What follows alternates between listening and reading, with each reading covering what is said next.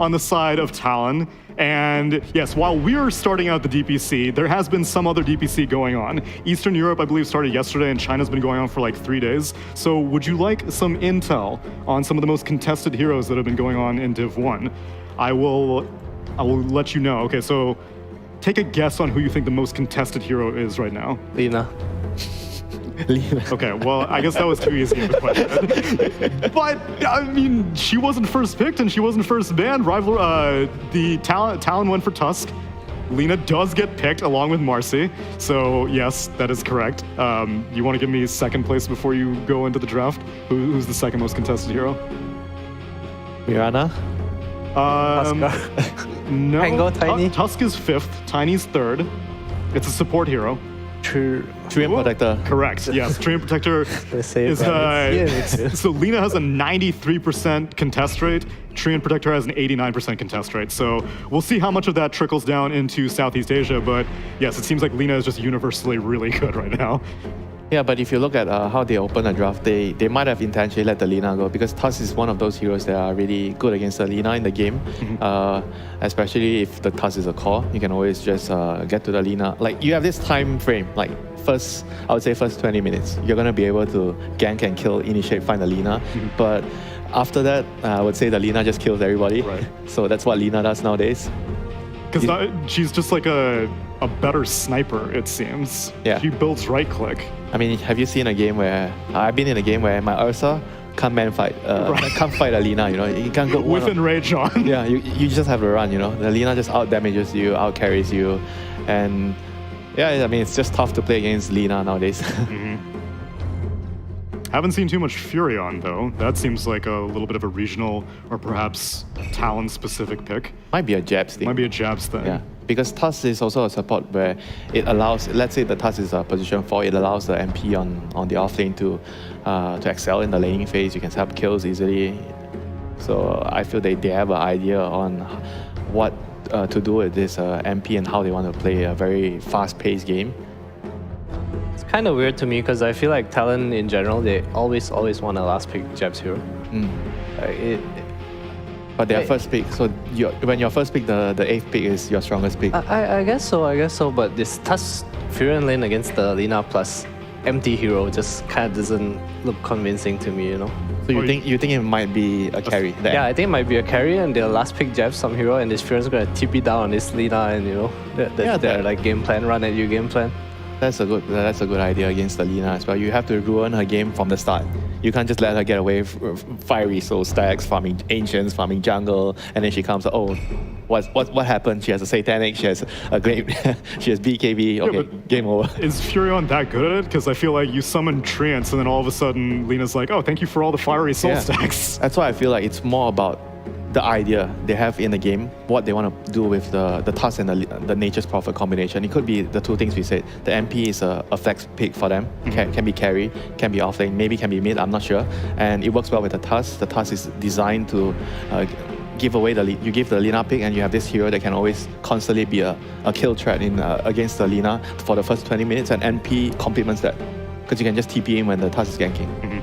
I think also on first pick it could be like a more independent laner in the sense that like, even safe lane off lane is kind of a bit more able to be left alone, and it helps you fix your mid with these like roaming supports like Tusk, for example, one of the better roamers in the game.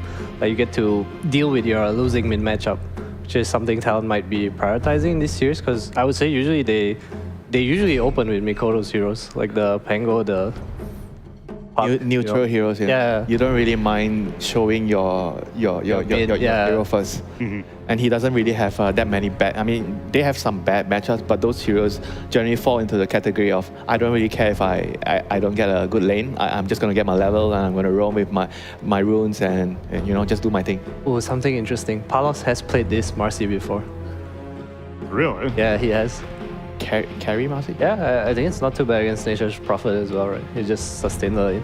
But don't you feel like when you have Lina in the game, you want Lina to be the carry? The thing is that Lina can carry from mid, right? Like, it doesn't really matter. Marcy just buffs you. I don't know, they've been doing this like...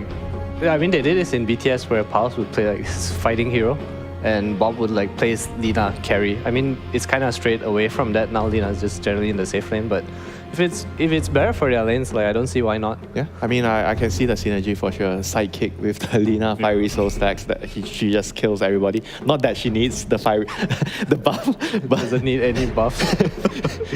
She needs nerfs. It needs nerfs. Now we have the second most contested hero. more buffs. More buffs. Put some living armor on her. It's definitely useful against the Treants if they do end up running a safe lane Lina against an off lane Nature's Prophet. You know, the Nature's Prophet shard is a counter to Treant Protector because you're always in the trees. Okay. I've seen people actually buy that. Okay, shard. like legitimately, I've seen Furion so infrequently. Is the shard viable? I've seen a lot of people buy it, but I cannot brain why they buy it. Can you even tell like how useful it is when they use it? I think if you're pushing a lane, you get to throw it like 2,000 range in front of you and scout the trees for someone. That's all. Or you cancel blink daggers in team fight. That's true. That's literally all that I can think of. But I see people buy it and I don't understand. I don't know. Yeah, I'm skeptical. One out of 100 games, I think you buy it, maybe. Maybe. And they have 5 blink daggers. Yeah, sure. Just scout the trees. I don't know. Even on like after 5 Roches, I don't know if I want to give my Nature's Prophet a shard. Wait, they're in the M88 mansion? No, I don't know. I mean, I see it on their sign. Yeah, even more gap closing heroes now. Clockwork. I mean, it's also one of the better supports. I guess it's going to be a support. The task might be a core right now, or maybe both of them are supports. I don't know. But those are the heroes you want against Lina. But the thing is, like, I feel like you can give away Lina. You pick a bunch of quote unquote counters, but Sure. she doesn't really care. You know, like, if she's getting a good laning phase, she has space to farm around the right setup. She doesn't really care about counters. It's like Naga, right? Like he just excels from a good lane, like way too fast. Like kind of need to run into his jungle and. Yeah, but you can not see easy. their idea right now since they picked the CM here. So the idea is probably something along the lines there where you're just going to try to play a very fast game. We gank with the Tusk, the Clockwork, there's an MP TP, and CM's going to supply us with the Aura so we can keep going, you know, all these mana dependent strength heroes, and everything can be faster. So you try to outpace the Lina. I feel like if Execration picked like a mech or pipe hero right now, Slate. Talon looks like they have no damage at all. Nature's Prophet, Clockwork, CM. Yeah. Like, it's so slow, you know, their damage. With the sidekick, Lich Seed, living armor on top of it. Underlord by pipe. Why not? It's not a popular build anymore, but one of the other highly contested heroes this DPC is Broodmother, and old Broodmothers used to build pipe all It the does time. look like a pretty good Yeah, game the as supports well. can't do anything to them. Yeah. Very sure. Tino does play the hero. Like there's a big hole in Talon's draft right now.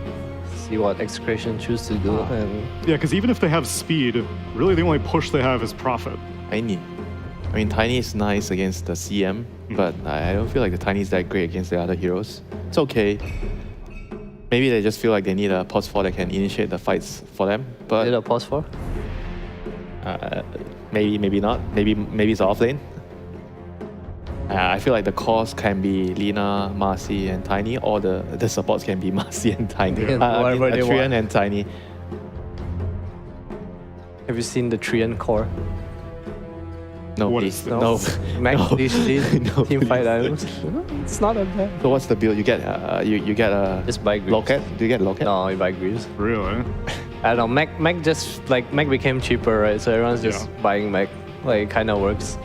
I saw like some Dazzle yesterday. He just had Greaves eggs. I think it was some Eastern European game. Really? Yeah, it's just so much heal. There's so much heal, and they just group, and 20 minutes the game's kind of over. How does a Dazzle manage to farm that back? It was a mid Dazzle. It was a mid. That was critical information you did not mention. It was a very cool mid Dazzle. Okay.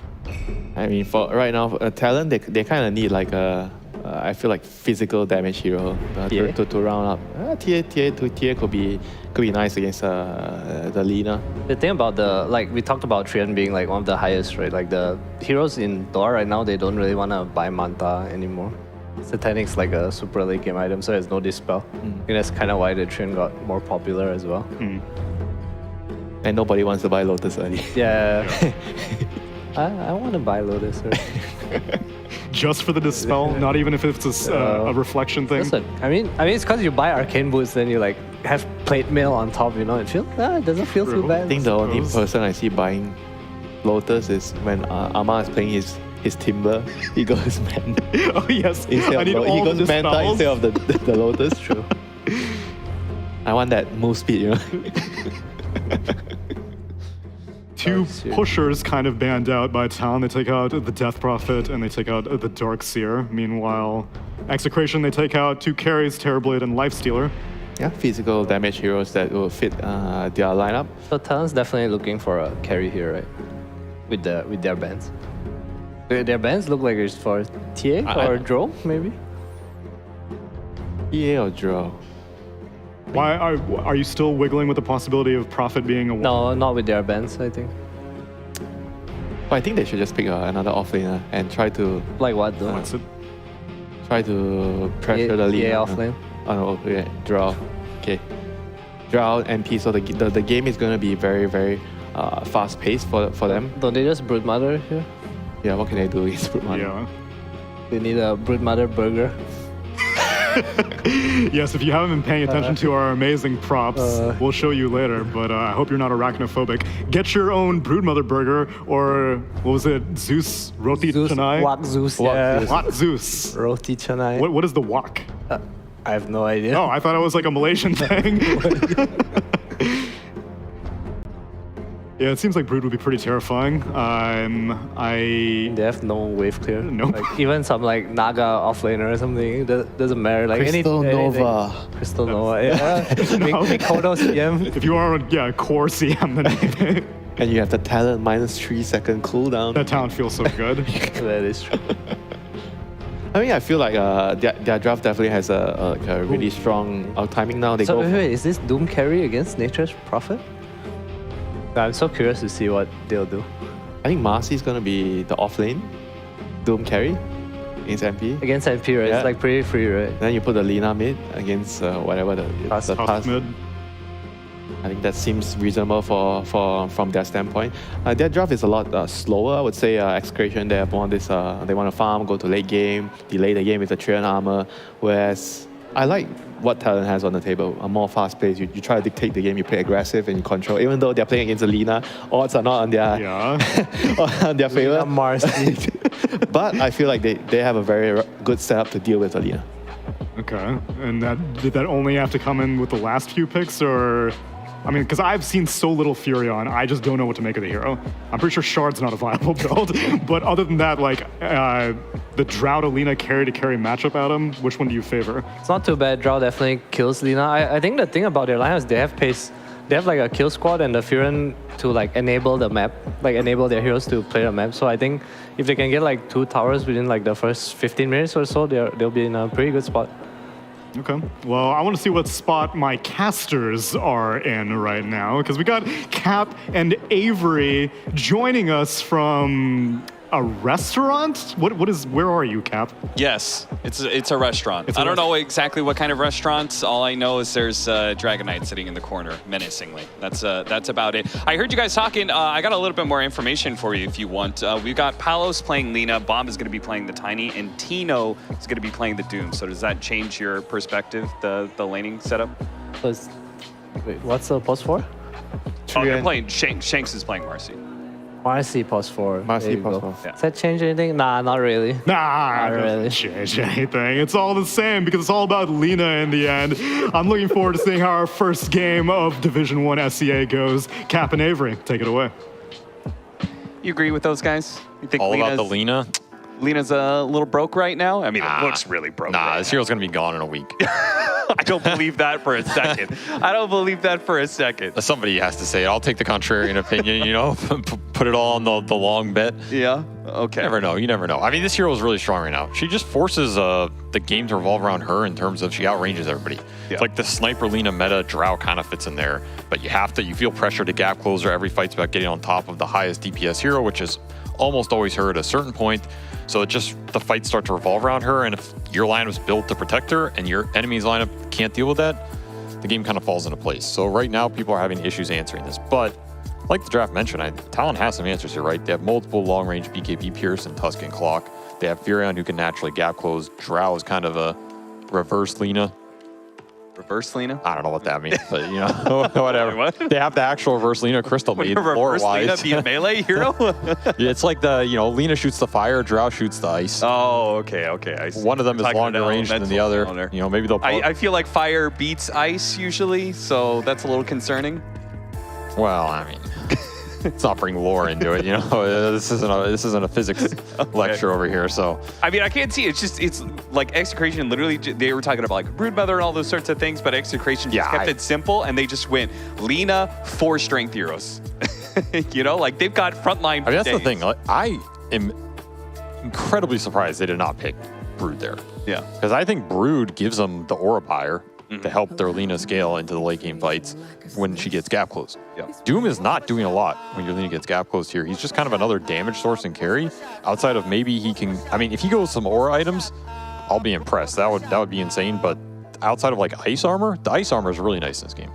It is worth mentioning. You stack the ice armor, you stack the tree and armor, throw them on your Lina, throw them on your Tiny. I mean, Tiny already has a lot, but like this Talon lineup's pretty physical dependent, right?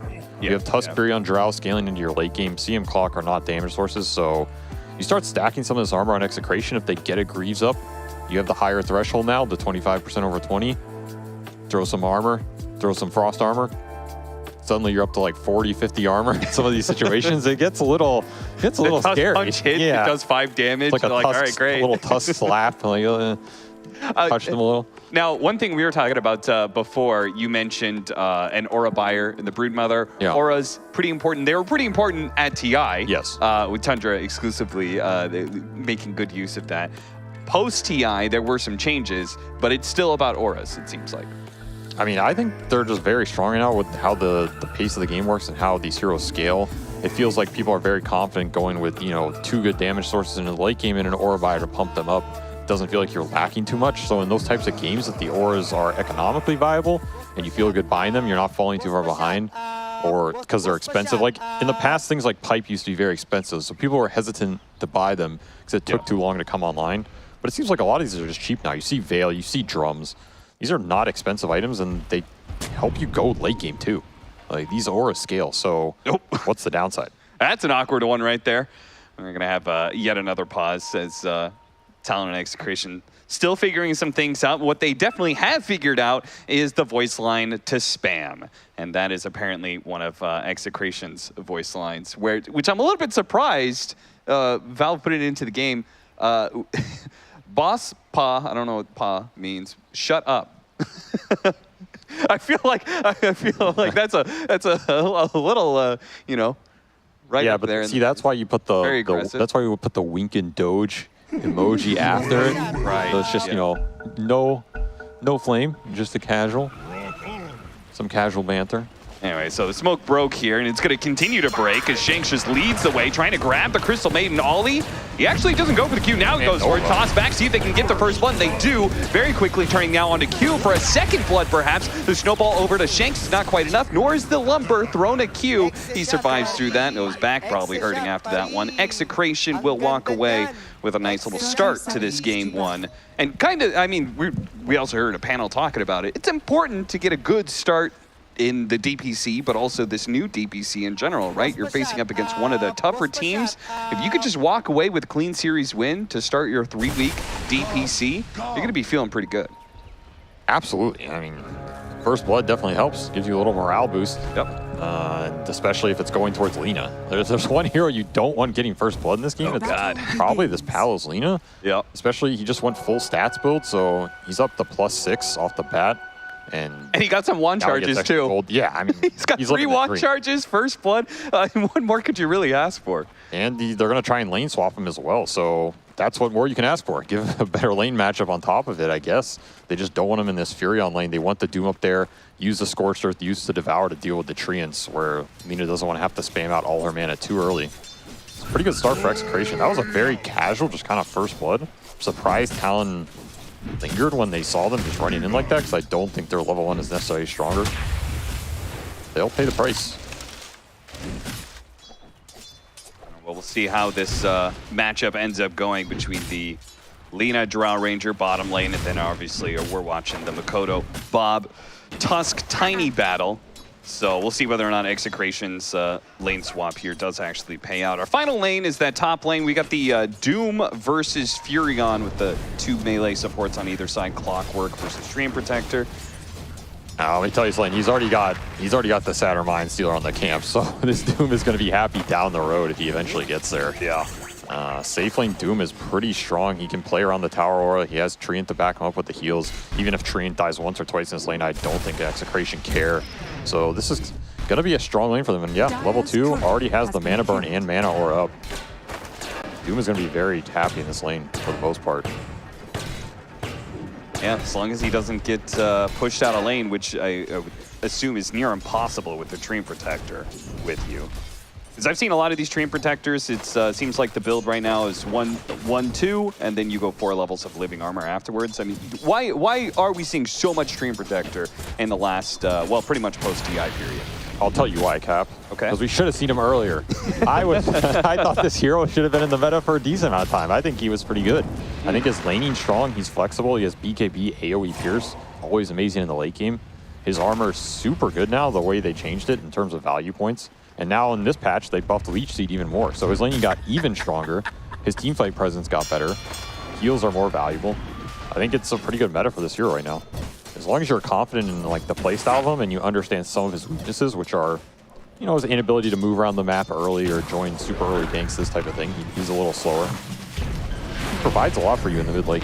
Nice pull out of position there by Shanks. 23, taking a lot of damage. He's going to duck into the trees here, see if he can kill Shanks before going down, but he will not. Ollie, he'll be able to get the kill instead, but 23 going down beforehand, no experience for that, and Palos also walking away with not just free farm, but a second kill on top of that.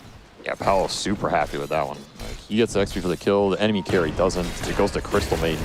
Not necessarily the hero you're too worried about getting a little extra XP early. Battery Assault. I know this matchup is not the most fun for Dream Protector, but with Drow joining in, they're going to be able to get this kill. So 23 just saying, I can't play that lane anymore, and understandably so. I mean, once Marcy gets the level 2, got the rebound and the dispose, I don't know how you play against that kind of lane. Oh, it's way too hard. This play is very interesting. I think it's the correct play, but Talon, they do have to think about it as well. They have the TP advantage because they have the Furion. So there's also a question of, remember, Execration dodged lanes at the start. I think Talon really wanted the matchup to give the Drow the better early game. Yeah. Now they're going to try and flip it up. It's a question of does Execration try and match them right away. And nice. A second toss back by Bob with the rotation from Carlo, not just to fill up the bottle, but perhaps to get the kill here as Fairy Fire will keep him alive. Carlo unable to get that one swing, so he just fully survives here as the Avalanche is not going to come up in time. Bottle charges keep him healthy. I guess we need a couple more Leech Seed buffs, you know, a little more early here. That was the thing for me is that, like, Dream Protector, great laner, no doubt, but I feel like he's really only viable if living armor is good. Because I feel like outside those, especially his first ability, I'll just be honest, it just feels underwhelming. Nature's Graph, Leech Seed, great for the laning phase. Maybe but how you use it, I don't know. Are you trying to tell me Nature's Grass is actually a good ability? I think this ability is good if you know how to, like, position it, body block people, keep them in it, abuse Orb of Venom. That's when this spell really shines. If you're playing a more defensive treatment where you're going rings, you're going living armor points, the spell isn't going to pay off as much. Your early game is going to be a little bit slower. I think in this lane, for example, there's not much Nature's Graph. He's not faring any better than 23 was for this lane. I mean, both of them are pretty much the same problem. They are ranged cores that just want to sit outside the range and right-click people. But Marcy, she's got that special little ability in rebound. Might be able to get the Ollie kill too. Ooh, sidestepped, barely missing the LSA.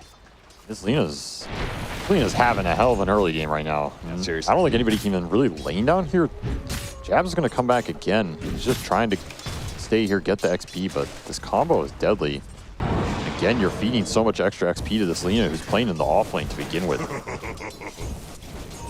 I guess the one potential advantage they have is the movement that Nature's Prophet can bring to the table with the teleport, so maybe we'll see him show up in some other lane for a gank when it's back up, but you're only going to have a limited time where you actually have that advantage. With Alina having this kind of start, you can expect, I would think, a pretty fast boots of travel. Absolutely. I mean, I would expect Falcon Blade Maelstrom first, but like you said, if that boots of travel on top of it comes out at 13 minutes or something, just going to be cruising around the map. The Petra's not going to be there that early. Bob is just merciless with these tossbacks. Not actually going to be able to get a kill or anything off of it, but it is just forcing Mikoto to blow through the snowball over and over again. Go for the rune, and it's on the other side of things. So now Bob, without that refill, maybe in a bit of trouble as Frostbite shows up. Nice rotation from Ollie, very well timed, and helps Mikoto secure the kill. Just don't have the vision for that rune fight either. Talon's done a pretty decent job of controlling most of the vision for this Marcy rotation and around bottom, and Tiny's just operating blind. Like, he's just guessing the rune, he gets outnumbered.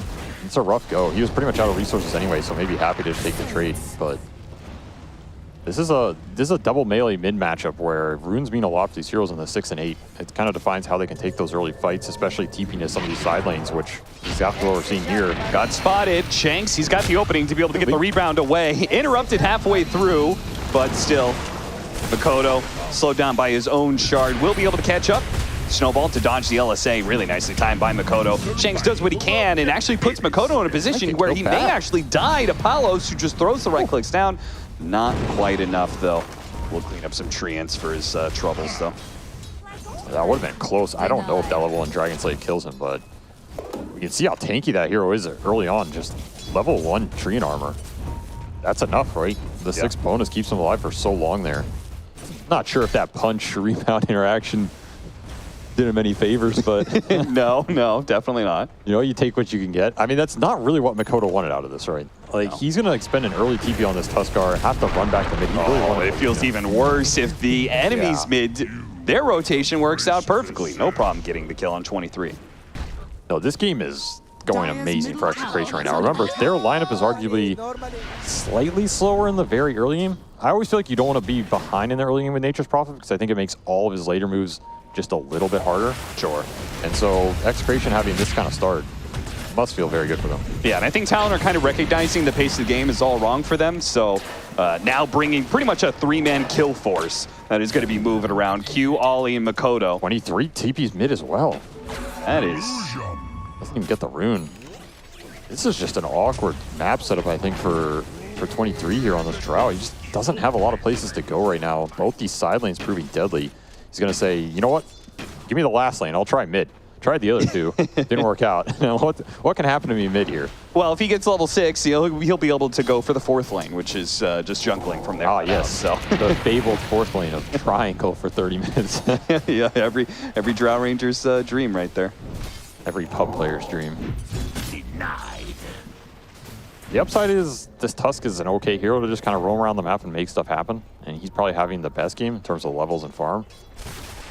They also have Crystal Maiden Aura to kind of boost up some of the early roaming if they want to play this double support roam, try and make some kills happen.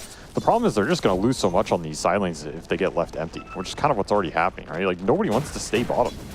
But you have to get something else on the map while this is happening because this Lina is just playing super far ahead. You're there, Q. Trying to pull farther. They know you're somewhere around here. They know you didn't go down because of the scan. Palace is like, he's here somewhere. We've got this great lane ward, which helped them dodge the 3-man gank. All right, no one's checking in here. Maybe they thought he just TP'd out. Though technically they should know he didn't have a TP because he TP'd mid off of the Dream Protector illusion diving the tower. Oh, I feel like they know he's in there, just showing some mercy. You know what that is? Let him sit there. That's every core. Every second that they're looking for that support hero to kill, they're going, I could be hitting so many creeps right now. That's true. And then eventually they're just like, whatever. It's not worth it. I'm hitting more creeps. Palace is like, how much is this kill worth? Again, 200? Not worth my time. I'd be killing treants. Yeah, it could have been killed the whole creep right here. That said, he's not even top of the board. It's Doom. Yeah. And like we were mentioning, this Doom is going auras, so this early game's getting buffed up by Execration. Oh, they need this. Yeah, this Snowball gets in range. Palace, oh no, the shard. It was right on the knife's edge there, but Palos just falls on the right side of it, got bumped forward by the shard, and as a result, another failed gank in this bottom lane. This is going to start to feel bad, because now you have this 10-minute catapult timing. How do you use it with Furion? That's always a big question with this hero. That move is going to slow it down a lot. They still have the one mid, maybe trying to collapse here. This is a tanky Tiny. Remember, living armor on top. Yeah, go for a Tiny who not only does he have Grow, so he's got the armor to work with now, but he also has the living armor. Like, there's just no way you're going to kill that hero quickly. I think Execration fights these towers. There's no way they give him up, especially when they have early mech on Doom. Yeah. Like, he's pumping up to 25 armor of his own already. And if they could hold these towers and let the Dream Protector get some more experience, you'll very quickly have a level 4 living armor, and they'll just make things even worse for a Nature's Prophet lineup. This early game is going to get slowed down for Talon a lot. They might even just have to start to readjust what they're trying to do here with this Furion, just try and scale into the mid game a bit harder. Okay, so what, like, that readjustment is just like, let's just focus on farming, like stop rotating so much and just like hit creeps and... I mean, I just don't know if these towers are going to be a play. Like, I don't see Talon making the collapse on these towers that are working out if Execration can read the move. Your best bet is to try and kill this Lina, who's still playing in this off lane. That failed a couple times though, right? And it starts to add up. They're going to try it again here with another smoke. Yeah, they do have the hook shot. Look at the positioning by Shanks. He's pretty much just shadowing this Lina the entire time and saying, like, if they're going to smoke and rotate and try and kill the Lina because nobody's showing mid right now, you're going to hit the Marcy first. And you may not even get that kill. We'll see whether or not he can get the rebound off. Nope, not quite. Talon are able to at least get that much, but it was not what they wanted from a 3-man smoke gank that took 40 seconds. No, they want to be making aggressive moves with the Furion coming in, with Furion ulti on top, getting core kills. Execration probably happy with this. They read the move. Treant's just getting free XP top, almost up to level 6, level 3 living armor online. Bob's pushing towards Blink Dagger, has an Image Rune, and Tino has already got Greaves coming out. This is a crazy early Greaves timing for a lineup, again, that pretty much only has to deal with physical and has low damage nukes for most of this mid game. I don't know how you take out 5-on-5 in this Greaves Doom right now. I don't think you can. So then it's a matter of splitting them up on the map, trying to abuse Furion lane push, Crystal Maiden lane push. But the catch for Execration is going to come online with this Tiny, so you gotta open up some map here. Not easy. Probably make some other smoke moves, other 5-man collapse on this safe lane, kick this Treant out, try and trade the towers. But again, if you're Execration, I would take that fight. Anytime Talon comes through towers, I'm willing to take that. Yeah, and we'll see what they do with this response as Heroes definitely showing in the top lane. Palace is not going to go for that third item, Boots of Travel, and he feels like the Force Staff is more important, which makes sense against both a Tusk and a Clockwork. Very value item this game. All right, they're just going to trade the towers. They don't feel like they can set up this fine decision, and Execration now the ones pushing mid here. Maelstrom online for Lina. A lot of damage and a lot of tankability coming out. They're just forcing the issue. Yeah, why not? Force them to fight into this Greaves that, you know, you pointed out is such a big problem for this game. Smoke is there, and they see Tino. They're going to go for it. Hook shot is going to lead off. Well, it's going to see Shanks. He actually immediately goes for the Crystal Maiden, tosses him into position, quickly dies to Palos, who is just standing there with the living armor and delivering fiery justice to anybody who wants to be able to fight back. Nice toss over. That's going to ensure a big kill onto Makoto with the help of the Doom locking it down and almost catching the Furion as well. Either way, 3 heroes go down and a mid tower to fall. Execration continuing their very dominant laning phase into now just devastating all of the early tier 1 towers. I mean, that's just a hard fight, right? Like the second you're not getting on top of this Lina, she has a free reign. Yep. That is an impossible engagement. We saw how tanky this Tino Doom is already. He has the living armor on top. He's already up to 40 armor in that type of engagement, 70% reduction. I mean, good luck, my friend. It's just not happening. And now you have this Blink Dagger online. 23. All right, time to go all in. 23 is definitely going to be dying here. At least I assume he's going to be dying. Okay, they get there in time, stop the TP. On the other side of the map, they tried to all in on Tino. Couldn't do anything. So I don't know what you do. He's even got toughness aura on top of it, so you can't even find the Frost Armor this game. This'll come in handy. It's just, this is getting a little out of control. Because like we said, this Talon lineup does not function the best when their towers are getting pushed down and they're losing the map space. The Furion wants the map space to open up so his pickoff can go to work. Now it's just, you're gonna have to operate with limited vision, limited control, limited space. Your Ancients are getting stolen by the enemy Lina, who didn't even go bots, just went Force Staff, so he's even harder to gap close now. Your clock is just not effective. Nor is the Tusk, right? And while all of this is happening, Carlo's just sitting top. Yeah. Just playing tree and protect their PvE Tota, just mopping up creeps, getting super high level. He's just armoring people, and anytime there's a fight, he'll TP in, cast an overgrowth, like we saw in that mid engagement. Yeah, and he'll soon actually be even more effective for that kind of play because he's going to have a blink dagger in about a minute. Yeah, so and he's basically the 4. This is just good execution of the map by Execration. 5k gold lead. They're going to continue to get farmed on their supports. Very nice early game execution from them. And Pipe coming out for this Doom. Even more tanky auras. And there's just no time I can see where Talon is going to feel strong again, really. Because, I mean, so much you were talking about the armor comes down to the Drow Ranger. She's battling up against bonus armor against all of these heroes. She's good at dealing with base armor. Heroes that just naturally from agility have a crap ton of base armor. But you've got Greaves, you've got Tiny Grow is actually, you know, bonus armor one of as well. The better answers. That's the thing. All this tank ability is not tank ability the Drow's going to scale into necessarily. Yeah. It has to come from some sort of hybrid damage here or huge damage over time, right? We're seeing like jabs. He went Witchblade. This is a common Furion build, but he was debating auras early on. So he again recognizes the state of this game and just trying to scale into some hybrid damage. But Execration not giving you the time. Nice toss back there. Shanks with the dispose pulls Q into a position, and then Bob follows that up by getting on top of Ollie and tosses him onto where Q got disposed to. 2 repositioning abilities in conjunction, making for a very neat little fight for Palos. I think this idea of repositioning is also something that teams should have picked up on from TI. Because when you have these auras, when you're the stronger ball, the reposition of being able to throw an enemy into your ball, it just becomes that much better. Because now you force a type of fight where if you toss someone in, Talon has to choose, do we run into this Doom armor ball and take that fight because our dude got tossed in, right? Yeah. It just becomes an impossible scenario, but I like this move. Yeah, this is probably the first little W that we're going to see out of Talon, as they're going to be able to take the Roshan without the interference of Execration. And I think they'll be able to get out pretty cleanly too. We'll see. Bob blinking forward, not able to stop any of the TPs in time, so everybody gets out. Very clean for Talon. Yeah, that was perfectly executed. If you can't fight the enemy, go find something else you can fight. Roshan's a bit easier, so that'll give them a decent amount of time here. Now they can start to split the map up, trying to use the Furion. Uh-oh. Oh, man. Maybe it's the Furion who's going to be abused. Hollow. 100-0 pretty quickly. And he's going to go an AC next item. My God. These guys, they understand pretty clearly. Talon, you've just got physical damage for the most part. You've got a Drow Ranger. We're just going to armor up non-stop.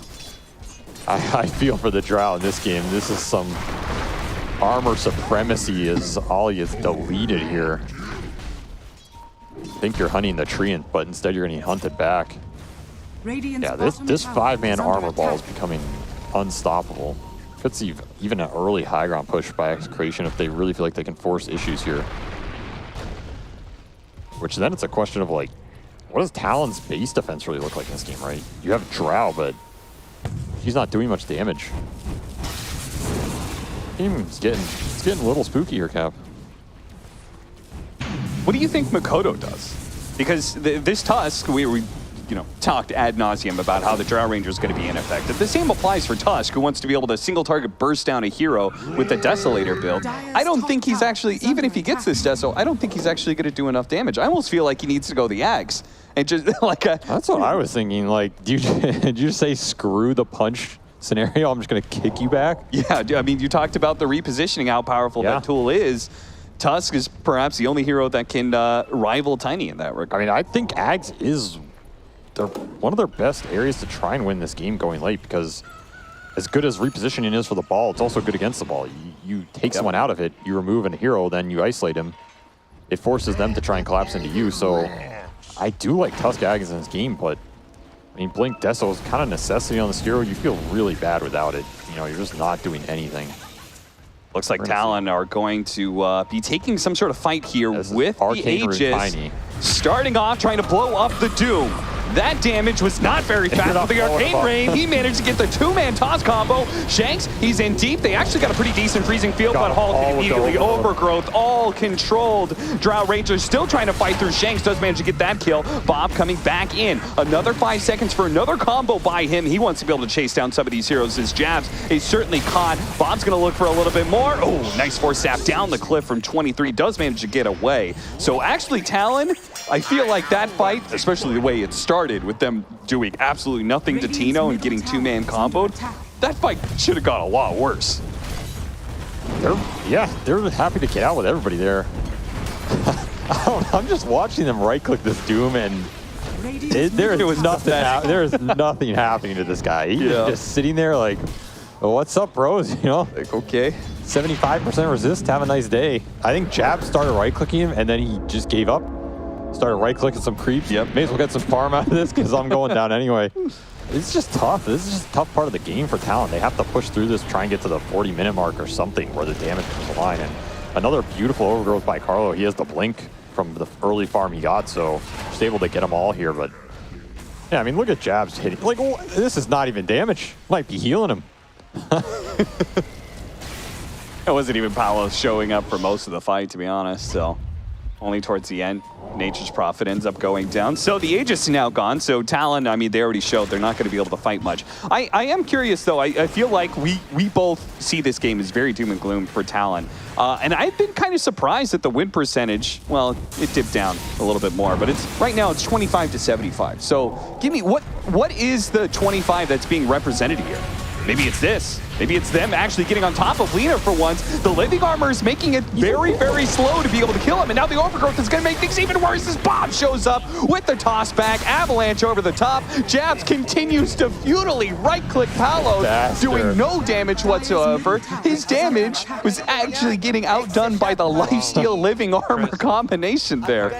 Oh, dear. I mean, that was the AC up as well, right? He was literally up to 80% resist. These engagements, there's just no magic. I don't know what you need in this type of game, to be honest. Yeah. The only thing that comes to mind is Revenant's Broach. Like, hey, there's an answer. Sure. I don't know. Maybe you just rush Broach on this Furion because Jabs just TP's in. He BKBs early too. There's just 0 damage. Yeah. None of these plays are going to work. There's just no capability here. Like, Jabs went for the second item BKB for him to be able to do exactly that scenario. Go stand there and deliver damage out to a hero, just commit and finish it off, but yeah, it's not happening. He doesn't do nearly enough. And I think this is the power of what we were talking about from the draft on, too. If you pick an offlaner here that gives you auras, gives you some armor, this Talon draft's going to have a hard time fighting because the damage is limited in the mid game. And then you might fall behind, which is what happened. So I really like that he went for those on nice the Doom. Hook shot. That's a good way back there onto the Doom as well with the two-man silence. The snowball's going to stick on top of Lina. Right, if they can finish him off here, it would be massive, but a little dispose, a little bit of movement, a bumper, a turnaround, two-man stun. The Nature's Prophet TPing in to finish off Palos. Pops a BKB. Palos knows he's dead. He's going to turn around and do what damage he can. The rest of Execration, now without their Lina, are lost. Talon with the comeback there, all off of a beautiful initiation from Q. God damn, I mean, I thought the high ground was pretty doable for Execration, but that double core cog back was just absolutely disgusting. Also, how did they get in that position in the first place? That's what I'm thinking. Like, how is the Lina getting cog in the base? I guess we're gonna find out. I mean, he does get forced out, but the damage is done, right? Yeah. You have to kind of reset. There's just so many hypothermia stacks getting put on too. This Drow will kill you over time if you're in this type of position, and I mean, Doomer for what? Now Jabs gets to clean up a low damage Lina. Ideal scenario for them. Wow, this game has certainly changed. I guess that was the 25%. Yeah. That's some signs of life here for Talon. A lot of gold going their way. Remember, these kills mean a lot for them. Failed high ground. Gonna give them some time to farm up the damage items. Seems like Execration maybe overconfident. I mean, we were pretty confident in their chances of victory in this game, too. I mean, I still think why Palos walked up the high ground. I still think that high ground is a viable high ground. Oh, yes, I absolutely. think that was like a very misexecuted high ground push there. I think Lina should be able to siege this.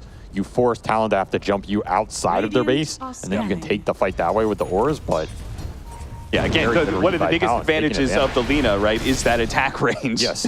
And when you run up the high ground, you're not using that entire advantage. You sacrifice a little. But hey, Talon were ready. That's the thing about high ground. If you're there and you're ready, a lot of times you might get that jump that the enemy's just not expecting you to all be sat there. So props to them to be ready for that go and to execute it fast. That's what gets them that fight, and maybe some life back in this game. Now Jab's going for the Gleipnir here. It's another source of some hybrid magic damage to help cut through the armor. So I like that as well.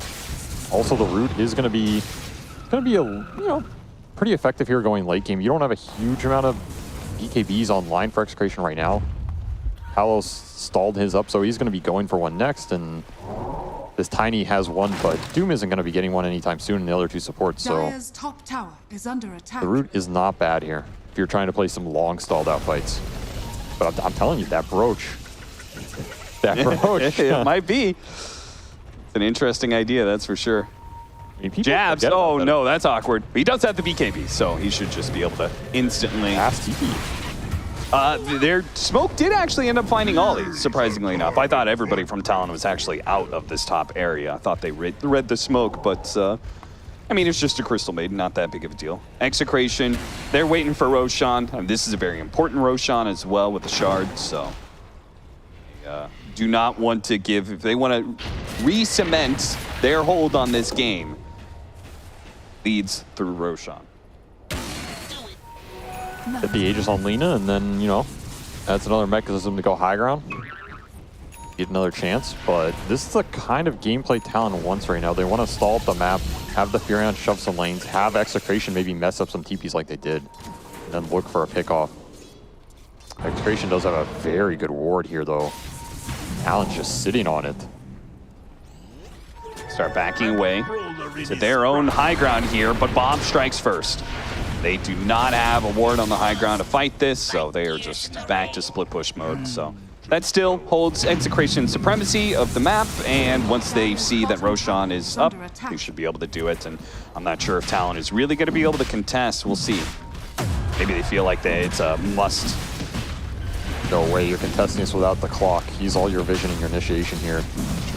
Especially Lina BKB online. They'll probably give him the Aegis here. Guard going to do. Yeah, it's a pretty nice shard, I would say. Don't think he really wants it though. I think they're debating this one. I think it's Marcy or Lina here. I know some Marcy's like this, some really don't. It's like it's a feel thing, so. But he will take it here on Shanks, so it is another like soft save. When your Lina gets cogged into the base. Yeah, when he walks up high ground, now you can force him down the low ground. Exactly. Easy. Even Elven Tunic on this Lina as well. Extra evasion here. One note, we were talking about how auras were very important at TI. Obviously, Wraith Pact was the big hot topic there, but there were some other auras being bought. Specifically, Wraith Pact Pipe was very common, but then they changed Wraith Pact. Now no longer reduces magical or pure damage, but it still has the same effect on physical damage, which means Talon's lineup is still susceptible to Wraith Pact like it's TI. Yeah, that's kind of the funny part here. This is a pretty good Wraith Pact game, right? If you're ever reducing the damage of any of Talon's cores, you're pretty happy with that. And at the same time, you get some Vlad's aura. It's pretty nice for the Lina. These super long-range carries really like lifesteal.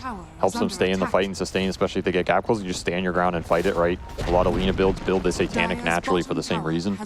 So a little extra never hurt anybody here. And I mean, what aura is even left for Doom to buy at this point? I don't know. Get a Veil. Shiva's? Drum. Double boots it up. Jabs. He is... Oh, that was actually a pretty good read. They know. And... Oh, they don't have the detection. They don't have the vision, rather. Shanks, he tried to give it to them with the rebound up there. They could have just gotten the Doom off then. Jabs, you're lucky to get out of that one. Dire's bottom tower is under attack. And though, stalling the game, like this gold lead's not growing. So Talon is technically getting what they want out of here, which is just to force the game to go later. They get the TPs out, and now they get the smoke. 2 wards up on this Crystal Maiden as well. They find the lone hero on the map. They can kill that hero pretty fast. I like how Talon But first of all, Palos played the triangle with this Aegis and just said, okay, they had to rotate outside of bottom lane. If they come top or to the triangle, like, I'm ready to go. And Talon actually made that read, and they smoked up, and they just went to the same area. They're just like, okay, we cannot play the left-hand side of the map at all because they're just going to hold that triangle area, and we're just going to try and see if we can get whatever picks we can. Execration, though, are going to just force it here with 2 minutes left on the Aegis. I think they should force it. Like, this is your Lina high ground. She's stacked as hell. You should feel very confident going high ground. You just understand how to take the fight and bail her out. Remember, Talon has to jump her, so put the onus on them. Talon were trying to get that smoke gank to try and bait the Furion on the other side of the map, but I don't think Execration want to take the bite. They're just going to be happy forcing the issue. Here's the jump. All right. Punch lead off, the snowball follow-up, but nice use of the shard there to get the Lina back into the low ground. Now, Bob did jump in, but the Drow Ranger's damage not really doing nearly enough. With the BKB popped, Palos committing for a decent amount of time. They turn in with Bob to be able to finish off the clockwork now. 23, just playing it back and forth. Nice use of the Manta, good gust as well. And now with the Doom overstepping himself to try to follow up that initiation, gets caught. But no, Throth actually saves the day with the toss back as well. 23 Savage with the Hurricane Pike, back to the side, but Palos is more than enough damage to put him in the dirt. Bob able to get away as well. Q tried to clean up whatever backline he could, but everybody is low, but nobody's actually dead from Execration. All they've lost so far is the Aegis. Without the Drow Ranger, frankly, they don't have the damn bit of damage left in the tank to finish off any of these low heroes. Honestly, that fight, it could have been, it was so close to going so well for Talon. Like that multi-shot hitting everybody, stacking up the stacks. If Drow has buy, maybe he can take that fight, but he's pretty much the only one without it. And Talon's gonna have a clock dieback, the Furion buyback, and now not enough gas left in the tank to take down this Palos Lina, who's just gonna clear your base for Megas here. Yep. Nobody is able to do anything to him this game, feels like. Very impressive. First blood. First blood. That's why you don't get first blood. That's, you go and look at this replay, that's what did it. Yeah, you think Talon are going to do that in the break between game 1 and game 2? I mean, I think this is going to go through the replay, see the first blood. That was it, guys. I mean, this is a game where you probably don't have to go too much in the replay. It's a matter of, early game did not go well enough. They get the auras online before our damage comes online. You can't really swing the tempo, and it's just hard to come back. So you still think that this draft, which I would say is pretty, it's not the greatest damage and a lot of it's physical. You think you can still execute this? It just came down to, like, you just need the laning phase to go better. You need to be ahead of the timings, as you said, of those aura items? I think it definitely helps a lot. Okay. Like, the farther you are ahead, or even if it just didn't go as bad as it did, because remember, this Lina had an insane start. She had first blood, pure stats, didn't have to buy a lot of regen, and then got like 2 good core kills on lane between the Drow and the Furion.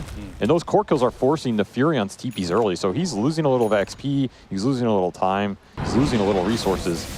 By the time you go for this mid 10-minute catapult tower push, Doom already is the most farmed hero in the game with mech online. It just can't happen, right? Yeah. And if 1 or 2 of those moves go your way, this game can look very different for Talon. But you have to be able to set yourself up for those moves to be successful, and the margins on that are very thin, right? I think the onus is on Talon to execute those early lanes for that to happen. Just didn't happen this game. And then this game becomes hard, That's how some of these drafts function. So I do think a lot of that was lanes. Remember, the lane matchups also got swapped, so Execration had a very good read of how to slow that down as well. Execration going for the finishing blow here, but stopped by Jabs. Of course, to use the BKB. Execration can certainly take their time and just have the Lina whittle down the tier 4s. Garlo went buckler medallion just to throw some extra insult to like, I'm gonna go medallion. No one is going medallion. Yeah, just to armor my Lina up even more. It's actually insane. If he completes the full out Solar Crest, putting it on that Lina. I mean, it's good. It's a good Solar Crest game, right? They have like the solo right-click carry in the Lina. Tiny doesn't need it because he can just throw dags trees. It's a good itemization here. I think Execration really understood what they wanted to do this game, all on the same page. Looks very smooth. In the end, Mikoto is going to agree with us here that Aghanims may be their only hope. And it's certainly your best hope when the enemy team is pushing tier 4s. You can get them close to Doom the got fountain. Punched. hit by the multi-shot, 500 damage. Top back from Bob, actually gets Ollie instead of the Drow Ranger due to the BKB pop. Immediately a Manta off of the Ogro, trying to put some damage onto anybody here. Multi-shot hitting all of these heroes, but they're taking absolutely nothing. GG is called. Execration, an extremely clean. I have to say, like, I feel like this game, how many mistakes did they really make? There was that one mistake going high ground. Yeah, But other than that, mistake. like I feel like it was a very clean game. Drafts into execution of the lanes, the swap through, everything was good. They had a very good read of that game, like from the start. I'm impressed. It was very clinical. It was very strategic, all together, all on the same page. Like you said, from the laning setup to the itemization to the team fights, understand what they wanted to do, the timings. I think that high ground push was correct. I think they just mis-executed it. But otherwise, what really went wrong? And yeah, great start from them. I mean, this is a really nice way to execute Treant. Like, this is why a good way to use the hero, how to abuse it with the long range carry, have another hero building auras in conjunction with a Treant. You just hit this 30-minute ball timing with so much sustain and heal. It's like, we saw now those last fights. Nobody's taking any damage. So, great execution of the draft, yeah. All right. Itemization, execution, all fantastic from Execration, but this is just game one. I'm sure our panel has a lot of things to say, echoing some of the great thoughts about Execration's performance. It's game one. That's right, all of the pieces came together in a beautiful symphony of armor for that game number one from Execration. Aside from that one little misstep in the high ground, it was pretty surgical precision the entire way through, especially going up against Talon, which this is no pushover team by any means, but maybe it was a product of the draft. I can't help but look back at what one of the very first heroes that slipped through at him. It was not the Tusk. I definitely didn't really care about the Tusk. It was the Lina that concerned me for pretty much all of that game. I felt like they had a plan with this Nature's Prophet to like play some pace game against the Lina, but they ended up having to pick heroes that didn't do too well in lanes. And Execration also, they did a great job of picking this Doom. We talked about how they like damage and picked this Doom safely against the Nature's Prophet. And both Doom and Lina won their lanes, and they're both like super accelerating heroes, right, in terms of farm, and they're just top 2 net worth. And we saw Tino, they tried to kill him, and look at this fight, he's healing, you know. Greaves with the Treant armor is just healing, and you know, Talon kind of felt it, got punished for having weak lanes, I would say. I mean, I still feel like I would commend what they did. It's a BO3, you know. Like, I feel like giving away Lina, and if you win the first game and you gave away the strongest hero in the meta, and it changes a lot of things, you know, like the dynamic and the confidence of the team. And I feel like BO3, the first game or whatever, you know, I can afford to try something. And, you know, if it doesn't work, then we just have to ban it and try something else, you know? Isn't that a double-edged sword though? Like, they give away Lina, and Execration had like this perfect game. I mean, yeah, you can say that, but I feel like from a team's perspective, depending on how they see it, I feel like it can be something that might have gone to their favor if they would have won this game with this lineup. I feel like they have a timing. It's just that the lanes. Avery mentioned in the game that the laning phase just ruined everything for them. You know, if the lanes went well, they have at least a 50-50 trade in the lanes. The Drow and the MP they have a better early game. The game would have been a lot different, like way different. You think that even if the lanes went well, they wouldn't have eventually succumbed to the fact that if they build a bunch of armor on the side of Dire? No, because the game would not get to that point. Because if the lanes went well for them, the Drow's timing is going to be faster. The MP is going to have more like a snow body, like TP gank and I get a tower, you know. But that wasn't the case in this game because the laning phase was pretty bad for them because Execration swapped their lanes around. Mm-hmm. Doom would have still gotten Greaves, though. You can't really slow down Doom. Yeah, I think so. I think the supports on Talon were kind of weak to me. Okay. I think when I see this Tusker, I think of like Hoodwing, Skywrath, you know, like kill combos. But it's Clockwork and like CM. A court, you want a +1. Yeah, you want like a arrow or like anything, you know, Sky Owl holding out some big burst, some killing power, but CM and Clockwork don't really strike me as I can agree to that. I feel like the Clockwork was maybe too much of an overkill against the Lina. They wanted more gap close, but they already have enough with the Tusk. That's true. And they just needed a support that's going to complement the Tusk and be more useful when they're together killing people. Okay, well, some food for thought if they want to take an approach against our MVP for game number 1, or is it MVH? I don't know if it's necessarily most valuable player or most valuable hero. Palos will take it, but he was playing the Lina, Adam.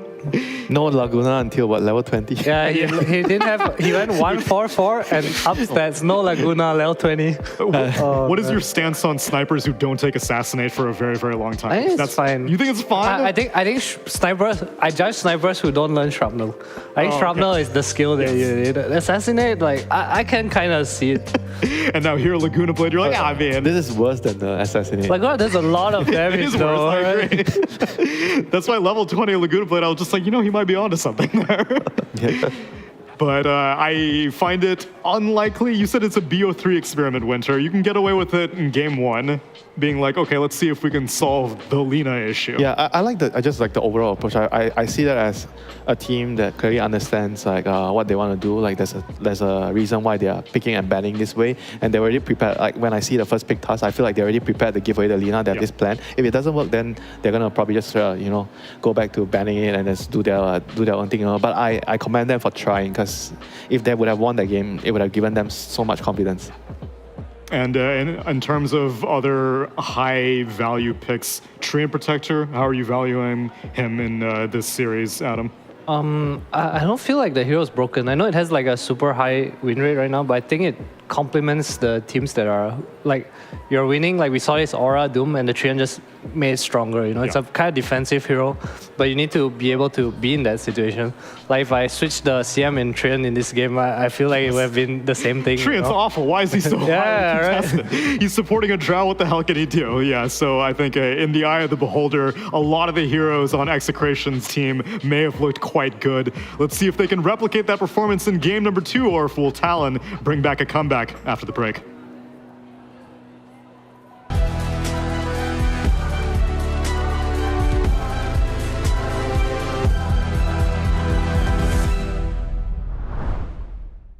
Three, two, one.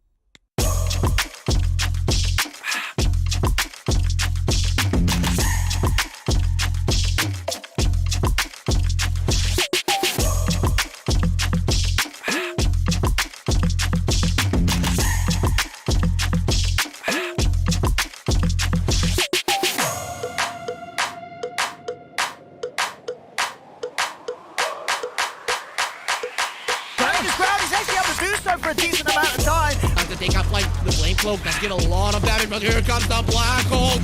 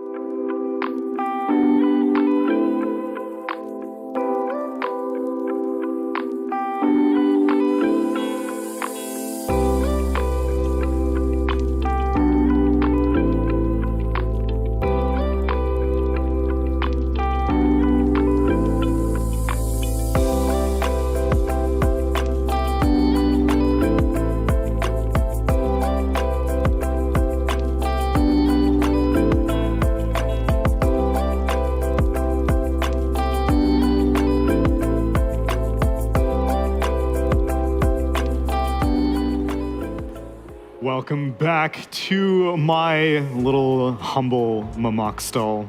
Am I pronouncing that correctly? Mamak? Mama. Mama. Yeah. So it's more like, it sounds like an M-A-H, a Mamak? Yeah, Mama. Mamak? What does it mean? Muslim Indian. Muslim Indian? Yeah. Wait, but what's like the direct translation of Mamak? Is it? I feel like it's more like a slang. Oh, it is. thing. Oh, okay. I might be very wrong. I don't know. You have more intel than I do. I'm wildly out of my depth here. Although I've this is now my second time in Malaysia, so I'm getting more and more familiar. And so we have a few content pieces eventually planned for you, where we'll be trying regional cuisine and not all Malaysian stuff. We did what's the Filipino halo halo? Halo halo. We tried making halo halo, but no spoilers. You'll see that all eventually. For right now, you're here for the Dota, in which case we will eventually get to our game number 2 of Talon versus Execration. But Winter, you seem quite confident that if you were in the same situation as Talon, you want to run these experiments. You see Lina topping the charts as most contested hero. Yeah. I want to see how to break that hero.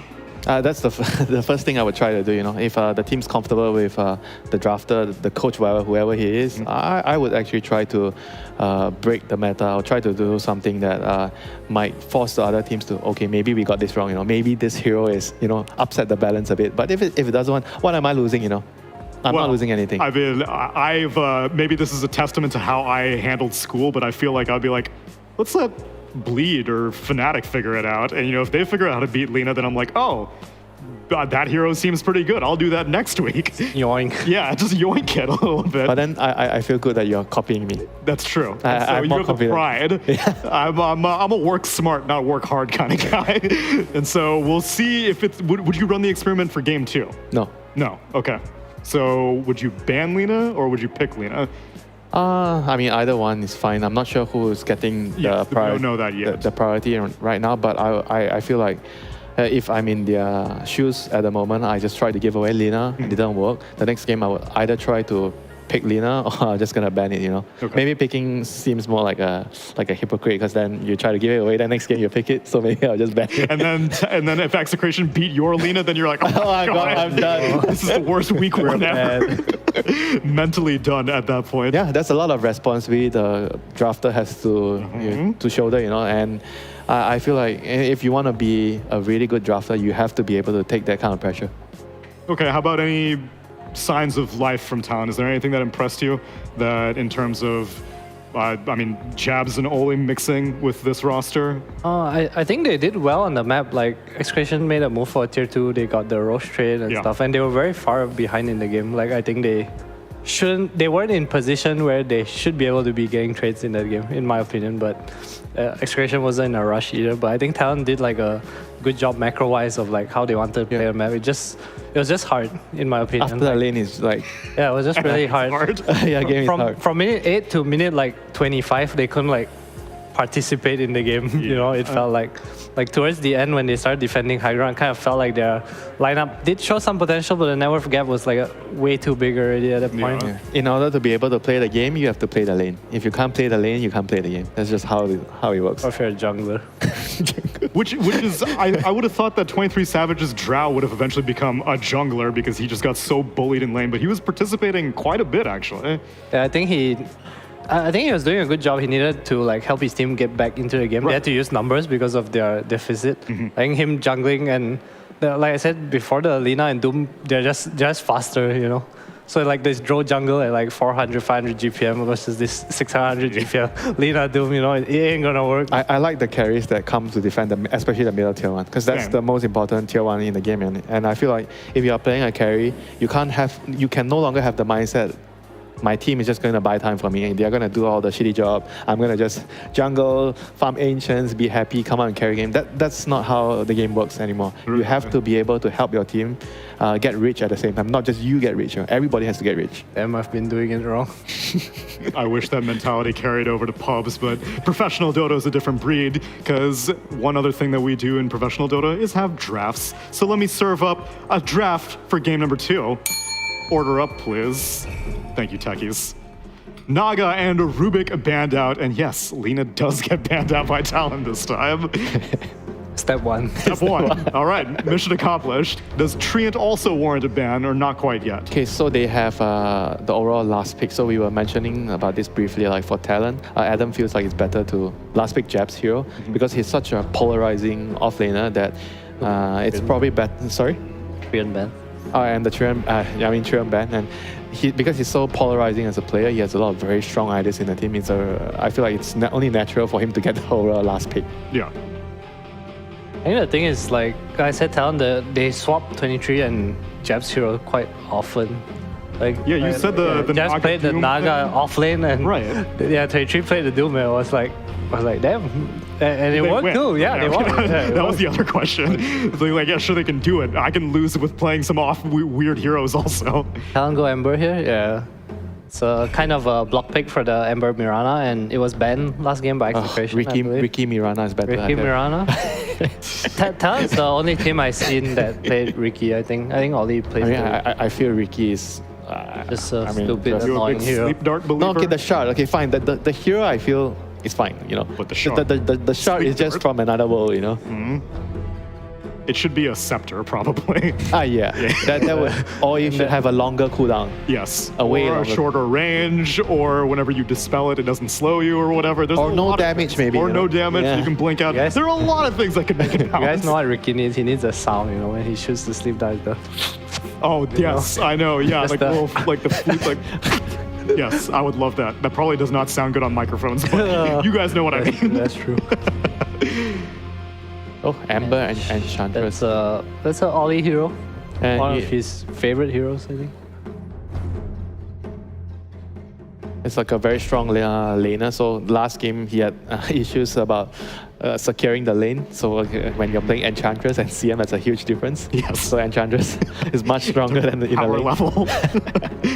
I mean, CM is more like I feel like CM is a support where if you want to pick the hero, you must make sure that you have to pick a carry that can fit the lane so that the CM gets a better game. Like you want her to be on a kill lane like CK, CM, like Wraith King or Sven, you know, something that has a lot of damage, stun, can front line for you. Right. And you get a couple of kills in the lane, then the CM feels, oh, I'm strong in the game, you know, I run in, I cast my ulti, I feel good. I'm doing something in the game, you know? But last game is like, oh, I have to stay behind, I have to Yeah. just wait for something to happen, I can't go in and frostbite people. And you'll level Arcane Aura and be like, I'm helping, guys, right? Have more mana. Visage picked up a first phase. How do Execration like to play Visage, Adam? Is it It's always on Tino. Okay. So an Aura buyer is really confident on the hero. They have shown that they are willing to pick it early. Usually they run it with Marcy or Arc Warden, which Marcy has been banned. Arc Warden's still in the pool. Not sure if we'll see it. Yeah. You're talking about the post 4 Arc Warden, right? I think I've seen it. I've only seen them play it on one. But I met a exact same lane, Arc Warden plus Visage in What a have lane. you seen? What is this winter? I see it in my pubs too. This guy, he just jungles, he fights, no, but it's just so one much. guy. No, it's so much damage in the lane. You know, like the flux and the soul assumption, and then you have all these ghosts. It's just Okay. very annoying to play. I see. Yeah. So I played this game where we actually had like heroes that hit towers, and then this guy plays support Arc Warden, and he bought Arcane Soul Ring. And he just And then like 10 minutes, he just comes to the fight and he Venom. just throws He's a stuff better on the floor. version Yeah, of it's so Venom. much better. And it's so hard to fight. It's so obnoxious to play against. Well, more traditional one positions get banned out by Execration. They take out the Sniper, the Monkey King, and the Morphling. Meanwhile, Talon ban out a Tiny. I'm a little bit surprised that Broodmother's not proving to be more contested. I would have thought that Southeast Asia would have loved the opportunity to be like, oh, Broodmother's relevant again. I thought last game was like the best Yeah. Broodmother I mean, game. the hero did take a pretty good big nerf, you know. I mean, but I feel like hero is still good. It's still good in the right situation. Maybe not so much of I'm just gonna open my graph with wood. I don't give a damn about what the enemy is doing, you know. But now it's like more like situational. Yeah, I mean, you give a damn a little, but it's still good, you know. If it's a good brute game, it's a good brute game. Sure. Creation. They need a Dawnbreaker. That like Why? Oh, Ricky. oh no. Oh I need to be on camera with the dart. no. Dude, we have straws here too, you know. Spitball. So what kind of carry you want against this kind of Ricky dart into arrow? You want to be like a more durable carry. I think you want lineups that play together because Yeah, Ricky you have to gives be vision, together. Yeah. You have to be together. You want to be a ball, but they have like they have Enchantress. I mean, they have Ench and Dawn here. Dawn. It's probably nice, right? So what carry is good against Ricky? PL? I think PL's bad against Ricky, by the way. Yeah, but the smoke screen Your is so- illusions, when they go into smoke screen, they are garbage. Why can't I hit him? Actual garbage. I mean, I feel like it's not even just that. PL is like a kind of like a weak hero in the meta right now. Oh, it's good against Vision. It's bad though, to be fair. Yeah. This is Okay, bad. fine. I agree to that. Those two heroes don't really do much to PL, but I feel like the hero you have to farm so much, and I favor more like carries that you have one or two cheap items, you come online, you fight. I mean, sure you can buy, but if you go Diffusal, I mean, maybe you can come join 1-2 fights, but then you have to go back to finish your next couple of items. And yeah, sure you can get a Mage Slayer somewhere down the road, but I feel the hero is like slow. I feel like Talon's back on their success formula. Oh, the first game is a fast game. So this game is going back to the late Pick game. Mikoto early, pick Savage, the winning matchup. Last pick Jabs hero. And now ban all the PL counters. They ban What's Pudge. the PL counter? Yeah, Pudge is a Pudge yeah, is- Pudge is a. Then there's the Lash What Rat. else? Doom? Do you care about Lash? I'm not sure. I feel like with Mage Slayer in the game, Zeus. it's kind of weird. I mean, It's a actually, weird they need matchup. they need a carry. They actually need a carry. Carry. No Balfury Ricky. Magnus Empower with the... That used to be like so dumb. It's a pretty good Ricky carry game. Is it not? Against Ange, Ember, and Pure. I think it's pretty good. No, the Dart is too good. First of all, Not too good. You can buy it as a carry. why would I buy the shot as a carry? I mean- I want to buy it as a support. True. I mean, Well, okay, second okay. Roche. Say you're a carry. When are you gonna get the Dart? Second When Roche. it's gonna be like 20 minutes, more than 20 minutes Yes, that's before you get the Dart. I mean, but it's useful all game long. Yeah. Okay. Fine. If they do, I mean, so I guess the options are if maybe they want an offlane on Execration, because, well, actually Pudge would have been a carry, so I think they are expecting this to be a support Ricky. I mean, I feel like overall, I like Lash for their lineup against the PL, and they have this kind of push with the. But then you BC. have what? Lash Mirana lane? Yeah, I mean, also- maybe you can change. Can you change the lane? Not really. Ricky and Ricky, Lash. I don't know. What else is in the pool? Sven, Faceless Void. Oh yeah, Sven is okay with their lineup. Would you get the shot on the carry Sven? New, get the aura for your team. I don't even like it. I don't even like support Sven. I'll So just tell forget my that. team, Ange can purge it, guys. Don't waste my gold. Oh, yes, true. Viper ban. Just annoying lanes, I guess. It's the Execration hero here. I only kind of see Faceless Void for them. How about Razor? Against PL, Ember? Can't link anything. I mean, with the Bloodstone build, do you care about the link? I mean, they have a... You can clear the illusions with the Bloodstone build. How about safe lane what? Timber? That Terrorblade just became Doom, guys. It wasn't me. I like the Doom ban. It's really good against their heroes. Great against PL too. I like this Doom. I'm surprised we haven't seen any Magnus. I feel like the hero is Off lane, you mean? the strong, yeah. I feel like repositioning is strong now. Tiny Magnus. I mean, I guess it's always been strong, but I think he's good in this meta with like the buffing. I feel like all the heroes yeah, that you can just buff buy Greaves Private. Like, and you empower the core. So, Job, tanky card. your job is done. How about any Radiance buyers? Is Alchemist viable these days? Brave I've King? seen Alchemist, but I have not seen it win. Alright, Slug. Wow. That's a very squishy team, that Execration. That's a decided Radiance with. buyer. That's a Radiance buyer for sure. That's a carry Shard buyer. You buy Shard on carry Slark Winter? Yes. Okay. Okay, So what? some carries you Alright, guys, this is my favorite part of the draft. Guess the Jabs hero. Guess the jabs And here. why is it Bloodseeker? Bloodseeker. Well, I would say why, What because else the is there? Slark got Lash? picked. He's gonna play like it's some Lash range versus hero, Lash. like DP, like some semi-core hero, DP, Lash. DP? Lash? I guess Lash. I mean, I wouldn't even be surprised if he plays the Razor. What, This so- is so mad against their hero though. yeah, but his hero doesn't have to be good at it. Okay, so yeah, which one? good- Is he good- playing the DB? Guess win. No, what is he playing? He's playing the Pango, of course. With some Jabs Ember. Let's go. Oh yeah, okay, fine. Pango, he's playing He's Pango. playing Pango, right? Yeah, he's playing Pango. The DB is the support with the Eng. I have Pango, another answer to the Visage for them. Some AoE control for the Slark. So overall, quite a decent pick. No but I roll feel, but I counter. feel the lane will be hard for him. You know, they are double. I presume double melee. Like the Dawn is so strong though. He's laning against what, Mirana plus Slut. Yeah, it's okay. Yeah, It's okay, yeah. The lane is fine for them. He can maybe get a good start, then snowball, run around, kill people. But so previously, it seemed like Talon struggled with getting a good start. This time, do you think their lanes are a little bit more? I mean, secure? I thought the last time they would have been able That's what to. I thought I too. think I think they're gonna win all 3 lanes. You think they're gonna win Yeah. all 3 lanes? Yeah. Okay. Even Bet you a Broodmother burger. okay. I bet you a roti canai as well. Bad Rider matchups are.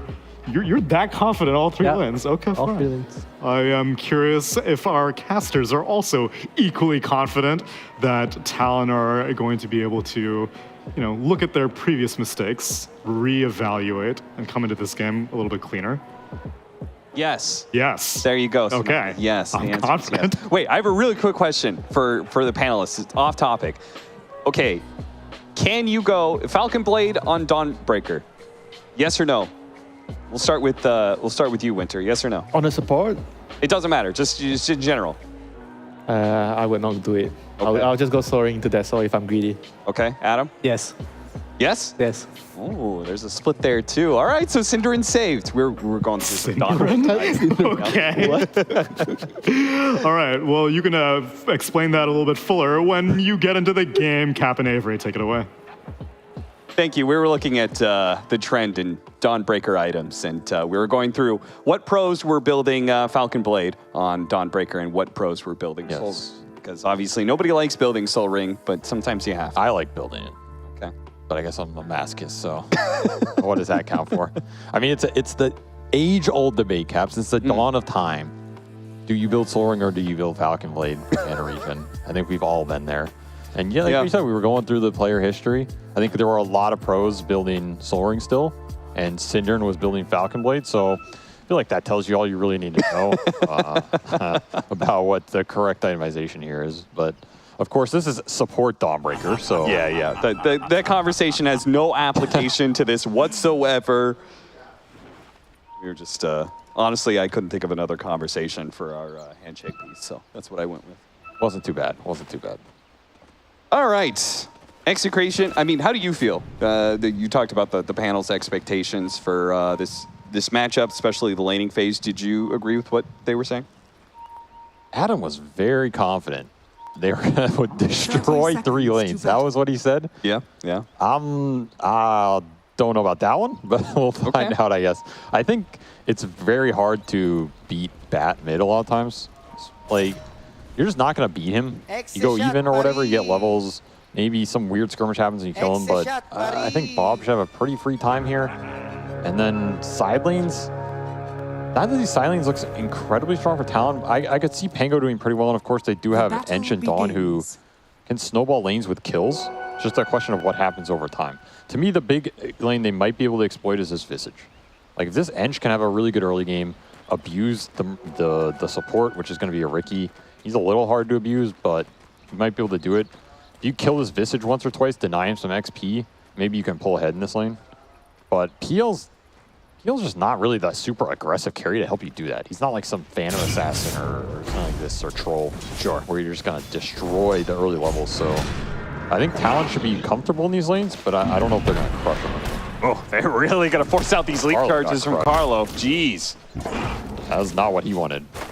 Yeah, that's not the kind of start that I saw Snaking having on that 5 Mirana. Ollie already leveling up the heal, trying to do some trading here. Perhaps one of the few heroes that can trade okay with this new Riki support thing that's been going around. That hero has been a menace when it comes to both pubs and pro games.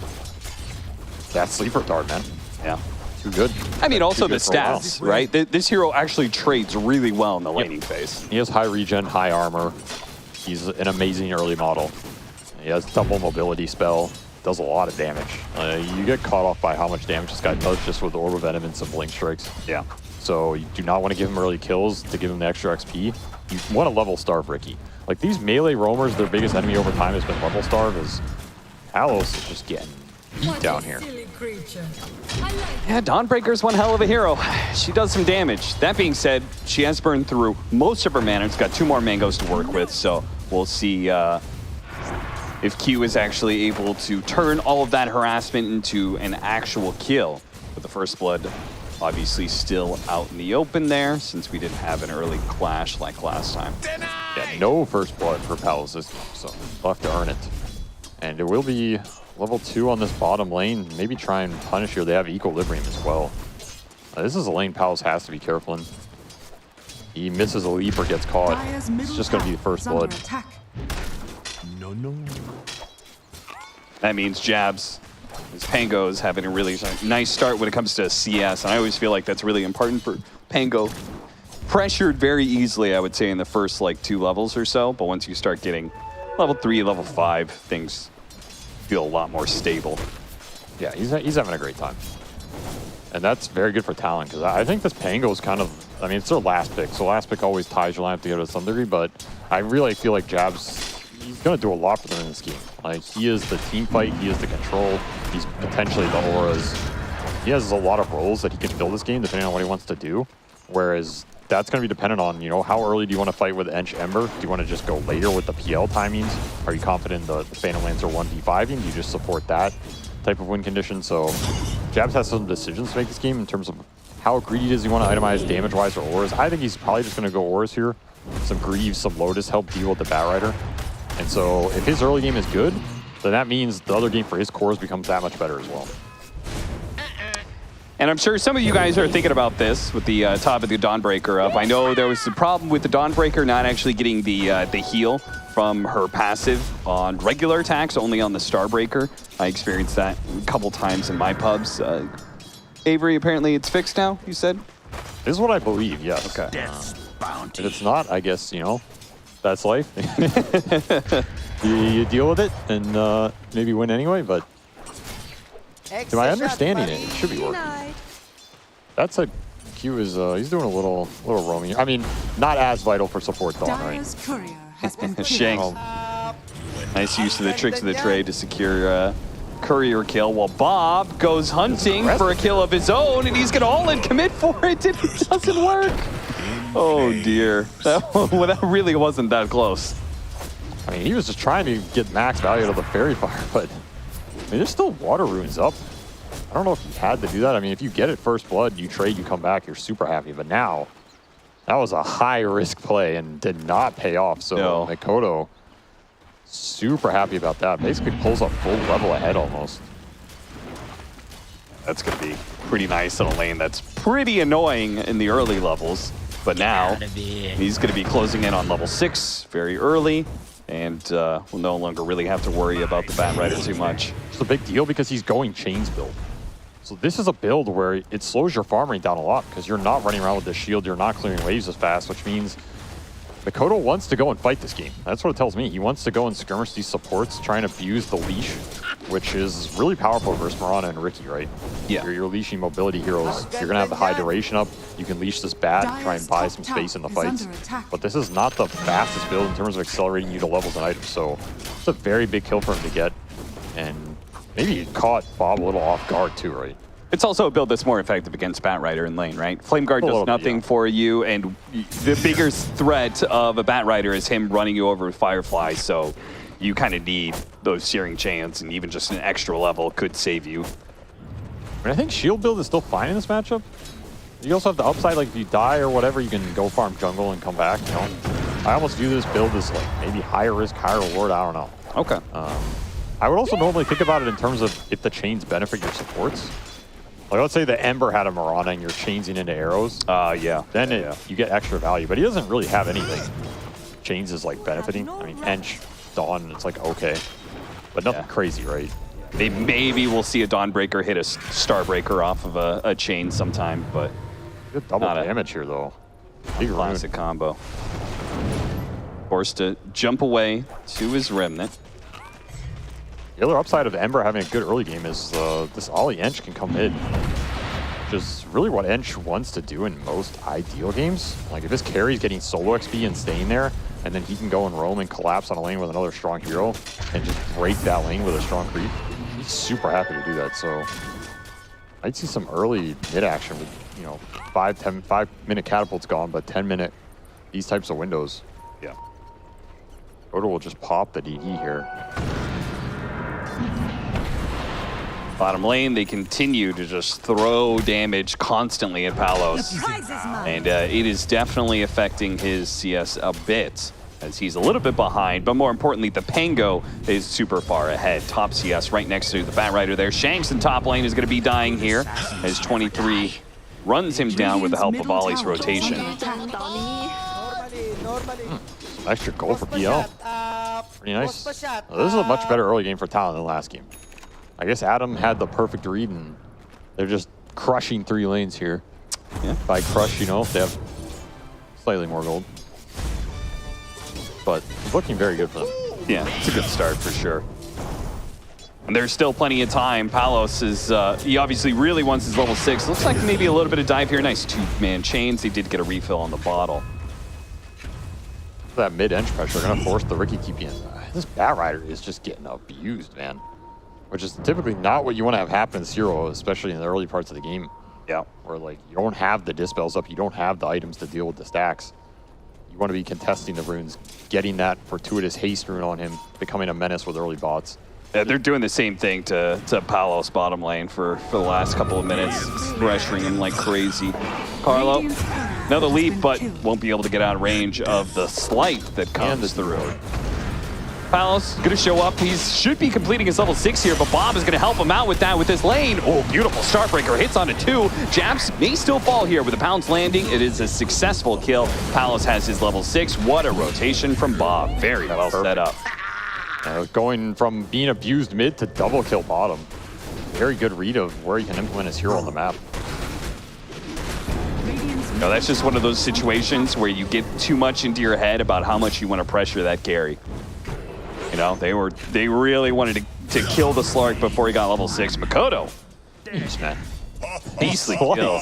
Just forces down Shanks with a level 4 Sleight of Fist, bursting down pretty quickly. Careful, no Firefly here. Yeah, with the Hell Bear, if it gets close enough to hit a good clap, that is going to keep Bob nice and slow. Nice arrow, and he sticks on top of the fire. Just 1 second of Firefly in space, combined with an arrow, was enough to get the counter kill. Bob, probably not happy going down, but at least got his vengeance from the grave. I mean, that's level 6 from Rana out of nowhere. Carlo is not having that good a game. That is the TP still on cooldown for this bad, so Bob's game is getting slowed down considerably. Like, he is last in net worth for all these cores. And, you know, Ember, he's got a remnant to come back to. Yeah. So Makoto still had that out. He just hopped back mid. It's not the worst case scenario for him. I mean, you'd rather not tank that arrow, but you're gonna tank it. Way to do it. And Ollie's having a pretty decent impact here. This is that freedom that Ench has, because PL is just sitting top. No one has gone up. No one went up there to kick him out. Now they're putting Dawn up there. So Ollie's had some decent mid rotations. Came bottom. Gave his Ember a pretty good game. Makoto's put it to good use. Yeah, I like how the pressure wasn't there, but 23 left the lane anyway and gives it to the Dawnbreaker, so we can see that level 6 coming up in a few seconds here. Yep. And I'm a little surprised Execration has let them sit up here this long, but I guess to some degree they don't have the best supports to come up here with a Visage and kick somebody out. Yeah, I'm a little bit questionable. Like, yeah, they have Riki Marana, super, natural combination, the dart into the arrow, but they actually don't, I don't feel like their supports are the best to work with Visage explicitly. Like, Visage likes melee supports to help out, but Riki doesn't really do the damage, I think, that's required. I think the early lane is strong, because you have like the blink strikes and the soul assumption and all that. All of that I think works fine. But you're right, like the level 3 to 4s, it's not like Tusk, Earth Spirit, natural gap close into some lockdown. Yeah. I think Visage likes having some stuns, which of course the Riki can build later. So this is more of just like a mid-game lineup, They want to hit that 15 to 20 where the dart comes on, then you're getting the darts into the arrow, darts into like bird stun into soul assumption. That's really what they're playing for. So these aren't supports that are going to accelerate these lanes super fast, but I think sometimes that can feel bad. Like Jab's just sitting up here and he's just watching someone farm against him. It's like, what else is happening on the map, right? Then it comes down to this Batrider like we saw to make some good rotations and keep the towers up. Classic pauses here. Just a little bit of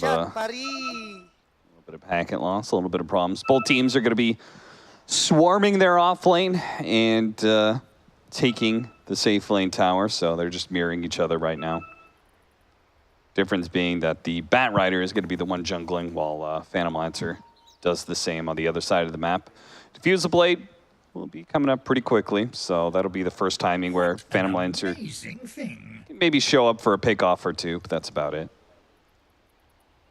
I think he can join fights this game too. Like, I don't think 23 is. This whole mess is all your fault. You know, with how strong this Ember is, he gets an early diffusal into whatever second item he wants. Radiant's bottom Just join tower fights. There's not a is huge under amount of attack. AoE, right? Yeah, that's definitely true. They're finally going to kick you out of here. Yeah, that's the kind of thing I was talking about. Like, you can't just let him sit up here forever. Radiant's bottom Got to get tower this is Visage under objective attack. game going.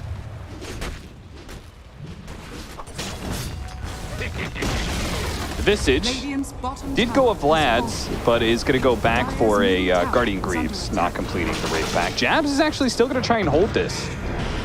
Tower down to half. And if he tries to go for a Rolling Thunder, the Visage Birds could keep him Radiant's stunned for a middle bit. tower is under attack. So he's got to be careful about that one. Threatening it.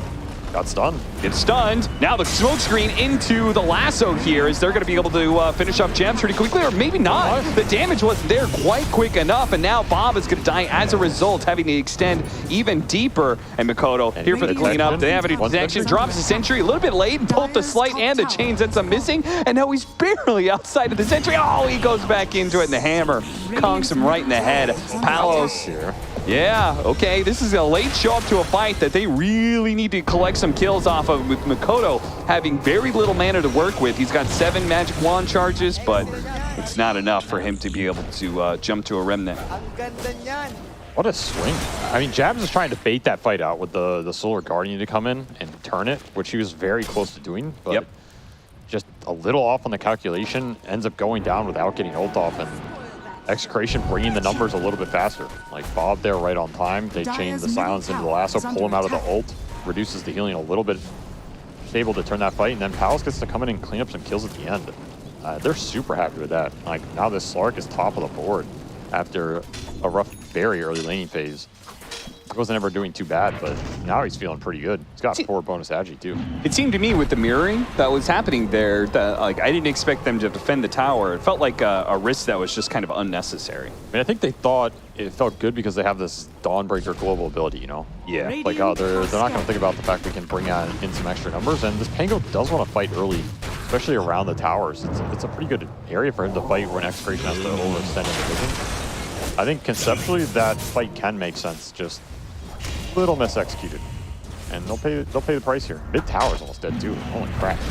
I like the fact that 23, Shanks Radiant's middle tower who managed to is falling. sidestep the first roll. Ole, another one goes by. Shanks will survive here. That's a lot of wasted time. Wasted ults, wasted time for 2 heroes.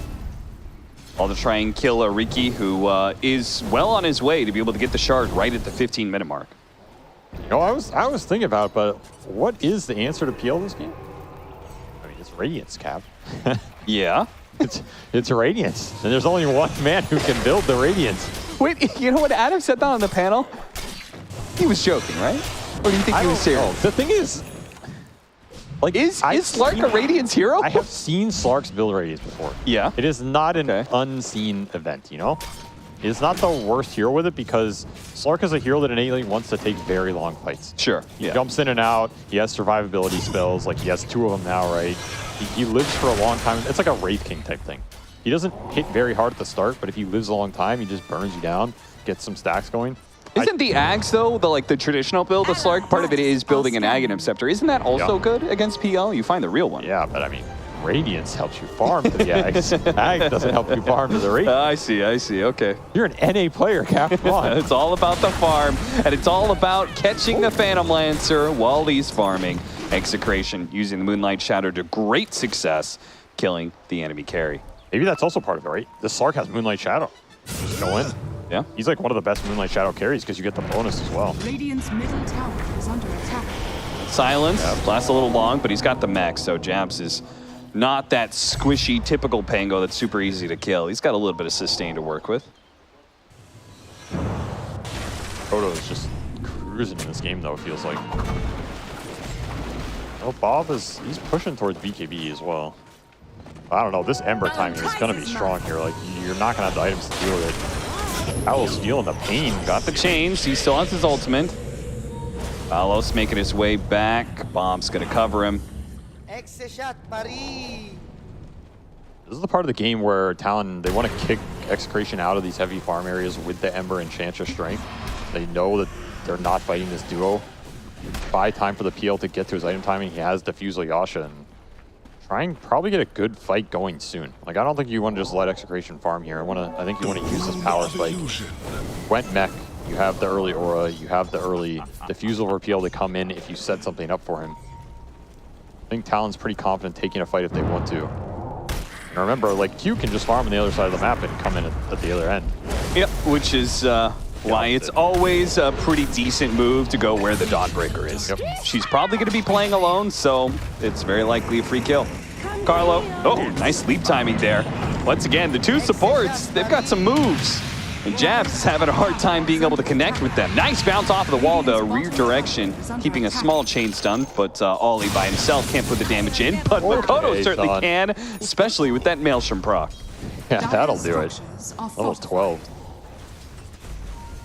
He'll be happy to come in and clean up the kill. Maybe a little preemptive tip there, you know, some karma. It really was. Battle for the wards. Radiant's bottom tower is under attack. Shanks. Dart is online now. Yeah. So you have this Dart Marana arrow combo. And they're pushing towards Radiance, so that's probably Execration's window to go. You get this Radiance on Slark, you have your Visage Auras, and just dart somebody into arrow, take the fight afterwards.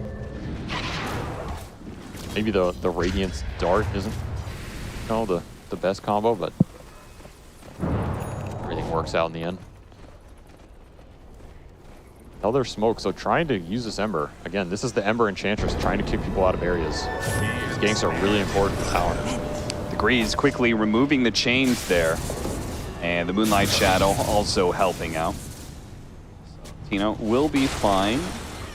So all these rotations, trying to kick people out, but not necessarily getting kills. And it does make me kind of worry about this big Radiance timing that's coming in, especially with this pickoff onto the Pango. Smoke screen is a really nice follow-up to the Batrider Lasso.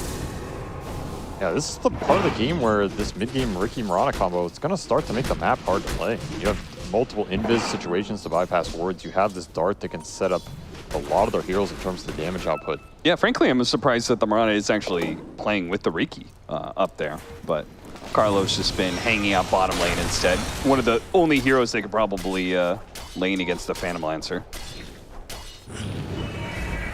Ooh, chains into the Dawnbreaker, stun, followed up with the hammer, and Bob goes down. And this is the type of thing that I think Talon want to be finding more of. Like, yeah, they want to be using this Ember to set up the rest of their heroes, get these small engagements going while the PL farms. This is when they're going to feel good with the PL farming. But if they're just trading farm, I don't think they feel amazing about it, because that 5-man wall with the Visage is going to be hard to break in the mid game. Like, you need your PL to be able to come and do it. Radiant's middle I don't think tower 23 is under Savage. attack. He's happy killing some creeps. He doesn't seem to have any inclination of wanting to go fight, which is always fine for a Phantom Lancer if you're not pressured. Radiant's bottom tower is under Carlo, with that time that he spent in the bottom lane, is pushing himself towards a Lotus, which is a nice answer to this Ember Spirit with the Dawnbreaker follow-up that we see. Yeah, you know what a better answer is? AJB? Radiance Aegis. Yeah, that is going to be a Radiance Aegis if it's given up, and it looks like it is, because Talon, even though this is not a fast Roshan, Talon is even slower to get there in time. But Makoto will show up with a slight here right at the end. Jabs rolls in, but the Aegis has already been picked up. They'll collect some kills, though, on their way out here as Carlo. He's going to be chain stunned. Does manage to get a leap away, but Jabs hunts him down. Should finish him off here. Really good swashbuckle there. Putting some damage out into the Execration 2 cores. They're pretty mobile, so I imagine they're going to be able to get back in time, but maybe this Aegis is going to be burned through. Yeah, using the Shadow Dance. That means he's got no way out of this one. Now, the Smoke Dart comes through, smoke screen. They need to be able to get him out of here, and he does get the clearance to be able to hop down the cliff and away to safety. Still, though, Talon taking away the immediate advantage of Roshan. Yeah, did not end up doing much for Execration there. Middle tower is under attack. If anything, just expending a back EKB. Maybe this Aegis Radiance timing. I mean, Radiance is nice, but it's not like, it's not some crazy item on this hero, right? It's a little difficult for Apollo to use it right now. He still can't stand toe-to-toe with PL or anything. Yeah, you are, because you with this Radiance build, you are incredibly squishy. No. Any sort of AoE magic damage, which with the Pango and the Dawnbreaker, they've got plenty of. I also think PL can, like, I don't know if PL cares too much about Radiance in the current meta either. He has a lot of ways to build magic resist or scale up the durability of his illusions on top of just, you know, Radiance isn't, it's nothing insane. It's not like you're debilitating this hero to a crazy degree, so. I don't know. It'll be interesting to see what the 23 goes, but like even here, right? Is Radiance Burn just destroying the PL, you know? Not really. No. Like, it's nice. It's good in the fight if they're being the aggressors, but if they're on the back foot like that item does basically. Okay, but hear me out. Radiance is basically an aura item. Dire's True. courier has It's an been offensive aura item. So if auras are going to be the meta, the Radiance is the next step for all carries to be building. Okay, but if you're building defensive auras to buff up 5 people, Yeah. and your Radiance is attacking 5 people, doesn't that just make the defensive auras better? Because you're blocking more damage? Well, yeah, maybe. Okay, starting to the arrow. There's the first combo of that. The Dawnbreaker heal is going to be able to bail him out, though. The first showing of that combination goes a bit wrong for Execration as they are immediately countered. They lose the Reeking. They may lose Tino as well. Slowed down. Flame Break trying to get the little push back there, but thanks to Phantom Lancer burning through the armor of the Visage super fast. That Gravekeeper's Cloak is no defense whatsoever against the Phantom Radiant's Lancer. turret has been killed. That's the power of the Solar Guardian there. Jab's a little tankier than before with full Greaves. That's one of the things about this Execration lineup is you have to think about where the damage comes from. The Ricky support duo, great at setting stuff up. Pretty bad at finishing it. Yes. So who's actually going to finish these kills? You have to commit the whole Bat Rider kit. You have to have the Slark commit in the fight. The Slark does not want to commit in these fights first for a decent amount of time here. It just has to come from Bob on this Bat. And he's only one man, you know? So Yeah, and it's also not the fastest damage Nope, in like not. that specific instance. The only burst damage they have that actually follows that up is Soul Assumption from Visage. And that's the last ability that you level up on Visage nowadays. So yeah, it's also not the easiest backing. Like PL, pretty innately good versus hero, has Manta up, multiple Dire Dispel, are Pango with scanning. Degrees. 2 of these cores can remove stacks on top of it. Ember has BKB, he can remove it.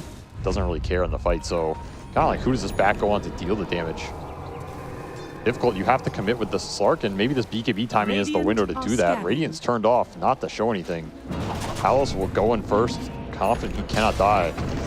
Bob can TP in on the other side with the Boots of Travel. He's going to do just that. See if they can sandwich. First, they're going to go onto the Pango. Force Staff gets him away. Pounds, no. They finish him off pretty quickly there. Now they look and turn for more as there it is. Bob sandwiching them, catching both the supports as a result. Tino walks away with the double kill, and they got the dart into the arrow. Oh, the smoke screen was enough to let the arrow land, and they'll follow that up. Execration, 1, 2, 3, and a 4th kill their way. Execration with a very nice smoke gank, and the pick-off potential really showing itself there. Just caught him off guard. I feel like Talon just bail once the Pango gets slept like that. And that's just not a fight you're going to take. Is under attack. Instead, they just get run down, lose 4. Ember doesn't even get to use his BKB for that engagement. Beautiful sleeps into the arrows. Another thing, you know, he turns his Radiance off to help that smoke gank as well and help that setup. Yeah, very heads up play by Execration, and they're just going to take a Rax off. Smart. Range Barracks down at 24 minutes. 5k gold lead for Execration. All of a sudden, this game looks very different than it did 2 minutes ago. And again, we haven't seen 23 be able to join any of these fights, right? Yeah. And he is the big damage source for Talon here. So every one of these little skirmishes that doesn't go Talon's way, the Peel's impact becomes a little bit harder. Still very strong, and this game is by no means out of reach or anything, but just an awkward engagement. Like, you're just getting clumped up at a choke point and run down. Yeah. And the dart goes to work. Toto could have BKB'd here, but doesn't feel good to anyway. No. Come back to a pause. You did say 23 Savage can definitely still carry this game. He didn't join the last fight, and you know probably shouldn't be joining any fights because he is closing in on that heart. Very, very close pickup. Once he has that, do you think he'll probably play a bit more with the team? Might not have a choice. Depends how much Execration decide to try and accelerate the map. The good thing about Radiance, so the thing about Radiance on this Slark is I don't think it's necessarily that good at like helping him one-on-one deal with PL, but it helps his team engage into the fight, right? It does make it a little harder for this PL to run in and start killing people. You have some AoE evasion, you have some AoE burn. Yeah. It's a little annoying, you know? And the thing that can happen in this game is Execration can just focus everybody outside the PL. Right? They have auras, they have some sustain. Like maybe you sleep this PL randomly. There's a smoke screen going down. There's some like random annoying interruption and you have mobility cores. So you might be able to just play around 23's impact. It's going to come down to when he joins the fight. You have to make that fight count and you have like one stun to do it, which is Chains. Yeah. So if Chains is getting dispelled here, which like you mentioned, you have Lotus, you have Greaves. How does PL stick on people? It might be another thing Talon has to think about here. They have a full Crimson Guard on Q. Yeah, I just saw that. Yeah. It's pretty beastly. So I think Talon got the memo from last game that the aura meta is very much alive here. Oh, BKB immediately going off of Kodo, taking no chances with the dart into arrow combo. Damn. He's done with that, I think. Yeah. Felt it once, he's like, all right. Not even gonna mess around with that stuff anymore. Never again. He's gonna go Sanj Kaya, which may also be a way to help deal with that, lessen the dart sleep time. Definitely doesn't sound too bad here. Quick smoke up as well. Trying to take advantage of the 5-on-4, but Execration basically bailed on the map. Just gonna give it all to him. Slark pushes out top. Yeah, they're either hiding in the absolute edges of the map or they're hiding inside of their base. They're taking no chances of letting Talon grow a little bit of steam. Again, Execration's read on what Talon wants to do in the game has been exemplary. Very good. Yeah, the games feel a little smoother for them. This game definitely feels a lot better for Talon. I think they have like a more balanced idea of what they want to do. The itemization's there. They have this 23 hero that's like quietly farming, getting to that late game. I think they're still on a decent track for what they want to hit, which is kind of this like second Roshan, get the Aegis on PL type fight. That's what they're gearing up for. They want to just make sure PL is as strong as possible for that type of engagement to happen, because that is when they can win this game off that. Just some factors you have to think about. Like Vision's another thing in this game, right? You have Morano to deal with, you have this Riki to deal with, you have Slark, who can also spot your wards. 3 major vision mechanics for Execration that just skewed the vision on this map a lot. Yeah, that's a good point. It means when they start getting pickoffs, it's just going to build and build. The lasso pull into the arrow. Yeah, exactly. No BKB chance. And Dawnbreaker ultimate putting him into a bad position. Q goes down as well. And once again, it just starts with one pickoff and it leads to so much worse. Right, but this time around, the Pango with the PL are going to be able to play out this fight. But do they have enough damage to burn through these heroes fast enough? And Palos is sticking on to the real Phantom Lancer over and over again with these pounces. What a stop, what a drop down there on the bird. A beautiful one that allows Tino to be able to reset and keeping these heroes low. Phantom Lancer finally going to be dropping here as they let enough damage from Palos in. And with the Ember diebacking and the follow-up there from Ollie going down, this is an absolute disaster for Talon. This is just Execration cracking the whole game wide open. It's theirs for the taking. My God, Palos he's just hitting everybody the entire fight. No one's doing anything to him. Mikoto has 2 lives to play with, but I don't think either of them felt that good. It's almost nothing done in both. And I mean, they had the nice stun into Phantom Lancer hitting people, but I think they were hitting the Visage. Yeah, 23's trying to take down the Aura hero, which it makes sense, but Visage is just so tanky. Like, just sitting there with Greaves, even if he runs out of mana, that's just less damage you're dealing. He doesn't need it to take the fight. And meanwhile, Palos is just building up the stacks. You know, he got up to like 45 or something. Also, Stoneform doesn't require mana, which I actually never knew. So that just means even if you burn him out of everything, he can still hit that last-minute escape hatch and just go to how long does that last? Stun duration 1.6 seconds of invulnerability. You know, you're not killing that guy. That's what I'm saying. This Radiance fits in with the idea of you just stall the fight. Yeah, like PL has to carry the fight at some point. This Ember cannot deal enough damage through the sustain, so if the fight just takes that long for 23 to cut through anybody, Palos is probably going to cut through you faster because he's building the stacks the whole time. You want to go long fight for Slark? Be my guest, you know? As long as he's up there hitting people, which he was, he's more than happy to take that type of extended engagement. And Bob breaking the smoke. Breaks the smoke, gets away. Execration backing up to their high ground here and going to go for a smoke themselves. Both teams playing for the second Roshan spawn, which is going to happen in just 12 seconds. Wrap around here from Execration. They see Q. They should be able to get this cleanly as that lines up the arrow. Now a 4 versus 5. There is the buyback opportunity though. The Dawnbreaker has buyback ultimate with the 2-man chains. We'll see when they want to blow through this. Jabs, oh no, a whiff and stuck on the cliff again. Jabs immediately stops that one, throws out the swashbuckle. They're going to be able to kill the Riki. Oh, maybe not. The Riki jumps away for a second there, finally does go down. But ultimately the Phantom Lancer has been locked down and the enemy carrier Palos is just going to clean up.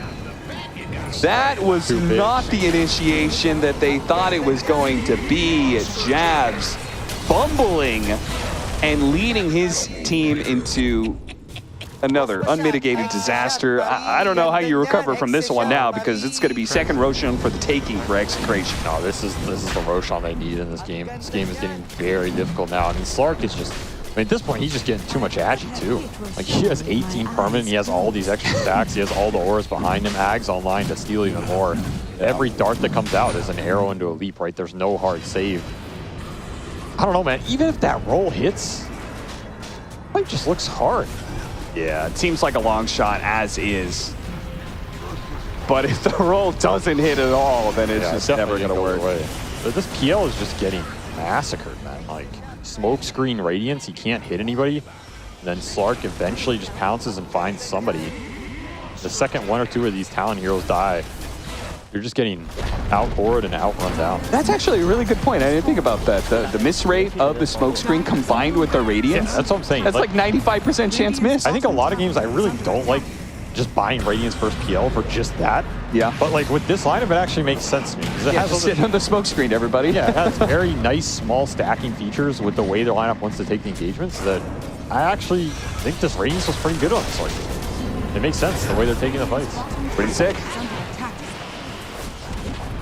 Now they've got an Aegis to work with to see if they can close out this game and get a 2-0 against Talon. Which would be a massive boon for Execration the coming weeks here as they make the initiation on the Phantom Lancer once again. Palos is able to stick on top and the Phantom Lancer soon to fall, and he does. No buyback available. And without the carry, there's no damage left in the tank for Talon. Jab's gonna die on the low ground, and GG is immediately gonna be called. Well done, 2-0 for Execration. A super dominant game 1, and honestly, this game 2, more even, a lot more even in the first like 15 minutes, but once they cracked the game open, they gave Talon absolutely no quarter whatsoever. It was just back-to-back dominating team fights, 3 of them in a row, and that's the game. They had some momentum with this Ember Ench. That's the one thing. The early game was, they had some momentum going. Makoto was having a pretty good game. But once the sustain auras from the Visage come out, he can't just cut through that on his own. Yeah. Like, he's throwing out these slights as Maelstrom proccing. Cool. But somebody has to cut through that. And, I mean, shout out to Palos. Like, I feel like he played a very nice series in both games. He just had a very smooth game from start to finish. Finishes 11-0 this game. Like, I don't know what it was last game, but at least 9-1 at some point. So, he's combining for like 20-1 or something. That's it's pretty nice when your carries in that league. Yeah. I don't know. To me, Execration just they had very cohesive itemization and ideas about how they wanted to take the fights. And anytime you have that, you're going to be hard to beat. I think Talon had a much better idea of this game, but again, it's a bit early game dependent. Like when you play these Enchantress, Ember type lineups, you got to get the ball rolling and get some momentum, and you can't really mess up too much because the second you mess up, you fall behind, and the 5v hive becomes very difficult. All right, Execration. Very clean 2-0 against Talon, looking like perhaps one of the teams to watch out for in getting a slot to the upcoming major. But that's just the first series of the day, the first series of the season. We're going to head back to the panel here and break down that first match. I'm thinking the same thing as you, Cap, and it's not often that you think that about Div 2 Promo T teams. Usually they're like, okay, well, let's just hope that they don't get relegated again at the end of this season, but this is looking far more polished than I've ever seen any Execration lineup. I don't know necessarily how much of that I can credit to March being their new coach, or just them gelling together, or maybe Talon just had an off day. There's a variety of factors that could be at play here, but it definitely looked very impressive from Execration this entire series, Adam. I feel like their drafts look really strong together. Like when they hit timings, they hit them together, you know? And I think they kind of understood that as a team. Like we see when Tino hits this R timing in both games, like they're carry their mid player, like they all have, they're ready to go, you know? Yep. Like they're like, let's go, we're strong now, let's go. They didn't give a chance for his PL to like reach this Bloodthorn point.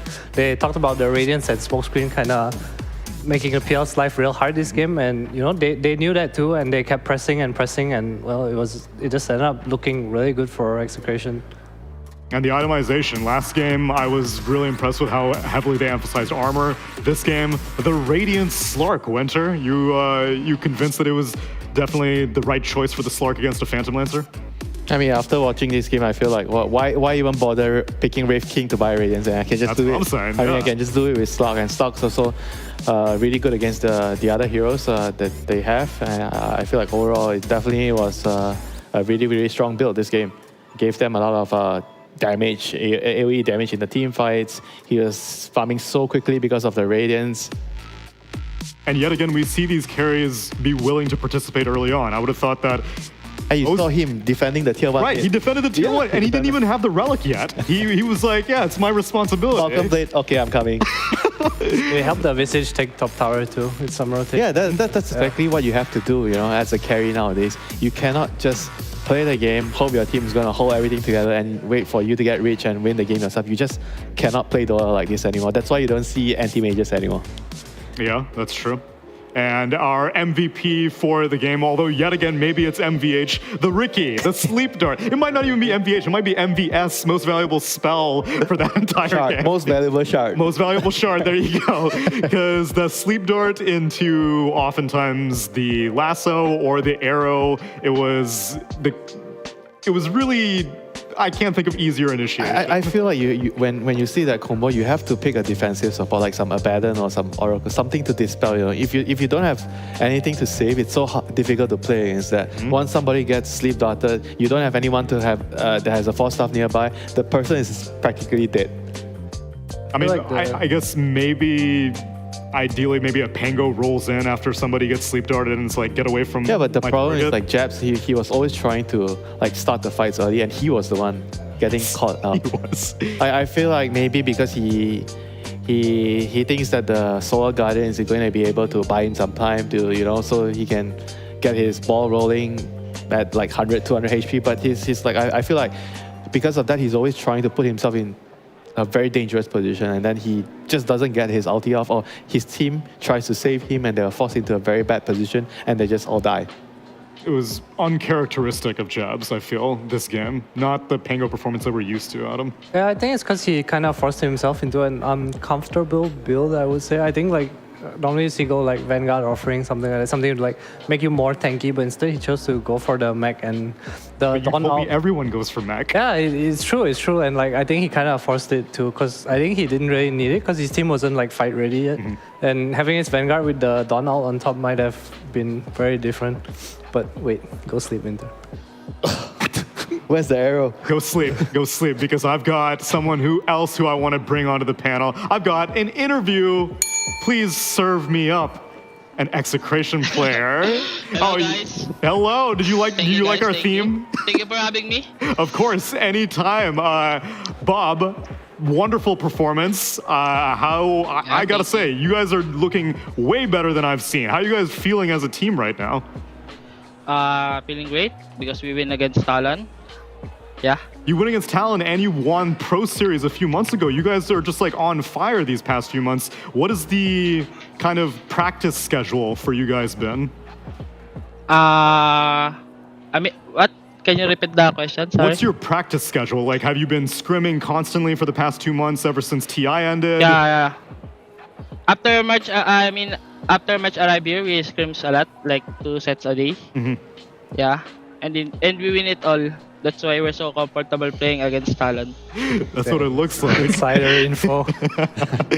Adam, any questions for Bob? Yeah, I want to ask, like, you guys got March as a coach now, and I guess he doesn't speak Tagalog, right? So do you guys speak Tagalog when you're playing in game, or do you guys speak English? In our scrim we speak English, but in tournament we speak Tagalog because he's not here.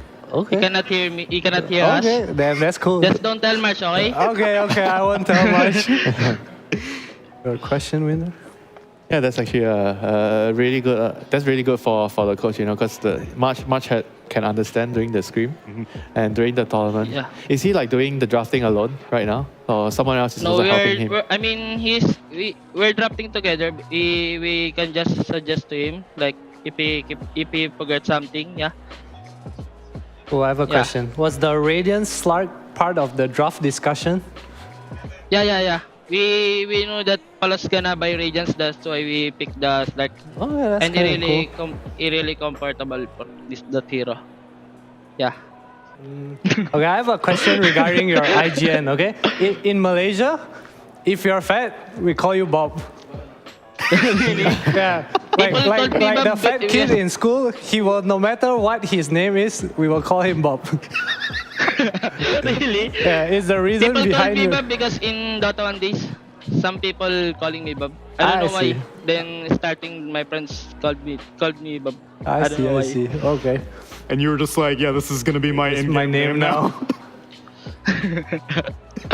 It's okay, bro. I'm handsome. That is true. Absolutely. Looking forward to the rest of this season, which teams are you thinking going to be the top of Southeast Asia? Execration. Of course. Very nice. Which one's second and third place, though?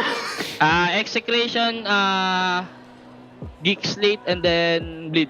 Okay. Ooh. I like that prediction. Me too, All me right. too. Yeah. Well, congratulations on a fantastic 2-0 performance, Bob, and looking forward to seeing how Execration do with the rest of the season. We'll catch you later. Thank you. Thank you. Thank you. Is that true? Fat Yeah, people are it called is. Bob. If Why? you're like a fat Malay, anyone, people just call you Bob. What, do you know the origin behind I that? don't know. I don't know. You're just Bob. Okay, here's my theory. It's the most American name possible, and Americans are known to be very fat, so you're like, oh, you're Bob. Yeah, maybe. I think that's my theory. It's Did you experience that growing up? no. You were never, neither of you were Bobs in your youth. I knew a few Bobs. You knew a few Bobs. Were they as good at mid as that Bob? No though? way, All no right, way. then. I'll do this, you know, when I see a Bob, but I don't call him a Bob. The Buddha rub. Yeah, I mean, Execration, I'm inclined to believe maybe I'm just rose-tinted glasses seeing my first game of DPC Dota after a long break, but I've seen Execration as lineups many times, and they have not matched these kinds of expectations that I feel are maybe being fostered by March. I like that they are making the effort to do some of their comms in English for the benefit of March. That's actually a really good point, you know, like for the team to just do it in a way where the coach can understand and help. You know, they prioritize the coach. They want to make his job easier, and that shows a big amount of respect that the players have for the coach, and that's a recipe for success. So how many teams can speak one language in training and another language in scrims? Not many, I would imagine. Like, because I mean, it's not easy, you know, like you're so used to like you need to process. your brain is yeah. processing it in one language, Exactly. and all the screens you're doing it in one way, and then okay, you switch during the tournament, and then you go to another language, and everything still flows, you know. So it's like the anime clips where you like take off the weights, you know. Like, oof. right, I don't have to speak English anymore. I can speak Tagalog. And we'll see how these trends continue, because that was just our first series of today. We have 3 series today. That's right. The new DPC schedule has 3 series, 3 best of 3s, 3 days a week. And so we've just got our first item off the menu. But now, next up, we've got Fnatic versus one of Bob's picks for top 3, Geek Slate. Another kind of Div 2 promo tee. They took Lil Gun's slot, but it's a bunch of names that you'll know and recognize. But we'll talk more about them after a break. We'll see you in a little bit.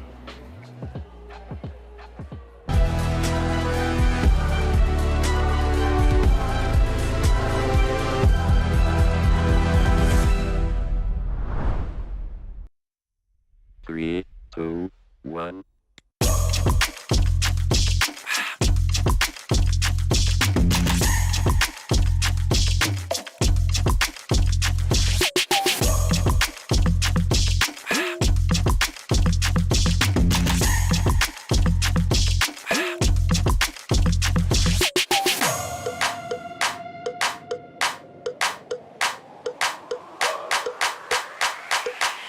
his ground. He's actually able to do so for a decent amount of time. Time to take out like the flame cloak does get a lot of damage, but here comes the black hole. Just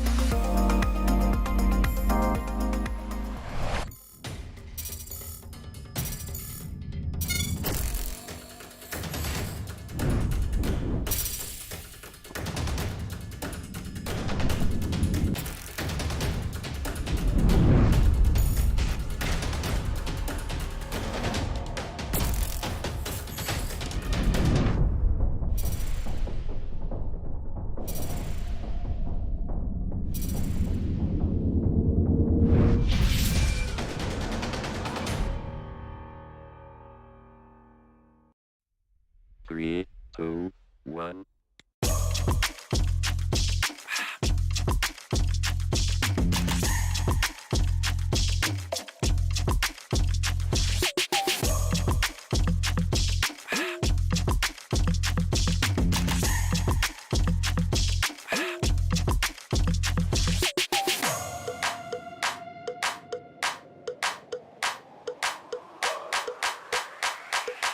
Dangerous ground. He's actually able to do so for a decent amount of time. Have to take out like the flame cloak. That's get a lot of damage, but here comes the black hole.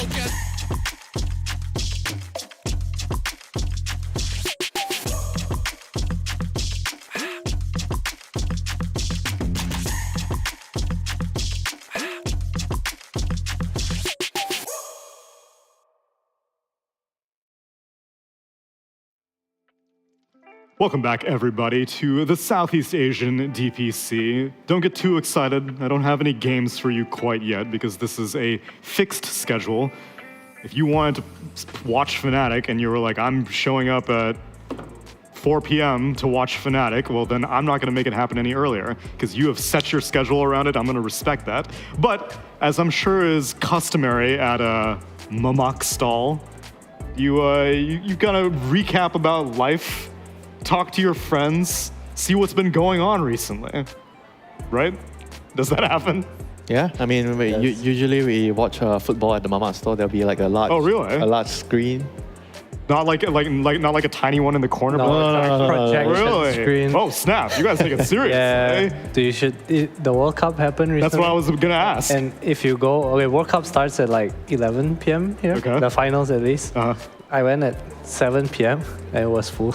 To like there's get your literally spot. no space to sit. Whoa. No space to sit down. How many people are there in the first place? It's an insane amount of people. Really? More than capacity. Yeah, definitely more. You think it's a fire About 3 times more. Okay. Well then, we'll do a little bit lower stakes of a recap. We're not going to watch the World Cup, but I want to let you know what's been going on in Southeast Asia because like I had mentioned at the very beginning of the day, it's been around 6 months since we've had Division 1 DPC action. And as we know, this has been probably one of the most intense shuffle periods that Dota's seen in quite a while. I would say between most of COVID and then from 2021, 2022, teams mostly stuck together. You'd swap out a few 1-2 players here and there. Here, I feel like everything fractured after TI-11 and everyone went to the four corners. Still, you'd see most of the same faces, but the people that they'd be playing with has changed quite a bit. And so I would like to go through all of our 8 Division 1 teams and take a look at what has been shuffled around, which new faces you might be seeing, which teams have been showing up on the menu. We already got a chance to see Execration and Talon, who had a few changes, so we'll start with them. Execration, obviously we got to see them bring it to success. RR swapped out for BDZ, so their 5 position, and then brought a coach. And you said previously, who was their coach, Adam? Kimo. This was very long ago though, Kimo. He, I think, changed to IAP. I don't know what happened after that. I'm not sure who their coach was previously. IAP is it was a Div 2 team, another Filipino team, which I think he co-owns or something, so he coached that team instead. And I'm not sure if Execration had a coach for like a certain period of time. I believe they didn't. And now getting marched on, they look really good. Yeah. So that's one of the changes. Then also we saw Talon have a few changes. Jabs and Oli have been brought on. And then Sunbi also has been brought on as their coach. And then Talon's former 5 position is escaping me. It was... Hyde, that's right. And so yeah, then I guess I would have thought that the Thai boys would have stuck together. Hyde is previously from Boom, Indonesian player. I think he joined with Mikoto, but originally he was playing POS 4 and Q was playing POS 5. And I think it wasn't working out for them, so they made the swap. And Q went to the offlane with KP previously. Right. And Hyde started playing 5, and they were pretty solid for a certain period of time. I think now, at least it looked like from the last game, they kind of having, they're trying ideas, I guess I would say. And I was also very surprised that Jebs and Sunbi ended up together again. I'm not sure what their dynamic in Fnatic was previously. Yeah, that's true. I feel like we talked about this just now, Jebs as a personality on the team can be like you can tell you need to play around him. You know, he's that kind of player to enable. Play around him and draft around. Yeah, and I'm not sure if that's like what Talon needs, because they also have like 23 and Mikoto who are. I mean, honestly, you only very need good. one guy that's like that in the team. Yeah, but who is that guy on Talon though? Jabs. Jebs? I feel like It was 23, right, previously? Like I feel previous iteration. he's taking a more laid-back stance in this team right now. I feel like the longer he's been playing in the pro scene, he's changing. You know, I agree. Initially, he's more of the I want the team to play around me person. You know, because I think I wouldn't maybe. I want to play Morphing every game. You guys pick 'cause Undying that's what or Shaker. the T1 23 Savage. Yeah. That's the one that I think of like that. But now maybe he is content taking a more quieter role. Yeah, I feel like he's taking a different stance right now. Maybe maturing after playing for a couple of teams, and he's more willing to also trust his teammates instead of being like, oh, I'm the carry. gotta win the game. I'm the carry. I'm gonna win the game. I'm the last pick. I'm the win condition. I want the last hit of the Roche. I want the last hit of the tower. And the team that he came from, along with Sunbi, as you mentioned, Fnatic, had a few changes. I guess they kind of traded because KP went from Talon to Fnatic. Yeah. Now he's their offlaner. And Fnatic also... Gabby, that's was right. kind of teamless for a while. Played for T1, but not for too long. I think it was like 3 months, maybe 1 season.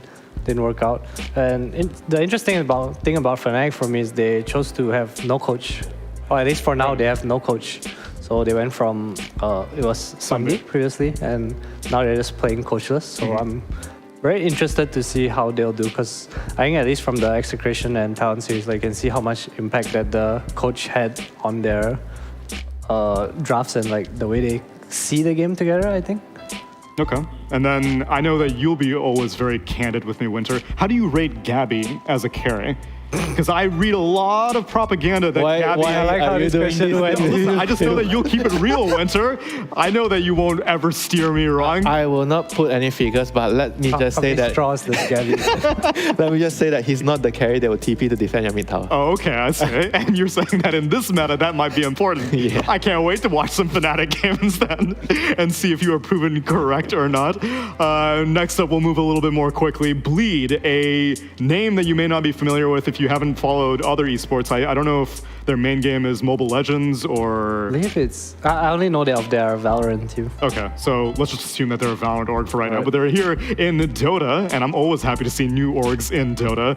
They took T1 slot, so I guess maybe we lost one org, and their players are Jackie, Corden, who I can't say I'm actually familiar with, Masaros, Playhard, and Dubu. Who's Corden? He's a upcoming Singapore star. Okay. I mean, he's been around for some time, but he didn't really get to join any like stronger teams. He's just like playing with friends, like trying to play the open qualifiers and such. But I felt like even a couple of years ago, people already like Knew about him. Knew about him. They were like saying, "Oh, this guy might be." He's a leaderboard guy. Yeah, he might be the next thing, you know. But just didn't really get his breakout chance. And hopefully, with this opportunity that Bleed has given him, he's going to be able to showcase why he deserves a spot in the top elite team since he. I feel like Bleed is, I think Jackie to me. He was really good, like top 2 SCA.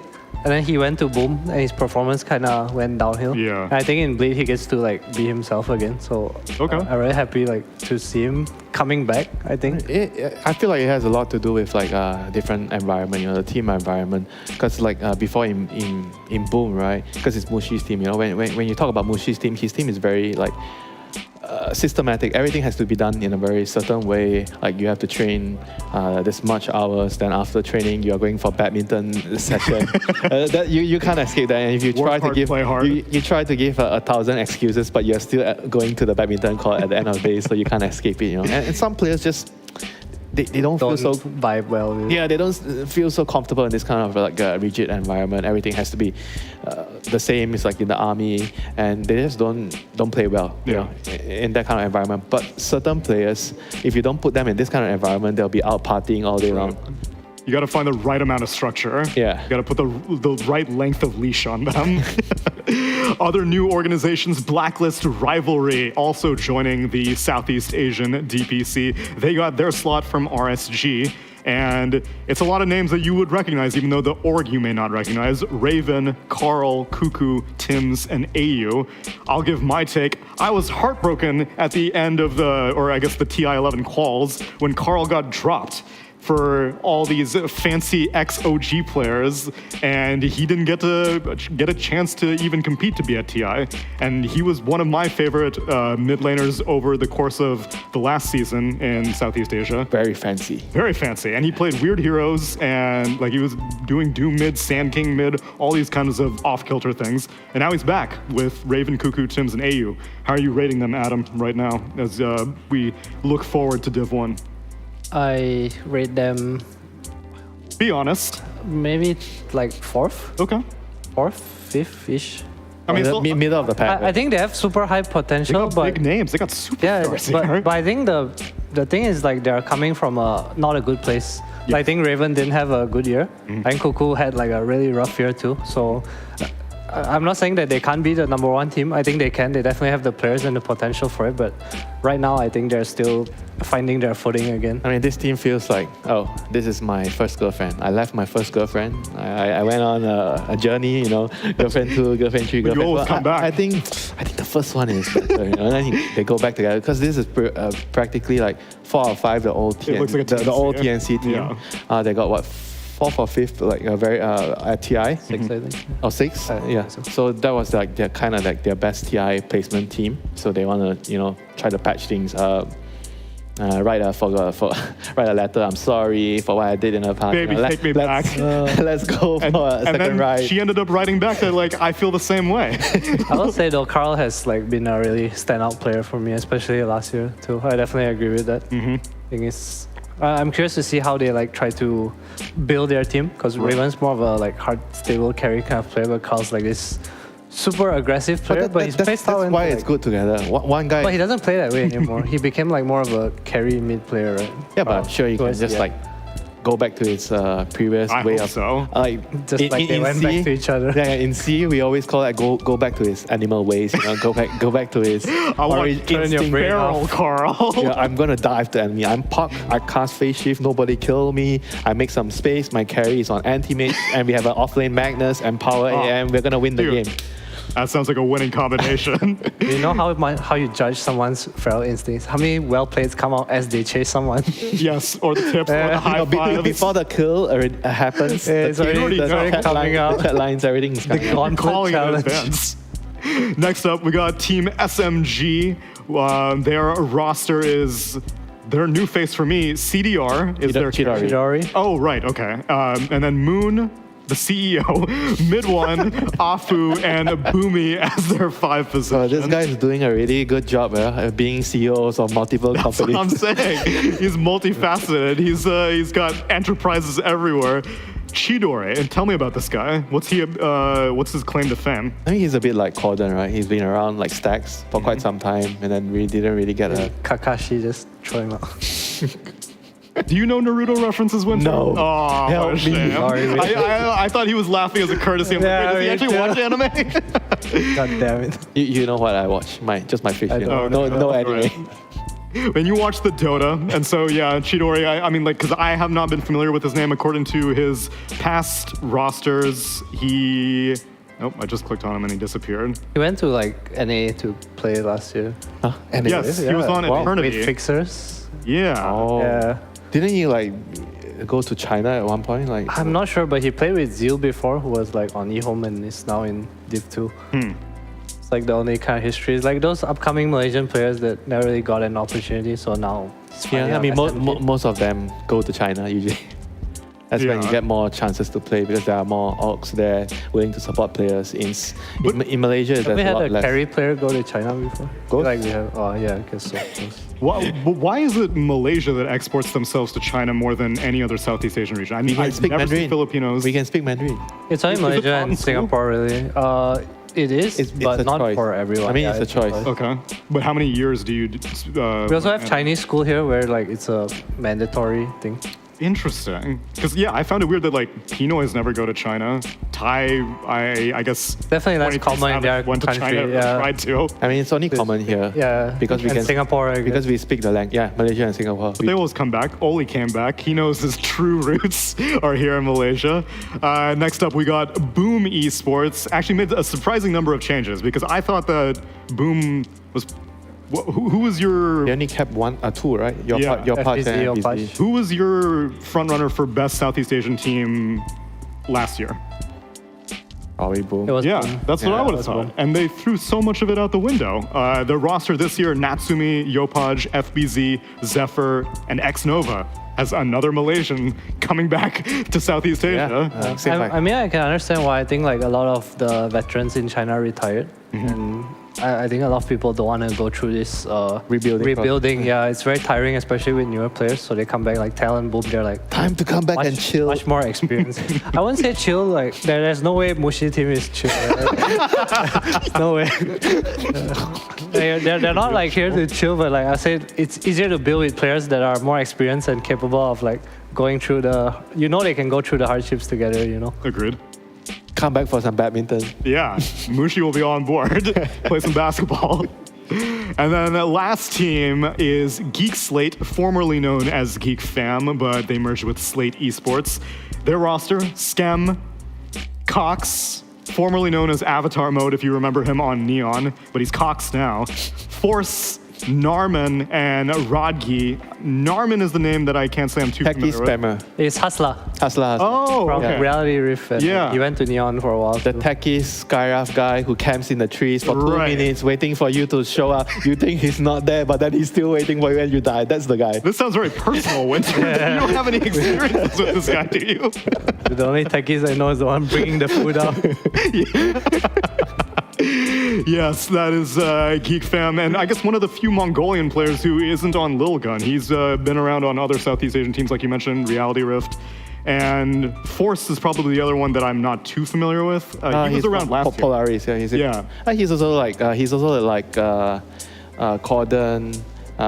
He's been around for some time, bouncing around. I think he was like top 3 offlaners last season. Yeah, though. Polaris was really good last year, and then they vanished. What happened? Well, They got they're in poached. Div 2 now. No, I mean, yeah, they got kind poached. of got poached, all Right. the players. They did well. Everybody got drawn in by a bigger org. Right, and- yes. Boom is in like SMG. Dude, I will say though, Polaris is like good right now. Yes. They look good in their games. I mean, but that'll be Div 2. That'll be in a whole Alright, 3 talk weeks about it in 3 from weeks. now. I'll tell you what I want to talk about right now. I saved Geek Fam for last because there's one specific player who I want to know more about. I want to know more about who, Winter? Say his name. Avatar mode. No, Fine. Cox. Cox. it's Cox. Tell me more about Cox. This mid laner appeared last year, seemingly from nowhere, to help Neon Esports after the loss of Mamang Daya, their star mid laner. His name is Avatar Mode, or Cox, and he will be the new mid laner for Geek Slate this season. Let's take a look at his competitive history. Cox didn't actually appear out of thin air. He actually has a substantial competitive history, especially considering his young age of 21. He got his start in a Filipino team known as Young Minds back when he was only 16. The stack was not very strong, commonly outclassed by the more prominent Filipino teams at the time, like Clutch Gamers, Execration, and, of course, Happy Feet.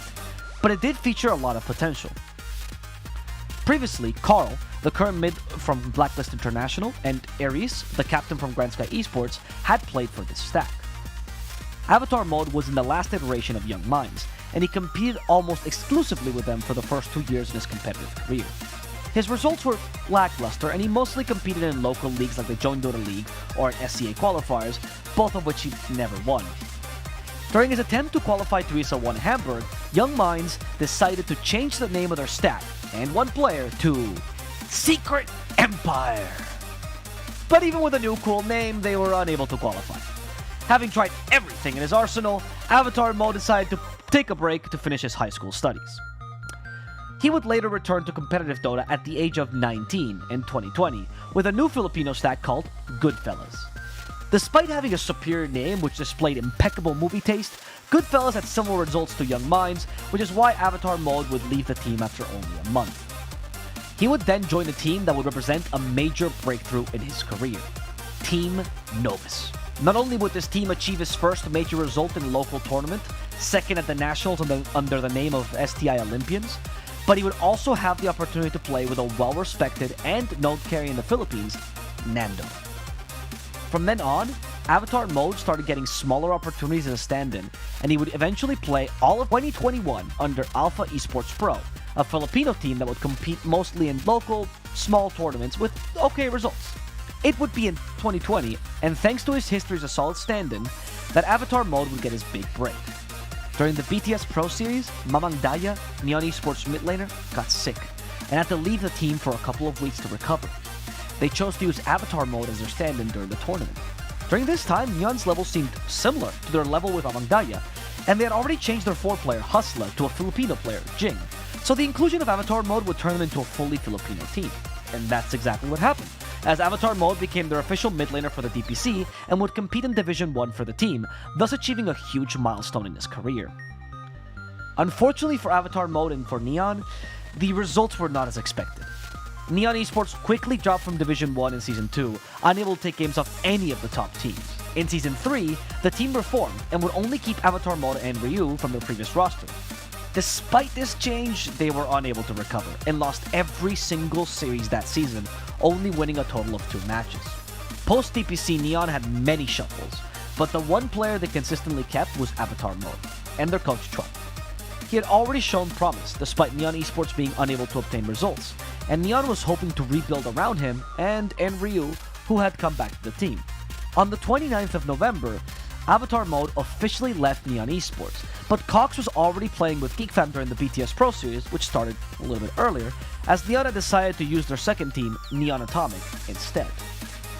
Now, as the new season is about to begin, we stand to see if Cox will be able to prove that his previous results on Neon Esports were a fluke, and that he deserves that spot in Division 1 DPC.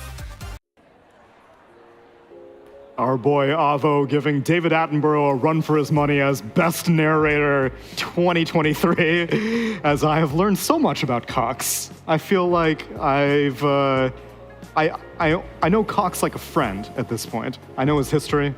I know maybe even his future on Geek Slate. Not yet, though.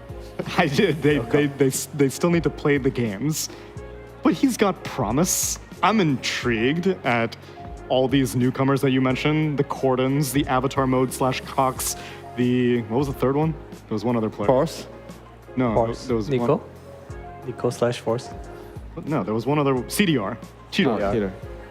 All these up-and-comers, because I think that, surprisingly, despite all the shuffles, usually it was Southeast Asia that I look at as like, oh, these are the new players, but then they keep getting poached to other regions, like China or North America, and then Southeast Asia kind of has like a brain drain where all their best players keep going to other regions. But here, they're actually getting to stay, and it's very encouraging. I'm looking forward to the future of these, I guess, Div 2 teams. They took a Div 2 slot. They took Lilgun. Would you consider them to be a Div 2 caliber team, or are they Div 1 caliber? Kind of Div 1. Yeah, Little Gun's kind of like Div 1, like Div 1, Div 2, Div 1. Right. Yeah, they look kind of mediocre recently. I think they made some changes. They changed their mid-player sanctity. Yeah, they It was changed more like first. rank 10, I think. Yeah. And then Hishki also. Hishki went to plus drink 4. water. Yeah, he's playing with like Miracle and They are called Myth Avenue Gaming now. Oh, okay. Yeah. But the other Mongolian, Narman, staying strong on Geek Slate. Expectations for Geek Slate? according to Bob, we're gonna 2-0 I'm gonna Fnatic. do a Fnatic. We'll find out in 10 minutes. Why do I need to ask for predictions when I can just watch the gameplay? We will be back in 10 minutes with Fnatic versus Geek Slate featuring Cox right after the break.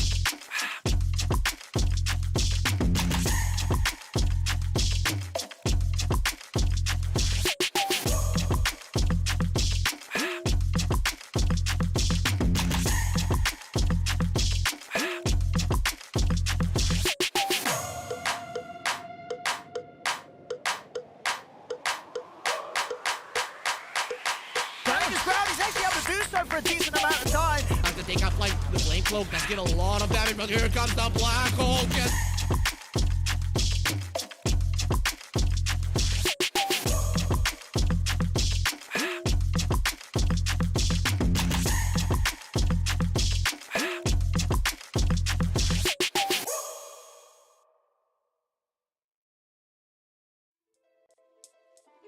Welcome back, everybody, to the Dota. I hope you enjoyed that little history lesson that we gave you on Cox and all of the recent developments that have happened here in the Southeast Asian DPC, because it has been a very, very tumultuous shuffle period. Not just for Southeast Asia, I would say nearly every single region has been kind of turned upside down. Maybe Western Europe, the most stable. Which region do you think had the fewest roster changes after TI11? SA? SA? Probably SA. Yeah, but the two biggest teams. Yeah, pretty big But they changes. they didn't change like the players, right? Just org switch. Not entirely. They have one change, I think one or two. Yeah, basically, like I think Thunder Awaken and Beast Coast kind of swapped their cores a little bit. It's like two players. Yeah, and there was also org changes in between, as now Evil Genius is now a South American organization. I feel like your two best teams in the region swapping around, that's a pretty big shuffle. Yeah, it's time to try something new. Just got bored. Yeah, bored, exactly. I mean, didn't they mention like they were playing together a long time because of like mostly like friendship and stuff, you know? Yeah, I think that's what Beast Coast was and playing then together for. they feel like it's time to move on, you know, get a new girlfriend, you know. Right. And Southeast Asia's on the other end of that, where they're like, actually the new girlfriend, not so much. Back to the exes. Yeah, give me back. No, not about those mistresses anymore. As we take a look at our next series, our second series of the day, it's going to be Fnatic versus Geek Slate. We briefly mentioned some of the changes that both these teams experienced, but we'll go through it again. As Fnatic, they have KP and Gabby now on the roster, and no coach, as Adam mentioned, which is a rarity. I would suppose in Southeast Asia, for the longest time, maybe from like 2013 to 2015. I mean, you say no coach, but kind of I think KP is kind of the coach, you know, in this team. You think so? Yeah. I think if you have a captain with like an idea of like how to fix things and how he sees the game, I think it's good to start without a coach. So you can get your baseline. Yeah, because the coach comes in to help you. I think if you need someone to bring in ideas from the start, then you need a coach from the start.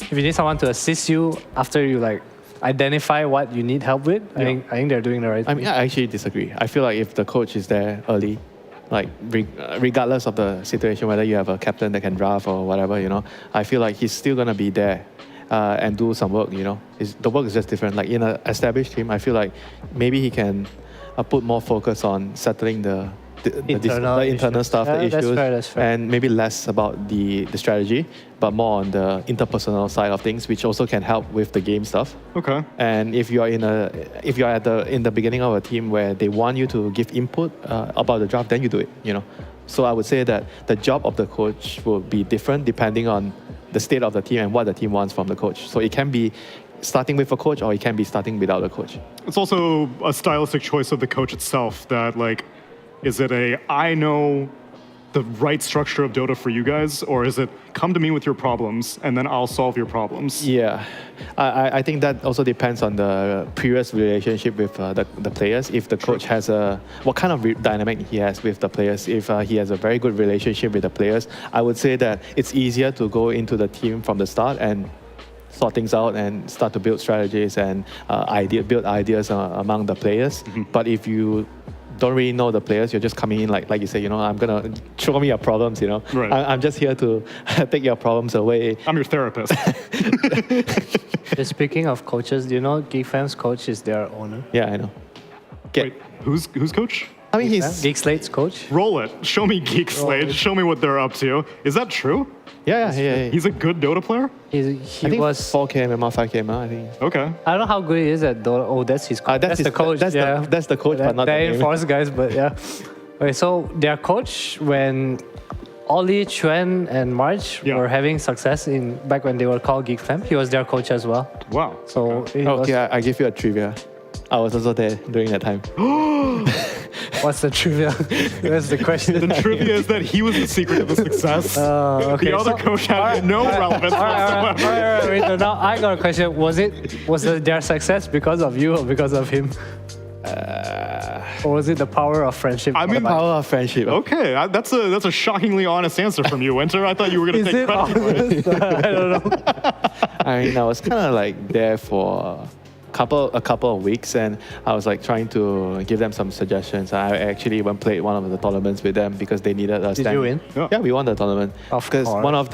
one of the players couldn't get. I forgot who was it. He couldn't get his visa done on time, so he couldn't arrive on time for the tournament. So I just had to. They just asked me to. You had to. Okay. All right, fine, guys. He had If you not- need me to win a tournament for you, I guess I It had will. nothing to do with the guy not getting No, of visa, you course know? not. He didn't slip the embassy of. I mean, back bucks. then, I told the current coach. I felt like they had. I felt like JT was like a really high skill player. Like he wasn't anywhere as good as he is right now back then. But I told him that this guy is somebody that you should try to, invest, keep my eyes on him, and he's going to like do great things, in Dota.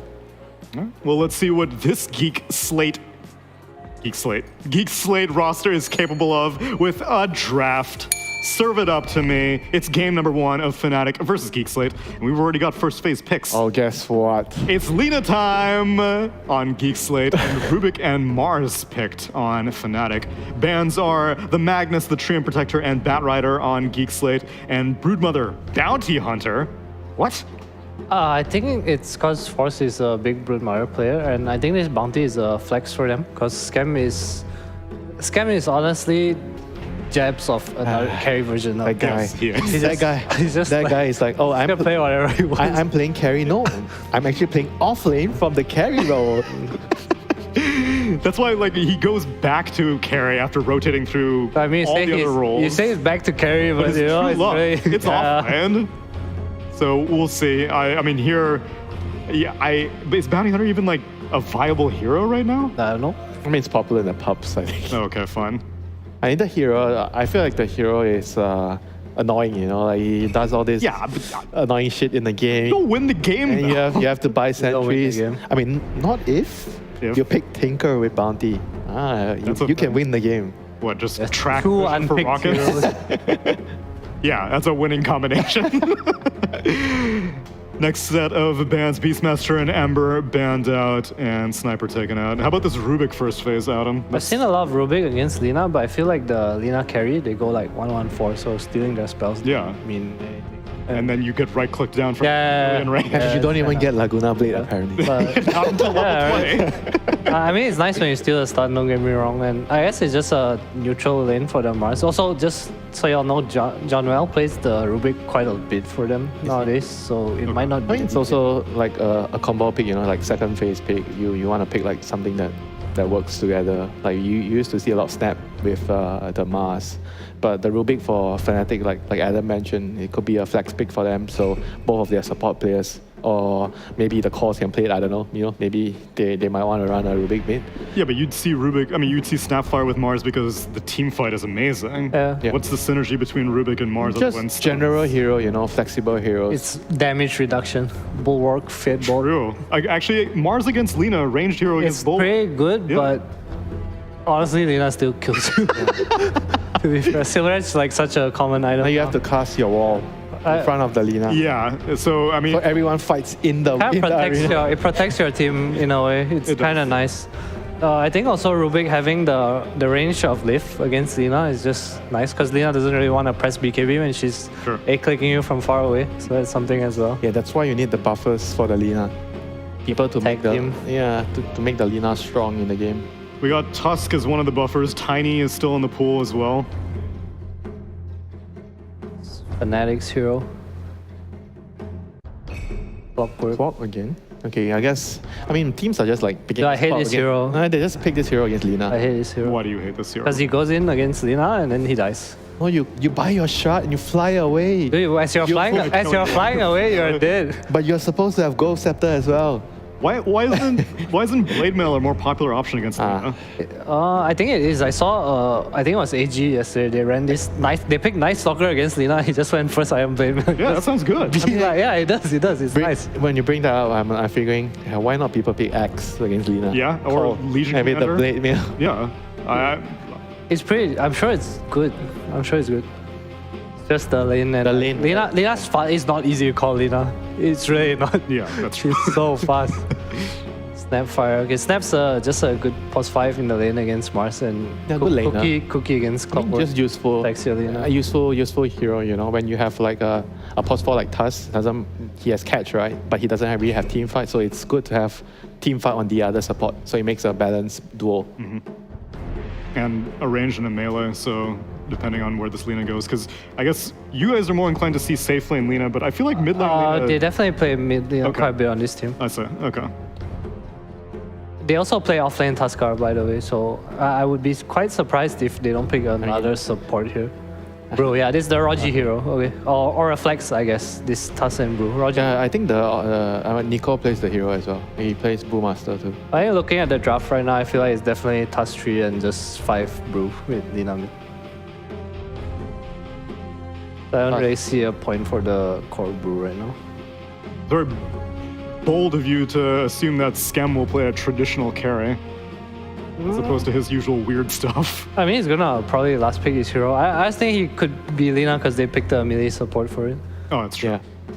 I think the idea of the Brew here is like they want somebody that can disrupt the fight against You just the cyclone arena. the Mars and there's no more bull. Or whoever you need to do it to, and it's like a very big distraction and team fight. And like Adam mentioned, like Roger really likes to play this hero, so it could be also a player comfort thing, you know. Yeah. Still a flex, I guess, all in all. If you're standing Too like many flags, you know, like confuses your drafter sometimes. I think it looks like a flex. It's like, you know, in Tundra draft they pick like all these Tuskar early and stuff, but you know it's 9 playing it, you know. Yeah. Like, you know, but they know what they're doing. Yeah, we don't know what they're doing. exactly. They know what they're doing. They're just flexing on us. Yeah, they're flexing on us. Yeah, and everybody picks the heroes. Oh, the Snapfire is a core, you know. And they were like, well, duh, that's why we picked Yeah, it. it's true. They could do snap, pause 4 Tusk, snap core. You never know. All right, now you're getting too crazy. I mean, it happened yesterday in one of the games. That's actually not too crazy. Imagine like off-lane Grandma with Tuskar, Brewmaster, pause 5. I thought since her shard got changed, core Snapfire is just trash can. The thing is, they brought back this like Greaves pipe offlaner, that's so it's true. like You own your lane, you buy mech, you buy pipe, you run around, you you're can't die. useful. But then you're like gobbling up from like 9 million range away from your team. They're not even getting the auras half the time. So That they're is true. gonna be playing against Waterboy. Water boy. Waterboy against Lina. You usually You know what's the counter water boy win? It's the straw. put that boy to sleep. You drink it up. Drink it up. Morph's I guess it's just a huge Gabby hero, right? Throughout his whole career, he's just Morph player. Is the build on Brewmaster still earned? Because then you have an easy vessel buyer against Morph. I mean, he's pause 5, you know. So I mean, he might be 3, right? It's still like... I don't know. yeah. I mean, if they feel like they need to rush a vessel this game, I think. I mean, you could also put. I don't think they'll care about a vessel at all. Oh, It's really? not that important. You have Lina, you have more than enough damage. No, she's not gonna get Laguna though. You need that burst damage. Ban out the Puck and the Void Spirit for the mid lane picks on Fnatic, and Viper They bans need out. some hero. Fang needs damage. They need some hero that can run around, create some space. Team fight hero like Kanka. Yeah, I think Kanka will be nice with this kind of like more team fight, more catch, initiating hero. I mean, there's still Storm, but I don't really like Storm as a Storm. hero right now. First the Tinker, now the Storm. Alright, Winter. Come back to 2023. I mean, what would you pick right now as an I initiator? pick? Yeah. Pango's still in the Pango? pool. Oh, Pango. Night Stalker gets banned out. I don't know what I pick. I see Clockwork Rubik supports and I feel like I just need your mid laner damage. needs a lot of damage. I mean, Yeah. Conquer has damage, you know. I mean, he's not like insane amount of damage, but he has damage. Tinker has more damage, but doesn't fit The their thing lineup. is, it's not easy for Morph to like stick on heroes this game, I think. About So they Lush? need like another source of damage. Lash is really hard to play against Lina Tusk because you go in and you just die. kinda die. Yeah, Yeah. that's true. I mean, it's not also a very neutral pick because they don't have the overall last pick. Yeah, I have no idea what the hell they can pick. Oh no, they have the overall last pick. Yeah, they have the mid? sorry. They have the overall last pick. Yeah, right now Geek Slate is picking. So Oh, okay. So Geek Slate needs to decide whether this Brew is going to be an offlane. Scam's picking his role. Scam is going to pick the hero under the Fight Club. I mean, he's probably just gonna play Lina, right? Yeah. join it. I would think so. Cox hero, but Bad Rider's banned, Ember's banned. You all said Pango's still in the pool. It's okay, Pango. Oh, okay, that's a scam hero. Yeah. Always dodging the carry responsibilities. You guys said about the. Don't you want? Actually, I don't know. What, you don't like the MP here? I think they picked it to like block the Pango. The block because of the leash. Yeah. Is there another reason to like pick? I guess it enables your supports to run mid, right? Like independent. I mean, I think it again. works really well with Tusk, especially in the early game. It's Yeah, easy his to lane play. seems quite nice. Yeah, the lane is strong. You can Laning with rotate. Brew though, probably, right? Actually, it's a pretty good Brew core game. Yeah. So Right. I mean, I actually feel like I will put the Brew as Core, a core. yeah, I think so too. I think the Tusk core doesn't like accomplish much here. Now Fnatic need to think of their mid laner, who will go up against the Lina, I'm assuming. Yeah, Their lanes are very strong, so they're probably going to have like a Brew plus Snapfire, maybe Tusk and the MP side lane. MP, yeah. Yeah, those two side lanes are very, very formidable. And you have a Morphling with Clock, I guess. Morphling and Clock. Yeah, The probably. lane's not that great, but I mean, maybe you can farm some, but I feel like overall So you they don't put the Mars mid and they picked the Dawn to deal with the Nature's Prophet. on to do it. I think it's nice, but the lane's not easy, man. It's Rubik Dawn. Yeah, their side lanes are. I feel like both their side lanes are going to be pretty weak. I feel it's also really hard to get Dawn out of. Lina's gonna get some like early BKB. The mid Linas, they don't go Maelstrom, right? They just rush BKB. It's kind of different game, I would say. Yeah, I feel like overall, just from the early impressions, I would much rather be on Geek Slate's draft. I think the overall execution plan is much more simple. You don't really have to rely on just that one thing to win the game. You have multiple avenues of winning the game. You have better lanes. You have good synergy with among your heroes. Good scaling towards the late game. I feel like the heroes are not really that afraid of the morph later. So overall, I think it's just much easier to play their lineup. I feel like they have stronger lanes as well. They're gonna win all 3 lanes. It's fine. They have Lina, as we've learned for today. That's all that really matters, right? Cap and SVG. SVG, vaguely recall you mentioning that it's not all about the Lina. Is it not all about the Lina this game also? This looks like a pretty good leaning game. Okay. How might he have fallen? I mean, I said, give it 1 week. By Right. next week, Lena's going to be losing every game. Mark my words. Someone's going to figure it out, or Yeah. IceFrog patches the game. We'll decide which one comes up. But for right now, we'll send it over to you guys to talk about the game. Cap and Avery, take it away.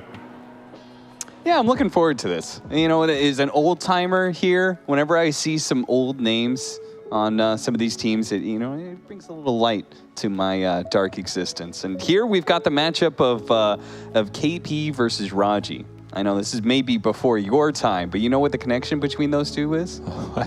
Well, since you were around in the 70s for Dota, I guess, so why don't you tell me, Cap? Well, that's why I'm rocking the mustache, Yeah, I can tell you're from a different era for sure. KP was on that MVP Phoenix lineup. Everybody remembers that. But Raji was actually on MVP Hot 6. I know because I cast in a lot of those Korean games. So Yeah, back in the 80s. back in the old Nexon League and stuff like that. But let's go ahead, head into our opening match of Geek Slate versus Fnatic. It's going to take me a while to deal with that name change. I'm not sure what happened to the fam, but it seems like a fresh slate for Geek Slate is required. Sometimes you got to break up the fam, Fam's too tight. You got to loosen it up. Too toxic. Yeah, I think that's good for Dota teams. I don't think you should all be good friends on a Dota team. Then it's too chill. Yeah, that makes sense coming from somebody who was part of an EG roster. Yeah, I don't want to be too friendly. That was one of the problems one of those versions had. That at the end, people felt like it was too chill. Like, people got along too well. It was too chill of a vibe. They were all boys together. And they were It was one of the ones with PPD, I assume. Yeah. We'll go with that. Why'd you laugh? I also want to point out that we have had a name change, not just for Geek Fam to Geek Slate, but if you remember, I believe, what was he on? Neon? 30 seconds to I actually battle. can't remember, but Avatar mode from last season, now going by the name Cox. So that'll be fun. Yeah, I mean, what's with Dota players changing their name every season? Yeah, LOA. I mean, What's with that? what kind of foolish nonsense is this? Don't they understand consistent brand building, Yeah, well, recognizability? don't think Dota in general cares too much about that, Battle as begins. we all know that TI is the only thing that matters. Doesn't matter what name you go to TI with, just as long as you're going. That's true. It starts here. Does indeed. So we're going to have the, Lina is going to be playing the mid lane against the mid Mars. And then everything else seems kind of normal. Dawnbreaker off lane with the Rubik behind. We've got Nature's Prophet for Skem, which he loves playing as a carry, so. Yeah, it's like his Siggy right there. Yeah. This guy will play Prophet in any game versus any lane, and win or lose, he probably feels nice. like he destroyed Look it. at this teamwork. Okay. Damn. Okay, son. Raji hits a beautiful shard, and with the Treant blocking in DJ, they get a decent amount of damage. Yeah, that's why this Skem plays this hero. True. Dunwell is taking a bit of damage here from the Brewmaster Snapfire. That sounds like a terrible lane for any melee hero. So Morphling probably going to be fine. Can't imagine he's going to die at least more than once in this lane. Maybe he gets surprised like at a level 2 gank, but Yeah, I think Gabby's going to be chilling this game, which is pretty nice because when you have this clock 5, kind of want a carry to be mostly independent later in the laning stage and gives this clock some roam potential. Like, clock in this meta really wants to fight the runes. I feel like that's where the hero shines. You can fight other melee heroes on the rune. He's not really that good of a lane winner. He just wants to pull, get levels, do whatever. So more nice in that aspect as long as you can stay in the lane. And yeah, that's really one of the most independent carries you can ask for, yes, right? He's like the ultimate brick wall. You just sit him there and good luck, my friend, you know? Try and kick me out. Pretty hard to do it nowadays, just the way attribute shift works. Big question for me with Fnatic is, what does Armel get done on this Mars? Because mid-Mars is very finicky. This hero to me on the mid lane is like, you're probably 10-0 or 0-10. Not much in between. It's like, you're either getting every rune or getting no runes. You're either winning your lane or getting destroyed. It's a very, very fickle hero in terms of the impact going into that mid game. So for me, obviously this is a hero they pick early and they flex it around, right? You're hoping to get the advantage somewhere else, which is what this Dawnbreaker is designed to do. So it's a question of how much can Armel pick it up in the mid game and still contribute with what's probably not the easiest matchup.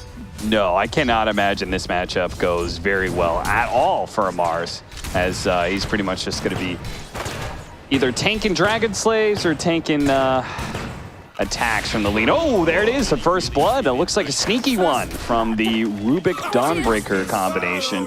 DJ picks up a first blood, and Raji, as much as he wants to hold that creep wave in front of the tower, will not be able to do so. So that means Nature's Prophet's going to miss out on some fair amount of experience here. Keep him back in though. Yeah, blocked in, but couldn't get the treants there in front of him. DJ's going to make his way to the trees, but with the tag team slowdown, might just be just enough. No. He's going to get away. Well, that's first blood, and Jay always happy to mop it up, I think. I think Rubik's probably one of the best supports to get that on, just because you get to the fast arcanes and then your hero just becomes a monster. So pretty nice turnaround from Fnatic, and also, again, getting the payoff with this Dawnbreaker lane that forced the Mars mid. Like, that's another aspect of this. If you put the Mars mid, you kind of want the other lane that you got to pick as a consequence to do pretty well. Right. So they're very happy with that on top of it. Solid early lane. DJ gonna go for the deny. He's in the telekinesis. Keep that out of the hands of Raji. And we do have the 4-minute runes spawning up, which you talked about how important that is for Mars. Even just the water runes are gonna be important, I imagine. He's just going bounty rune. He's not even gonna risk anything. And of course, John Well here with the clock to defend it as well. So yeah, they are making sure to secure the regen for Armel because he does get beat up in this matchup. Yeah, he needs all the extra help he can get. The one upside is he's doing pretty well CS-wise, which means, okay, he's like a little behind in levels, but not too much. If you get to this level 6, you do have kill threat on this Lina. Yeah. And it only takes one support rotation to give you the extra damage because that's the upside of mid-Mars. That level 6 is super strong. They're going to refill his bottle again mid. That's triple bottle fill for Armel here. He's just slurping it up. Able to throw spears off cooldown. Yeah, I mean, he is out regenning this Lina. Takes another half of his HP right off the bat. They're really making sure to keep him in lane. Spear goes out. Coxie managing to get one of those denies. Narman back at the top lane. Narman, probably the one of the two most popular Mongolian players, right next to probably Hustla. Helping Force out here. Cookie does land, but Brewmaster not wanting to really commit there. And it looks like in bottom lane, they managed to get on top of DJ once again. A combination of Tusk plus Treants. Pretty hard for a Rubik. Looks like this lane is just all about who goes on who sees the opportunity first. That tends to be a lot of Dawnbreaker lanes. Yeah. Dawn is basically one of the highest all-in kill threats, so she's either killing you or maybe you're killing her back, but Skem in trouble again. Slammed by the hammer, KP. Really doing well in this lane now. Yeah, he does not care about the Treants, doesn't care about Sprout. There's no real interaction for Skem on this lane, and it's another question of, does he just want to keep coming down here? Does he want to try and move somewhere else? There's not a lot else to move to because he has Panda and Lina, right? These aren't really cores that set anything up. The catch is pretty limited in the early game. All right, Power Rune time. Cox wants to make a play for it, but with the Clockwork, said this hero is one of the best at contesting runes. Both the cores immediately try to go for the other side of the map, but the supports are already there. And double damage is going to be forced to pick up on DJ. We'll get the bounty rune as well. So DJ one step ahead of Ranji everywhere he goes. This DJ guy just always gets stuff. Yeah. You know, he just always gets runes, gets kills, gets the last hits, gets a lot of extra gold. What, are you saying it's all luck? No, I'm just saying he's pretty good. He's been to a couple tournaments, done pretty well. I don't know, there's like some little intuition things, you know? It's like being in the right place at the right time is how a lot of people describe it. Yeah. That's for a lot. Just being 1 second early instead of 1 second late decides a lot of these engagements. Big stack here. Narman, good read on the block there from the Sentry. That's the I smell DJ nearby pause. Hold on here. Do a little investigation. Where's Rubik right now? Seen him for a while. If they find him, this Tusk walks into him. DJ could just be very, very dead. Ganky might become the ganked.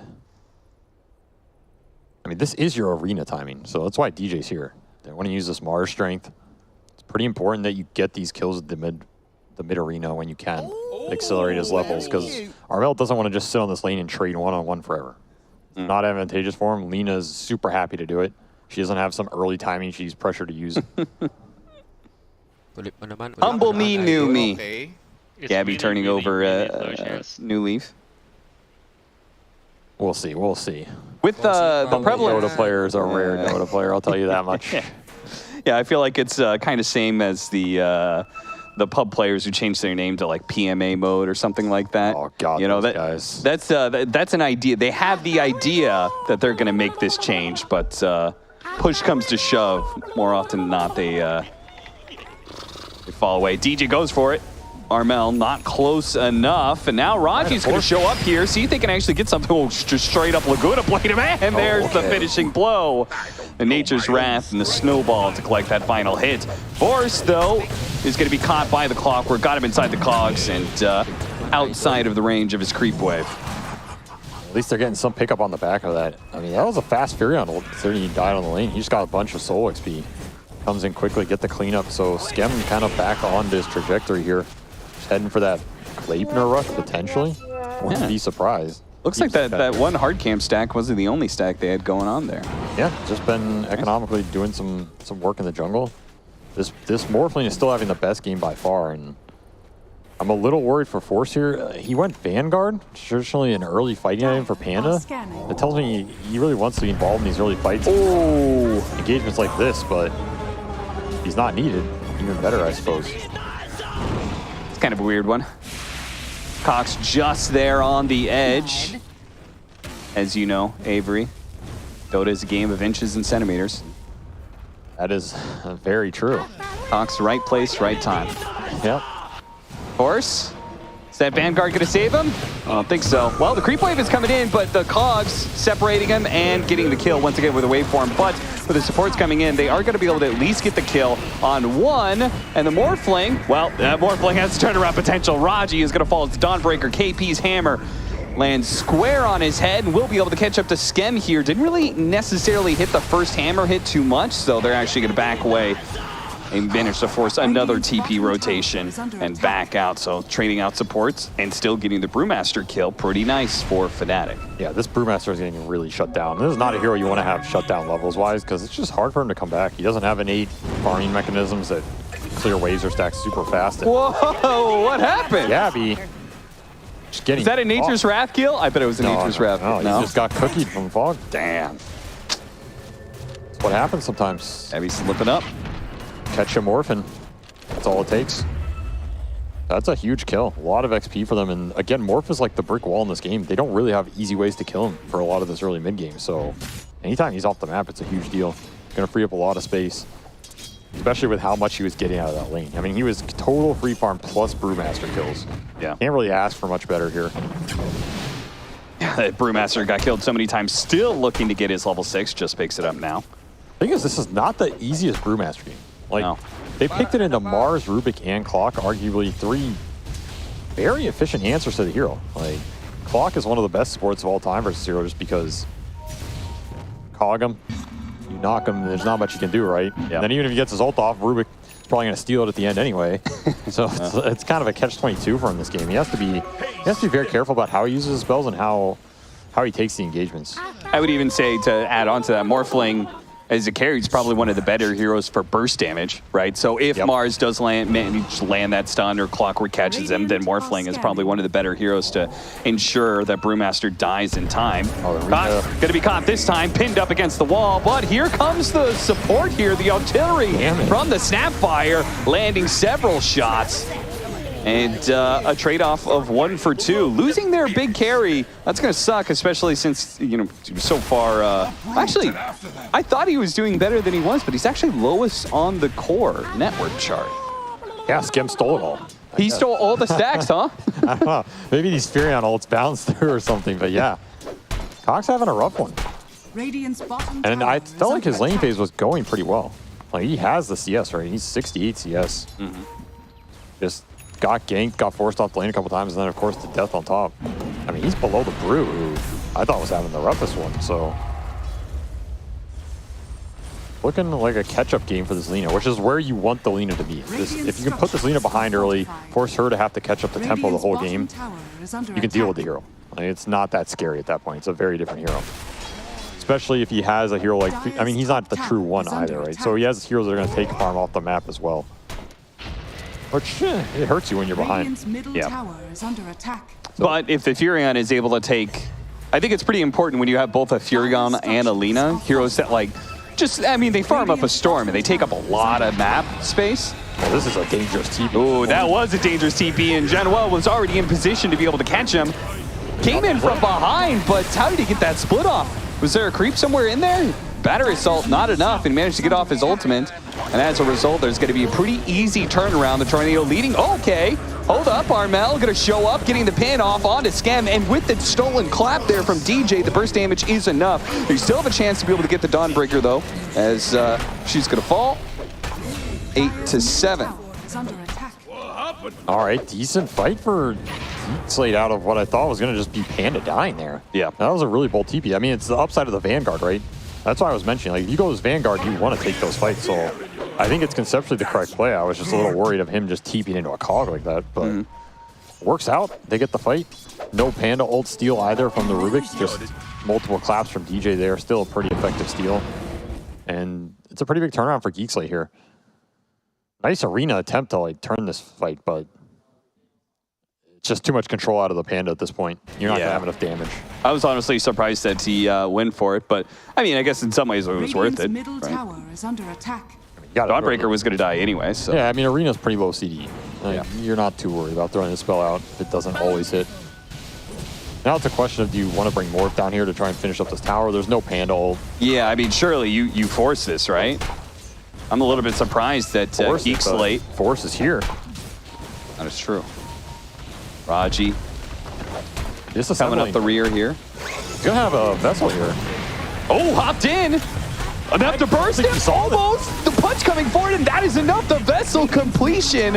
I think that was just enough. That burst damage was right on the line. I think the vessel made the difference there. That was just sick, to be honest. That was very smooth. I was watching it play out. I'm like, why are they here? Do they have damage for this? And then disassemble Vanguard into vessel build and insta pop on the Morph.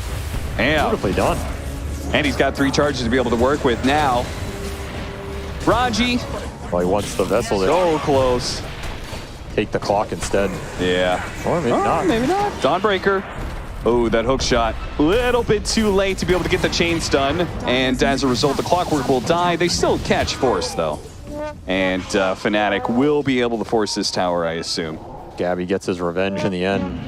Probably translate, like you said, in that tower. So all in all, Fnatic strike back a bit on the overextension here from Geek Slate. Skem died in the meantime top, too. Oh, that's not good. So you're not even getting your Furion. They're really committing to this damn. They're going to be able to get the deny on it, see if the supports can get out. A punch will stop that chain from KP and a TP away on the Staffire. Very nice. I mean, this is just a brawl fest. Yeah, it really is. I guess the real winner out of all that might have been Cox, because he just got the farm up with DD, so now he's back climbing to the top. His game got salvaged by a bunch of the distractions, so to say, and push him towards BKB. He's just going to rush it here. No Maelstrom, no bots. Just deciding, I'm going to go BKB and fight with my cores. We have the speed to be able to do it. Again, Skem is rushing Gleipnir. It's fast itemization from Geek Slate here. Hook shot. Keeping the fight up. Being used to try and get some distance, but won't get far enough. Force keeps the slowdown on him, and Skem collects in at least the assist bounty for yet another kill. As a result, he's higher than the Morphling, and will have that very fast Gleipnir. Yeah, this is a very active game from him. And the upside is he's still top net worth. Like he's 2 and 4 and he's top net worth. That's pretty good for Carry Furion with 4 deaths. You don't see it every day. Because Zero falls behind very hard. You join these fights and die. You just get doubly punished. So Geek Slate's going to hit a pretty strong early timing here, and they decide to smoke. So right off the bat, going to try and use this Brew ult that's back up. He has Hood. He's pretty tanky. Any sort of fight around this mid area that goes well, it translates into tier 1, maybe even some early Roshan in this game. Now, they definitely could have gone for that Rubik, but they're creeping their way up top. Unfortunately, they won't be there in time to save Narmis. This is just awkward. Yeah, they don't have a stun between the duo there, and Cox shows up a bit too late. And that's Panda TP scroll and Lina TP scroll for farm that Furion's going to clean up anyway. Good map movement here from Fnatic. Yeah, I kind of feel concerned for Geek Slate just because I feel like they need these early towers so badly with Alina and a Nature's Prophet. Cog Spear combo. Didn't even need the pin on that one. Raji just falls to the burst damage. The little Clockwork gonna get away? No, he's not. Caught inside the Sprout. Cox goes to work on him. A nice little poke trade kill there. I mean, DJ has got all the spells he wants to steal this game. Like, he's getting level 4 Dragon Slave, level 4 Clap. These are powerful nukes on this hero, especially with how farmed he was. Remember, you got First Blood, so add it up. He's already up to 8th lens, level 10.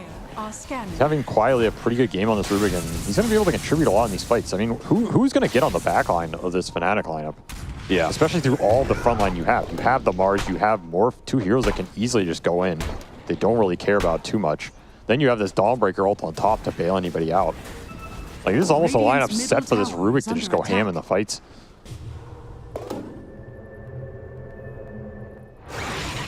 Armel slips away, grabs his Mithril Hammer from the base, so he's going to be going BKB next item. Manta is complete for Gabby, so the Spirit Vessel is a little bit more addressed, but seems he feels like yes, but when you go BKB second item when too. you dispel the vessel, that's when the Gleipnir gets you, Cap. Already true. done. It's 18 minutes here for Skem. I mean, this is a very early Gleipnir. You don't see it just rushed like this with an empty slot even. I would want to use this right now. Yeah, seriously. I tell my team, go find anything. I'll TP in and leash him and hope things go well. Well, this smoke is going to break with Raji on the high ground. That's pretty nice. He's going to hop forward with the Tumbler toy, but it won't be far enough. Armel quick to execute that poor little 5. Area on ult comes in just to say hello at the end, but helps them to join there. Just a 5 position dead. It's no, oh no. Armin thought Armel was going to be ducking into the trees there. But he turned back to get one more hit on the creeps. Sometimes the best juke is no juke. I mean, it's true. You ever try to hit a hook on or an arrow on some guy who just runs straight? Yeah. It's impossible. Nobody's supposed to do that. Trying to get into his head. Which direction is he going to move when I throw this hook? Yeah, it's like he was so unaware. It caught me off guard. Yeah. You weren't aware of how unaware he truly was. So who was more unaware than Get back to me on that. When you worked that one out. It was just my mental was just a dial tone there. Telekinesis pin. Really nice combos here. Oh, dragging him back. The Gleipnir is going to show up, and this allows the Kisses to be able to go to work. They're going to finish off DJ pretty nicely, and KP right into the LSA from Cox. They weren't able to deliver the finishing blow, though. KP, thanks to the BKB, was able to get out. Yeah, but that is not what he wanted to use it for. I mean, that no. Dawn ulted the BKB to run to base and then run back. Especially if Geek Slate manages to take Roshan, knowing that the BKB and Ultimate are on cooldown, knowing there's no Rubik, who has been a powerful force this game. They've got a significant advantage. The only thing that could stop them here is a little 5-position clockwork. He's flaring it. And he's got the flare out. Got to play for the block Got the here. detection. Force positioning himself to try and get in front of this hook. Clockwork trying to read it, trying to make it, but no. Brewmaster beautifully positioned and done well. He's not going to be able to get anything out of this. Just sacrifices his own life for an attempt at glory. Attempt at glory, yeah. Well, that's pretty nice for Geek Fam. This is the type of mid-fight that I was talking about. Didn't even necessarily go exactly how they wanted, but the Rubik kills enough, and that's right in the correct portion of the map. You want to take that skirmish because tier 1 into Roshan. Now you have your objective starting to line up. Aegis on Lina helps her play the map. She did go back for the bots. So she can be a real split push force right now, which will allow the pickoff to go to work. Yeah, I mean, team fight or any pickoff, like the Tusk leads out on a kill or the Brewmaster gets off an ultimate. Lina and Nature's Prophet both going to show up. Nature's Prophet almost done with the BKB already after that very fast Gleipnir, so. Yeah, this is a strong timing from Geek Slate. Fnatic kind of have to just power through this, get to like the next set of items here. The BKB for Mars. See if they can take away this Aegis real quick. They get the kill. Now, how many are going to get out? Looks like DJ is going to be the victim of that Gleipnir rotation from Skem. And KP is going to be caught as well, thanks to Raji with a beautiful little iceberg set right in front of his face. Titanic. KP goes down. Cox walks away with the double kill after losing the Aegis and almost catching Armel mid as well. There's just really nowhere for Fnatic to play on the map. Skem is just going to be constantly hunting them.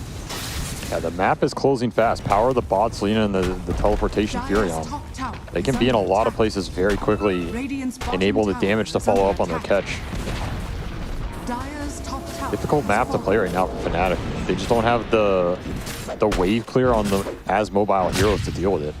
And I don't think they're super comfortable taking the 5-on-5 into that Aegis.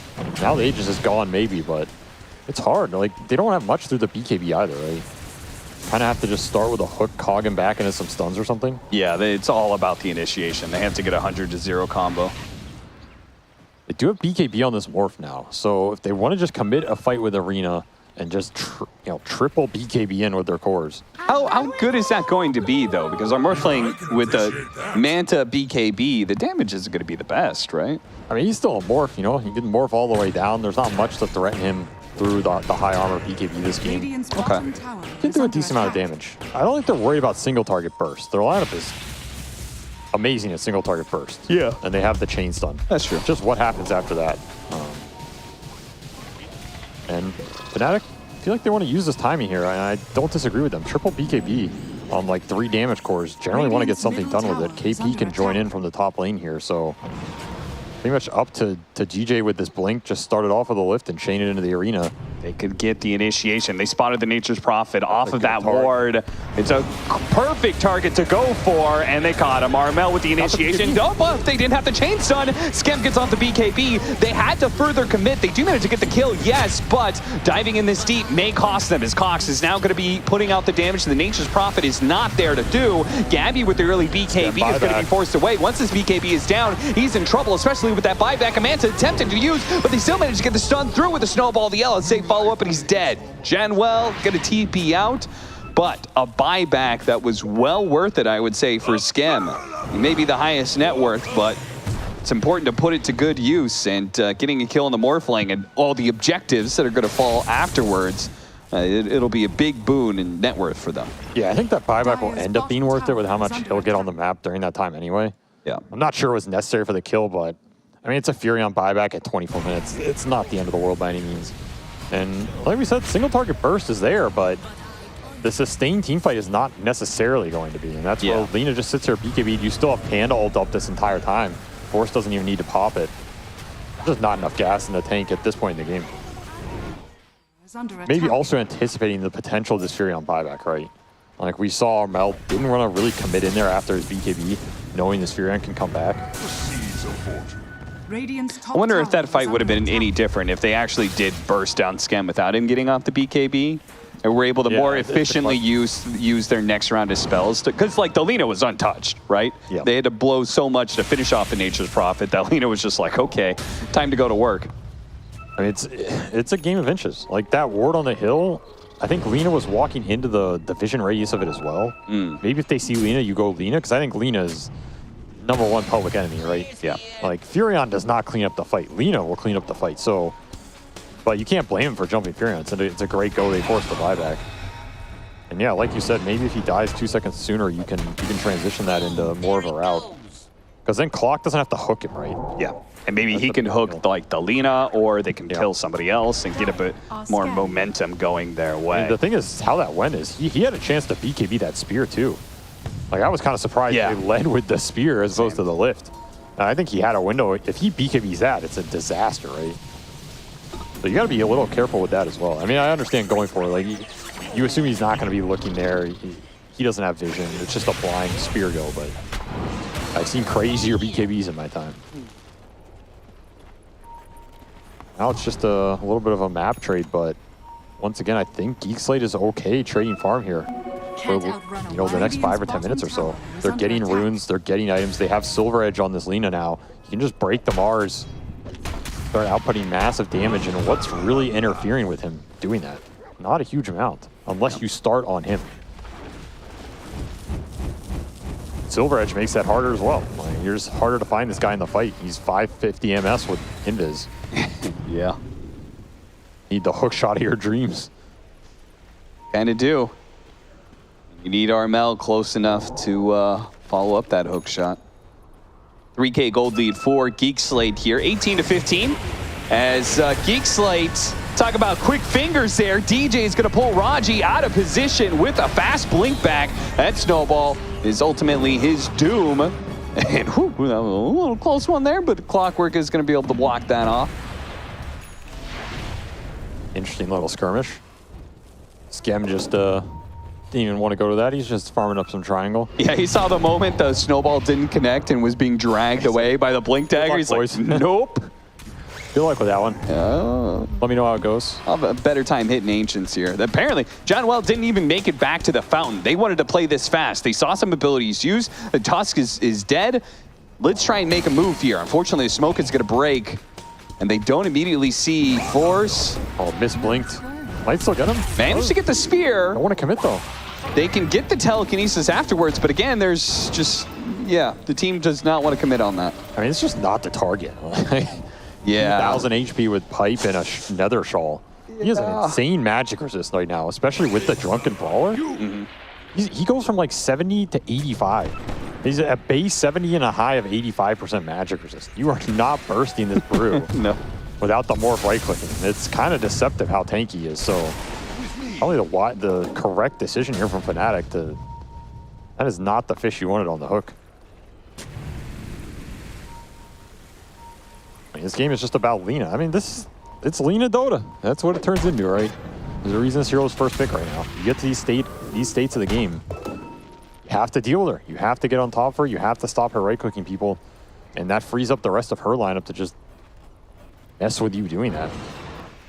Commit so many resources on this Panda to try and take him down. Lina has a free fight. It just feels doubly bad. Yeah, I was literally thinking, like, if Geek Slate take this game, is this just going to be the narrative for the DPC is teams trying to give away Lina, see if they can beat it, and realizing that they actually can't? Yeah, but that's what I'm saying. You know, give it by next 1 week. 1 week. After people lose to it, we'll be like, all right.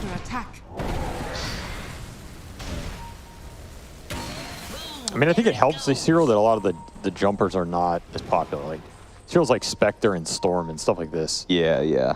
They're just not even close to being in the meta right now. And then on top of that, BKB is still just pretty strong, right? You have these auras to back her up naturally. These ranged carry damage dealers really like the aura buyers to pump them up. So Lina's got a lot going for it. So it's not just about breaking what the Lina does. It's breaking what these lean up lineups want to do. And right now, this Lina lineup is kicking into full gear.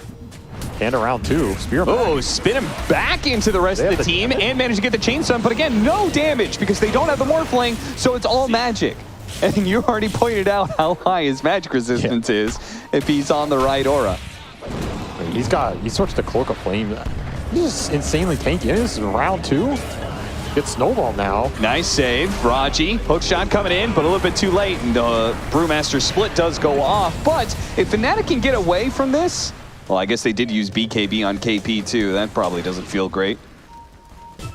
And Force, almost completed the animation there, being able to get the Cyclone onto DJ, and maybe they could have killed him too. Fnatic have a good read of these fights. Like, they understand they can't overcommit. They understand how tanky the Panda is, but they're not going to show anybody else. They're poking pretty well and disengaging. It's just... But it still feels like they're losing ground, right? You're not like gaining ground by doing this. Yeah. But it's not an easy situation. You just need more damage on the board and get to the point where he can commit. Hey, is Scotty that point? Because I'm not even sure if it is. Scotty's nice, but it's not giving you the single target physical burst. What feels like what they're missing right now. I almost feel like you need a Daedalus or... Daedalus Morphling? Yeah. Line Rapier. I don't know. Because you have to do it in a short interval, too. Yeah. That's why I feel like. You have to commit on a hero with your chain stun, BKB, and you're going to burst this one of the big damage dealers or the Panda in that duration. If that doesn't happen, you're kind of screwed, so... And then the other option is somehow actually getting around the Brewmaster, right? Yeah. Actually getting on top of these other... You find Lina with a stun. Yeah. You're in good territory. That said, though, there is snowball save. Like we just saw there. Like, you have this blink up on Tusk now. Raji can just sit in the back. He doesn't have to start anything this game, right? Again, Lina puts the onus on you to force it into her, like we're seeing here with Roche. It means the snowball saves are pretty reliable. You just snowball her, she gets BKB off afterwards. It'd be tough to just try and go on this Lina as well. Cox shying away from Roshan upon being spotted. But they were able to do that, Roche, pretty quickly. It's just something Fnatic are going to have to be very vigilant about. Once again, trying to go for the chainsaw onto the Brewmaster. They're not even going to be able to do it, but what a spear! Catching both the supports there. A decent start for Fnatic, but can they do anything about these cores? Because now the Morphling has been caught in and just corral out. Geek Slate say, nice initiation, bro, but we've got buybacks. You just buy back on both their supports. Now they take a 5 versus 5 with a bunch of ultimates down. Yeah, and that's going to be Roshan and an additional kill, a dieback. That was a crazy spear. I don't know how Harmel finds that. Pretty much ideal. You're not going to get much better, but like you said, double buy and then just giving a free fight to the damage dealers. Like they cannot burst this Panda. So who else do you go on? Very tough team fights for them to take. Not to mention this Sprout leash destroyed them in that fight. You're leashing the morph. He's just perma-stuck once his BKB's out. You leash this clock, you can't fly away. Skem's online now. Full AC, shard on top of it. He took the shard. All right, well. I don't know about that one, but I'll trust him on this, you know. Underrated. You think it's underrated? Yeah. Well, I don't think it deserves quite as much hate as our analysts give it, but that's just... I feel like if you get the significant slow, I'm okay with it, but I still feel like a lot of times in these fights, the way they're occurring within the first 10 seconds or something, they're predicated on BKB. The spell just not that impactful. Yeah, it's definitely, I don't know what about this game would possibly make him feel like, yeah, I'm the shard person. I mean, it's just Skem. give it all to be. I am the ultimate Furion. You do not deny the ultimate Furion. Everything on the map. Just wants the highest net worth you've ever seen. I mean, it is good with like the Gleipnir build, right? You just like leash them in, and you throw them on top, and they get slowed out of it. And it's a lot of stacking annoying gunk. Yeah, with the Scotty as well. Yeah. Stacking slows, pretty nice for a hero that doesn't have a stun or anything. But I don't know, I still feel like this Lina shard is pretty decent on these carry Linas nowadays. Get to clear waves faster, and it just does more damage in the fight. That said, Force just running in. 90% magic resist. What's up, boy? That's just ridiculous. That's just goddamn ridiculous. The Fnatic are trying to fight back, but the fight has been forced onto them. KP does what he can, but ultimately he's shredded by Cox. Gets down and dirty, looks for another one. John, well, oh no, that's not the way you wanted to fly, son. Will still be able to get away to safety, it looks like. They still have the Aegis to operate with, and the Dawnbreaker is dead, so Geek Slate can continue to force their advantage. And what do you do to this Panda? I'm just trying to think. He runs in with 90% magic resist and 67% physical. And then, what do you do? Yeah, especially if he gets off the Rape Pact. He's literally just sitting there tanking everything. He just doesn't care. And Gabby's like, I don't want to go on that. They want to see the Lina, but again, Lina just sees everything because the Panda runs in. He's the best ward in the game. Yeah.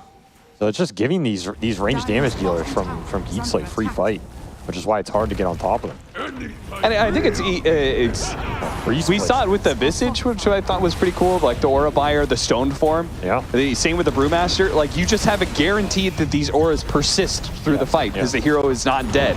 You know, they just like, they go on it, they do a bunch of damage, they can't actually kill it, and the aura is just still there the entire time. Cox, he's going to take this these buildings. Unless Fnatic want to do something about it. The hook shot into what? Now Armel goes for it, but he actually pins the Nature's Prophet instead. And what about the Lina? The wall will help him out there. A few of the shots getting blocked by that, so he does manage to get away. Gabby tries to go in, and Gabby immediately dies. Not quite, actually. Manta, force stab, no, still falls. KP gonna be chased down as well. And the kisses. Yeah, he's like, okay, I'll let you have that one. I'm gonna fire my shots into the fountain. DJ, nope, you didn't get it. Stole a little shredder instead. Nice play by Narman, and Geek Slate are just they're gonna go for it. They're like, all right, you got no more fling. We're just gonna throw you now. Yeah, that was GG. That was a very casual, just high round into throne at 36 minutes here. I don't know. I mean, Lina Dota, I guess. You just have the out range, you have the out damage. It forces the enemy to have to deal with you. You fall slightly behind, you lose Roshan. The map becomes harder to play. And then at the same time, you have this Brewmaster with auras buffing your 2 range damage dealers up that is invincible. It's literally invincible. He just runs in. It's like the Doom from earlier today with 80% armor. He has 91% magic resist versus mostly magical lineup. You deso him for 6 out of his 30 armor. Congrats. And then, like you said, if you're not bringing down the Aura Buyer, he's buffing up the range damage dealers. You can only gap close him so much. It's just tough to 5v5 this. I mean, Morph is Morph, but I guess Morph is not Lina. No. That's the lesson. No, nobody's Lina. I think everybody's got to realize this, at least until a week goes by and SVG's prediction comes true. But for now, Lina seems to be the indomitable force, and I'm sure our panel will certainly agree. Soon. I'm sure they'll agree with us soon because they're going to talk to us in a few minutes, I'm sure. Dragons? Yeah, they got Dragon Slate. They're LSA'd right now. They're a little bit stunned. Can't talk to them just yet. All right, looking forward to game 2, though. Yeah, I think obviously you decide if you want to play versus Lina or not. Maybe you do, maybe you don't. Yeah. Whatever. I think the Schem Furion going into the last pick is also something to consider. Because that really is his signature hero. Like, he will gobble it up in that phase. And he got a lot done with it that game. Right? Yeah, I was a little Going bit to concerned when they still hadn't taken the mid tower at some point in time. I was like, these guys need to spread out and take a bunch of map. And I was like, what happens if you don't get that? But, then everything broke. Yeah, out. I don't even think his early game was like that smooth. He had like 4 deaths, but he was still highest net worth, just goes as Gleipnir, joins every fight. So I think it's, come up with a solution to some of these heroes and how you want to take the fights and dealing with them, or just ban them. That's all. Yeah. It's always the easier route, I guess. But we'll see. We'll see what Fnatic does. I think Fnatic looked like they were having some good stuff going for them game. That's just a hard game at a certain point. All right, now our panel is going to say lots of insightful things. Let's listen. I didn't promise that. All I promised was that Lina was gonna win yet again. I'll put up a bounty, actually. I will give any team 5 round-trip tickets to Lima, Peru, if you can figure out how to beat Lina, because it seems like she is going to be the hero of not just the SEA DPC, because 3 days of DPC have gone by, China and Eastern Europe. We're starting Southeast Asia, Western Europe's gonna start, North America's gonna start. Lina's gonna be prevalent in all of this. And I have yet to find a solution, Winter. It seems that yet again it was first phased, and the approach this time was, I don't know, we out-carry her with Morphling? Water does not put out fire. No. In fact, Lina has a line for that. Lina, if she kills Morphling, she says, I thought we were steam friends. You get it? Because fire and water, steam, But you don't beat water. Yeah, I mean, I feel like his item build as well is like very defensive that game. He went for like a Manta into a BKB. I feel like it's too slow. Maybe you can just go for a Yasha. I think you can only afford a Yasha. Then you need to get a BKB and maybe a Skadi after. And his build is like, he got a Manta, then he felt like he needed to buy BKB. Every fight, he's using his Manta to dispel the vessel, and then he pops his BKB, but he can't really go onto a target. He doesn't have enough damage, and he just dies in the fight. Like this fight, he totally wasted his BKB. He ran in, he turned into the Tusk, he snowballed in, and he like, oh wait, I'm not even killing the snap fire, and then he tries to run and he just like dies. Right. It was tough not only because obviously the carry-to-carry matchup, but even despite seemingly good initiation from the Mars, Adam, it took more than an arena to keep Lina out of the fight. And even the other heroes, like they would initiate on Brewmaster. What the hell do you do to a 90 magic resistance Brewmaster? I feel like the story of the game so far have been the heroes that are hard to kill become like more unkillable throughout the game. And it feels so hard for his carries. Like that's probably why these like Linas and Trians and stuff are really strong. It's like if you have to buy this Manta, Skadi, like where's your damage, Yeah. His next item was Skadi, where's your damage? And I feel like that's why Lina's like such a hot hero right now. I buy BKB, I have so much damage for some reason. I run super fast, yeah. I have stun, I have everything. With everyone buying like this pipe and greaves in the game, I feel like you want natural damage because otherwise you just can't take fights and things snowball so hard. I think Fnatic's draft was like really difficult to execute. I think they did a good job of shutting down the Lina, which was like their approach to the draft in the early game, but that's all they could do. At some point, they just hit a wall. Armel had these really nice spears, but they couldn't take fights. I mean, this is down to the fact that the way they opened their draft up, they had like Rubik and Clockwork. Those supports don't really like generate a good amount of damage early, and then they had a Mars on top of things, So they had damage issues from the start. And on top of that, the Morphling decides to go for a very defensive build. Yeah. So everything is so reliant on the combo. Like if they did the spear combo and they throw their spells in, if the target does not die, then what are you going to do in the fights? And the Brewmaster went for a pipe. So that's perfect for that scenario. Everyone is just going to be alive throughout the combo after the pipe is popped. Yeah, and they occasionally got the initiation on the Furion, who I guess we haven't really gotten a chance to mention, but that's also, I think, what was successful about the Lina in the previous series that we watched is that, like, even if you put so much focus into killing one of the damage dealers, there's still going to be Lina. And so, like, you get rid of the Furion, kept buying back, kept coming back into the fight. it was never really able to get a clean initiation onto the real team fight winner. It felt like they last picked this Dawn right into a Nature's Prophet to help deal with waves and stuff, but I feel like they just got outscaled. Like the Dawn couldn't keep up with the Furion. Too many similar heroes. Like Mars and Dawn, they're kind of like similar in some way. It feels very clunky, right? Their draft, like Clockwork as well. It just felt clunky, and I guess they're kind of. I mean, at least the way I look at the draft, they're buying time for his Morphling. No, this is the thing, you know. They don't have a coach, right? So the way they see the draft, right, is always more reactive towards what the opponent is doing, because it's like a pub way of playing, right? You see the heroes, and then you try to figure out a way of countering the hero to hero matchup instead of looking at the game as a more like as a whole, like, oh, what do we need to do to win the game, instead of just focusing on the matchup. And that's what I felt like was missing in the game. They were not really sure of the direction of the strategy, the draft, where should we be going, what are our timings, and what they needed to do. They are just more focused, oh, we see this matchup is good for this hero, so we pick this hero.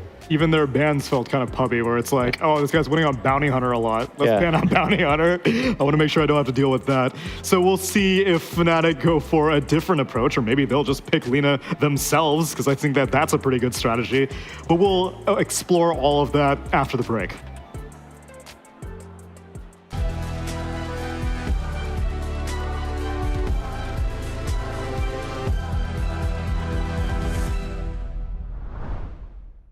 Three, two, one.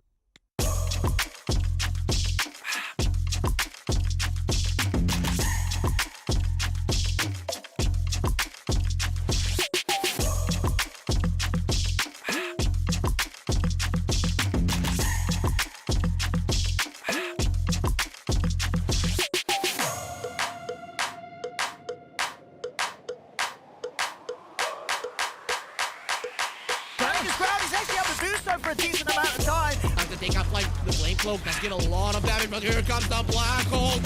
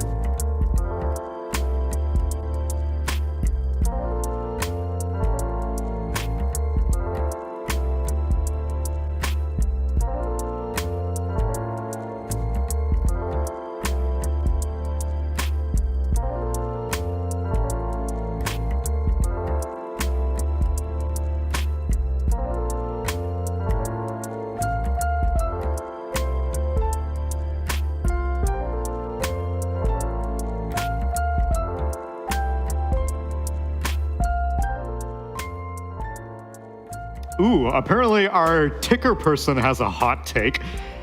I saw at the very bottom it said second upset of the day, question mark. I would consider the first series of our day to have been an upset. It was Talon versus Execration, and Execration had a resounding 2-0 victory over Talon. And seeing as how Execration is a Div 2 Promo T team, and Talon is fairly well established in Div 1, I would consider that an upset.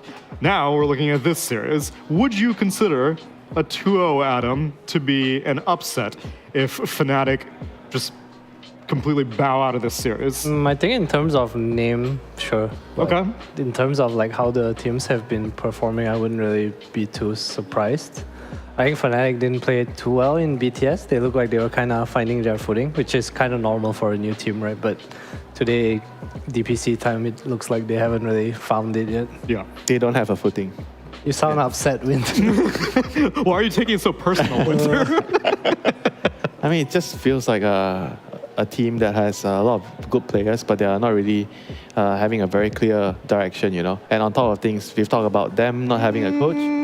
Okay, I'm willing to agree with you in terms of draft, but their team fight execution, like Avery mentioned it, like they knew what the problem was. They would initiate on the Brewmaster, and then they're like, we can't really kill him, but we also can't fully commit on him. And then they would try to back off, and it wasn't sloppy. And that I feel is like the biggest symptom. I'm actually more towards the strategy and how the team is like, what ideas that you share together as a team, you know, rather than the team fight execution. I'm sure they have good communication amongst the players. Mechanically, they have their footing. Yeah. Strategically. Yeah. Okay.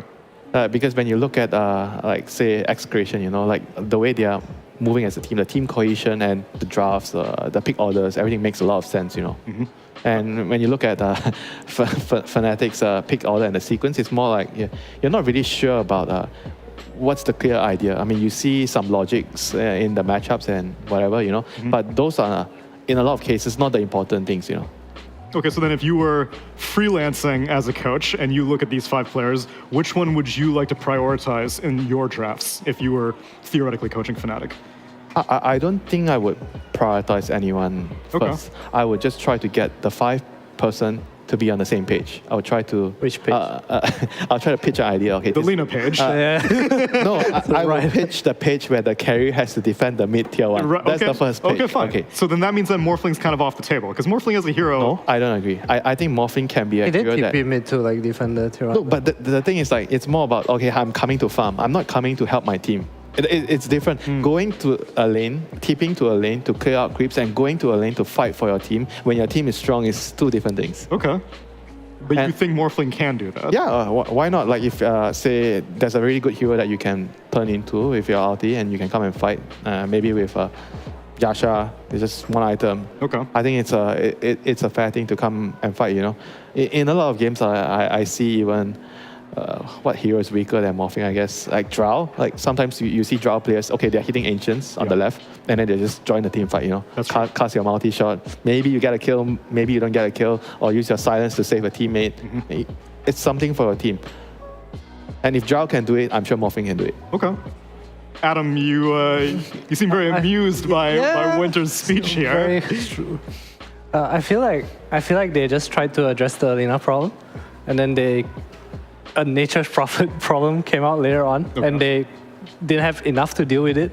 Like Dawnbreaker came out, but we saw through the game like it wasn't enough. I mean, this is precisely what I'm saying, like the direction. They need to have like similar ideas as a team and ideas that are good for the game, you know, not just good for, okay, this person is thinking that this is my matchup, this matchup is bad for me, I don't want this hero in the game, I don't want to play against this, or I want to play this hero in the matchup, and not focusing on what he's just saying, like the whole picture. Okay, this Lina, what do we need? And what do we need against But honestly, Lina? in their situation, when I saw the like 4 heroes against Geek Slate's 5 heroes, like I didn't really know what they could pick anymore. Yeah, it's too late. The first 3 heroes is already too late. It's too far difficult. gone. Yeah. Fine. Then let me give you a new first draft that maybe we can reevaluate, because we got game number 2 getting served up right now, hot and fresh. Ember Spirit and Snapfire picked up for Geek Slate. And you know why? It's because they actually first phase banned the Lina and Tree Protector. Meanwhile, Fnatic pick up the Mirana and the Tiny.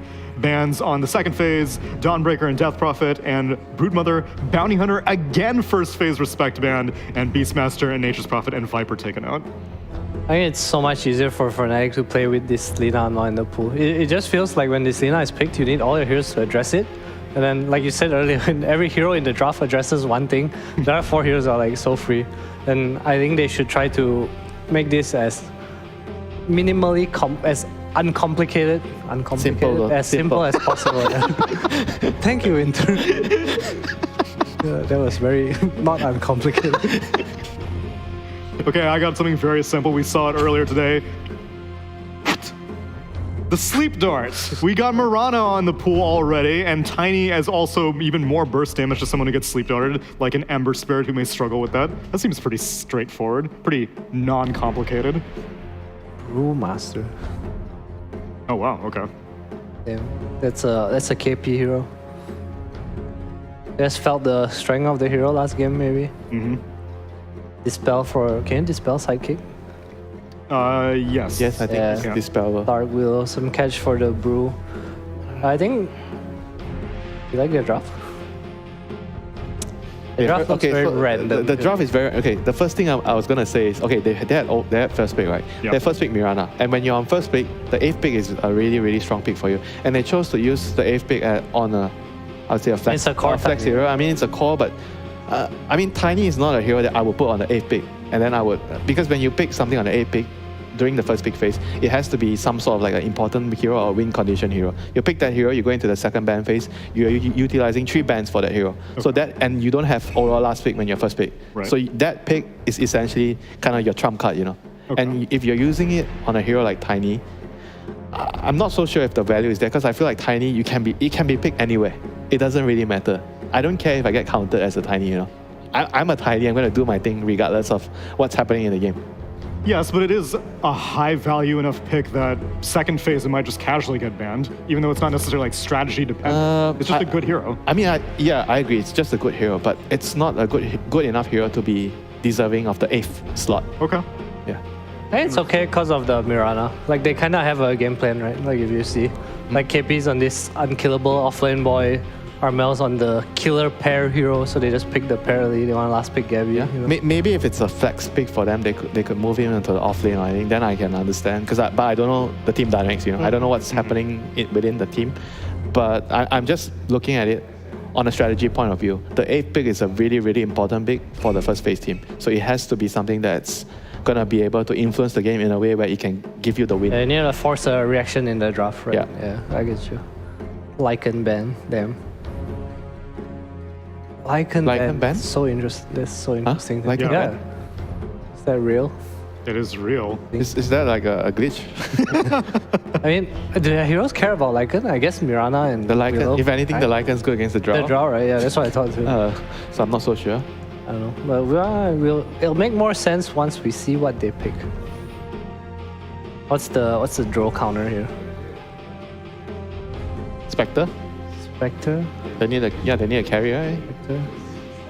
I don't know if Spectre is a hero against all these like grief pipe things. Feels so I mean, you need like a face rush hero, so it's either Spectre, PA. Yeah. Their lineup is built around like giving this ultra late game carry. So I feel like it's either gonna be those heroes like Spectre, PA, or I don't know what else you would want to go for here. Faceless Void? It's really hard to play. Slow. I don't like Void against Draw Ranger. Yeah. Because you use Chrono once and he just comes Yeah, back. then you lose Roche, you lose your towers, and the silence is really good against you as well in the game. It's a Ricky game, guys. That's what I told you, the sleep The dart. sleeping dart into Bramble and you just die. Ricky's like a great hero against Draw, by the way. Because you have like two blink strikes. Yeah, turn off marksmanship. Yeah. I do not buy that.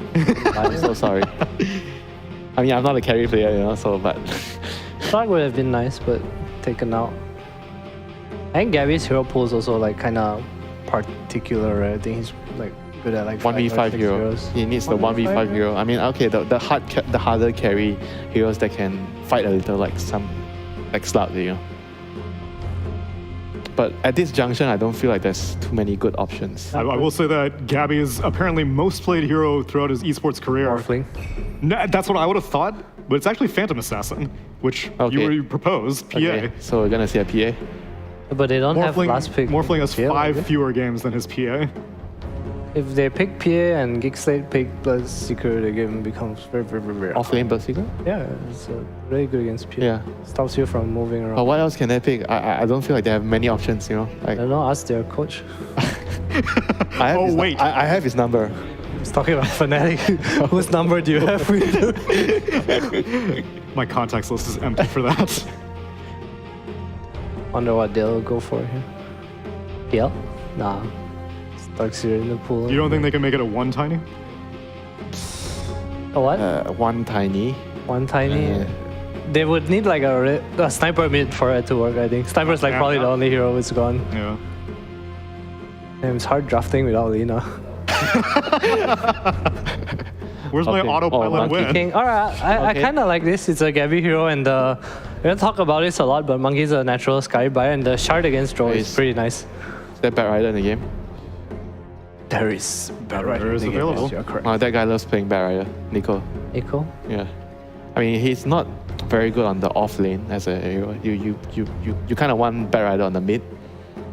But maybe this game I might. I've seen this before. Okay, something that made me believe in Fnatic that happened like in BTS was that there was this one game where Gabby played Faceless Void against offlane Silencer, okay, and he was like 0-6 at 10 minutes. Okay, and it was just a rough lane, okay? And the next game, they played like Monkey King against Viper, and they sacked KP to try lane for Gabby. And I'm like, damn, this team, they know how to fix their problems. Which is like, what convinced me that they would be okay without a coach, you know? It's like, they encounter a problem and they fixed it. But they might be fixing just the symptom, not the root of the problem. Okay, Whoa. okay, doctor. Very deep. So Okay, Batman- how did they Batman is fix here. this Bat Rider problem? Fix the root of this problem, Winter. Alright, Bat Rider is getting tri-laned or they will tri-lane the Drow. There's no way Monkey's gonna lane there, I think. What do you think? Smoke out level 1, try to put a lane ward and check the lane. But what will they do though? Will they tri-lane the Monkey? They should, right? Well, trying the monkey with Mirana below. I mean, I think they might do it, but I don't think it's good for the game. I feel like it's better to just give Monkey a hard lane, help the Brewmaster secure his game, so later the Brewmaster can fight and make space for the Monkey. Alright, 2-0 Geek Slate. Yeah, okay. Yeah, that Bat Rider pick does seem pretty difficult to deal with. Also, I'm a big fan of Yeah, this. I mean, they banned Lycan, you know? Like, Monkey is good Did against we Lycan. justify that? Monkey is good against Lycan. Why did they ban the Lycan? They could have just banned the Bat Rider if they wanted Monkey. They might have wanted something else and then change their mind, I don't know. That's why they need an extra person. I mean, it's hard, you know. I know we're like talking a lot of smack here, but drafting is hard, man. Yeah, drafting is hard. Very considerate of both of these former professional players to say that, but I'm a filthy pub scrub. I see these things and I'm like, you dumbasses. How did you not know Bat Rider was still in the pool? Right, Cap and Avery? You're on my side. Avery, drafting's easy. Yeah, I never had any difficulties with it. No, of course not. I mean, I feel like I literally won every draft I ever drafted. Yeah, your team let you down. Yeah, right? it was 100% always a team issue. I mean, that's the number one thing, right? Right. Even if you lose the draft, you just say you won it. And then, It's the execution that happened poorly. My strategy who's was gonna right argue? the entire time. It was a skill issue. it's always a skill issue. It's always a skill You issue. missed the pole, you lost the lane, it's your fault. I watched the replay. I saw the comms. I had the right idea. We'll see which team has the right idea in this game number 2. Cap and Avery, it's all yours. Is it as dire as they're putting out? This Monkey King situation seems pretty bad. It can be really bad, yeah. Yeah. If it gets out of control, it gets really bad. But he isn't a 2-on-2 side lane. Mm-hmm. And I've seen Well, shenanigans. you think? I mean, they were talking about tri-laning and stuff like that. The one thing I consider is like you can put Monkey versus Ember mid. Yeah. And it gets pretty interesting, right? The problem is you don't really want to send this Tiny in a side lane versus Bat either, but he might do okay. I mean, you have stun, you're tankier, you can spam out some spells with stick. I don't know. It's an interesting consideration that they might be thinking of depending on who they want to prioritize in this game. The downside... I mean, there's like the Avalanche would be nice for, because they have 2 supports that would like a setup stun, you know? Yes. Monkey Mirana is not a weak lane though. Yep. Up with that. Like, I don't know. I could see going even-ish in this lane, and then at some point you go jungle. It takes me back to this game. I remember somebody, I don't remember who, but I think it was a China game where they played, it was Ame. Ame Monkey King played versus a Veno lane. And he just maxed a leap. He died like 2 or 3 times, but he just maxed a leap, like 1-3-1 or whatever. Yeah. And then he just left and he just went jungle at like level 3 or 4. He just didn't even go to the lane past level 3. He died twice, went jungle level 3, 4, and in like 15 minutes, he's like highest network. He's like, okay, I don't have to lane, I don't care. I just max my string and go farm. Like, you can get out of these things, you know. It doesn't feel great, but like they're doable. And so I think that's a consideration as well, right? Like, if you can't play the lane as Monkey, then go play the neutrals, because neutrals can't sticky napalm you. And we saw from TI that the Mirana is probably one of the better supports in lane right now. Like, stats on this hero for a range hero is pretty nice. So I could see a world where Mirana just draws enough attention because she could just challenge the Bat Rider all the time because she's got leaps, right? Yeah, I mean, you can do a lot, right? Like, Mirana can go in and just die for the monkey once or twice, right? Like, you just waste the regen, go in, Starfall, trade with some sticks, right-click, come back, do it again. If you really want to get a carry out of lane, even in a bad matchup, it's doable. It's just a question of how much do you sacrifice, I guess. So I don't think this is some, like, absolute destruction thing, but we've been talking a lot about the lane. I also think it's a pretty decent Bat Rider game, to be honest, so even if you get out of lane, like the pick is going to cause you issues here. I mean, it's 24. It's ultra last, right? You got to be able to play versus things in Dota, adapt, overcome, get some Lotus Orbs up. You have Mirana ulti to play the Vision game. You can get on top of this Drow with the Monkey. The Brewmaster can get on top of her, disable the ult. You have a lot of things that can remove the damage from the fight, and Bat Rider is not a hero that can just mop up 5 heroes. Like, this is a Drow Ranger game, right? So we have to keep that in mind as well.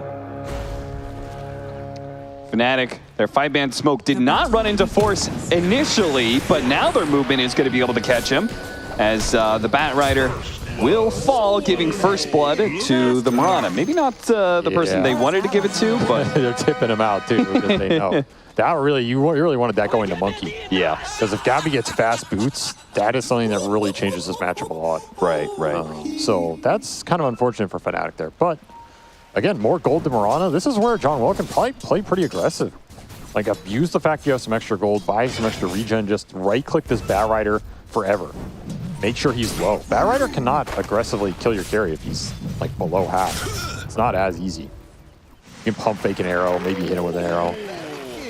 So it's a decent start for Fnatic here. What do you think about this Dark Willow pick? Because I feel like we haven't seen a whole lot of Dark Willow in the last, like, year or so. Well, he's about to be seen back on the fountain, I think. Yeah. Well, they already gave first blood away, so there's the upside there. But yeah, I don't know. Like, I haven't, like, I really like playing Dark Willow. I haven't been a fan of it for a while. The Shadow Realm change, you know, there was that little thing where there's a fade time now. Feels kind of weird and bad. I mean, I feel like this hero looked really good back at, like, Genti and stuff when Taiga was playing it on OG. Yep. And it was just destroying games. The Shard is still really strong. I still have faith in Dark Willow spells. I think her kit is very good. It's about, like, synergy and maybe what it does in the later fights. And again, if these fights are kind of like 5v5 aura battles, maybe her damage just feels a little lackluster. Like, you can throw out all these brambles, but is it actually winning you the long fight? Yeah. Nice move, though. They get on top of Skem. This will win you the fight. Yeah, this is beautiful. Skem had to go for the range creep because the Marcy wasn't around. Went for the range creep, step forward, and DJ just immediately pounced on that one. Speaking of pounce, a leap from Gabby will help secure a second kill for John Well. Yeah, what Bat Rider versus Monkey Lane, lull panel. Now he finally gets his chance. Now he finally gets to talk some smack. You gotta throw a little shade, you know, when someone's that confident. If I've learned anything against Dota, it's when you're, like, super confident about something. That's when it never pans out like that. Do you think it has something to do with hubris? No, I think it's just Dota's a cursed game, you know. It punishes your ego instantly. But this lane's going well for them. Like, they both have the full wand up. They're just abusing the stick charges. John Will's doing a pretty decent job of just harassing the bat down, making sure enemies are low. They got the kill. Arrow the range so you keep the XP up. And anytime you can play under the tower like this, it just makes it harder for bat to dive. So, boots up already. They're cruising in this lane. Yeah. Didn't have to go the, like, max leap abandon hope build. Yep. Oh, no, he is going the max leap. Okay. He's preparing to abandon the lane, which I think is wise here. Like, this is not a lane you're playing with Jingu stacks, right? Yes, for sure. You're not the aggressor, so you may as well just go leap, get some extra farm capability up. Especially since it may not be a bad idea. You know, you were talking about how Ame had to just go straight up jungle, but if they can make this lane go okay, he gets to level 5, 6, or 7. You know, a rotation into the Drow lane sounds pretty good, you know? That's exactly what I was about to say. Like, you TP down here, leap in the tree, leap on the Drow. It's a huge amount of damage and slow. He's just automatically dead. So if that lane is getting to a point where it's too much pressure, that move is is very much on the radar. Skem skirting on by the Brambles. And didn't end up getting any damage there from the Cinder Brew either. No ignition, so that was pretty nice.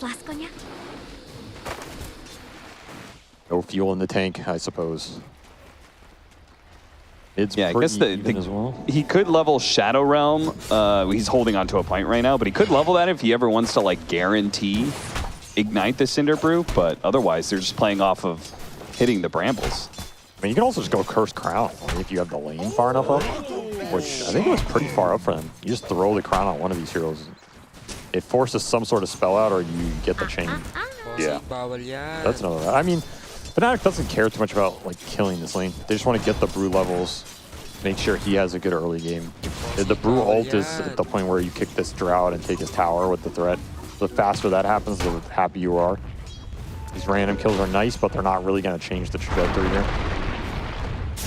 How's the mid lane matchup going? 23-11. Armel really killing it here. Gabby hops onto Force. Forced to use the Firefly defensively here to fly away into the trees, which is exactly what you want. If you are Fnatic anyway. I like John Well manning up here. Yeah. Actually gets the kill. I like it a lot. Yeah. I was gonna say, like, even if he doesn't get that kill, I think that's what you want to do. Yeah. Because you're forcing the resources out of bat onto you instead of the monkey. And all right, Cox, taking it to Armel. He was doing well, but not well enough. Just gets slighted down. Early kill action here. I guess he got him right before he hits that level 6 and gets the big increase in armor. So the slight was, just doing pure damage every single time. Definitely feels nice. Another stun into arrow combo, and once again, Force takes a lot of damage, put on the back foot. I mean, this monkey is doing pretty well. I don't know. Nice. He's aggressing on the bat at this point. It's got to feel pretty good. John Well contesting 6-minute rune here, so this is the big 6-minute power rune for both these melee mids. Pray for haste or double damage. It'll be either.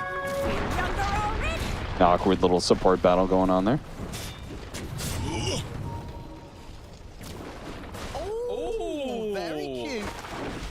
I mean, now you know the chances for the 8-minute rune to be really good just went up as well. Thinking about it. Yeah, that's how you think about it? Yeah. Now you tell your carry to come in. You're like, hey, 8-minute rune, spicy. 2-4 in a laning phase that has gone pretty well for Fnatic. They certainly need it after losing that game 1 against the Lina. Seems they learned their lesson. Yeah, they banned that out pretty quick. But we'll see whether or not they suffer the same fate as Talon, get 2-0'd. One thing I think is really interesting in this game is like they picked Drow into Brew and Tiny. And these are two melee heroes where you get to a certain point where you have like hypothermia and frost arrows and you just kite the big heavy dudes. Yep. But at the same time, Brew and Tiny are probably two of the melee cores who, in theory, have decent counter ability to the Drow. Yep. You get the huge armor she can't pierce on Tiny, and Brew can just split and get on top of her. It's kind of an interesting dynamic, maybe depending on who's ahead. Well, at least for the early game, you do have this Gust, which is going to be pretty nice against Brewmaster. Silence always very effective against him. What a rotation from Cox. Getting the double kill and helping Skem survive in the lane for a bit longer before he inevitably goes to this area right here. John Well has already scouted out some of the stacks going on there. Gabby forced to use a defensive stun. They do have the cookie land. Looks like he dodged the cookie damage, but it doesn't really matter. When it comes to damage, there's just a non-stop amount flowing from this Bat Rider. They do manage to get the Sapphire kill, but John Well's going to die as well. Of course. Cox went back bottom. They have Catapult down here. Oh. This tower took a lot of damage. Yeah, they're not going to be able to... I don't think you can hold it. Okay, he can hold it. He's going to hold it for the next creep wave. So that'll get that tower even lower. Probably about a third of its HP left at the end. Skem just went mid, so he gets extra XP mid. They lose nothing on his bottom lane. He gets to dodge that level 6 boom timing. Rebound away. I think Armel might have been able to burst Raji if he wasn't quite so quick on the fingers there. Some heavy tree hits, man. Yeah, the double damage going to work. Armel's not going to let him go just so easily. Unfortunately, he took a wrong turn in the woods here. Middle tower is under attack. Happens to the best of us. Yeah, I told you that 8-minute rune, DD or haste, it goes up. Well, yeah, I guess so. Radiant's bottom tower is under attack. But I like this conceptually from Geek Slate. Like, you move the Ember down here, you kill the Brew before he hits 6. The Drow gets 6, Drow leaves the lane. Brew And then Drow dies too. Okay, well. Was that part of the game plan too? That was the 8-minute rune, man. I was telling you. 8-minute rune. Avery's not wrong. Rune. You know, they almost had it. It was 9 out of 10. He was up pretty far. That was a little greedy. But conceptually, all that stuff made a lot of sense to me, and I think it worked out pretty well for them. I mean, they're top 3 on the board, right? So they're feeling pretty good. Anytime you can deny this Brewmaster effective ult usage on a carry, you're going to be pretty happy with that. Because now KP's just down here and feels a little sad. Drow back to mid. Yeah, with the Marcy jumping in. And they have the detection, but they do not have the damage, it seems. Arrow. Nice read there from Raji. He takes a step back to dodge the arrow, but still in the clutches of the Brewmaster and Tiny. And John Wells had a pretty good game. Like, he is farmed. He destroyed that top lane, played it pretty well, 5-1. Arcane Boots online, so he can just start giving mana to these cores who use it. Securing runes, getting deep vision up. Even gonna smoke his Brewmaster here. Smarana doing work in the early game for Fnatic. See if the smoke ink lands. It might just intercept the Drow Ranger right as she's going up.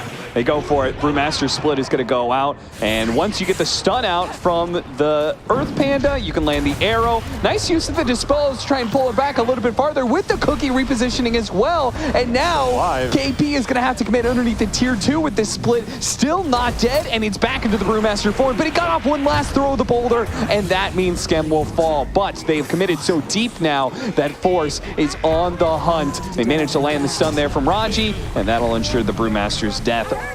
2-for-1 exchange. I gotta say, that's well worth it. A primal split being used as well. You know, if I'm that Drow Ranger, I'm like, fine, whatever. You guys got me, but it's still worth. I don't think he's too sad there. That took so long to finish him off. I mean, you have to split there or you get gusted, but it just goes on forever, and Force gets to clean it all up, which pushes him to the top of the board here. So remember, last pick Bat, he's having the best game. He's going to be a menace in these fights. No early dispel mechanics for Fnatic outside of Mirana ult, just keeping them invisible. Oh, this repositioning of Marcy and Snapfire. Really nice. Yeah, really nicely done. Just basically force-staffing this Drow 10 minutes in the game. Yeah. And Armel's like, And he had the movement speed buff with the rebound. Yep. On top of that, so. I mean, that's why his combo's really nice. Like, the Drow Marcy is going to be something Fnatic has to deal with this game in terms of the repositioning, but also you buff the multi-shot, right? It's going to hit very hard. Oh, yeah. Dire's top tower is under attack. Now Skem's just taking top solo. Dire are scanning. Gotta defend this if you're Fnatic, which they're going to TP some heroes. I mean, is Skem going to die again up here, or? Radiant's bottom tower is under attack. He was thinking about it. Light Shadow going out, seeing if they get the opening here on the Force. Actually dodges. Gus pushback helps out quite a bit. Uses the Firefly. Cut away through the trees, but didn't expect Armel to be coming in from the mid lane as well. Got a little greedy, spent his time there. He said, no, that initiate. Oh, hop away from Gabby just in time. And Armin unable to catch him. With the level 6 on Marcy, they actually really could have killed that Monkey King, just the 2 supports. Yeah, absolutely. That's the kind of game this is going to be, like a bunch of random skirmishes across the map. Fnatic trying to use Mirana ult there to like swing heroes into good numbers position while Monkey farms, and Geek Slate's going to try and use their Bat Rider Ember to start the fights while Skem is, you know, on the triangle rotation here. They don't want to let him hit anything though. This is super aggressive from Fnatic. But very nice if it pays off, and it will. Just another free Drow kill. Their 4th death. Yeah, they are not giving Skem any quarter whatsoever. And all that aggression right next to the mid tower. They just bring the rest of their numbers into lane, and we'll finish it off. KP's just rushing Ags. This is a very different brew build than this brew from last game. We went auras, tank up, run in with the magic resist versus kind of magic-oriented lineup. This is Ags brew, gonna play with the setup and displacement. Of course, you have the brew Mirana combo, right?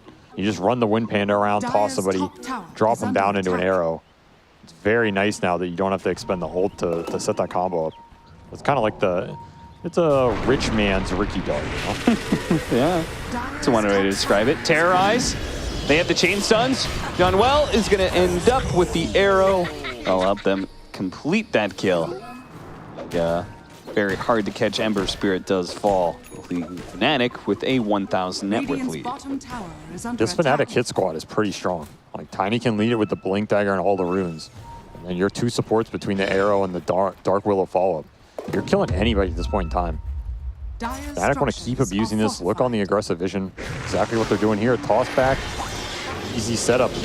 Repositioning with Dark Willow is always a nice one. Just, oh yeah, I mean, she's so much single target damage. Fnatic just completely dominated the last 4 minutes here. They have a 3K lead, but the way they're playing the map, Geek Slate have not answered it well. They need to bring this Battle Rider together with the Ember and fake one of these skirmishes, kick this Tiny out of these areas, because he is a menace right now. He's looking with the haste too. Slate, chains, nothing from Cox. They just want to make sure the Drow Ranger survives, not trying to aggress.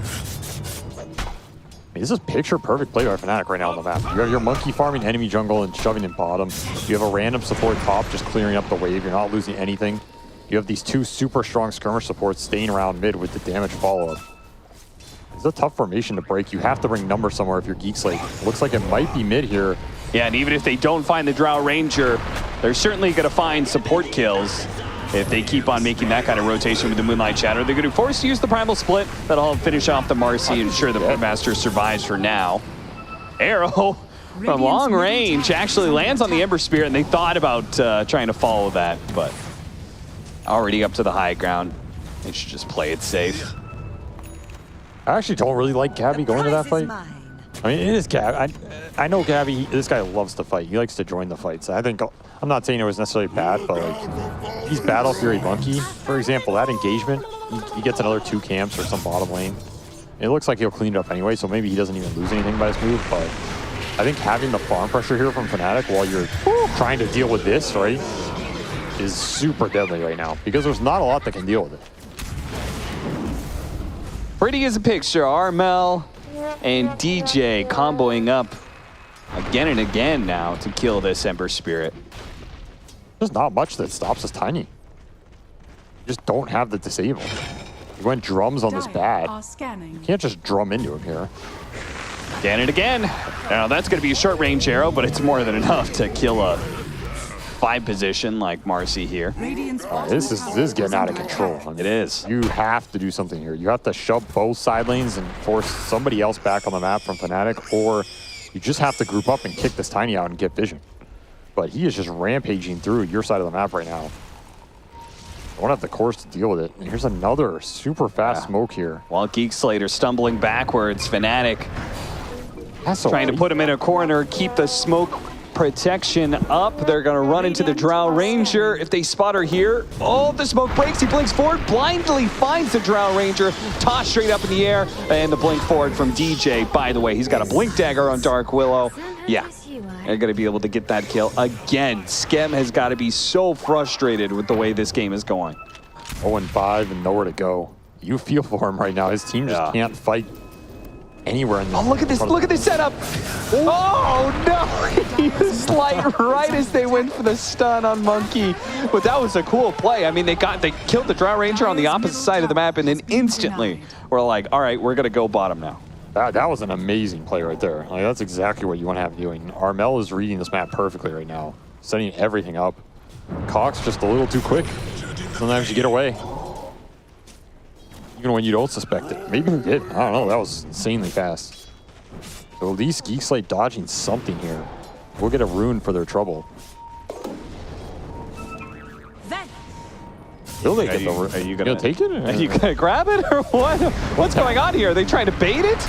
Okay, well the fight is gonna go on here. Raji He's going to be pushed forward off his own rebound. They actually do manage to get the silence onto the Brewmaster, blow up KP, and maybe this fight is okay. No, he gets off the primal split, and now the Brewmaster Pandas are going to set up Armel to come cleaning on through with the jump in from DJ as well. They had the burst damage, they killed the Drow Ranger, they pulled down the Snapfire from the Tornado eventually for a third kill, and a team fight that was oh so close for Geek Slate to actually take it. Oh, and they get the Ember Spirit with the toss up in the air leading into the arrow.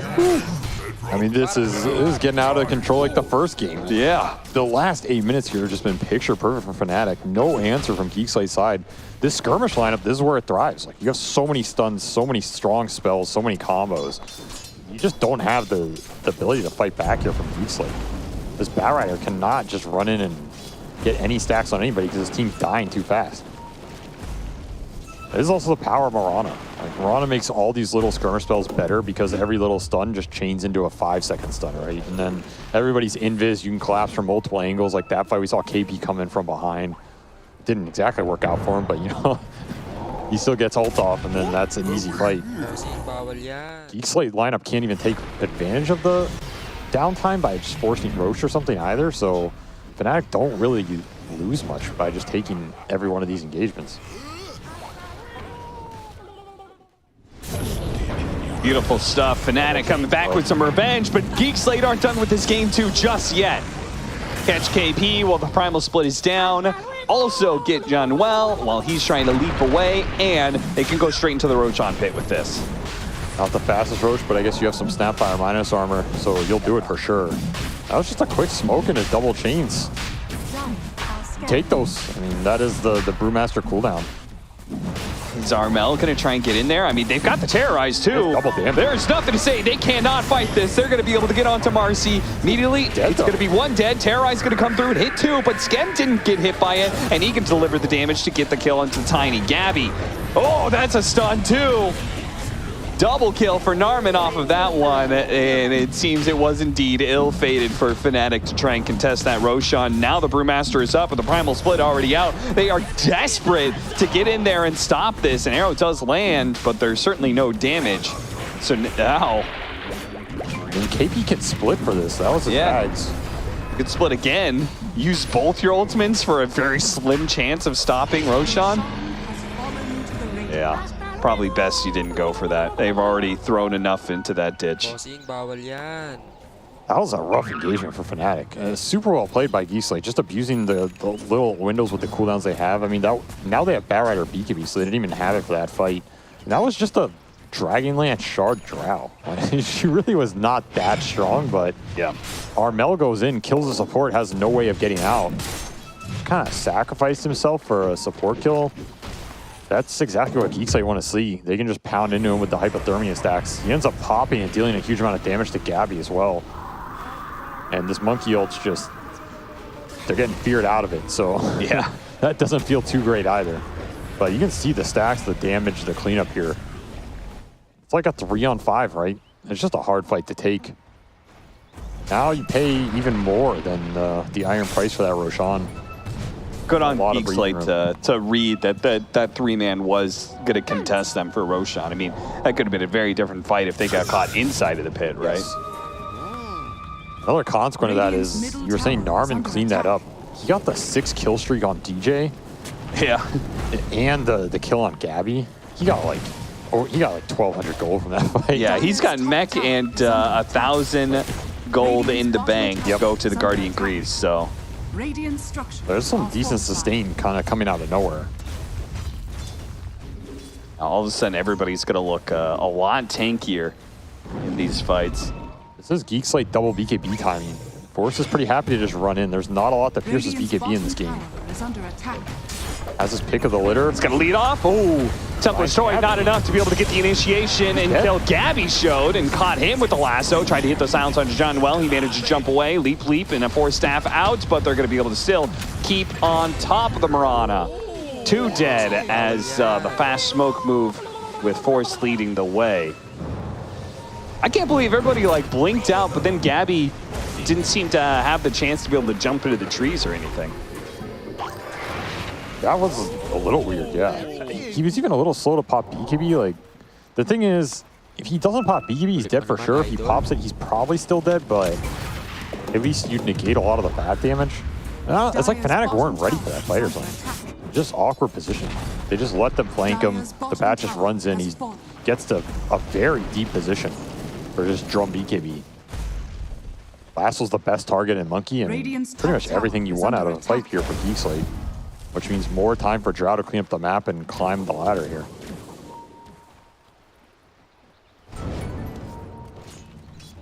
There's a little bit of a net worth swing. Yeah, certainly. Also a trajectory change, right? Total's a lot about momentum, so sometimes just shifting it back a little bit is more consequential than the actual items. 2 minutes Aegis on the Drow Rangers, so I don't think that Gabby wants to start a fight on that hero. A bit of a chains, Lasso pull back. Into the cookie? Into the cookie. Oh. Very nicely done. Armel, who with the fresh BKB, does manage to get in there, hit a 2-man avalanche, and finish off the 2 supports with the help of the Mirana. Now they need to get out, though. Can they get away from this Ember Spirit? Got straight into the roots of the Brambles, so wasn't able to pursue quite the way he wanted to. Gale snatched that streak back from Norman, so happy to return the favor there. That was double damage Ember. That's a hard fight to take. Still pretty good execution by Fnatic of using a tiny BKB there. Just, he's a lot tankier when he doesn't have to get chained and sit there and take it all, so. Smoking up again, trying to look for more. Ember, stun into Brambles. He has no BKB. He walks through this. Oh no, they saw him. They saw him hopping in the trees. They hit the stun though, either way, and the Ember Spirit does get caught straight into the arrow. They try and force staff him out, but he's still inside the Monkey King ultimate, and he'll fall, and the rest of the team has to back out of that AoE. Looks like the Drow Ranger was able to put some damage onto the Mirana though. Fortunately, the Kisses didn't have the information of where they were at, so ult though. They all missed. Tornado go back in. Arrow drops him into the arrow. Nicely played, KP. Well timed on that purge. Still has Aegis for 20. Yeah, they're gonna finish this up, and we'll see what they do on the second life here. Are they really gonna be able to keep this engagement up? An arrow, back into it. Stun first from the Monkey King. Oh, the jump in from the Bat Rider. Get down, Mr. President. Force takes the arrow. Now with the BKB, jumps forward, gets on top of the Dark Willow, turns around, goes to the Terrorize, only hitting the Sapphire for now, as the Primal Split is controlling some of Geek Slate from overwhelming Fnatic as they look to be able to retreat and should be able to get away cleanly. Yeah, what a beautiful arrow tank. I was thinking this Drow is dead for sure, but yeah. Heads up play by Force, just tanks it for his boy, then pops BKB after. He's totally fine. Those are those arrow setups that you have to think about. They're deadly because you have this Ags on the Brew. He can Tornado, set you up, pull you down, arrow you, still have his ult up. This is the combo I think Fnatic should be looking to abuse a little bit more. Especially when BKBs are down, like that Ember at the start of that fight.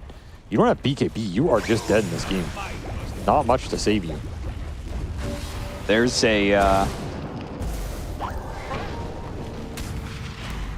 another setup now with the Blink Yules onto DJ. Yep. So even if you don't have BKB, like that's going to be Yules arrow or Yules into Bramble into arrow, nice and easy. And even if you do have BKB, it could just force you to use it, and then the Dark Willow just shadow realms away. We'll watch that last fight again, as it should have been a pretty easy chain stun combination here for Fnatic. Yeah, see what you have to do is you have to go in with Armel and be ready to toss the guy who blinks in back out so the arrow can hit. That's the 100,000 IQ play, but the heads up play by Force kind of salvages this fight. Drow is dead for sure if that doesn't happen. Yeah, really nicely played. Back into it though, Fnatic once again trying to be the aggressors with these smokes. They get the information, they lead off with the stun, they get the arrow combo. They're always going to be able to get the initial kill that makes it a 4 versus 5 and makes it unlikely that Geek Slate can fight back. That being said, Roshan cannot be up for another minute, so controlling this part of the map for a Marcy kill doesn't necessarily give you that much. Yeah, this Mirana has destroyed this game. Yeah, like we can see why this hero's first pick. The Mirana ults have been devastating. The vision advantage, setting things up, the follow-up on all these small disables with the arrow. The fact that she's able to farm so much, she has Force and Lotus now, which are huge for this lineup like some Radiant's top Ember tower Pat is heavy under skirmish lineup that's relying on chains and napalm. The fact John Wells got into a Lotus means a lot. He has had a very good game. Fnatic benefiting the most. Looking for the next Roshan here, really. That's kind of the biggest objective in this game. Aeon disassembled for KP as well. Yeah, they saw that and they did not want to jump KP, knowing that he did have an answer. What have you made of this Brewmaster Aghanim Scepter? When this was first announced, this was immediately what I thought of would be the most broken. Is just, okay, managed to get the lasso with the follow-up, and Lotus Lasso makes things a little bit awkward for Force, who wanted to bring them down into the low ground of the Tier 2, but was denied that due to the fast reactions. Narman's going to be caught by the Dark Willow with the Brambles and the stun. Very awkward. Who got off that Lotus Orb so quick? John Well just Lotused himself. Damn. He's just a monster. That was insanely fast. That said, I don't know if that's the target you want to be lassoing. Yeah. Either way, like, that's the power of Lotus Orb in this game. This Geek Slate control is very single target focused, so the net worth you're paying off. All of this is posturing for vision control, the posture for Roshan. So every time Geek Slate fails to take this hill, they're going to try again. Got to be careful with your positioning here. Armel gets a bit far forward. The Drow Ranger delivers some hefty damage in. Pops the BKB, and with the Moonlight Shadow should just be able to walk it off. Actually looking to go back in with the Blink coming up, but no. Just the full vision control. Yeah. So obnoxious right now. Like, how do you go anywhere when you've got both the Moonlight Shadow and you got this like primal companion thing running around all the time? Very annoying. If it's not the companion, it's Brewmaster himself with the Eon disc sitting on high grounds. I guess that's why you banned Bounty Hunter. You try. It all makes sense now. There you go. All right. I'm gonna try again. Take the hill round 3. See if we can get this high ground. Fnatic, who just left supports over there, are going to be forced to retreat. So now, Geek Slate own the part of the map that is required to contest Roshan. They will have a chance to do so. Roshan will be up in just 30 seconds. And completed Scotty on Gabby just in time. This is a huge power spike for the Monkey. If Fnatic can take the fight around the Wukong's command, anchored in those Monkeys, they're going to be super happy. I don't think they need to aggressively force anything here. You just play for the objective, because the idea is you can force them into your Monkey ult. That's a very tough fight for Geek Slate to take. Their lineup is kind of committal, outside of bad dragging someone out of it. Dire are scanning. I mean, screw that, I guess. Just take it to him with Ronald or Smoke. You don't even have Ronald. Just Lotus the Tiny in, no fear. Raji sitting on the high ground. They were ready for that, and they give up their 5 position. They tried to help him out with the cookie, but ultimately it was never going to go well for him. And Fnatic with that just slight advantage, feel like it's enough to do Roshan. They're probably right about that. Mel's just cutting mid-wave, doing a little scouting, make sure it's uncontested. KP is just hitting it with a Fire Panda. Pretty interesting. Doesn't look too effective, to be honest, but... Yeah, no, it's not nearly as much damage as you would hope. But now they'll clean it up pretty fast, and this smoke is going to be late. Yep, it is. 4-man smoke. Ronald, or is it? Moonlight Shadow. Fnatic. They're going to keep committing for it, and Monkey King wants to. Gabby wants to keep going for it. The kids are going to start raiding in. They're getting some decent damage, and Ember Spirit, he's going to follow that up. The BKB immediately going off. They're going to contest for the Roshan. Who's going to be able to outright click it? Will it be Cox? No, Gabby actually stopping it. He actually jumped over and got it. Snatches up the Aegis away from Gabby. Got the shard as well. Even the Roshan kill. Gabby is going to be left with nothing but death. There's a 2-man terrorize on top of that one, with Armel getting the toss and avalanche down. Armel using the BKB to TP out while the rest of his team tries to clean up some of those kills. It is still, at the end of the day, Skem with a double damage. He is the king of this fight, and everybody from Fnatic is going to have to retreat if they can. And Cox God right there just gets the Roshan kill, the Aegis, and then somehow picks up the shard before he dies. The Monkey's BKB timing got wasted by the Snapfire ult, so he's committed to this point. Just taints the full Wukong. Gets a little remnant in action in here. I mean, sick plays all around. I don't think you should have got that shard, but you take what you get here, and then, oh, this monkey has no BKB. Time to just jump in. Very awkward fight for Fnatic. Great stuff. Just well played by Cox, reading the situation well. That's the power of spirits around Roche. You always have a chance to get that steal. That's massive for them because Aegis on this monkey is...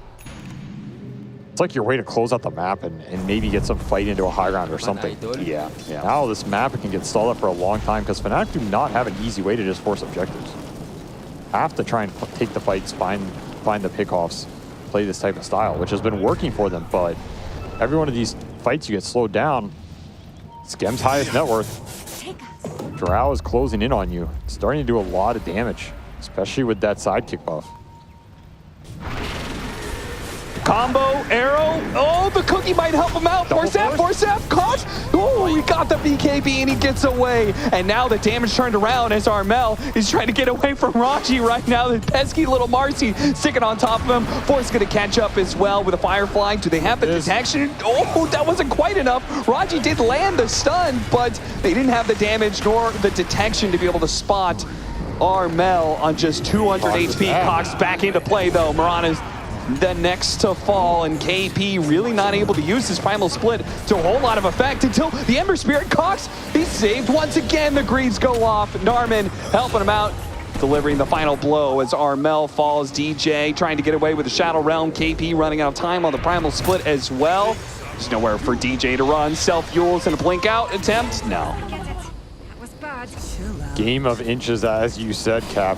These mids are living on no HP. Cookie double force just to bail the Ember out, dodges some projectile right clicks with Slate, lives off the Remnant, comes back to clean up the fight. And Cox is having a hell of a game right now. Yeah, he certainly is. He is thriving in this space. Shout out to the supports, man. That was, so much help from everybody there. Both the supports and Force as well, giving him the staff. And the Greaves buff. He probably dies there if he doesn't have it on the low HP. And Armel, he does a decent job of getting out here as well. Like Illusion Rune into the Shadow Blade, another Force Staff. Both teams saving their mids. The due diligence paying off. Just not able to turn here from Fnatic. Too much range damage. The Drow is really starting to hurt them. They don't have the best innate gap close unless they jump together, and the fight gets discoordinated like this. Drow just starts plucking away with those hypo stacks. They add up. Caught Narman. He's hanging around the cliff area. The Bat Rider somewhere around. They thought they could maybe find a pick, but instead they find the full stack of Fnatic outside of Armel. The vision battle continues. Yeah, pretty much. I think Geek Slate feel a lot better about the position now than like 10 minutes ago, right? This Ember starting to scale into the late game. He's pushing towards an Ags now. Drow top net worth, doing some serious damage. Your Brew is, he has good utility, but he's not killing anybody. So then it comes down to you have to take the fights around Monkey Ult and Armel. Get tougher, but these pickoffs definitely help. Certainly do. That's the Mirana ult. They can always play the map and find these isolated targets. 5K net worth lead for Fnatic, as we've had a bit of a roller coaster back and forth. Once upon a time, though, it was 92% favored to Fnatic. Yeah, that's not too bad. Yeah, Geek Slate. Or I guess it's really bad. Yeah, for Fnatic, you lost control of a game that felt pretty won. But I don't know. I never felt like it was that one-sided. I don't think it was 92, but yeah, that's Dota Plus is a little. Yeah, maybe it was like 89 or something, but 92, that's. Oh, yeah, of course. And then creeping over the 90 line, that's a bit too far. Just one or two fights in this meta. Like, these net worth differences are not that big if you get the right item timings and use them well. That's the power of aura items too, right? They're max value. I managed to catch KP. KP calling their bluff right there. Radiant's still holding on to the Aeon Disc Assemble. Fnatic just really want to find the jump on this bad Ember or Drow. Like, any of the cores, they'll take them. Armel, I feel like Armel jumping a support is it's okay if he can get forced out or something, but it can also be kind of awkward. Like, you might not kill this hero through Greaves or some Force Staff, and then you're just stuck. You show here on this creep wave. It might be bad, Armel. He doesn't immediately get jumps. Cock's a little bit too far away. I think one of the other problems this game is we haven't really seen this monkey ult go to work. We haven't seen him be able to gap close the Drow either. Just hard for Gabby to run through all this trash in the way, you know, like, and find this target that he really wants to get on, which is Skem, who also has Shadowblade now, so it just gets harder and harder. Yeah, I mean, even if he does, he's got Shadowblade, Manta, Hurricane Pike, so he's got a lot of different effective ways to get out of movement, and they have the Marcy and Snapfire, both 2 supports with repositioning abilities, so it is... You got to get on him like 5 times. Yeah, pretty much. It's tough. It's tough. At the same time, if you don't get on this Drow, she's just sitting there with marksmanship. Dire's bottom tower is under attack. Late game Drow things. Radiant's top tower As I said, the reverse Lina card. Still not sure what that means, but I think we all know what it means at this point. Right. AC almost done for KP. Radiant's top tower is under attack. It's like an evil twin, you know? Lina's evil twin. The Drow Ranger.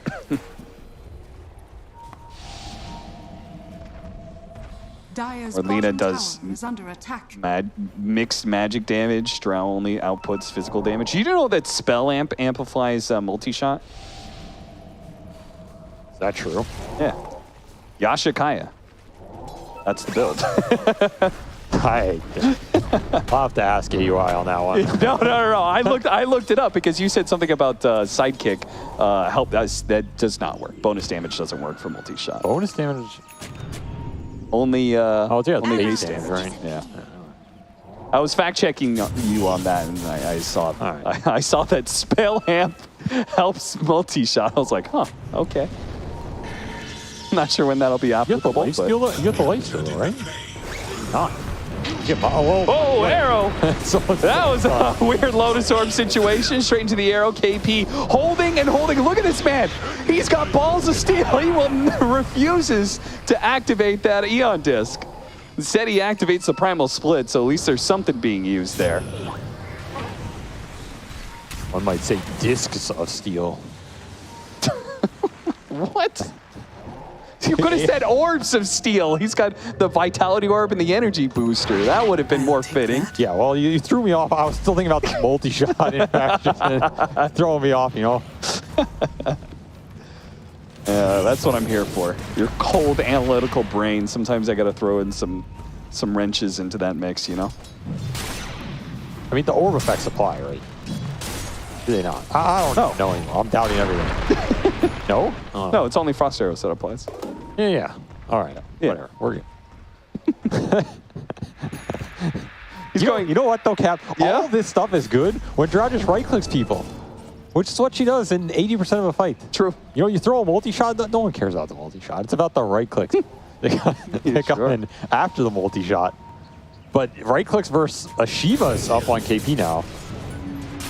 He's tanky. A lot of bonus armor all over the place. Skem hunting KP. Are they finally going to force him to use this Eon Disc that he has held on to for like 15 minutes? No. Apparently not. They are not. Another Ronald. Again, Roche is up, so this is just all about vision right now. Full nullifier on Gabby. On top of Basher. He got some items in the last few minutes here. He's like toggling ninja gear as well, so this monkey is smoking himself. Might be able to wrap and find some super good angle. So Hurricane Pike isn't going to help as much, nor will the defensive force staffs that have been used. Right. This Cookie nullifier and Dispose are still in full effect, though.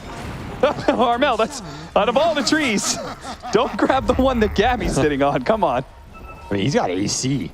Huge power spike here for Fnatic, actually. If they get a good Wukong command fight, they're going to decimate them with the armor stacking. Oh, but they are circling each other. The smoke's on both sides, and they ramp into the opponent's high ground. Fnatic knows what's up now. They realize Geek Slate. There it is. KP running in, just trying to get the vision with the Shivas and help. The arrow going out Lands on a neutral creep. Instead, they catch the Sapphire with the combination. Raj is going to try and help out there. Pop of the BKB, chasing after some heroes. DJ Shadowrun where he can. KP chasing after, and they manage to get him. Gabby got on top of the Drow Ranger. Finally, the BKB is going to be used and immediately pulls him out of the Wukong's command. And now at a distance, the assassination goes to work, and Scam will finish out the Monkey King. You thought you caught the Drow Ranger. KP actually dies inside of the Primal Split. That Aeon Disc still ready to be popped, but it seems will never be activated as Geek Slate. I don't know how they managed to turn that fight so well. What a catch from the Bat Rider. I mean, that's got to be the biggest moment. That looked good for them because all the BKBs from Geek Slate got popped pretty early, and Fnatic hadn't really committed, right? Gabby's just waiting for his window, jumps, gets the right target, Wukong's. The ring's not big enough. Just gets dragged out. I mean, you can't nullify everybody, so somebody's going to be able to use Force Staffs here, and he might have got Hurricane Piked right when he was on top of the Drow too. I couldn't see, but so not connect for long. The Brewmaster with the split was on top of the Drow, but where was Cox? That's my question. I mean, Cox is just in there BKB. Like, he BKB'd super early, he's just fighting the Tiny. Yeah. Nothing's really happening. Gabby finds the jump, gets the Abyssal into Wukong here, but he just gets dragged out. Yeah, I feel like in this moment right here, we need somebody on top of the Drow Ranger, right, to limit that marksmanship damage. I mean, it's supposed to be the Monkey. Yeah. Yeah, it's just too hard at this point. I mean, I don't know, maybe you have to jump him together, right? Like, you might need this Tiny combo on top of the Monkey go. Or you just play more patient there and let this Brawl waste some BKBs. Maybe you jump the Ember when his goes down. Either way, that did not look close at all, to be honest. My thanks. Butterfly for this Drow Ranger. Yeah. Doesn't help at all either. Cox was building an Aghanim Scepter, got the point booster, and then he was like, all right, well, we won the Roshan fight, so I'm going to get a free Ags out of that, and now he can go Refresher.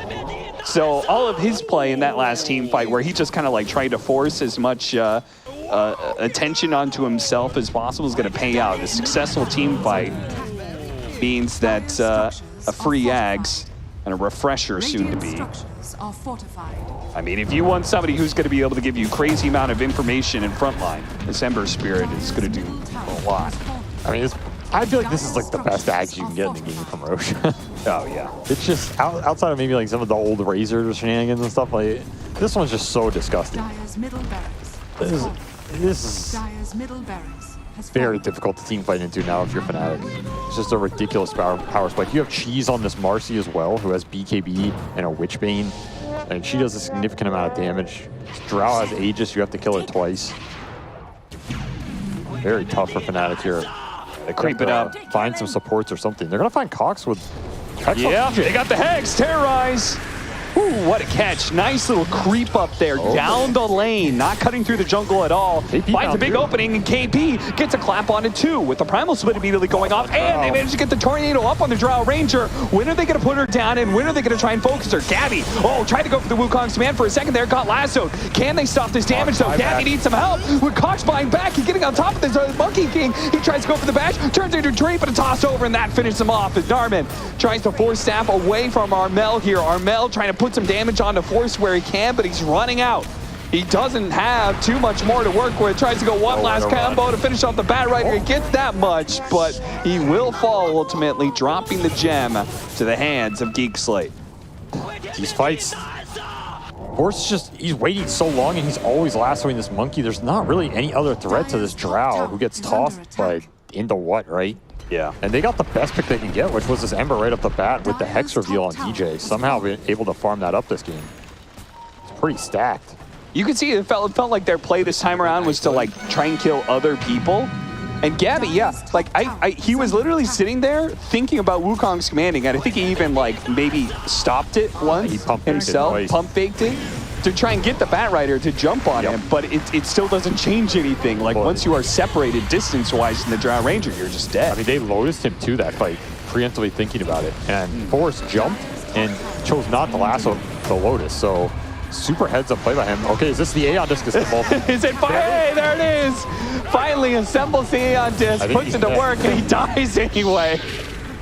That's rough. That's Gem. All right, John, we'll recover here. I almost feel like this Monkey needs Satanic the more I watch these fights. So like when he gets dragged away, he has a second life. Yeah, because he's not dying in the lasso. I mean, what about Lincoln's? Couldn't somebody have gotten Lincoln's for him? I feel like it would have got. I mean, it can get popped, but I don't think the issue is him getting lassoed or like bad. It's what happens after that, right? He just doesn't have enough HP or sustaining the tank to be able to take the fight, and there's just not much that helps him. I don't know. They need some ability to sustain their damage through the fight longer. The way I see it is, if Monkey King dies because of the Drow's damage, but Drow dies to the Wukong's command. So in my mind, that just means that the Wukong's command is actually your best form of defense. And so anything to get that off at that point. I really feel like the Lincoln's was actually the solving piece here.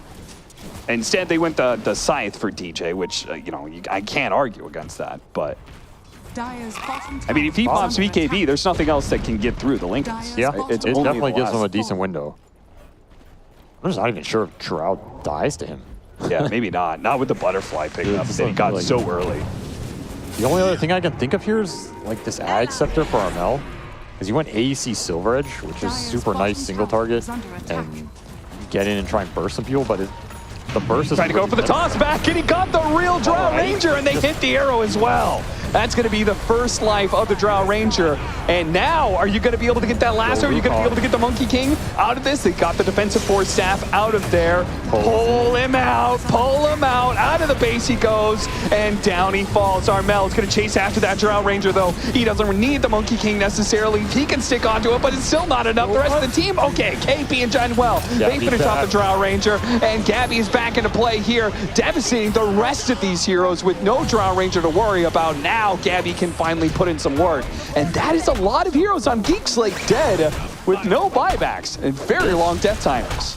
That is a pretty good fight for Fnatic there. I mean, you're going to sacrifice some of your monkey scalability, but he gets, the big thing is he gets to level 25, which might be more powerful than an item, right? Because now you get the super large ring, which is huge in these scenarios where you're trying to drag him out of it or people are trying to force out of it. Yep. So Gabby's not too sad about that, and Armel got a lot as well. Not the worst case scenario considering Drow gets the BKB and fully disengages there. Armel just mans up, smacks him with the club. Yeah, look, he's just running after the Drow Ranger. And did just enough damage for the rest of the supporting crew to kill the Drow. I mean, if Drow ever dies, it's free reign for this Fnatic squad. Yes. But of course, that was 2 lives, right? I also think that Aegis was like 3 seconds off or something, I feel. It was close, but either way, like it's a good idea of the fight. You have the displacement, toss the Drow in. Anytime you get the toss on Drow, you should immediately take it. Look at the spirits. The remnants are killing the creep wave. They'll have a bit of time where the backdoor protection is down, but combined with the glyph, that pretty much just kills the push. They're not going to be able to do any more building damage with everybody from Geek Slate coming back up. Power of Ag's Shard Ember here. Yeah. He's also level 25, so he does a lot of damage. Yeah, double Slate. Well, it looks like Gabby is thinking about Lincoln's. And he does finish it. Okay. Sells a little bit to get there, but now he's level 20. He's level 25 talent with the Lincoln. So, like you said, he's harder to touch in that BKB, and he has the massive ring. So if he can get in the right position for this fight, KP trying to bait himself a little bit. Got strength blink on this brew. Back up, yeah, he's very big. I mean, this is pretty. If you land the strength blink plus Shivas, it's a lot of AoE slow. Yeah. You don't want to pop BKB off that, but at the same time, it's something that could really easily set up a good jump for Gabby, right? If you land the Drow with these and she's just kind of sitting there, you buy a decent amount of time for Armel and Gabby to close the gap and pick their target correctly. So, kind of cool itemization here from KP. I could see it paying off. Another smoke wraparound. Geek Slate really putting a lot of effort into trying to catch Fnatic. This is a good wrap. Yeah, this is a very good wrap.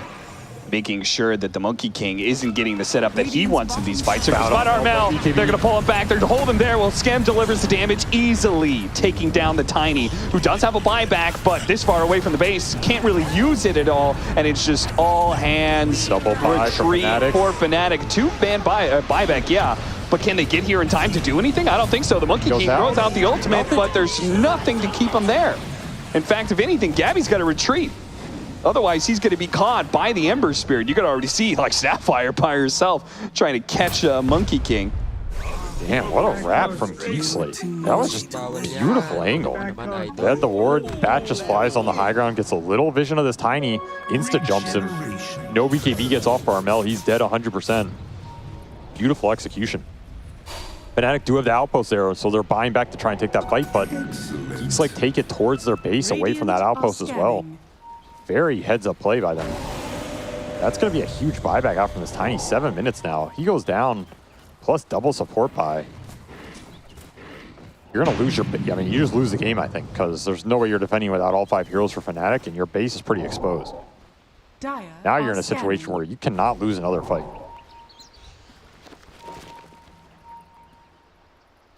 I mean, you have to get the toss back. If you get jumped on Fnatic, I think, the fight seems impossible because you're not going to get a good ring. Like, Drow just has an absolutely free fight then. So I think you have to jump Geek Slate here, and you have to get a toss back or some sort of chain stun into Arrow. Maybe DJ can lead with Hex if you see a good target here. Drow just showing in the river. Okay. He has Lincolns. Yeah. Small opportunity. Yeah, how do they initiate? They can't blink sight like they used to. He does not need to lead this charge, but he is leading it. I don't know, he's got the Lincolns. He feels like he's invincible. It's certainly not the case against a Tiny, but... Yeah, maybe he just doesn't care with the buyback too. I don't know. See, I would get that if he had boots of travel. KP trying to force some vision. Aeon popped. Yeah, at the same time, an arrow landed on the Bat Rider.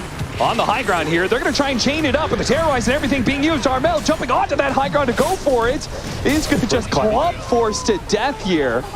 Just at the same time, what about the Drow Ranger? Skem, the Primal Split. He's just trying to stick on top of the Drow Ranger and draw some attention while his rest of the team repositions. The Fire Panda does manage to get away, so he's not going to die inside of his ultimate here. But if he's not careful, nice blink away before Skem could land the damage. Into the Roshan pit they go. Despite the fact that Bat Rider being dead, several large ultimates from Fnatic being used, Skem makes the call that we can take really this anywhere. Fast. Arrow hits onto Roshan. Helps him out. They're going to try and get in there. See if they can blow up the Marcy nice and quick, and they're not going to complete the Roshan just yet. Skem actually forcing over to the side, popping his BKB, trying to deliver some damage where he can, but they're just hopping away from him. KP doing what he can, jumps up in the air, but it looks like he's going to be finished off with the Drow Ranger, but he bought enough time for Fnatic to take the entirety of Roshan. Gives up his life because he had buyback, and the rest of the team could grab all of the spoils of Rosh. Pretty decent trade here for Fnatic. Now you might get forced to use these buybacks, but you get everything out of that when you were looking down the barrel of getting everything. So now you have a Refresher Shard and base. You got an Ag Scepter as well, which Gabby takes. So he gets free Ags, an Aegis, and a Refresher Shard. He doesn't even have the slots for all this. Needs a Lone Druid Bear or something. Looks like they're gonna ring toss back. Row one, see if they can get the toss back, but Force Staff away. Oh, don't let him escape, he got the toss. Skem tries to use the Force Staff to get out one side of it once again, but they will manage to finish him off. Drow Ranger dead, immediate buyback from Skem. They're gonna try and force this, but there's still an Aegis on the Monkey King. A lasso onto the Tiny with the BKB fading. The kisses are gonna be enough. Now Skem is gonna be joining them with a Boots of Travel in. Two dead with no buyback. It's all up to Gabby now with this final life for the Wukong's man. He needs to be able to kill that Drow Ranger. Drow going back in to finish off the Monkey. Dodges into a tree, but it's not good enough. That is it. Fnatic will die in a final attempt to take this Geek Slate. What a call from Skem. Several calls there.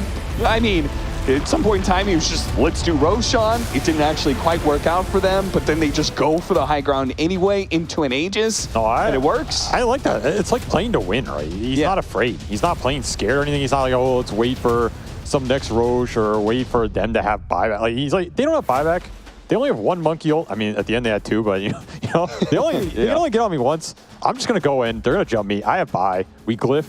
He TPs to glyph catapult. It's guaranteed. Comes back in. They take, you know, the 5-on-4, whatever it is, without monkey. I mean, he had another monkey ult, but like at that point, it doesn't matter. They kill some other heroes. They're just heads up play. I like it. It's aggressive. It's very thought out, methodical. That's the type of gameplay that wins you games. Even if, maybe it's like theoretically not even correct. Who even knows? It's just decisive.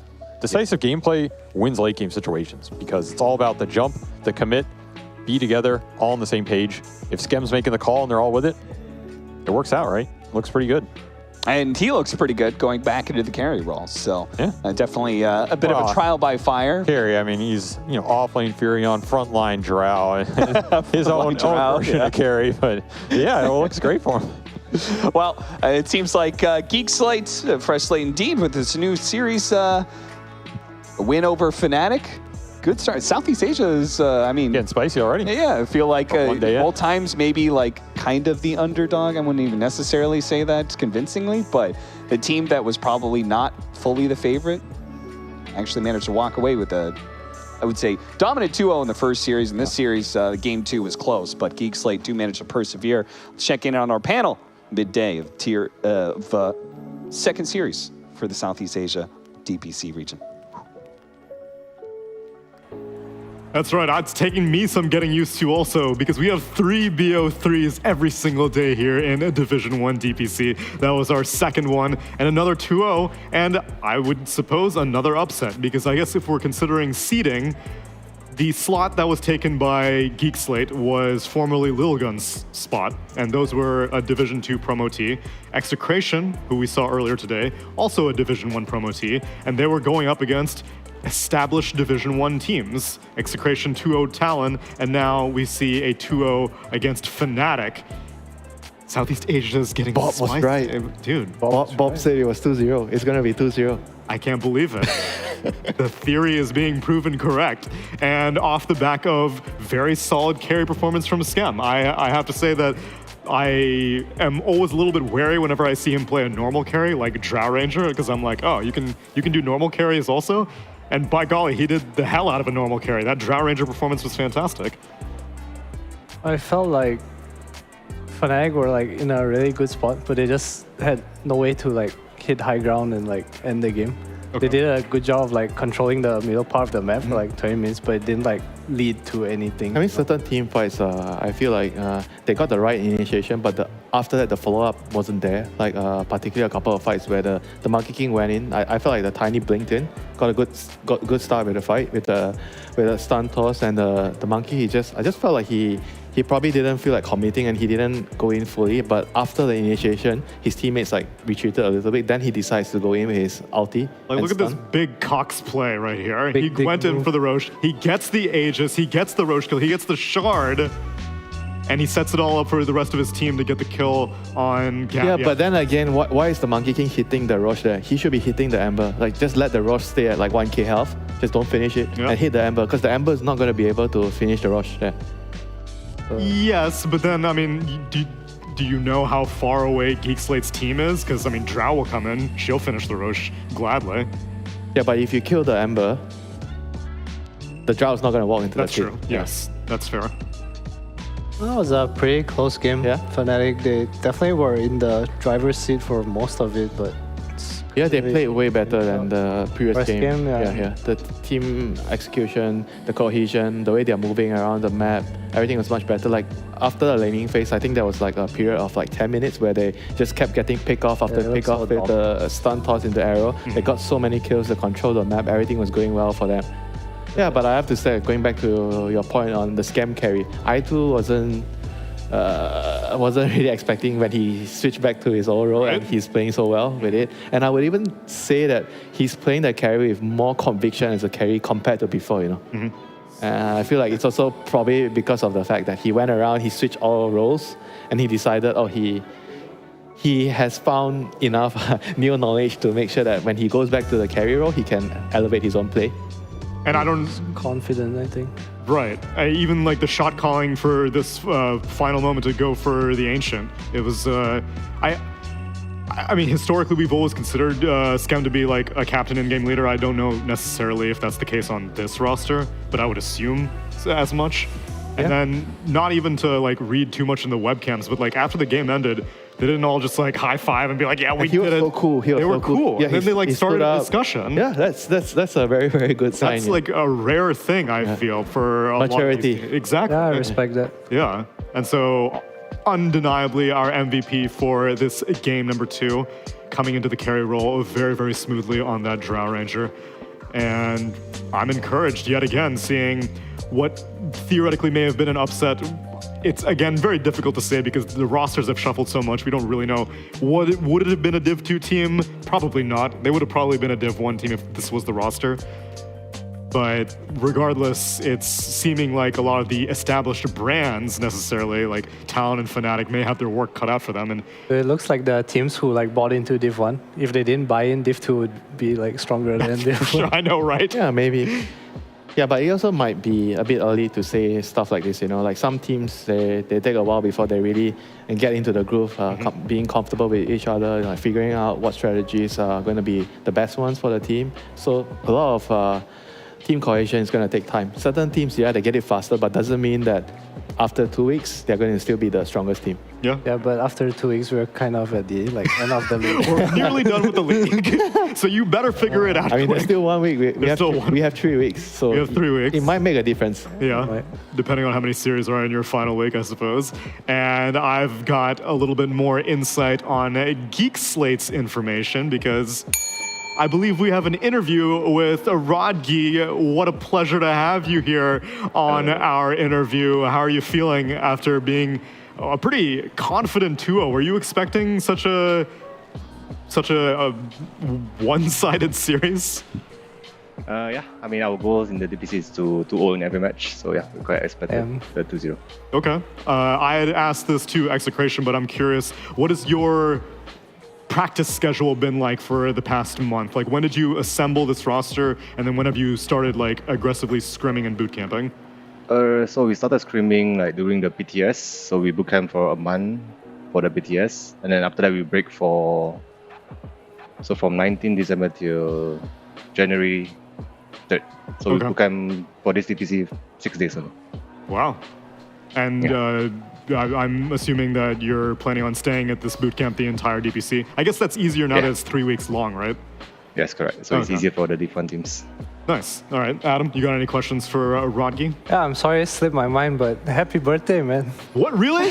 Are you serious? Thank you. Yo, happy birthday! What a birthday gift this was. No wonder you got the 2-0, you got the buff. Easy. All right, so what are your birthday plans now, you know?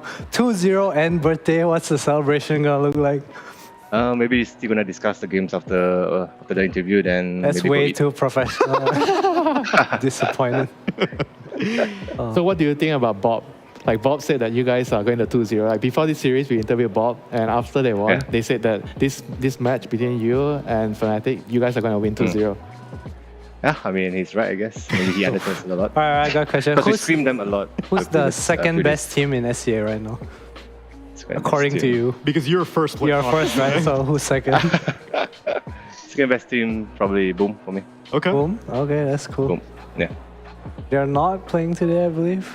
No, the final series of today is going to be Blacklist and Bleed. So, how has your whole roster shuffle ended up for you? Because so Skem's back on carry. Is he still an in-game leader? Because it seems like Skem's lineups always have him being like kind of the captain.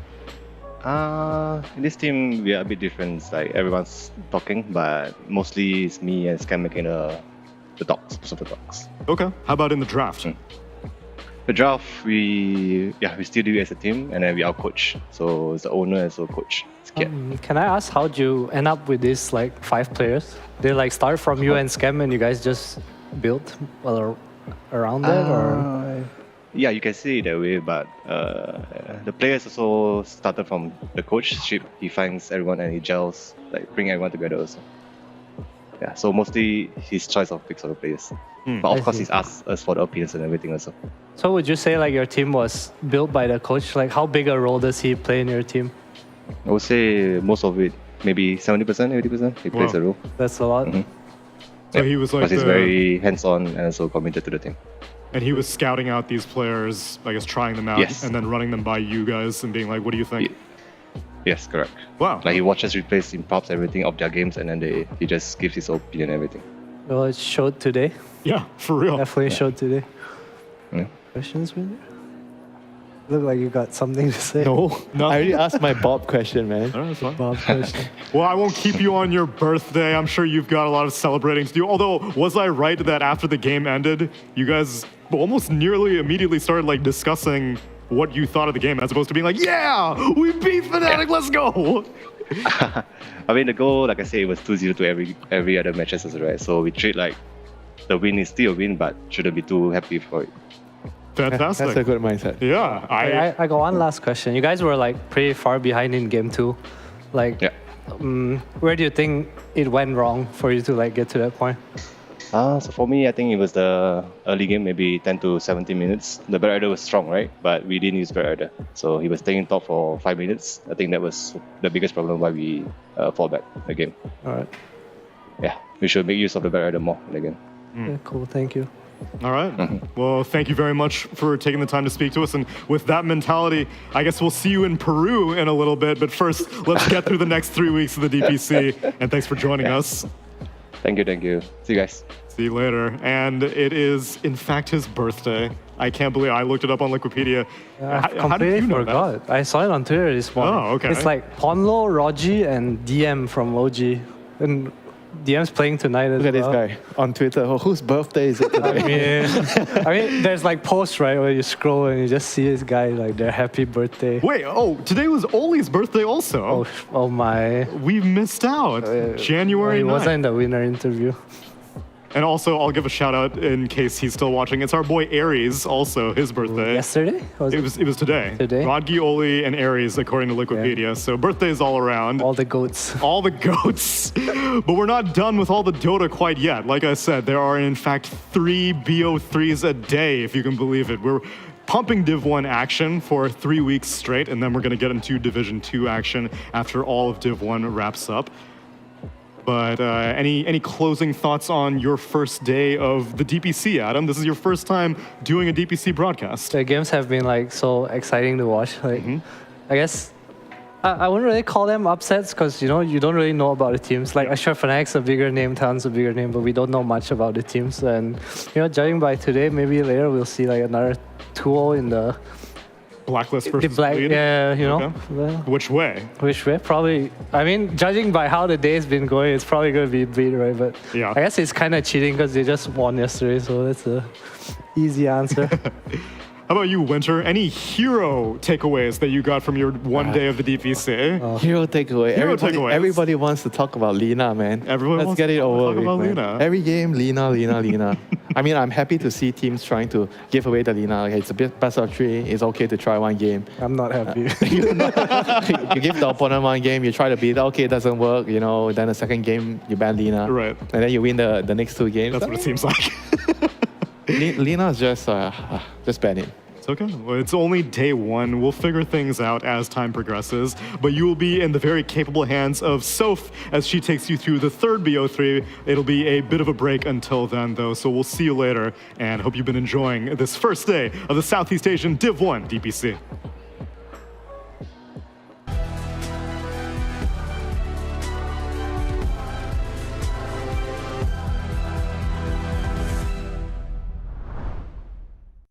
Three, two, one.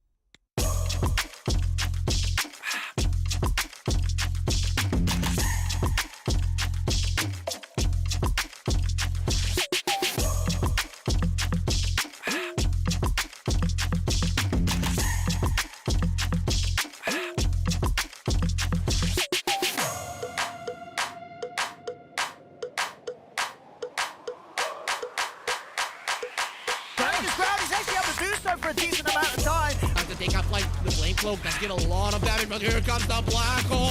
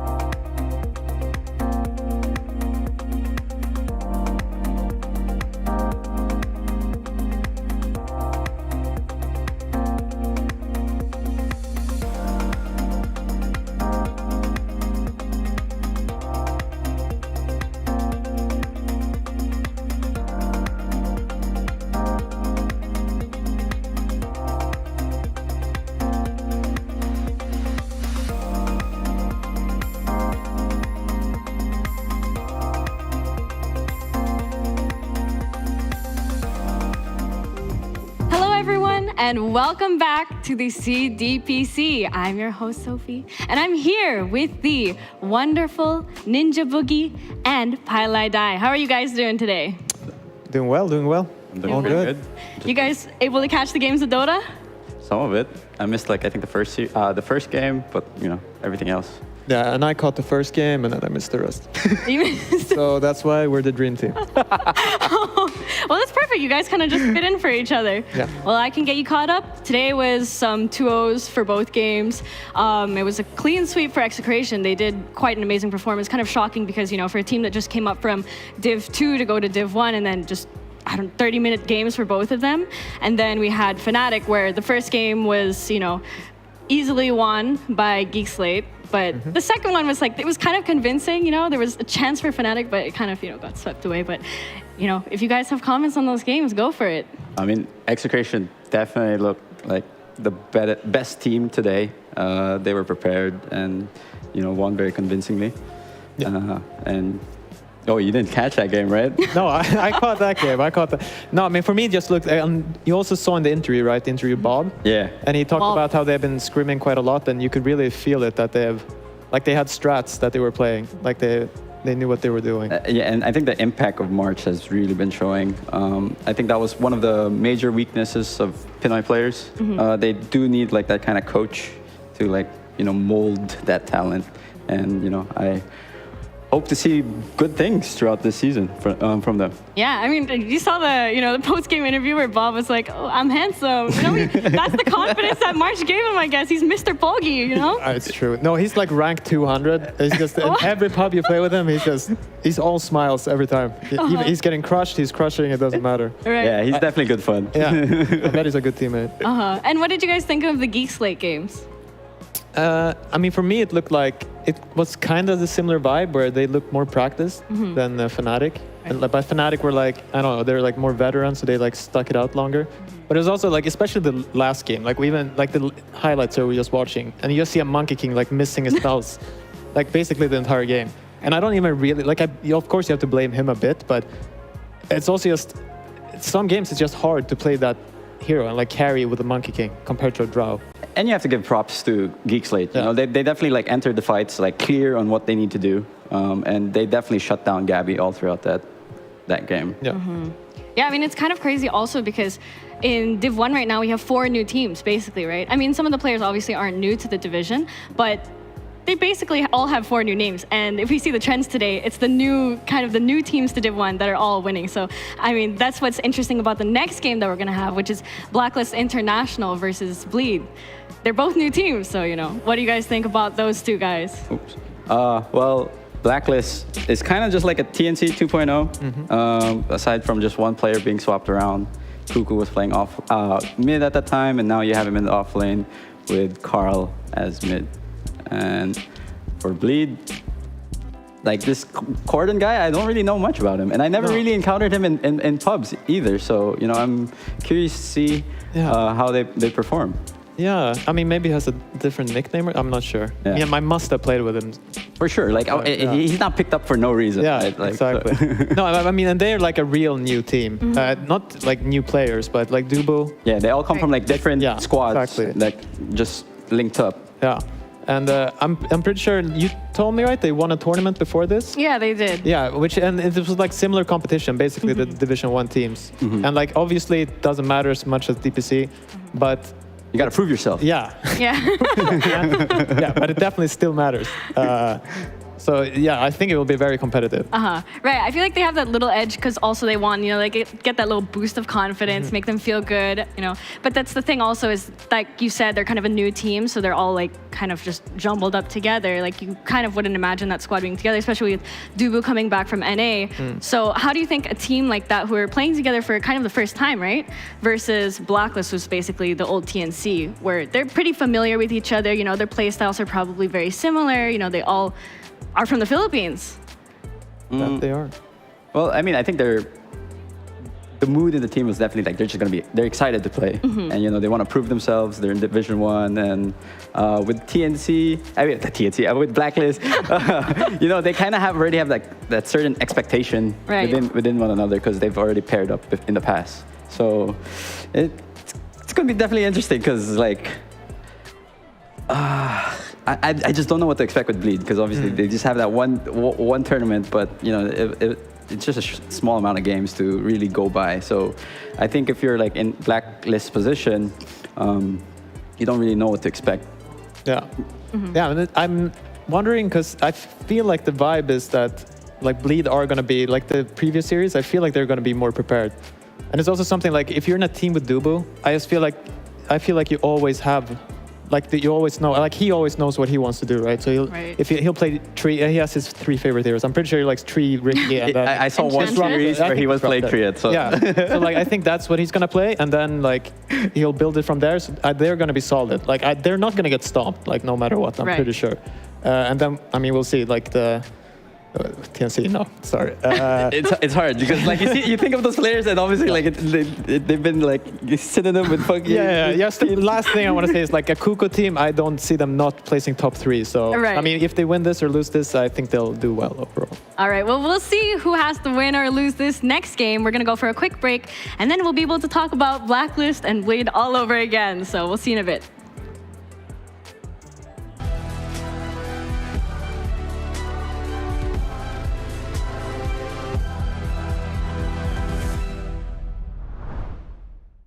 Three, two, one.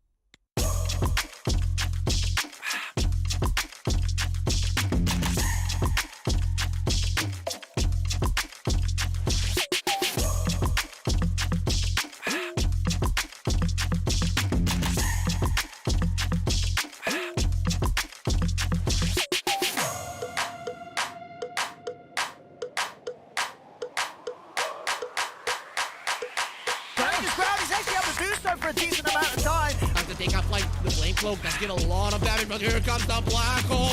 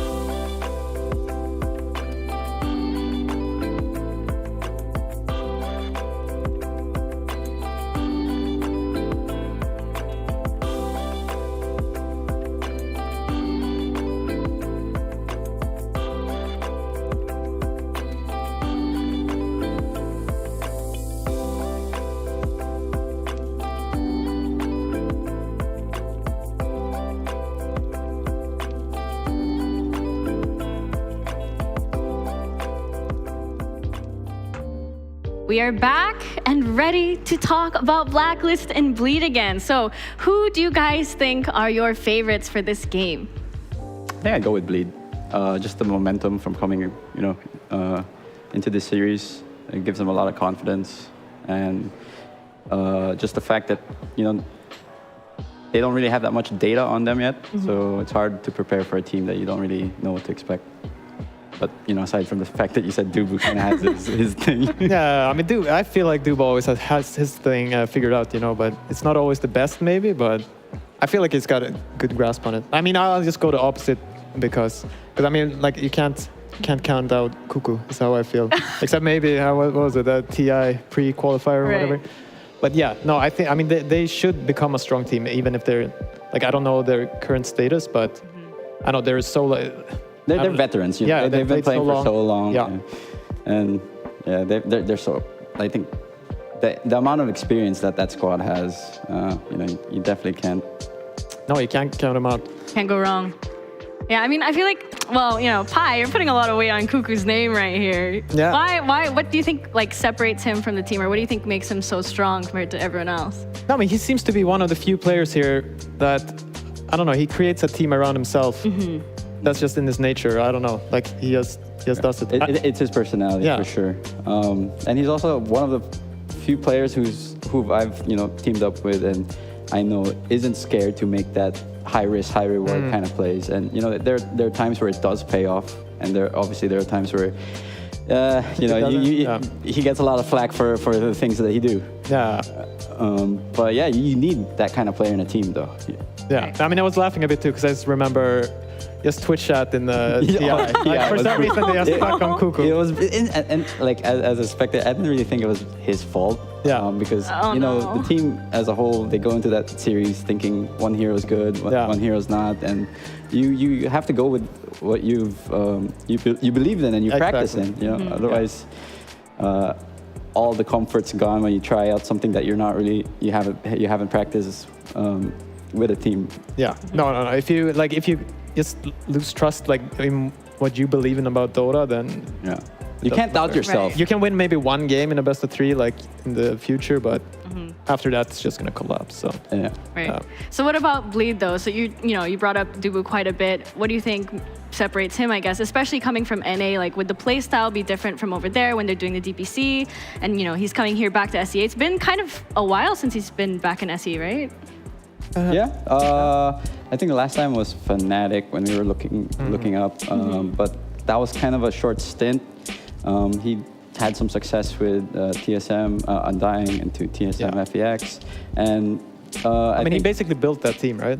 Oh, that I didn't know. That's how I imagine it in my mind. Okay. Like him and Moomiander, They built it together. But yeah, he's definitely gained a lot of experience, and he did have kind of like a downtime in his career in terms of going into tournaments and playing on LANs. But with his success he had in Undying, he's built that kind of experience, and now he's gonna try his best to lead the squad. And in the squad you have Jackie. He's a very formidable carry, and he had a very successful stint in Boom. So I did catch a bit of their games for that M8 match, and he still looks pretty good as a carry. Right. Yeah. That's why I thought whenever I watch the Boom games, I always thought that Jackie was quite outstanding as a player. I always thought he was quite notable, and I liked his play style a lot. I mean, I think if he was able to carry all the way to the end of that tournament, then it's promising. Yeah. I think he'll do great. No, I mean he's just a good player. Yeah. I mean, what he reminds me a bit of though is this I don't know, he has a few heroes that he really likes, so if he gets to play Terrorblade or whatever. Maybe not as flexible, but I don't even know if that's true. I just feel like every meta he will have 3 or 4 that he really wants to play. And then sometimes he will be in situations where I don't know, it doesn't fit, and then he might get a bit in trouble. Yeah, once the meta kind of slowly adjusts and he's just too busy spamming a certain hero pool, then he'll kind of fall behind. The one player I'm really curious to see in action is their mid player, Cordon. I know nothing about this guy. This is not a nick that I've seen playing in pubs, so I checked his Wikipedia page. This is also his first team recorded there, so yeah, I don't even know how he looks until that picture. So, but you know, they picked him for a reason, so they definitely see potential, and I'm looking forward to seeing him in action. So you've never seen him in your pubs before? No, not that nickname. Yeah. And he's Singaporean, so it's like I lived in Singapore too. I mean, yeah, I mean, we must have played with him, just not knowing. Yeah, I think so. I mean, there's so many people, especially like the high rank. he's You only play with the same probably people really over again. toxic in the past and using the mute list. And He's trying to cover up, yeah. But I think, like, let's talk about the meta for a bit. So, like, you know, a lot of times that, you know, you were saying a while ago how there's this whole play style is about the team items, you know, because of Tundra. So, like, you know, building like these pipes, wraith packs, and those kind of items. A lot of people are buying Guardian Greaves now. So, you know, how do you think that these items will kind of affect each team's play style? Like, for example, like if, you know, old TNC was known to be playing like very aggressively, like kind of solo pick off. Now it's about like long team fights. I mean, Kuku will definitely buy all the team fight items. That's just, but it's actually funny if you like think back to the TI finals. You have one team where you have Resolution, like trying to rush Desolator on a Dawnbreaker, and the other team, Wraith Pack. Wraith Pack, like upgraded drums. Right. I mean, obviously that's not the only reason they lost, but I think that actually played. Like as you start like accumulating like a lead, like those like certain like advantages that you have over the other team, it does eventually like. No, it's all with Execration, like that Doombringer. Like I haven't in pubs, no Doombringer plays like that, where you like rush Guardian Greaves. Oh you, yeah. You go pipe and you just ball up as fight. I mean, so it just seems very strong. Like if you have a way to kill buildings and kill Roche, like you can snowball out of control. What did they do? They made mech cheaper?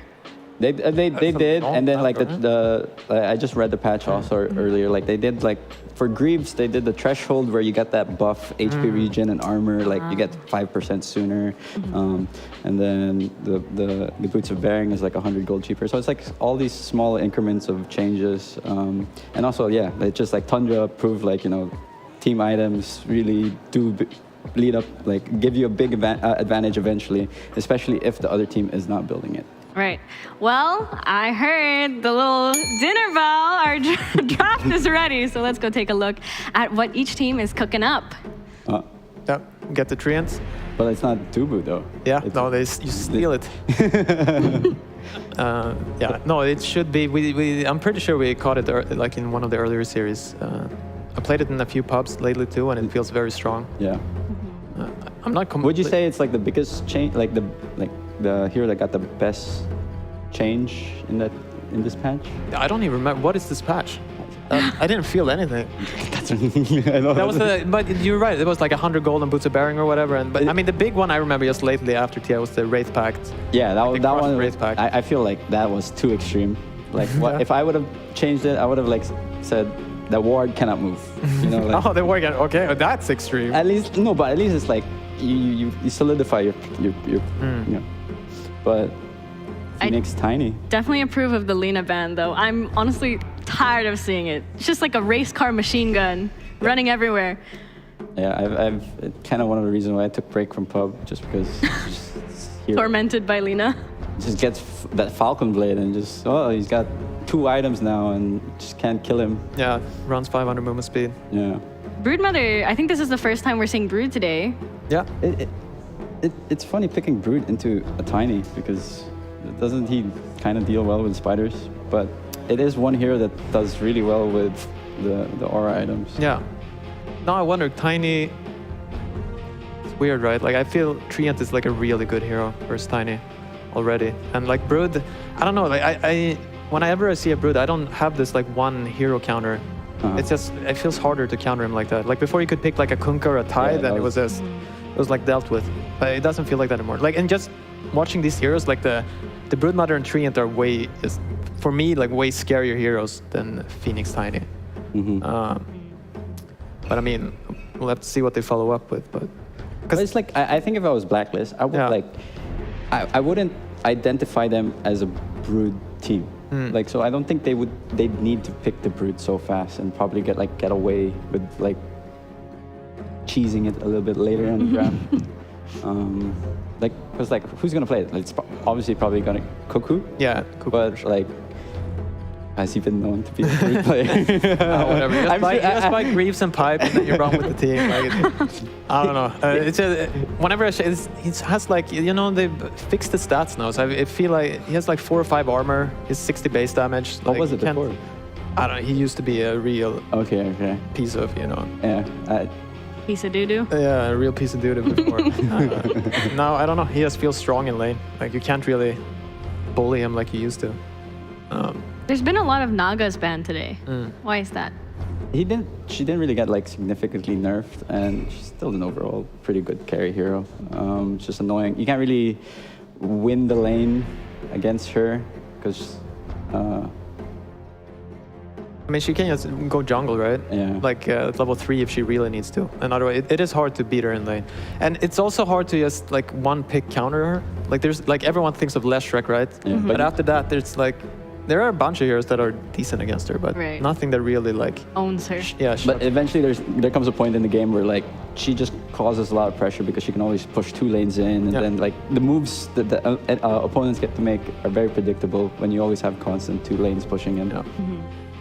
For me though, like I probably wouldn't ban it this early. Like I feel like if you see a Naga first 2, like you can make a really, unless they flex the hero, because then you might get like they play position 4 or 5 or something. Because otherwise you have like a lion, then you have some like it will just make they can't play a carry Naga. But I don't know, maybe Jackie has been spamming in the pubs, and they you know. You know what? I mean, it's not a fun hero to play against, no matter what. It's banned. So Tiny is probably gonna be mid. Oh wait, no. No? Yeah, no. I was thinking they were Blacklist. I'm swapping. I was just like.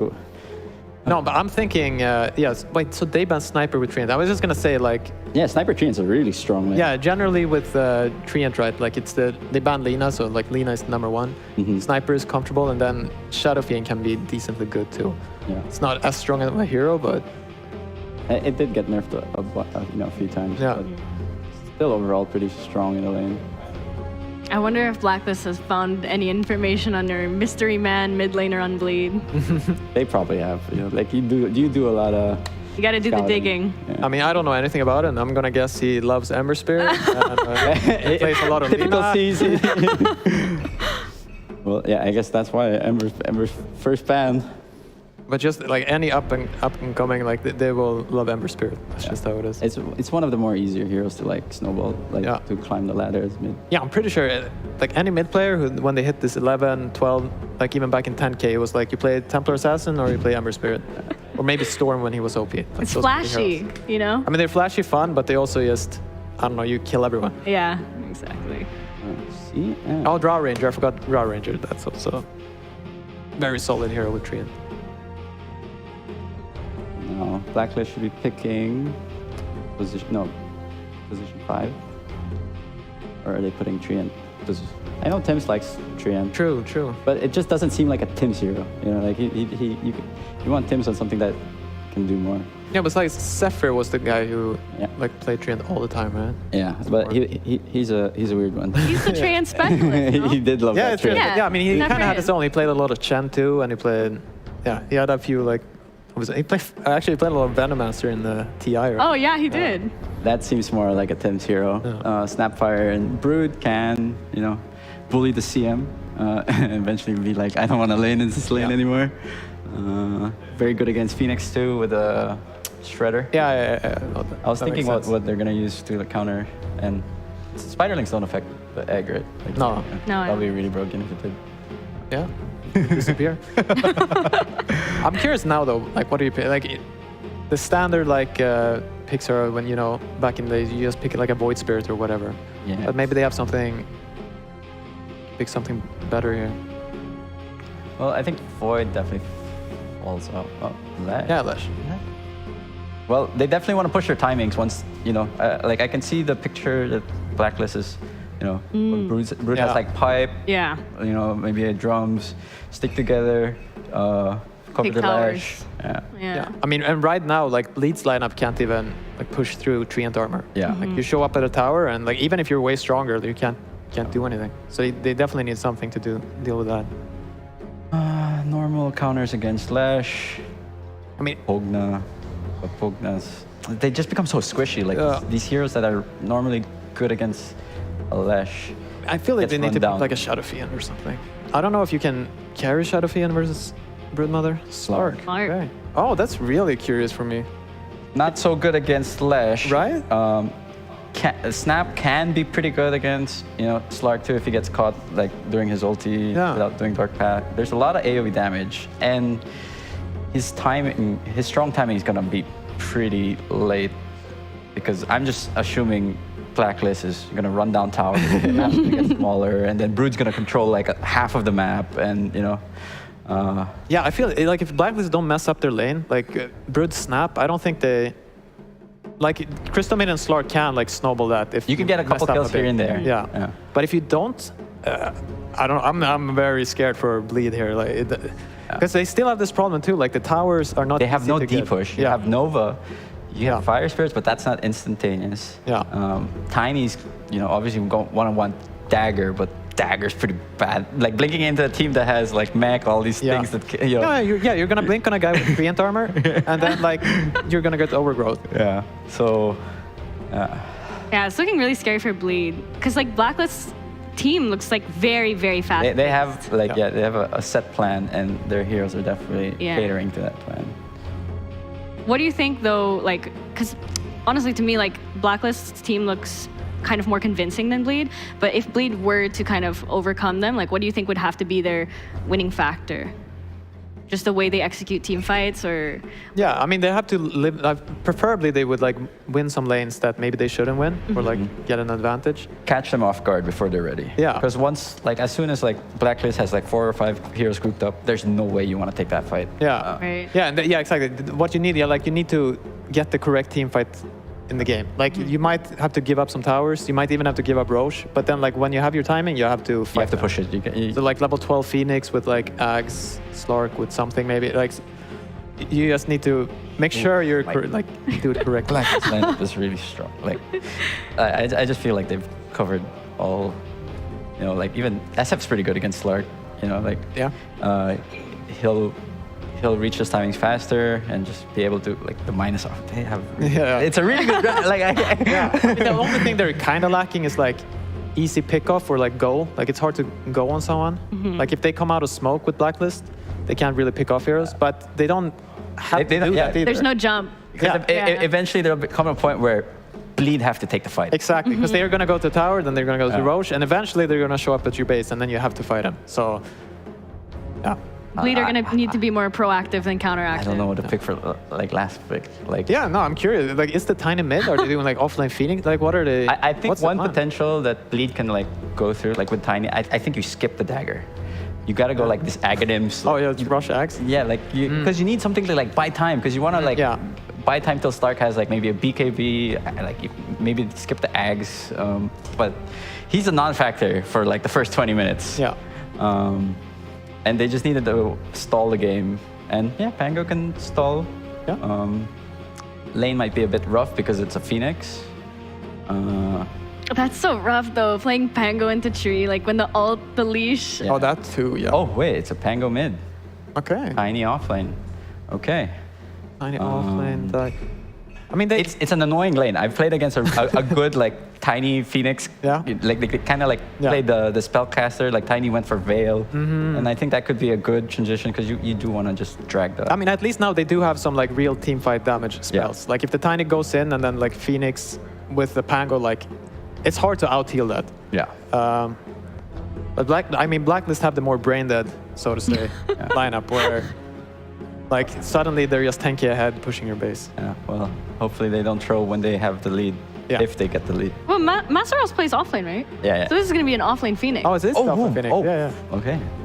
Forget what I said. That kind of, there's some context for you guys that's kind of new. My mind is blown, but sure. Phoenix 3 can do a lot.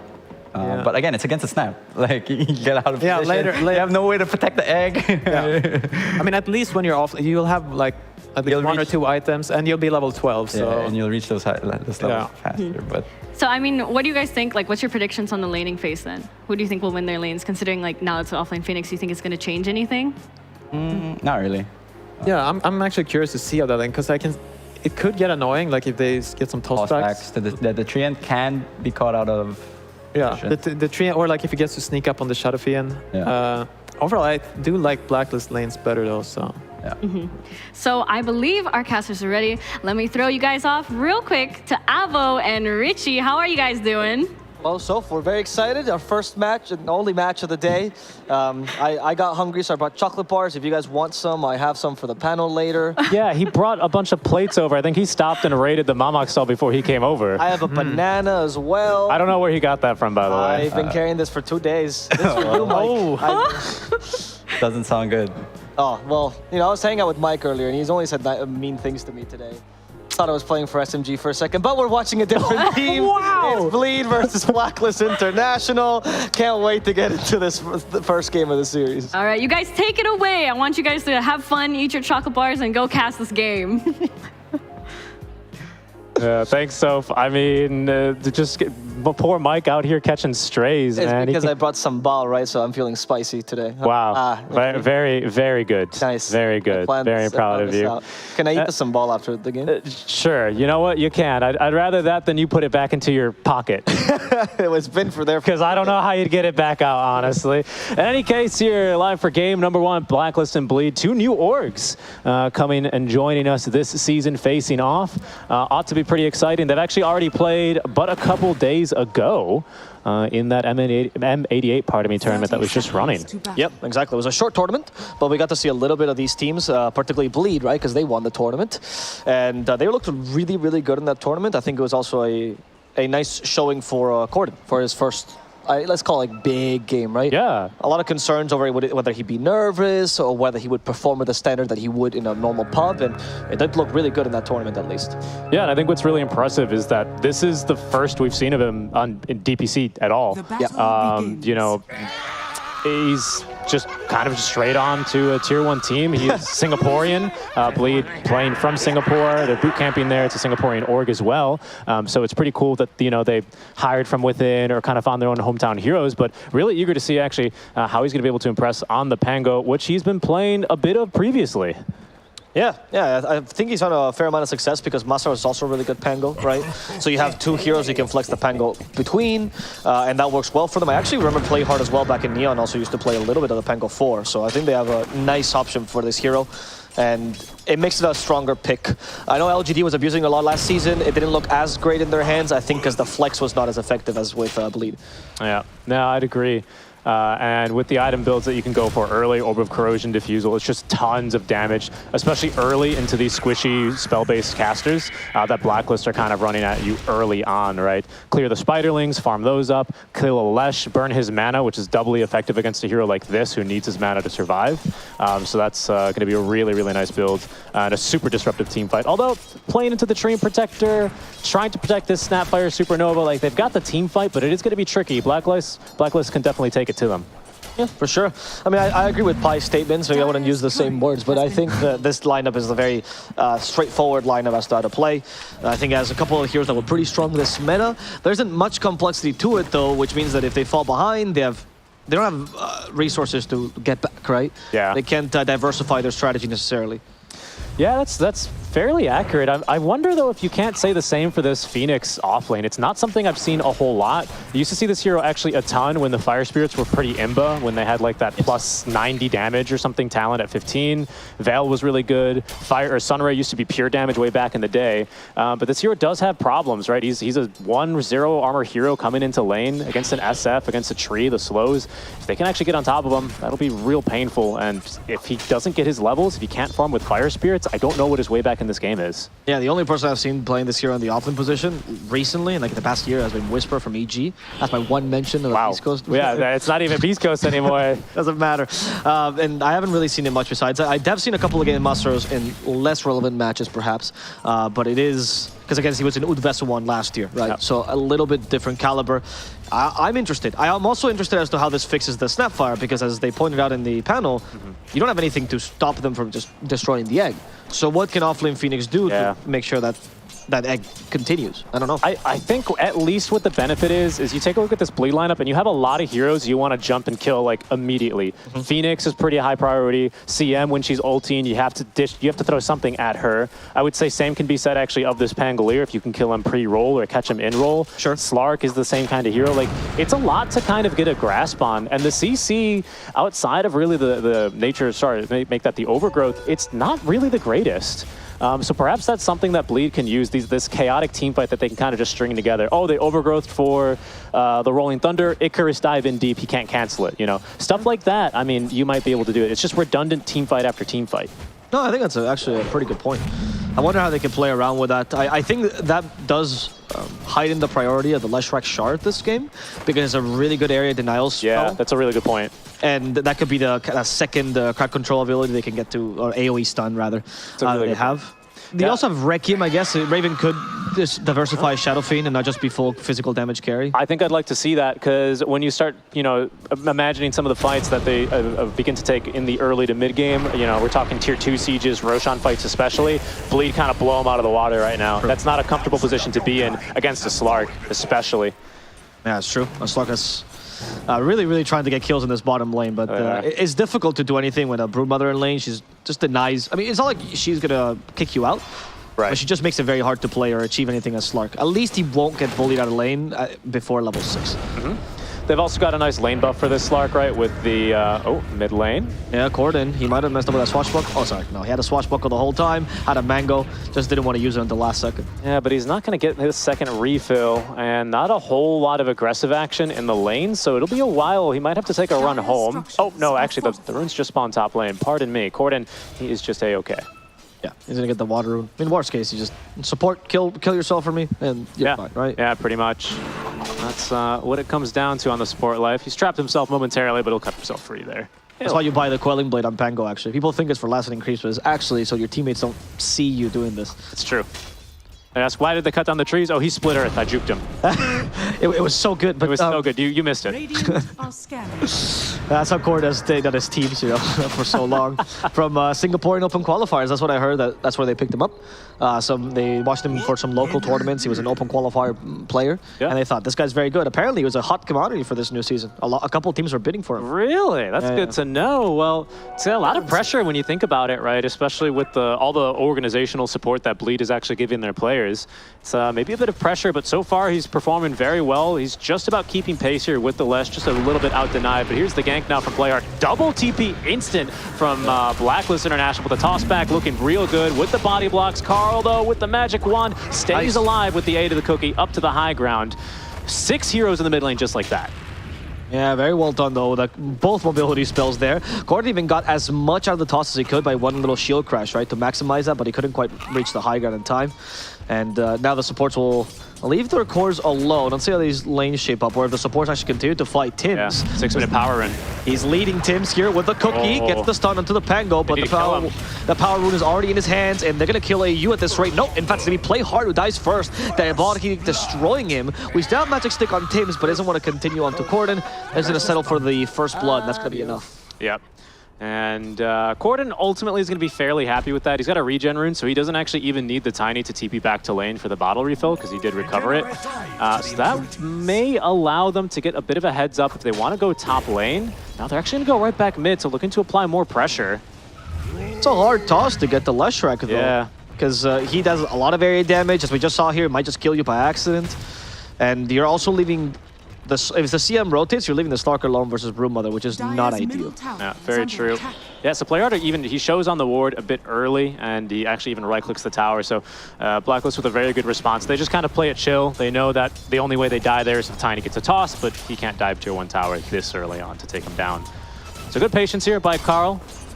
He's showing lots of experience here. I don't know what number of matches he's played now in professional Dota, but for Corden being his first, he's starting to show his experience. Bosku in the bottom. I called him that because I read his name, but I don't know. That's Bosku. Bosku. It's Cuckoo. I know, of course it's Cuckoo, but it's just, you know, what a name change.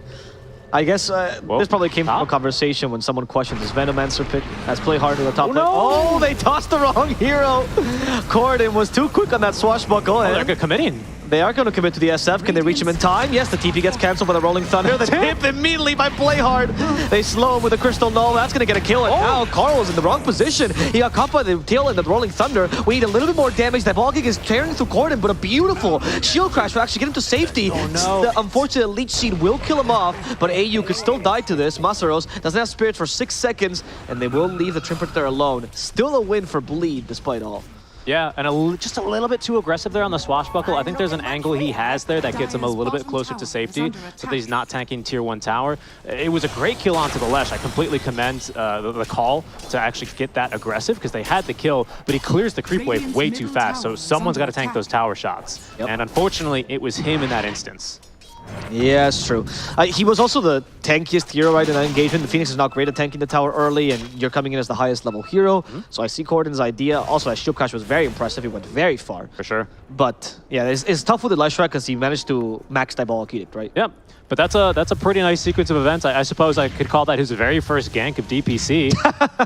he went bottom, didn't work out. TP top, got it interrupted immediately. Playhard trolled him a little bit on the toss, and we should have made a graphic for that. The very first gank of DPC. There's the KPI. Everything he does here, it's his first time.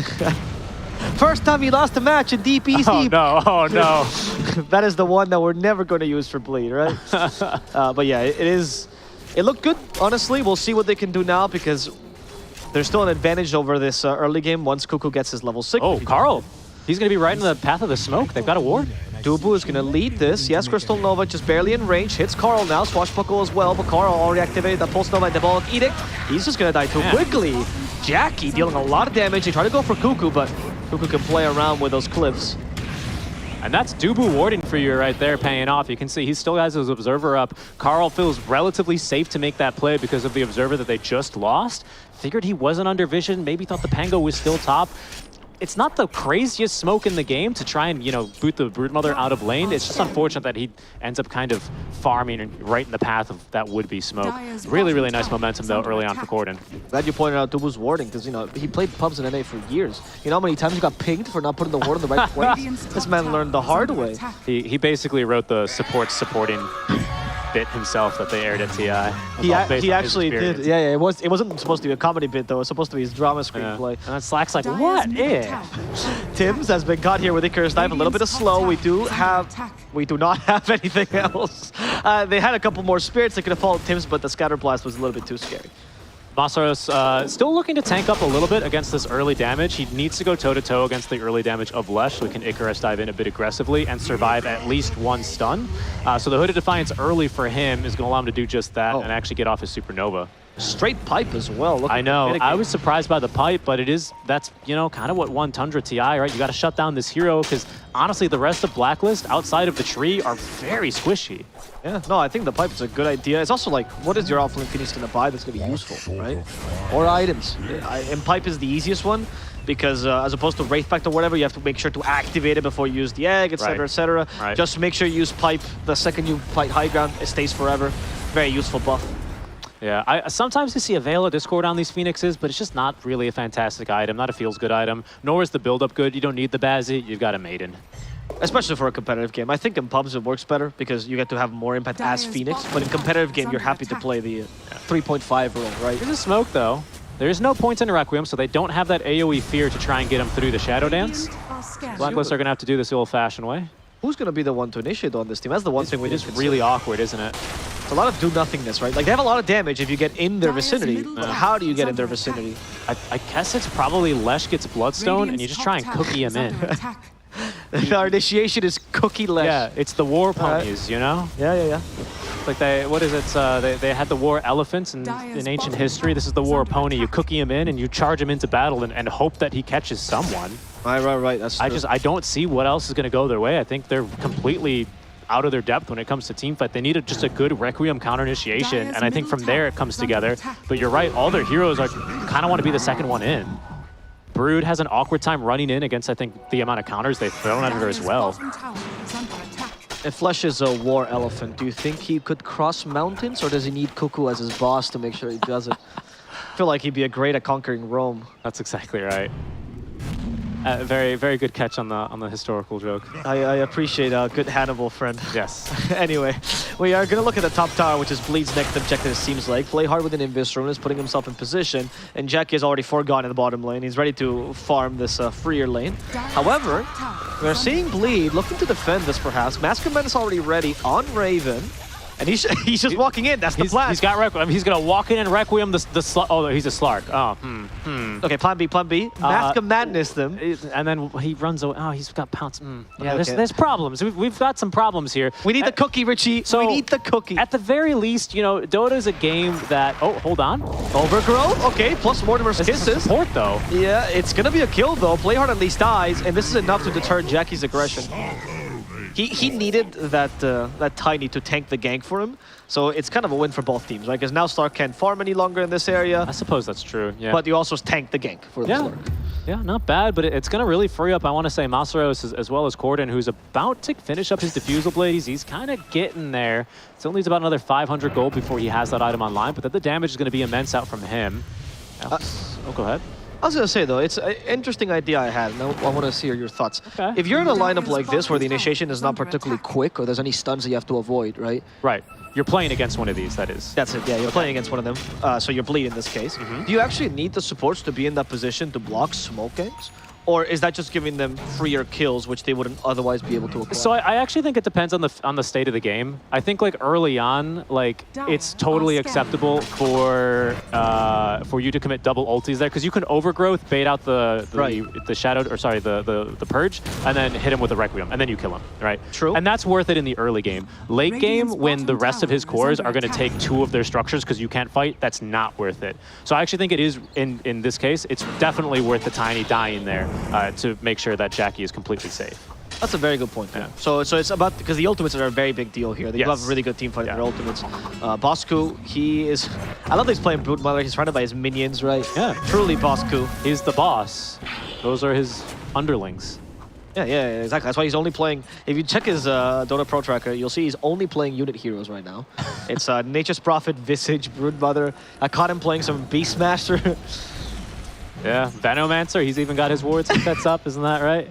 I don't know if we should say Venomancer, the presence of Cuckoo. I hear when he sees snakes now, he gets PTSD. Smoke play from Bleed, so they're going to be first to make a move. They're pretty strong now. They have this dual timing of a Pipe of Insight, not quite this Blink Dagger for timing, but the Diffusal now for Pangolier is out, so they pack a punch, and they can take one too. Yeah, we'll see. The Tiny, though, is a key point in their initiation. Like you said, the Pango's useful here, but no Blink yet on him. In fact, he's going for Shard before the Blink. Do you think that's because the Tiny's already going to act as that initiator? I guess so. It also just saves them from a lot, right? Like, you can just roll up and, oh, hold on, toss? You can also toss the Snapfire, and that's your initiation gun. That's your cookie. Oh, no. How are you going to counterattack? There's no way. Tim's is dead, and probably this tower as well, right? Hitting Glyph for it. Yeah, that'll go down. I mean, they're gonna have Living Armor to slow this down and another Glyph, but they can tank very easily here. And that is going to be a done deal. There's just no way Blacklist can fight into this unless they can just get a surprise overgrowth, but that's not happening anytime soon. At least they did take bottom in exchange, so it's not... Like, they forced a really difficult tower to defend into a trade. So that's as best as you can do there, Blacklist. That's true.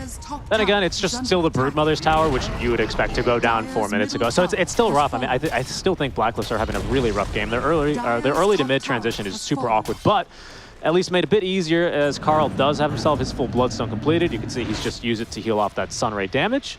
Then again, he's still fighting into this Pipe of Barrier. So that's a serious problem for him. It does kind of feel like it neutralizes the first couple of seconds of all of your damage. You're not getting any of your mana back. It's a bit rough here. I'd say Bleed can pretty much decide when and where to fight, and it's really up to Blacklist to respond. Do you think Brood still has the necessity of, like, as a Beastmaster, right? You talk about how much map control you can acquire, and that's a big deal when you're playing him. Otherwise, what's the point of a hero? Right. But now that Brood is playing this kind of aura build that's been popular since even before TI, does this hero depend so much on the space you can make early in the map control, or is there more versatility to it now? Right, I think the part about map control has, it's dual parts, because the map control can play into other aspects of your draft. If you have a pickup lineup and you corral them into a certain part of the map, it makes picking off a lot easier, right? But it's also about just getting your items early, right? She's got a lot of farming mechanisms. That's why you see this mech build come into fruition, because this item's got mechanism to farm. Exactly, right? Because it's gotten some crazy buffs to it lately. So it's just this great early team fight item. So I wouldn't say, when you play it in this style, no, you don't really need to be the map, space denier, all this stuff. It's just more about getting your early timings and fighting with the team, which is why it's played as a 3, right? Phoenix is doing the same thing, however, and it seems like for now, his ulti it holds much more weight. I am interested though what he's going to be able to use this as now. Cuckoo, he's trying to gain victory. He's been leashed, but Stark is actually stuck in the high ground now. Can they kill Cuckoo in time? They get him. He's got Ags already. He does. There's a mechanism still on Cuckoo though to save him. The supernova has been used, but they can't get close to the egg, which means they can't break it. Cuckoo might just get stunned as the overgrowth at least covers the retreat. Playhard could be in trouble himself. He's going to be the first one to go down. Bloodstone active by this Lesh Strike, and he just doesn't die. It doesn't matter if the Stark is hitting him. He survived that whole damage. Dubu is now on the retreat. Low mana though on this poor Crystal Maiden. Run, Wolf, run. But the Wolves of Icestrike are not very swift today. They catch up to him, and the damage is high enough to finish off Dubu. That's unfortunate. He'll be a little bit upset there. I think that TP completed. We all heard the sound, but unfortunately for him, he didn't make it out alive. Just a bit unfortunate there. They needed way more lockdown. Karl needs to get stunned up before he can activate Pulse Nova and Bloodstone. It's the kind of Doom effect, right? How many times have you seen a Lesh get doomed and then still come out of the fight full mana, full HP? No, Richie, how many keyboards have I broken this month? That's your answer. That's the better question here. And it's a bit tough. It's really hard for Bleed. They really look to force it. I think perhaps their best move would have been not to really dive so aggressively and just force enemies to come to them. We've seen how difficult it is for Blacklist already this game to, I guess, stare menacingly at heroes and then attempt to gank them, and it doesn't work. But when you play into them, when you run into their overgrowth radius... Oh, interesting. That Cookie just stunned in place. Cuckoo has the Guarding Greaves. And now, this time he should die. He's not a Lesh. He's not going anywhere, yeah. If that's Lesh, that's a different story. Right. Lesh might have survived that, turned it around, 1v5'd them. Yeah, seriously, I mean, that's a crazy... That was with Pipe of Barrier, that was the Pipe Barrier on everyone as well, by the way, which is just madness. Do we have a Mage Slayer, by the way? Because that was a strategy we do. We do. Okay. Yeah. That was the Tundra idea against Lesh, right? We've seen 2 Slarks today, by the way, at least one earlier in the games, and completely different builds. Ags into the Mage Slayer, and before it was a Radiance into the PL. Oh, that's the Chinese build. Have you seen that? That build's pretty fun. It's a very interesting way of playing the Slark. I think this is a more standard one, but I do think the Mage Slayer seems to be a deviation because of the Lush, right? Exactly. No, I mean, exactly, but that's what I really like seeing. I think Dota's in a really good place when 2 of these builds are, both extremely viable and maybe even good. It shows that, with experience, you come to pick up a couple different items, learn some different matchups, and maybe get yourself a couple key kills as Jackie will commit that pounce onto the top lane. Looks like a kill for him with the second pounce. AU in trouble. They're fighting here, though. Yeah, they are. In fact, bottom they were trying to fight as well. The top lane now play hard. It's his turn to try to kill AU, but AU apparently is too tanky. This tree is not going down. Instead, the Rock is in trouble. Cuckoo blocks the pounce, but now he's in trouble, but goes into the fog, making sure Jackie can't quite kill him. Second pounce is now ready. Masaru's comes to join him. They want to exterminate this insect, and they will accomplish it. The boss is down. Actually, it's an arachnid, not an insect. I apologize. But dead all the same, and that'll actually open up Roche because big teamfight ulti committed there. I don't think we quite caught it on camera, but there was an overgrowth used in that awkward skirmish. Blacklist, they didn't really want to be fighting in that area. Bleed have a tier 1 tower. You could see how quickly they were able to reinforce and get the numbers advantage. Mechanism aside, sure, it saves the Dream Protector. They really kind of came down bad with Save Your Buddy syndrome, and it'll cost them first Roche. The problem there is that you see the Terminator getting gone on, and he goes, oh, I'm dead. And then Act goes, actually, I'm not. I'm tanking through all this. Maybe they're super weak, and they just baited you into attacking a Slark that has a bunch of the attribute shift onto him, right? I think Jackie's problem is he doesn't have like a ton of damage. It's not bad, of course, with his 57 Essence that he currently has stolen, or his 14 stacks of it anyway for 57 Agi. 12, 11, slowly going down. Yeah, it's going down. But he doesn't have a ton of damage, so it takes him a while, especially because he's going for BKB. He doesn't have a lot of stats. Yeah, but consider this, though, because you have Ags, right? So you hit the 2 pounces almost every fight. You start with 6 stacks. Oh, of course. Of course, and that's exactly what allows Jackie to get the ball rolling in that engagement. That's what's actually pretty fun about this matchup. It's like, with the exception, of course, of now the Lesh with Bloodstone, everyone's pretty squishy, everyone's pretty mobile. You have a lot of potential to go for these kind of wacky plays, and he seems, especially with going for BKB next, he just wants to bring the fight right to this Lesh. Interesting, right? Because, of course, without a Diffusal Blade, it'll take some time, but still has that Mage Slayer at least to help his team survive a bit more and reduce that damage output. Yeah, because you want the Pango is one of those heroes that does get in the middle of the fight, but isn't the tankiest, especially since the shield crash nerf. So making sure that the Pango doesn't die immediately to less area damage is quite a big deal here, I'd say. Even if he's balled up, right? You want the Pango to swashbuckle a bunch. He's already going for the Ag, so he wants to have as much impact in these team fights as possible. No Blink Dagger, so he does seem to be more of a damage-oriented Pango. They do have themselves the Greaves now as well on Cuckoo. Okay. So he's finished that up. That's not bad at all. He's going for 4-staff now. Yeah, so immediately transitioning. That'll really help with their initiation as well, to be quite honest. Because right now, that'll make 2 4-staffs for AU. Well, 1 on AU and the second there on Cuckoo. No, but they're both AUs. He's the one that directs Cuckoo when to use the 4. Very true. Yeah, very true. But for now, it's actually Blacklist who are just going to be pushing opposite here. Bleed still continuing to move as they please, but you can see it's a little bit awkward. I'd say neither team really is super comfortable yet, being the one to initiate. Corden's actually going for the Ag Scepter here on the Pangolier before anything like a Blink Dagger, which would allow him to maybe get on top of important heroes first. Yep. That's an interesting choice, but it will increase the damage output, although this is a good fight for them. Carl has already been pounced, but the 4-staff breaks it. Second pounce, here we go. A lot of stacks defensive shit, but Jackie still has the Aegis. He doesn't matter if he dies just yet. They're hoping to kill the Lash Rocket before the Slark dies. Can they do so, though? Apparently, it's impossible. Lash is still alive. Corden has died. Playhard's now being chased down by a bunch of Mortimer's Kisses, and the Slark is coming back into a plethora of heroes who all want him dead. Jackie manages to pounce his way to safety, and they actually can't reach him, but they have killed the enemy mid laner. And Carl, this Slash is dumb, Rich. Yeah. Well, to be honest, I think it's more to do with Blacklist International. Yes, let's meme on the Lash, but the 4-staffs, that's what the second 4-staff That was a good idea. To answer the question. It's not up yet, but even just with the Guardian Greaves, you can see the impact that Cuckoo has there. Completely turns that on his head. They've so focused on hard stuck even perhaps on killing this Lash that they just completely ignore the Shadow Fiend who's channeling Requiem. It breaks apart the team fight for Bleed. They end up almost overextending. They can't get out the Supernova in time.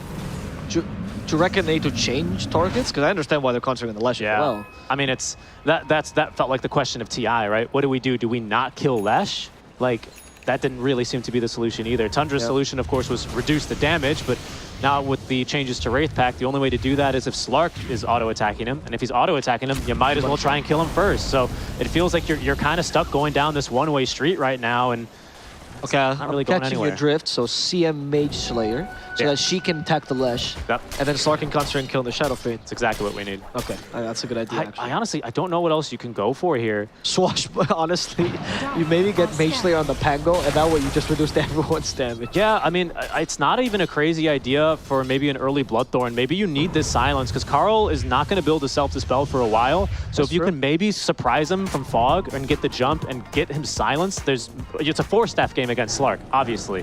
Not really the biggest and most obvious game to go for Lotuses. That might be a realistic option here. I don't know. Good point, Jackie.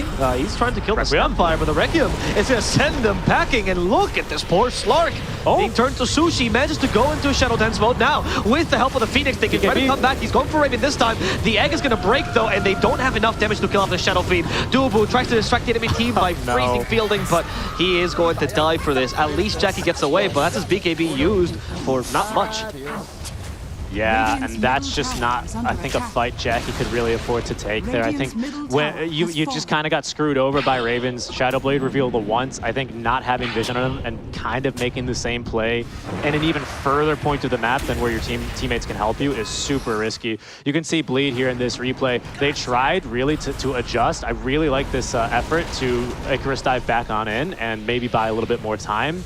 But it's just not really the right kind of play. Imagine there's a Rolling Thunder here, fight could look different. Yeah. But now even that Raven can cover himself with that BKB, it seems rather unlikely. Seems like Blacklist, especially if Bleed continue fighting directly into them without a proper initiation, quote unquote, they're just gonna end up getting whittled down. It's very surprising.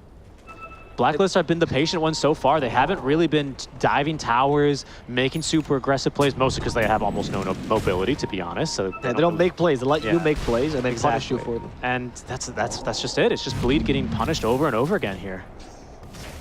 Wondering, are there any big items? Okay, now we got Blink. Shivas on Phoenix, actually. Blink for Pango is the big item. Blink for Pango? I really think that'll be a bit of a game changer for Corden here. I'm really eager to see. He's going to have immense damage. He's got his 15 talent, 3-second cooldown in Ball with this Ag Scepter and Diffusal Blade.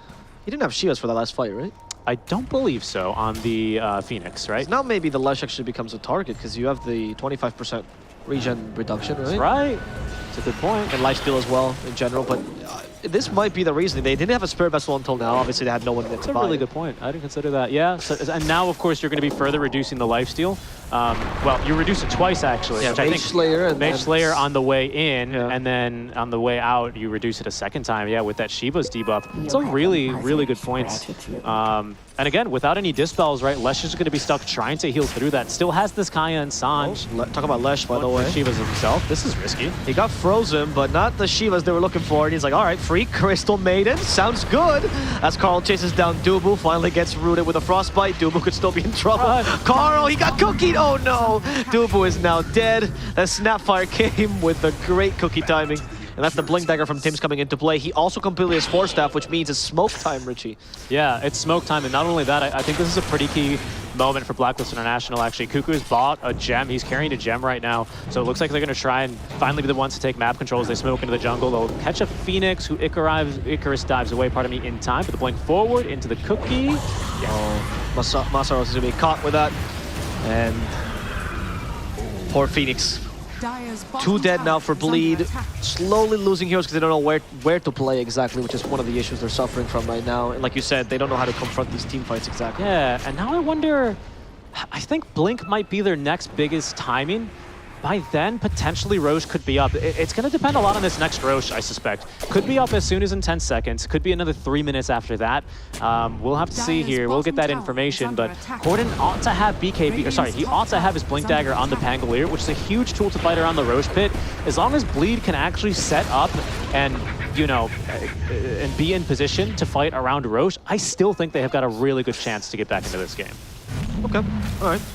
We'll have to see. I mean, right now, Blacklist is looking really good. And also, they know how to play their strategy very well, right? It might seem like a simple strategy, but they haven't been making any small blunders. They're usually just working as a ball, I would say, of Fury and Flesh Rex. And it's very difficult to confront them this way. And it's not like there's a moment in the game where they start losing steam. Yeah. We're very likely to see a smoke here, I reckon. It's really difficult, though, and the map's dark, yeah. And the map's dark, and so they need to get out and kind of play together, ready to fight. This gem is a really, really big problem. Whoa. Okay. Oh, they want to cancel. They cancel the TP. They could look for a fight now. They could. They know Lesh doesn't have TP. They don't know how far Lesh is, though. Lesh is close. This could be a bait. And Bleed is not going to take it. Yeah. Dark maps, guys. Yeah, they look very scary. Yeah, and Dubu gets the D-word immediately. Just on top of it, this guy. Yep. Dubu knows he'll never be pinged again. He's going to pick up the Lesh as well. Camping underneath this ward. Okay. But he's just a difficult target. You need to also know where the Shadow Fiend is, because the Requiem has been screwing them over. It's pretty scary here. I hear something. He's just having a fun time there on the Requiem. Roche up in 44. This is a problem, though. Bleed are not completely happy with this. Right now, they're pretty much completely zoned outside of the pit. You can just tell based on the web's placement where Blacklist intend to fight. Carl, he went ham, and he found himself a Slark. As a Shivas himself, Jackie is going to use the Shadow Dance, and with the Phoenix, it's a little bit difficult for Carl to get away. That's the third pounce now in this fight. Wow. Carl's already dead. That's the blunder that Bleed was looking for, as Blacklist could not reach their mid laner in time, and now are forced to retreat. And the point I was making is if you look at the webs, that's where Blacklist want to fight. Somewhere where they can kind of reinforce, they can get a good overgrowth, a Requiem from, all this funky terrain. And now Roche, if Bleed are ever just a little bit more patient, this could be the turn that they need, but they're just going to leave the pit right as Roshan comes back. We'll see how quickly they look to check, but that could have been a huge turning point. They're not the fastest to do Roche. They do have 25 stacks here. It's 100 agi, actually, so they might be able to get through it. There they go. Now they know. Okay. All right. Corden is going to be the first one. He's like, he's fighting the Roche head on. They did scan, however, so they have noticed that Bleed is near the pit, if anything. Will they try to come to contest it? Lesh is not here. He's a key hero in these fights. Yeah, might just be free Roche for Bleed. He can be here pretty much instantly, Of course, and they're just going to delay it. He can bots in on any of these spiders, so he can be instantly into the fight.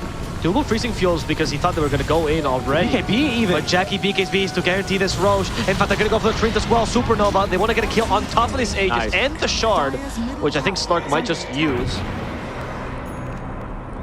Honestly, I think that's totally acceptable. 100%. I think that's totally acceptable. This timing that Blacklist are scaring it or are playing in right now is pretty scary if you're Bleed. You see this guy about to respawn. Anything it takes to take down Roche that much faster out from Dubu's the call. BKB, just play it safe, Supernova use. That's fine. We just want to get our next volley of items, and then with that, we can look to fight. A point I was making earlier but didn't quite get to, that Blacklist have shown us here, is that gold solves a lot, and much like real life, solves a lot of your problems with your drafts. You can really make up for a lot of the problems that you have naturally in your draft by just buying items with them. Don't have initiation, get a Blink Dagger. That's true. Right? Yeah. That's how I got the dates I did. It was all the gold in my life. I'm sure. All the ones I stole. Vuelve el oro. Exacto, gracias. Anyway, we're wrong region. Sorry, guys. We are still watching the Blacklist, guys. We're trying to recompose themselves after this Aegis loss. Can you fight into the Aegis is the question. I don't. I think so, actually. I think so. The tricky thing is going to be... Because Slark basically now has got 3 defensive items, right? He's got his Aegis for his second life, his Shadow Dance, and now his BKB. So it does become a bit tricky in terms of actually connecting enough lockdown through those 3 somewhat resets that he's going to get. Because you've only really got the Overgrowth as well as the Requiem to really lock him down, unless he's going to somehow get chain stunned by Cookie into Split Earth, which just doesn't really seem too likely to me. No. Do we have a Shard in Split Earth? We don't either. So Carl instead, he hasn't been able to deviate into the Shard. Probably was hoping that Roche would just get it off Roche, honestly. Yeah. And instead he's being forced into the Ags, which gives you Nihilism. Which is going to be really strong against the Slark, honestly. Maybe against the Pango too. Brood is in trouble. Oh. There was a small lag spike for us too. There was, yes. Likely for the lag spike here, as Gordon knows his Pango lines. That is the best line to tilt the enemy. It's a good one to use. I think Cuckoo ought to die here. He's just used Guardian Greaves, so he's not going to have a Dispel. And he's got a gem. Yeah, he should. He has a 4-step though, right? 4-step? Right, there's it. In comes the Phoenix of Shiva, and second 4-step from AU. It's not bad. Good attempt, but now AU might have put himself in a pickle as Playhard goes to him. It's a 4-step gaming, apparently, as Playhard is not quite in range for the Avalanche or for the Tusk. No, he blinks right to him. Rolling Thunder hits him on the tail end of that spell, and the Frostbite guarantees this kill. The way that these drafts are composed, it's like you make one mistake. It's such a finely balanced scale that you make one mistake, and the team fights are just so one-sided. Yeah. We haven't really seen any new items since basically Roche fell. Like the way that Bleed and kind of Blacklist set up, but just these small mistakes. Oh, you no longer have a 4-step, now I can actually catch you. Like the way that Bleed are reading these fights and actually taking moves and making moves to be aggressive is really, really good. Blacklist, they keep trying to save themselves and just find themselves 1 or 2 4-steps short, 1 mechanism or Greaves short, and that's because Bleed are keeping tabs on it. It's all about the 4-steps, Richie, which is why Jackie is considering buying a Nullifier. Oh, actually, yeah, that makes a lot more sense. That'll also help, of course, with his damage issues that he is kind of having. He's nearly got it online as well. Jackie was looking at it, he's like, this is good, I want to try this too. Yeah. Can I buy 4-step? Nullifier is fantastic as well against the Nullifier. Sorry, against the Nihilism. 2 words to start with. That's a null error right there. Yeah. My computer broke. The Nihilism will also be destroyed by the Nullifier. It should be able to hit him even if it's an aura. So, especially with the BKB, now they're going to initiate though onto 3. Cuckoo could be in trouble. Can't be forced because of the Nullifier. He tries again. At least he breaks the balance this time, which allows him to leave. Jackie has been left alone. He gets hit by the Split Earth. Dark packs it immediately, but has the BKB in his backpack. Yeah, he has the Aegis. He's hoping to waste it now. Jackie will survive. Playharmer's looking for the knockback. He will find it. It's going to be a Leshrac now. Can they kill the Leshrac in time? Rolling Thunder plus the Slark might just be enough. Carl is not healing because it's only a Slark fighting against them. And that's going to be Tims and Carl both dead. AU falls as well. They're going for Bosku. They want to finish him off. They have the swashbuckle and they will hit him with a shield crash as well. Goodbye to Bosku. That's Gordon. They send back the Shadow Fiend. Raven could be in trouble himself. He's also been nullified. He can't force that any longer, but instead he's going to fight back. Everyone is coming in to save Raven. And they realize once Raven's in trouble, they got to buy back. That's really good stuff there from Bleed, and it's so difficult. You can see AU desperately wants this Blink Dagger. God, Jackie's crazy. They want to get this buyback out from Lesh. They really do. The Cookie went the wrong direction, but Cuckoo, he'll be fine. He'll be fine. He was ready for this. Yeah, that was really nicely played by Bleed. They're just playing this such on a knife's edge. In goes Jackie again. Does need to be wary of this buyback, of this overgrowth. Requiem, though, is not ready for another 30 seconds, so that's one thing he doesn't have to worry about. And, of course, still has this Aegis for 20 seconds, so can't afford to lose it. But this Fortify is going to buy about another 30 seconds for Blacklist. That's going to be probably allowing this Lush to respawn. Minimal damage as well. Maybe a tier 3 tower goes down. Whoa, I love the move from Playhard. Very ambitious. Yeah, he tried and actually gets away with it for now. Doesn't quite toss back anyone, but the Pango will help. Here's the overgrowth, keeping poor Corden in place, but they save him with that Depth Shroud. As he continues to go for the supports or wherever he can find. The Aegis will expire, but he still has the BKB available, so he's not quite down just yet. Oh, that was the Depth Shroud, pardon me. Yeah, that was Depth Shroud, yeah. We do still have the Supernova in 10 seconds as well. Yeah. But they're going to choose to retreat for now. Maybe just heal up and re-engage. Yeah, I think they need to send Corden back. He's got no mana and no Rolling Thunder, so he's cooldown restricted. And also is going to go home to buy this Basher into the Octarine core for him next. So it's going to be all about that uptime for him, which is a beautiful build, as our resident Pango spammer on the cast is going to attest to. You like I absolutely love this build. Because this Pango, the issue you always have with this hero is, like, do I go teamfight or do I go damage, right? And this Basher plus Ags gives you both at the same time. It makes you a nuisance in fights. It makes it difficult for them to attack you as well, because you actually get some auto attack with that, and also makes you hit harder. It's fantastic. It's just very expensive, obviously, but that's why you play mid Pango. These items are really coming online now for Blade. Oh, yes, Flicker too. That is huge. Blacklist. They're going to smoke out of the base, but the Tiny, he's smoked up here under the cover of the Ninja Gear. He might break this. Oh, he did. And blinks back. Blakeheart's Tiny this game, by the way, has been absolutely bonkers. And it's night and day when he gets his Blink Dagger, right? Yes, it really is. That's what I mean. Same thing for Corden. You know, he had a phenomenal early game, but as soon as Force Staffs come out, his game's so hard. Yep. All of a sudden, he gets Blink. He's right where he needs to be every single time. That last team fight where he rolled up and Rolling Thundered right around that like cliff in the Dire Triangle was a thing of beauty. Really, really good stuff from him so far. And now Playhard, he heard us. His ego's really soaring high, so he decides to solo the tier 3 tower. He realizes it's not his role, and he's going to move back again. Definitely not. You know, Blacklist International would also benefit from a Nullifier buyer, but unfortunately, I don't think they have one. Yeah. Not this easily either. There's the Nihilism. And the Shivas. And the laugh. 2 laughs. I used everything there. Wasn't really sure, of course, with the Gem of True Sights that Cuckoo initially bought earlier being now on the side of Bleed. Their map's now looking pretty dark. You can see they've been more or less restricted to finding farm wherever they can. SF's going to sneak out and maybe try and farm one wave down bottom, but there's actually a Maiden down there. Maybe he kills this Maiden. My figure was never in I question. don't even get much down here, to be honest. Does it matter? I think Dub was ready to die. Look at it. Look at him. Do you think he fears death? I don't think so. Oh, he was a wreck. Oh no! Why would you wreck him? Does he have shard? Oh, he does not. That's why. He just wanted to make sure she couldn't just frostbite. Yeah. He wanted the kill. He wanted the kill immediately and then to get out. Because again, the map's dark. They have no vision right now on the Blacklist map. If you had the shard with fear, it was enough to kill probably. right? Yes, I see what you mean. You know, Dubu can say he tanked the Requiem. That's pretty good. I tanked the Requiem. Guys, Requiem with CD. Don't worry, guys. Tanked it for you. Did it for you guys. I told you Dubu wasn't afraid of death. He walked right into the Requiem. To be honest, yeah, it was almost like he was running, charging right in. He was so excited too. That was like a triple wave. He was like, oh man, I'm finally going to get my first item, guys. And immediately Requiemed. Yep. C'est la vie for supports. And now it's Playhard that takes all the farm that he was gathering. Typical 5-on-4 support game. Yeah, pretty much. The favorite support. Roshan is going to be a bit longer to respawn though. 90 seconds. Blacklist though looking to try and gain a foothold in this part of the map. We got Masaros ready to Icarus dive, ready to pop the Supernova and kick off a little bit of a fight here, ready to break smoke. So Blacklist will have to take the long way around, where once again, Playhard just always being a bit annoying here. I see Kuku's leading with the Nihilism is now harder to gank him when he has that on, of course. Because you have to, essentially, you force the BKBs if they want to go against you. Yep. And the Nullifier. And the Nullifier, yeah, very true.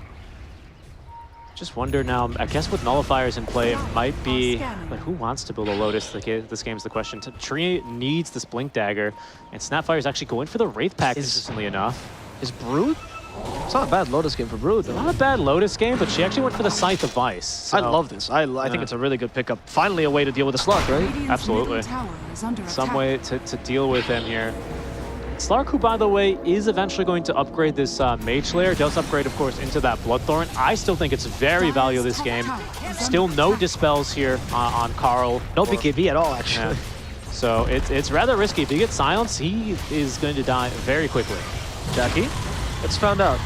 I mean, I guess the problem with the silence, you can always use Bloodstone and hope to tank through it with a Pulse Nova, which is not unlikely. I guess the thought process behind it is if Corden can blink stun him from Fog, and then we follow with a pounce and we immediately silence him, he might be toast. Yeah. Maybe, right? Of course, that's what you always say when you say, I'll blink doom him, guys, don't worry, and then he still kills you anyway. I mean, I like the idea by Bleed. I just think that I understand why Carl is not building a BKB this game. You're trying to maximize your potential. Of course. And BKB surprisingly seems like a little bit of a dead item in his game. He's going for a Scythe device as well here, actually, as the Smoke. We're going to dodge each other. Roche has respawned. Okay, Corden's got it's an Ags Roche as well. Good positioning here, yeah. Ags on that third Roche for the bounty. I mean, that's useless for Bleed, but it's actually pretty great for Blacklist. All right, both teams are going to try and hold the ward here, but with Bleed holding this outpost, it's going to be Carl the one to show. Carl, truly not afraid of dying. They hex him, they toss him back. Carl could be in trouble. He actually denies him, he's just dead. Okay, Carl's down. Now Cuckoo could be in trouble as well. Cuckoo falls immediately, and they find AU as an extra snack. At least there's a TP from Tim, so he's going to be fine. And Raven farm. You know those plays where you think, oh, he's getting away with it, he really is, and then he immediately gets punished? Yeah, I mean, they're literally just setting him up for the highlight reel at this stage, aren't they? Up against a Tiny? I don't know. I feel like that was a bit of a risky play. It's bold, especially not having any vision, knowing that enemies have had more or less free reign all over your map for the past 5 minutes, 7 even since Roche has been taken down. That's a really bold play to make. They just don't have any saves. Lotus isn't going to save them there. You get tossed way too far back. Really good positioning from Bleed. They probably maximized the toss range to make sure no one could save him. Yep. It was really good. Let's take another look at that one, please. Yeah. I think this way of playing by Carl reminds you a little bit of Geek Fam Carl, like ages ago, when he's a little bit more risky. Yeah. Played all these 50-50 plays that he liked to do. On his like Ember Spirits, where he'd throw his Void Spirit? He'd throw 3 Remnants in, and you're like, dude, you need a Remnant to get out, and he just killed the whole team. Yes, exactly. Or he would die. Or he would die instantly. Yeah. And now there's no buybacks here either. I think they're actually still on CD. Just for a couple more seconds. Tree the only one with the funds for it, though. Is this just over? This might just straight up be over. Obviously, Carl can't buy. I mean, he can buy back. He doesn't want to. There's no point in it right now. Raven is just trying to de-push the bottom lane, which is probably the smartest choice. But there's no tier 2, so they can just continue to push this tower regardless. And I'd say, like, before this Aegis, there's like a glimmer of hope. Yes, they're up against a 33k net worth lead, but Raven's actually got himself this Arcane Blink, and you are real fast on the draw, of course, on that Requiem, because it speeds up that animation. That can easily catch people off guard, especially the first time it's cast. Could win you a fight, but against an Aegis, I don't know if you kill this guy twice. Okay, they went for the Lash first. He's been stunned, but they don't have the damage to kill him this time. Masaros. And now Carl activates his own BKB, so now he's safe. In fact, Playback could be in trouble himself. Raven already died, though, to Jackie. That's going to be GG. Carl might have survived, but Raven was the key damage dealer, and that's going to sentence Blacklist International to death in this first game of the series. Yeah, and I think I've got to commend the way that Blacklist tried to fight that one through. Not the flashiest of games we've seen. I think it was 2 kind of awkward drafts when it came down to initiation and starting off fights. Everyone kind of needed items, but you could still see some high-level Dota fundamentals at play, right? Bleed identifying when they're at their strong point in the drafts, when they get their items. Blacklist a little bit more playing around the strengths of the Lesh naturally. You can literally check that Masaros just checked his damage. Yeah. I think we know exactly what he's looking at right now. He's like, how well did I do? Ooh, I was great. I was pretty solid. He did play pretty well on the Phoenix. And towards the end there, you know, all of his itemization choices allows him to live as Raven tries to at least get them back into the game somehow by going for a Requiem and cutting the backlines, but just nothing was going to come together for them at that stage of the game. Yeah, I mean, I think Bleed just had more options as to what they could do. We talked about it. It was a very clear, straightforward draft from Blacklist. It could either work, but if they started falling from behind, they just didn't know how to get back up, because the one mistake, right? It was just a single mistake, I think, which was Cuckoo's first mistake, right? When he was trying to push, when he shouldn't. Pushing a tier 2 tower when the rest of the team wanted to fight. And then the Carl outpost afterwards, and those 2 mistakes condemned them. Not because those mistakes would usually lose the game. They weren't that bad. It's just that they have no way of coming back in. Yeah, exactly. Ended up being a little bit too difficult for them. It was a really fun game, number 1, though, and we'll see what they have in store for us game 2. I imagine they're going to draft a little bit more built-in initiation, though. Yeah, we'll see. I mean, I want to see what our panel has to say about this, so let's go back to them so they can tell us about Blacklist versus Bleed, game number 1. Yeah, I feel like that was probably our most intense game today. I mean, in my opinion, because it really could have gone either way. I mean, Blacklist looked pretty strong in the early game, and they were taking these good fights, and, you know, they won those fights against Bleed, but the thing is, like, once we hit that certain little mistake that happened, I don't want Pi, you want to go over that certain moment that you were so crushed about? Yeah, I mean, first we can just talk about the early game here, like when the showing this. I think Bleed played the early game extremely well. Yeah, like they were first to move and force a lot of reaction. They did react pretty well, but I feel like a lot of early game mistakes. This was really like SF used TP, Lash TP top, like a lot of their momentum. Yeah, stop from this. Yeah, and this leads into like they switch up their lanes and the Pango stops laning mid. So like basically every core like does a little like some dance. Yeah, and they end change up their in lanes partners. Exactly. So the Pango just sits versus Brood, and the Phoenix just farms mid and Slark farms top. And Blacklist they like get confused. They don't expect this. They expect them to like get ran at, and they end up getting a bit out farmed. Yeah, I feel like the game plan of Blacklist was a bit odd for me because like I feel like that smoke to top where they achieved nothing, and I think they were aiming to chase out the Slark. Like I don't know why they just don't do it to bottom, open up the bottom, and Brood can like control that whole jungle area, and they have the mid. They can pressure mid easily with Brood connecting. Yeah, but I feel like these decisions that they're making early on gave Bleed a lot of breathing room and allowed Jackie to get early items and allowed them to fight much sooner than I anticipated. Yeah, we were talking about like a while ago how it was like super next level of Bleed to like put Corden bottom when as soon as Cuckoo hit level 6 just so like he could stop the push. Yeah, no, he ruined his game, and that was the smoke that you were talking about. Yeah. That they tried to smoke top to like, I don't know, get a kill or something. Like when Pango was laning bottom, he just had arcane boots. Like Cuckoo should say, guys, this is not allowed. Like I cannot pressure this one tower because there's this one Pango holding bottom, and he got his whole defusal there. Yeah. And after that, Pango's like, guys, I'm ready to fight. I got defusal up, and they're already behind in their game plan. Yeah. But then, like the game continues, of course, and I feel like Blacklist were in a very comfortable position. Like they were kind of getting outplayed, like not too bad, but in general. And then they got a couple of fights. They were looking really good. And then what you were talking about earlier, where Carly's just pushing by himself 10 seconds before Roche spawns and gets picked off. And after that, like they just lose 10 minutes later.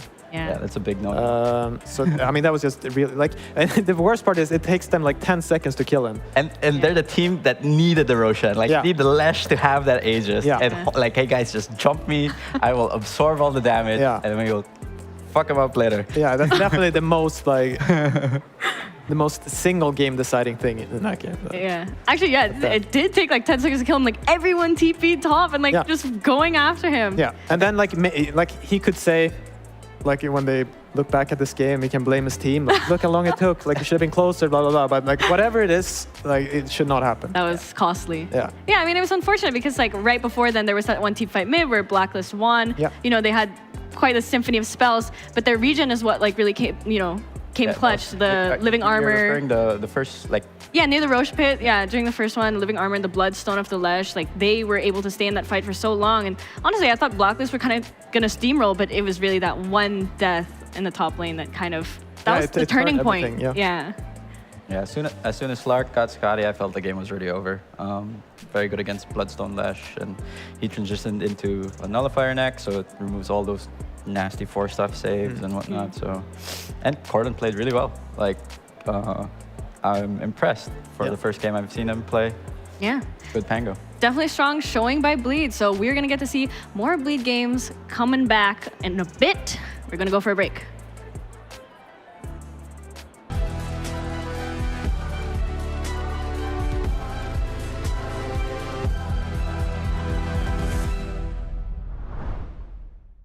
Three, two, one.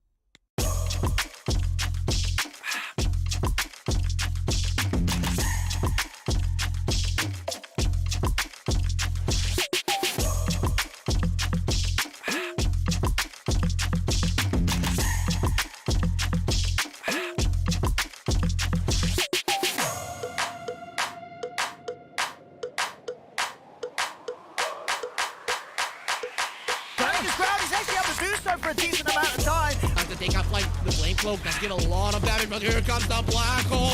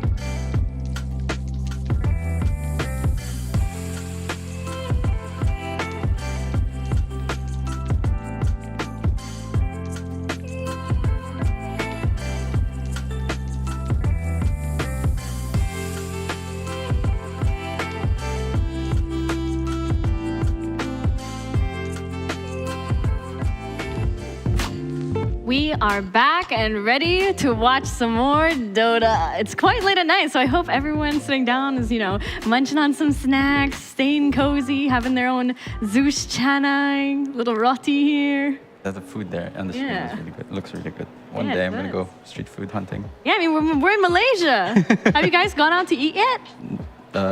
No, just in the mall. Yeah, I don't like going out, so I see. I just order. You're a true gamer, right?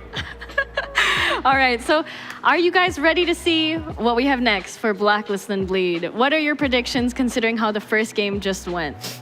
Well, Blacklist is definitely gonna change things up a bit. I think they're not ready to play lineups where, the timings are like when you play these specific lineups, you gotta hit these timings, and not make mistakes because you're kind of playing like a snowball lineup, and every early death, every early mistake accumulates and ends up becoming a big problem. Yeah. No, I'm just curious if they're like going to switch everything up or if they're, because in my head they got everything they wanted. They like every pick they had, it's like, oh, we got Treant, oh, we got the Broodmother, and they have some wacky Phoenix Crystal Maiden, like, and then at the end, like I felt that way too. Like, yeah, this looks really good. And then they play okay, And then there's like the Leshrac mistake we talked about that was like really big. But like overall, they didn't play that good. They played okay. They played good enough to win. And then that mistake, and then you lose. And I'm just wondering how they're feeling right now. Like if they're just going to stick with what they thought was good, or if they're going to switch it up. Oh. Cuckoo kind of became that burger Broodmother. Oh no. Yeah, no, it's true actually, because you didn't feel the impact of it much, but they were winning fight after fight. Yeah. And suddenly after Bleed like started feeling stronger, then it was just on. Yeah. It was feeding, dying, and like you click them, he has a pipe and a force staff. But I mean, you have to give credit to Bleed. Like they're very proactive in like moving, like putting certain heroes around the map and making it hard for Blacklist to get what they want. Yeah. And yeah, props to them. Like I guess that's why they won the M8 Invitational. Like they're just being very proactive around the map. Yeah, so I'm sure Cuckoo must have been a tasty spider. I mean, if you guys were to cook up any of these Dota heroes, which one would you like to cook up? The ones you have offered there? Yeah, sure, this fine selection of Dota heroes. I mean, I don't know what Bounty Hunter is some sort of animal, right? So What's the one next to? Was that Earthshaker between Rubik and Omni Knight? Is that? I think it's a Venno. Yeah. Oh, I'll stick with Bounty Hunter. He's some sort of Isn't he like some possum. kind of elf or something? Like it's a possum. You cut off his head so you don't have to see it. Then you fry it. What about you, Mike? I'll go with this Broodmother. I've tried some insects in Thailand, so they're just crunchy. Crunchy, Yeah. tasty. Yeah. I mean, also, if we look at the trends today, it's been 2-0. So if trends are really, if they keep going, I'd be kind of scared for Blacklist. Yeah, I mean, I feel like Bleed were really outdrafted. Yeah, it was definitely an uphill battle. Yeah, and they like still made themselves look pretty good, and like it was winnable. So yeah, we'll see. Yeah, I think we were definitely talking about it a while ago. Like, Bleed really does kind of just look clean. Like they just played so cleanly. Yeah. Even though like the odds looked against them considering the draft. It Like I feel like too good. The dynamic in the game is like you have one person like calling the shots, and like the path is very clear. While I think in Blacklist, everyone kind of wants to put their input, and it becomes very chaotic because you have too many people trying to lead the team. So yeah. Who do you think is Bleed's shot caller? I would say the two supports pretty much. Because Playard has been like just seeing him from the map, he's very it doesn't seem like he's waiting for a call. He's creating things in the map, and yeah. Yeah, I would say like especially the first 15 minutes is probably Dubo and Playard.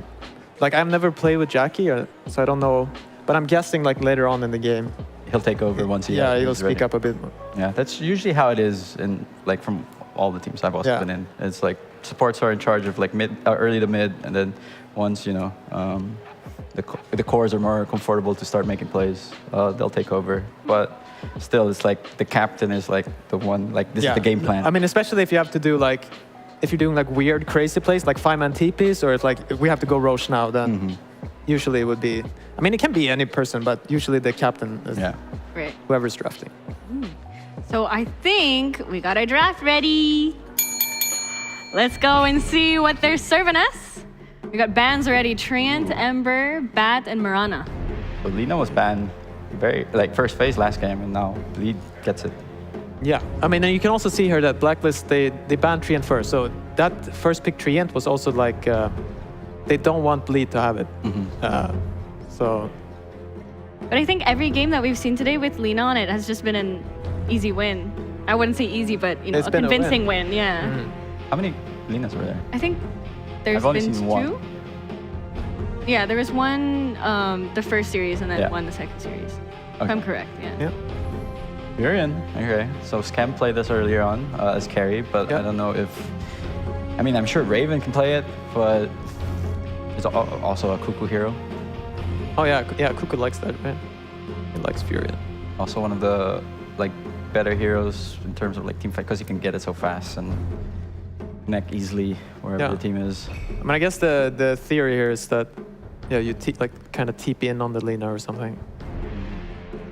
I'm not really sure. I'm not really sure exactly. This is a very strong lane. I mean, obviously Marcy got a lot of nerfs with the rebound. A lot of that was very broken in the past, but it's still a deadly combo.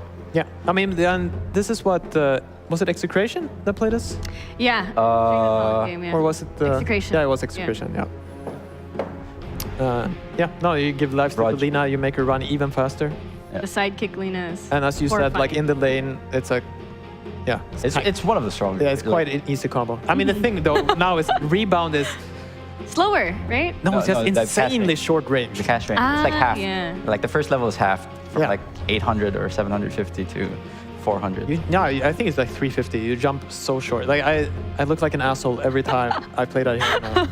I got trying to learn this. I got flamed so many times in pubs. But I also feel so bad every time I miss it. But yeah, but still the whatever when you throw them over your shoulder. Dispose. Yeah, that one is. You RKO you them. just click them, so you can hit that one easily. But yeah, the pairing is very good. Sidekick, Lina attack speed does crazy amount. Yeah. I mean, Lina in general is just scary. Yeah. It's been picked so many times. It's a pub stomper right now, you know. It's funny because I think the first reaction to that Lina change, the Fury Soul. Oh yeah. Everyone hated it. I just want to keep spamming. Yeah. And now when people kind of adjusted and that whole Falcon build came out, they're like, okay, yeah, this actually might be pretty broken. Yeah. It lasts so long too, right? So you just keep it. Yeah, it's like the Execration game where, the nature's trance as well. You're just getting stacks for free on all the trees. Yep. No, that's true. I didn't even think about that. Oh, well. Come on, Mike. Gonna be a carry Fury now. You don't want to put that in the lane with Lina. Oh yeah, and I was also thinking all the, back in the day when someone picked Sniper or Lina, I mean, maybe not, but these ranged carries, right? You would go for a PA, maybe a Spectre. But it just doesn't seem like that works out. Spectre's definitely a no-go with the current meta, right? Being all team-based items. Yeah, and you don't. I don't know. Maybe you don't farm fast enough. Your lane is not because Lina is so strong in lane. She farms insanely fast, and then you're a Spectre, and I don't know. You have treads. Maybe you try to go for a blade mail. Just. So now, for me, when I see Lina, it's hard to think of something like a really good counter. Yeah. I mean, that's why they asked first pick it. It's true. I mean, it's first pick or ban, basically. So, Blacklist picks first, right? Second phase. Because, it's alternating. Yeah. Clockwork, Lina. And they banned Pango. You think that's kind of a respect thing, or you think it's just they're planning something? I mean, he played it pretty well. We see the Ember ban too. Yeah. I'm sure they could still switch out this Lina and put it in carry position. Yeah, Lina mid or carry. So I think they're just Blacklist is just identifying the heroes that they don't really want to play against. All these team fight heroes, Mars.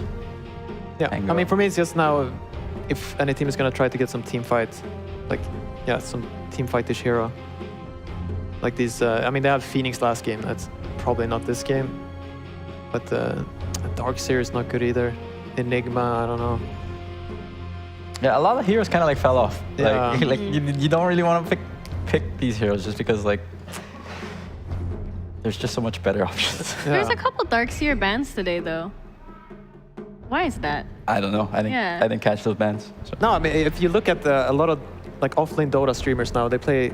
Darkseer. It's like one of their more popular heroes. Oh. The only person that I've seen talking about Darkseer was Lyrical.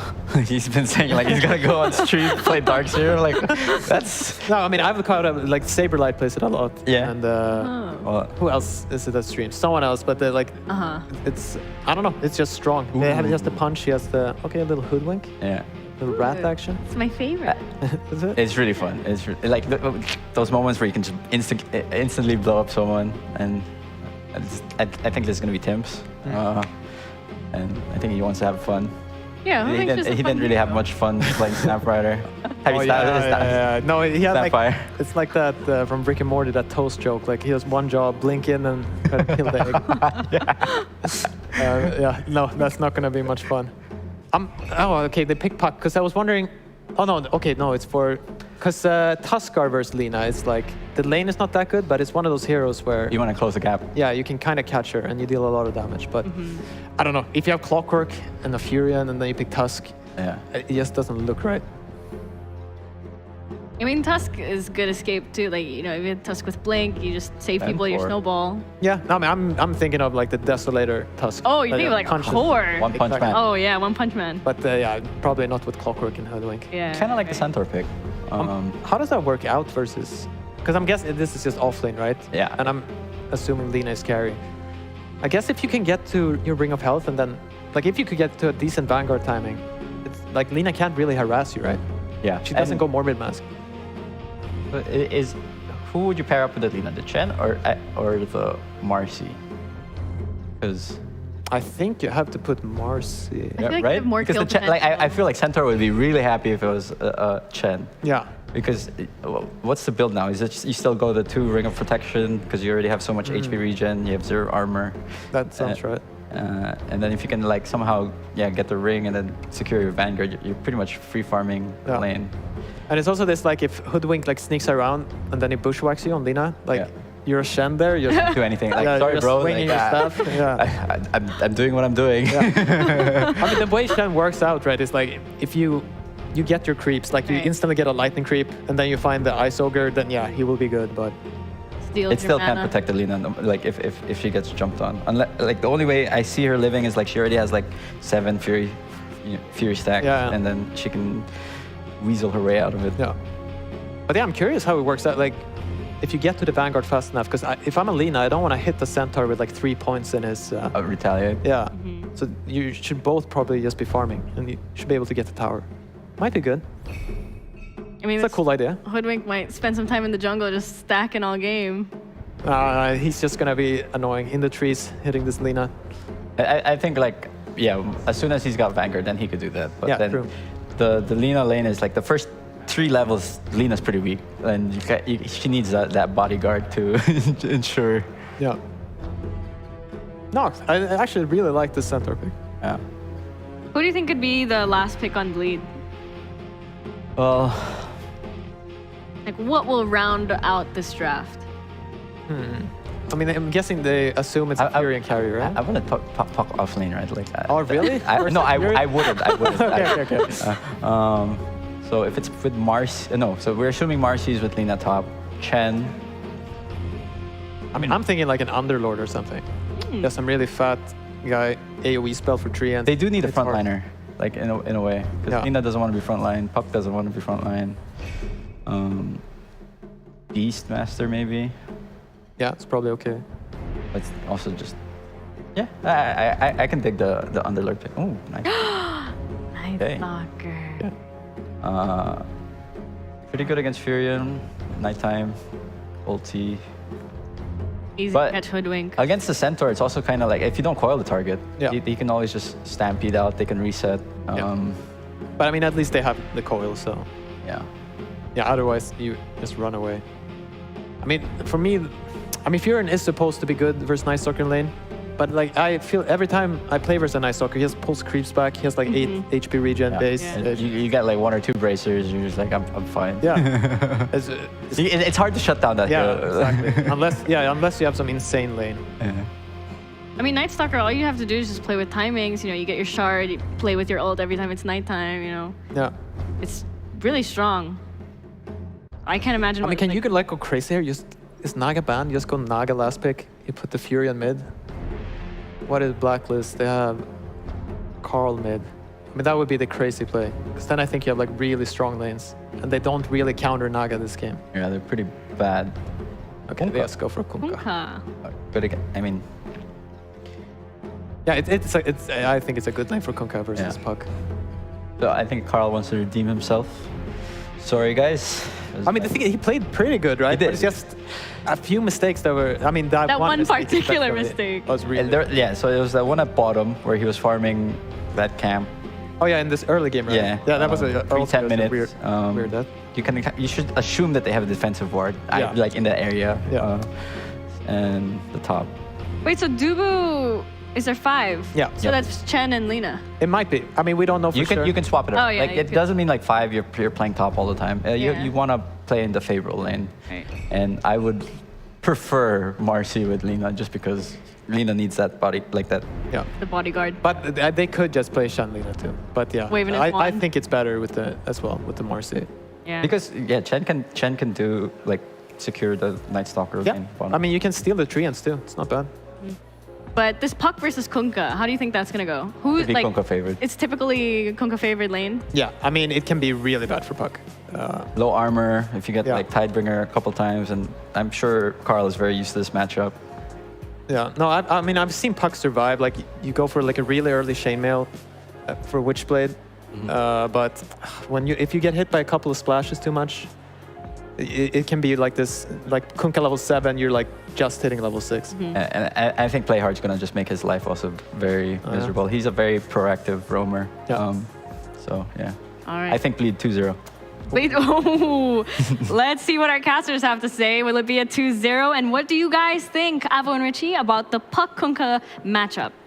Well, I was having my lunch. I was eating some sambal so I could have a fiery soul for this Lina, which I think is the key part of this match. Oh no, is this what it's like casting with me? Yeah. Jeez. I thought about this 5 minutes ago. He actually is eating sambal back I there. have like, actually. This was just very good. This was a prop we brought, and then he's like, I wonder if it's good, and then just ate it. Yeah, Mr. DIY, if you want to sponsor this podcast, I will eat your sambal for days on stream. I hope the panel's wrong. I hope it's the 3rd game. He's just, you guys don't see a eating game. sambal? Yeah, he's crazy. I forgot we had one person from SCA on the panel. And B, no, please, Mike. Let's go to the game. Let's go to the game. I think it's about time, right? Enjoy your sambal. There we go. We are getting there, yeah, and I think we're gonna get a pretty spicy game. Number 2 here, lots more initiation already built in here off of the gates. Lots of very strong spells. We got Basku over back on the Centaur, so that's going to be particularly exciting. Yeah, it's a really fun game here as we get now underway. I'm excited because I think last game, pretty low kill score, all things considering. I think this is SCA. Give the people what they want. We want those team fights. And you know what else is very SCA? Players that play like a couple heroes incredibly well, right? The mechanics. And here we have a couple of staples. The Cuckoo Centaur, you already mentioned, incredible, of course. We also have the Carl Kunkka. He used to be called the Admiral for a while, right? But also, on the other side, Bleed is playing that Corden Puck. That used to be his best hero.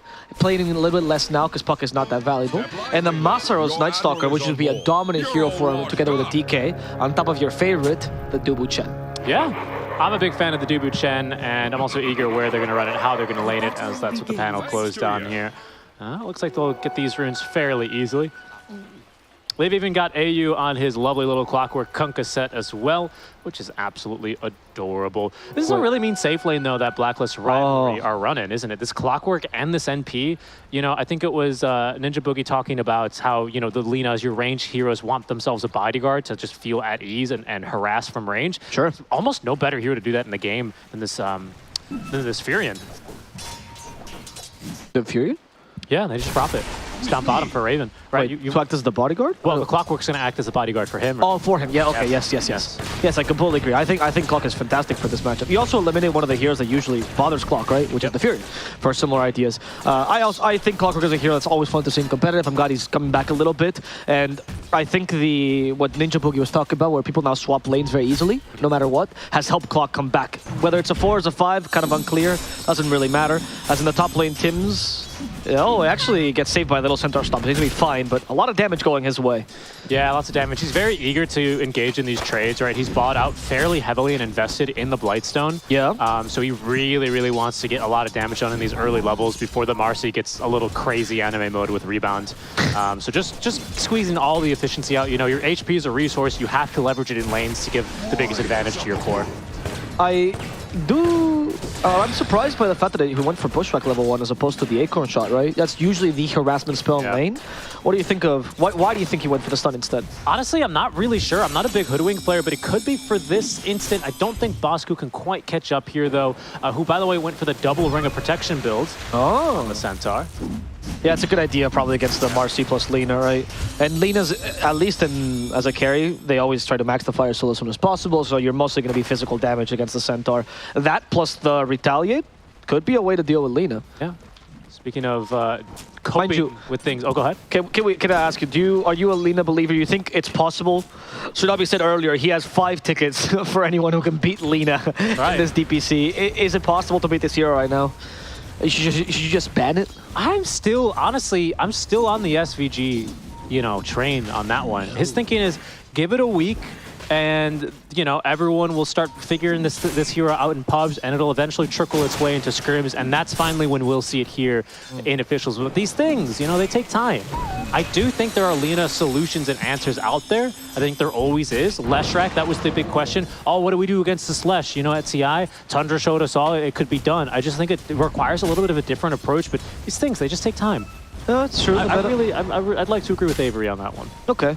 That's true. That explains the 3 texts I got before we started casting about... He kept saying Lina's a monster and an abomination of nature. My check better be in the mail, Avery. In any case, I think mid lane, as we focus here a bit, is where we can see Corden recovering very nicely. Not even recovering, to be honest. He's doing just fine. Definitely got caught by a couple of those early Tidebringers. Not much you can do with that first point in phase shift, but still having that bottle online, allowing him to easily sustain through a lot of the harass and find a good amount of CS in between. Wild, actually. This matchup is pretty Kunkka favored. So the fact that Puck is holding his own in last hits particularly, right? Yep. Which is usually where Kunkka wins. The harassment is whatever. It's mostly the fact that he's a melee hero, has enough tank to survive the Puck, goes for double bracer. It's hard to just outlast a Kunkka. Sure. Good for Corden. Yeah, but he's 2 years younger, though. That's the real trick. That is. It's all about the age. But I was telling you, these Pucks, these spirits, they're all the Zoomer heroes. You need your reaction times, real sharp and honed. And I think he's probably, I don't know about reaction time, but playing near at his peak. He's young. He hasn't played a whole lot of DPC before. He's probably playing like 8 pubs a day still, and his manager makes him stop, and he's like, but I can go for more, That's true. It's also well known that DPC makes you age double the rate of normal human beings. It's like DPC years are like dog years. You think? Yeah, and then when you win TI, you rejuvenate 5 or 10 That's right. years. That's why Aoi hasn't aged in, 8 years since TI6, huh? That is very true. Yeah. TI5, yeah. 5, yes, that's right. Have you seen Thompson? Thompson has aged backwards. That man's incredible. He looks great right now. That's what you get for winning TI twice, honestly. My goodness. Truly the elixir of life here. This is true. Carl, he is going to try to go for Corden, trying to bait out that he did the ghost ship. Did not do the ghost ship. Well done. It's play hard instead, who is going to go down, actually. At the but so does cost, Master Cuckoo. Yeah, and Bosku, not Master Ku. And that doesn't seem like the greatest of trades, because Lina survives the whole engagement, gets the kill on the enemy offlaner, and she already has the Falcon Blade plus the boots. Yeah, it's the Falcon Blade making a big difference there. Deciding to go for boots first on Centaur over the Ring of Health. I'm not sure exactly what, the best efficient quote-unquote play there would have been.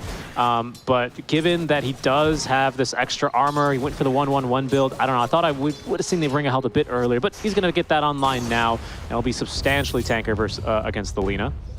Oh, Fear a year ago was telling me that when you play Centaur, because the lane is so important, right? Yes. He would say that you kind of have a decision between the Vanguard face boots, right? Because the face boots actually allow you to be much more aggressive, but it's definitely a win more item.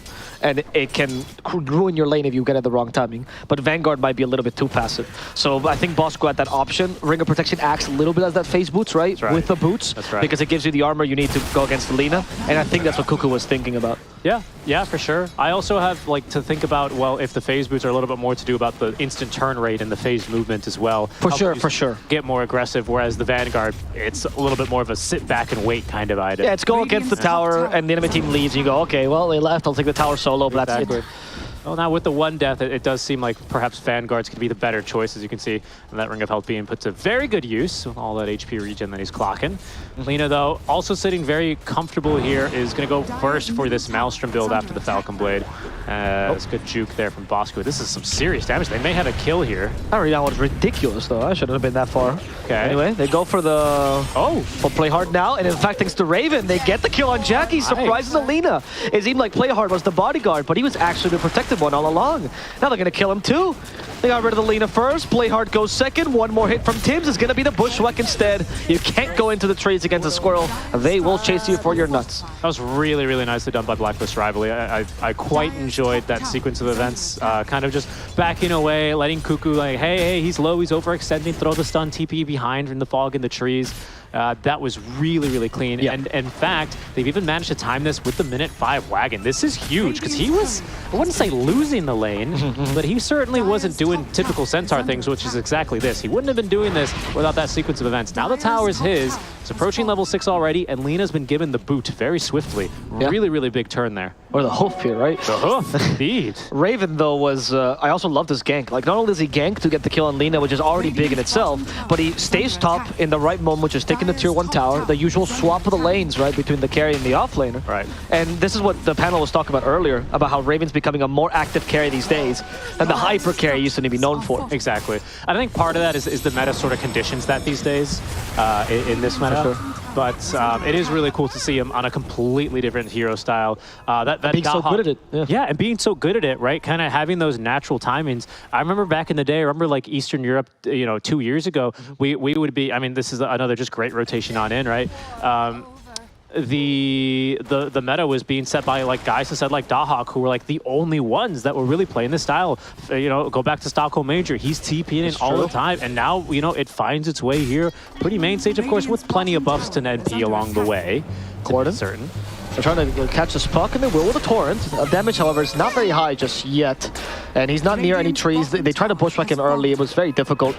They're going to go for the tower instead. Raven, once again, being quite active here. He will still be going for the Midas, though, so a little bit of both worlds.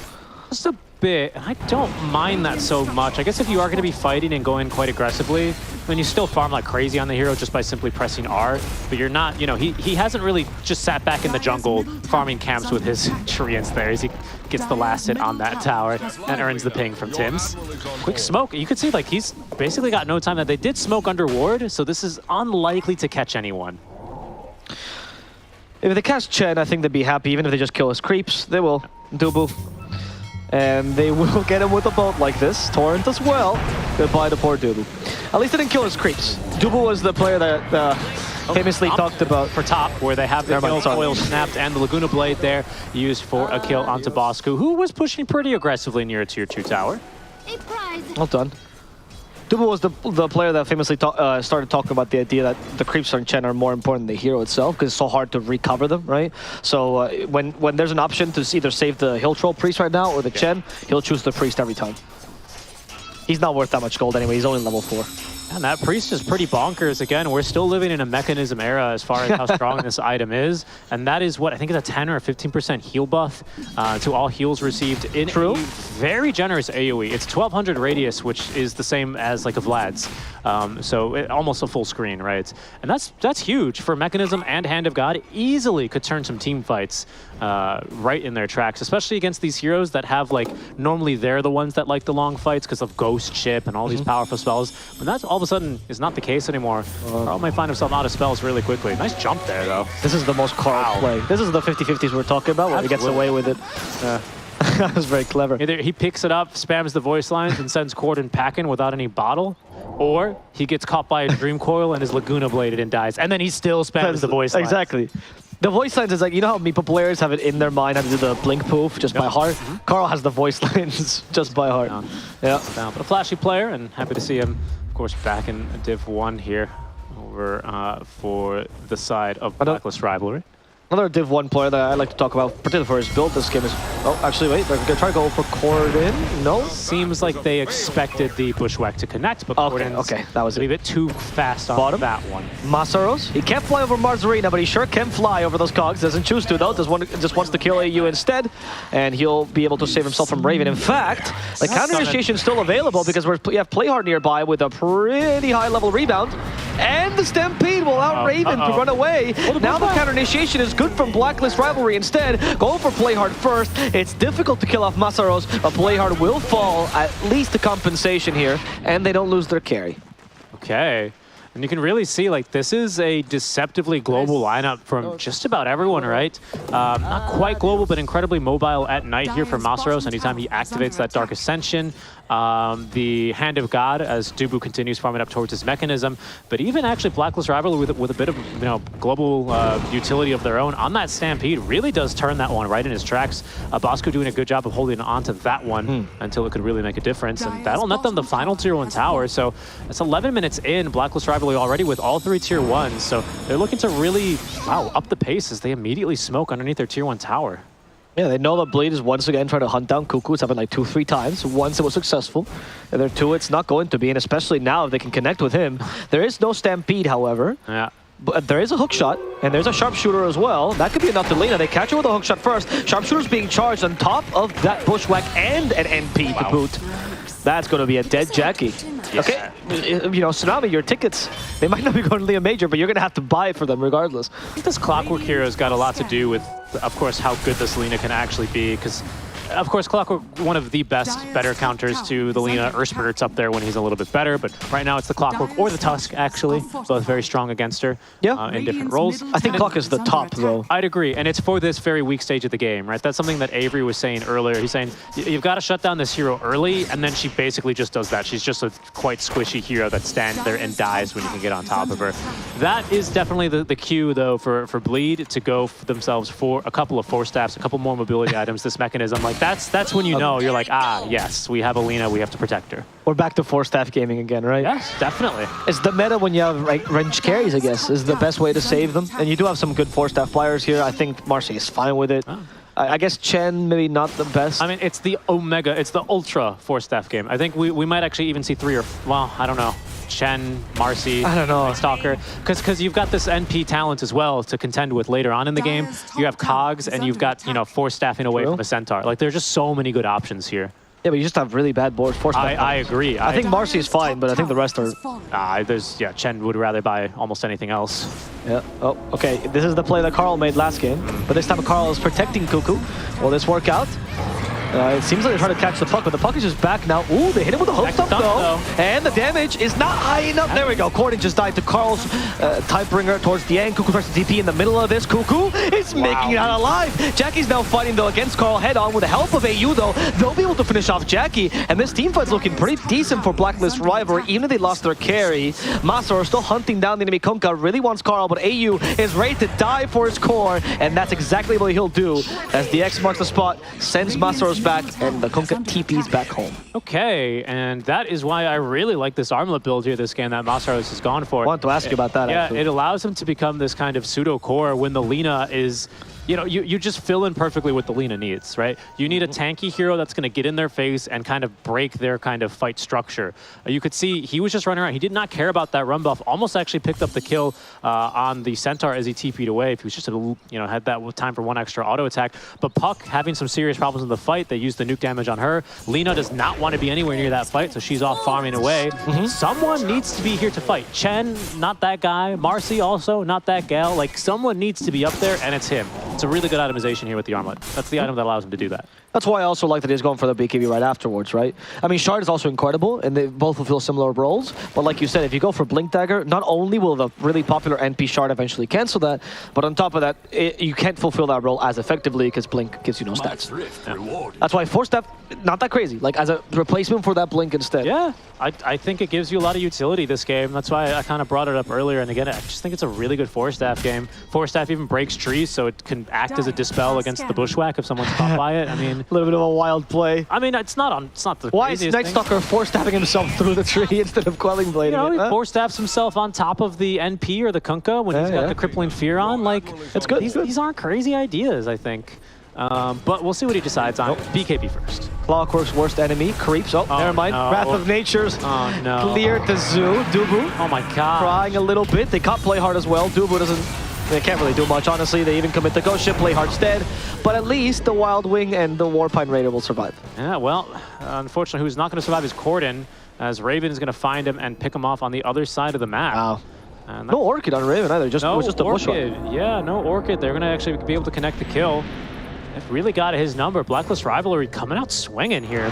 11-6, sure, you know, not that big of a deal. The kill score doesn't really mean much in these kinds of games, but it's more about where these kills are taking place on the map. How aggressively Blacklist Rivalry now, as they move into the Roche here at the pause, have been moving in and you know, where they're finding these kills. It's really, really cool to see, especially after what was basically a complete reversal from game one, where they kind of just sat back for the first 25 minutes. Yeah. Oh, I agree. It seems like Raven has been given so much more tempo this game, right? I guess the help of the Centaur Cuckoo is also a really, really big deal. It feels like this is the kind of heroes that you can create plays on as opposed to the Broodmother, where it's more about trusting your cores to do the rest of the job, right? And this Centaur, while being a hero that we're only starting to see now, has already had a good impact. For now, though, we will see a Swashbuckle stopping this Night Stalker initiation, but Clocker might just be screwed regardless. AU is dead. Masaros with the BKB is a bit too strong. Raven is in a pickle right now, but he does have an Aegis, and that's why the Clockwork is coming back in. Dreamcall, however, onto 3, but no follow-up just yet. The Lina doesn't have enough farm. He's going to need a puck instead, who hunts down the NP, gets rid of the first life. Will they lose play hard at least? Okay, in comes Cuckoo with a stun onto 2, hits Jackie. That's the real target. Well into save him, but they send him back with the X mark the spot, and that's going to kill Jackie and play hard. Yep. Finally, Blacklist Rivalry get the hero they were looking for. Tip that AU. That was a phenomenal play. I questioned the buyback, but it seems like he read the lines in the Matrix. Radiant holds this outpost top lane. Of course, that's why they move into Roshan in the first place. So he buys back. He's basically instantly in that fight. But not only that, he's there to completely cut off and use his cogs to actually block in and kind of corral Blacklist. Bosku moves right in, and it's just an easy fight from there. It's just some easy pickup and mop-up duty basically for them. What a buyback, really. He's going to die back for it, but it's definitely full worth. You still lose Aegis. Good counter initiation by Bleed there. Uh-oh. Corden. Find the puck. There you go. Yeah, now that hurts. This is the value of a true 5 player, AU, you know? All these new 5s that come from playing core roles and they've changed. No, AU knows he is not worth anything. He'll die for his teammates for a simple opportunity like that. That was close. Dubu managed to TP away just in time. They didn't even use the mechanism, perfectly calculating that. Good reaction time.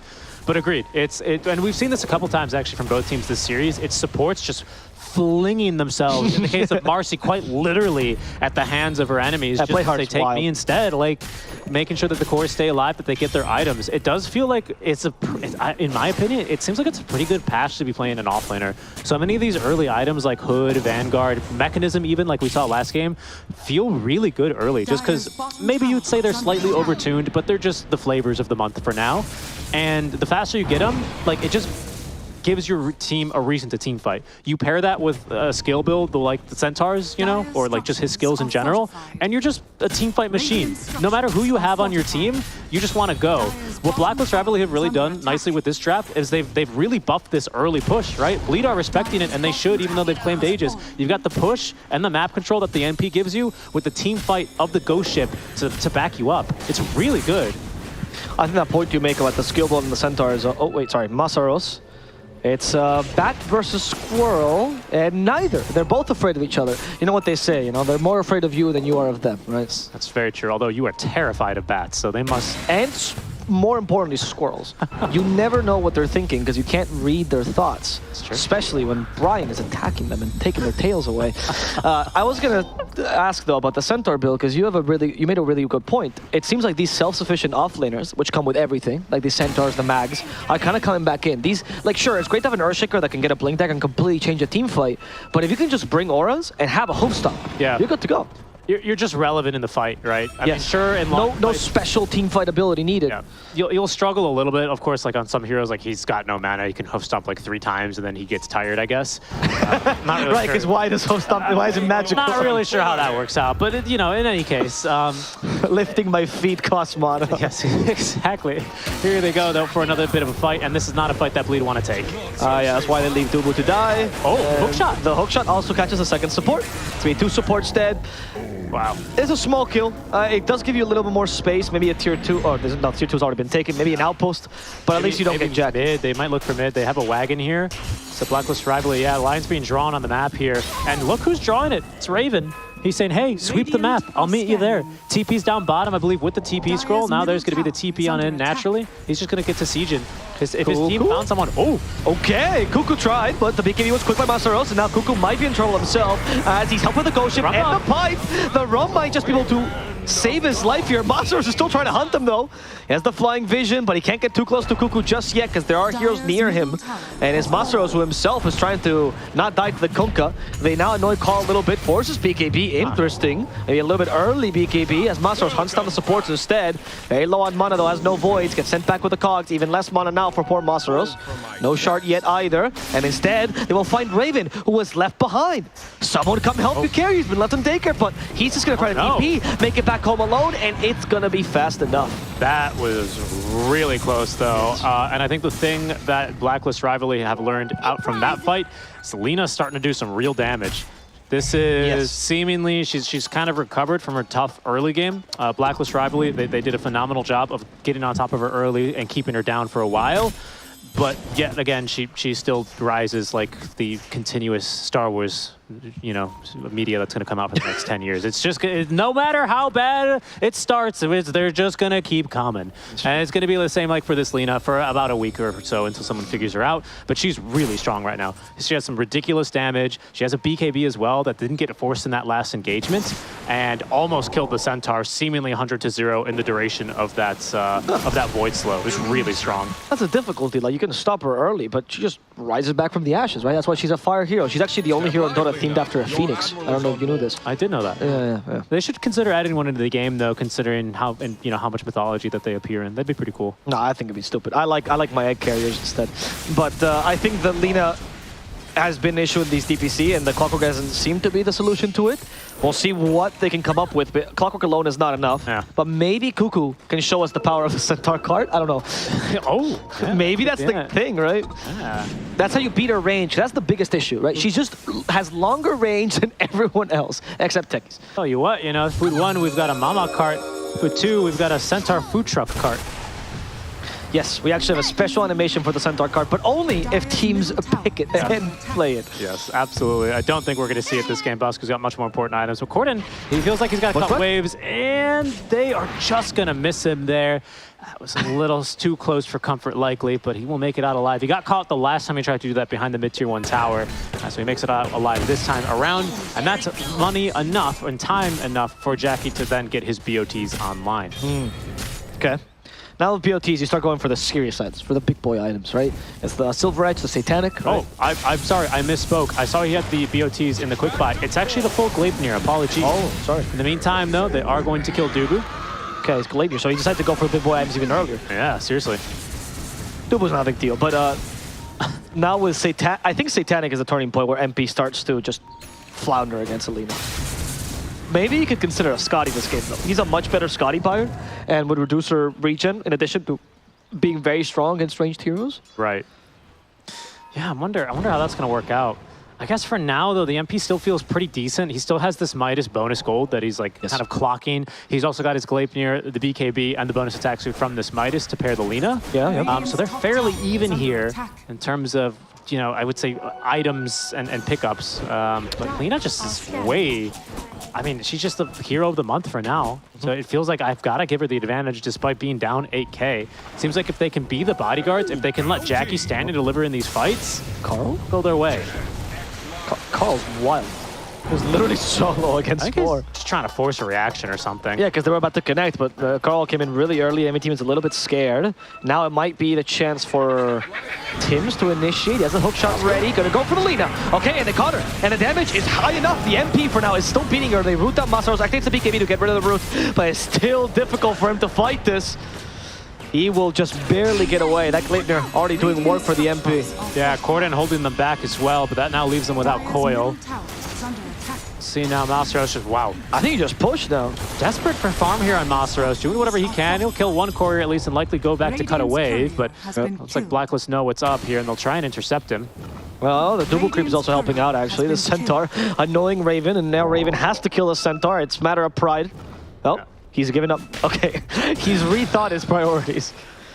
You know, as they say, eye for an eye makes the world go blind. So Raven decides to take the high ground and kill other people instead. Yes, indeed. He's going to TP top and immediately start doing some of that as he really wants to get the Shadow Blade online. He's nearly got it now. So probably just needs about another wave, or he just needs to wait 25 seconds and press R, and then he'll be able to buy his Shadow Blade. Oh, but check this out here. Bosku is going into that Halberd. It's a lovely item for him. Really, really like that. He's still about halfway there, but you get that online versus Selena. It's a 5-second disarm as the hookshot's just going to swing wide. Yeah, we've already seen, they've proven that if you hookshot the Lina, she will die relatively easily. Yeah.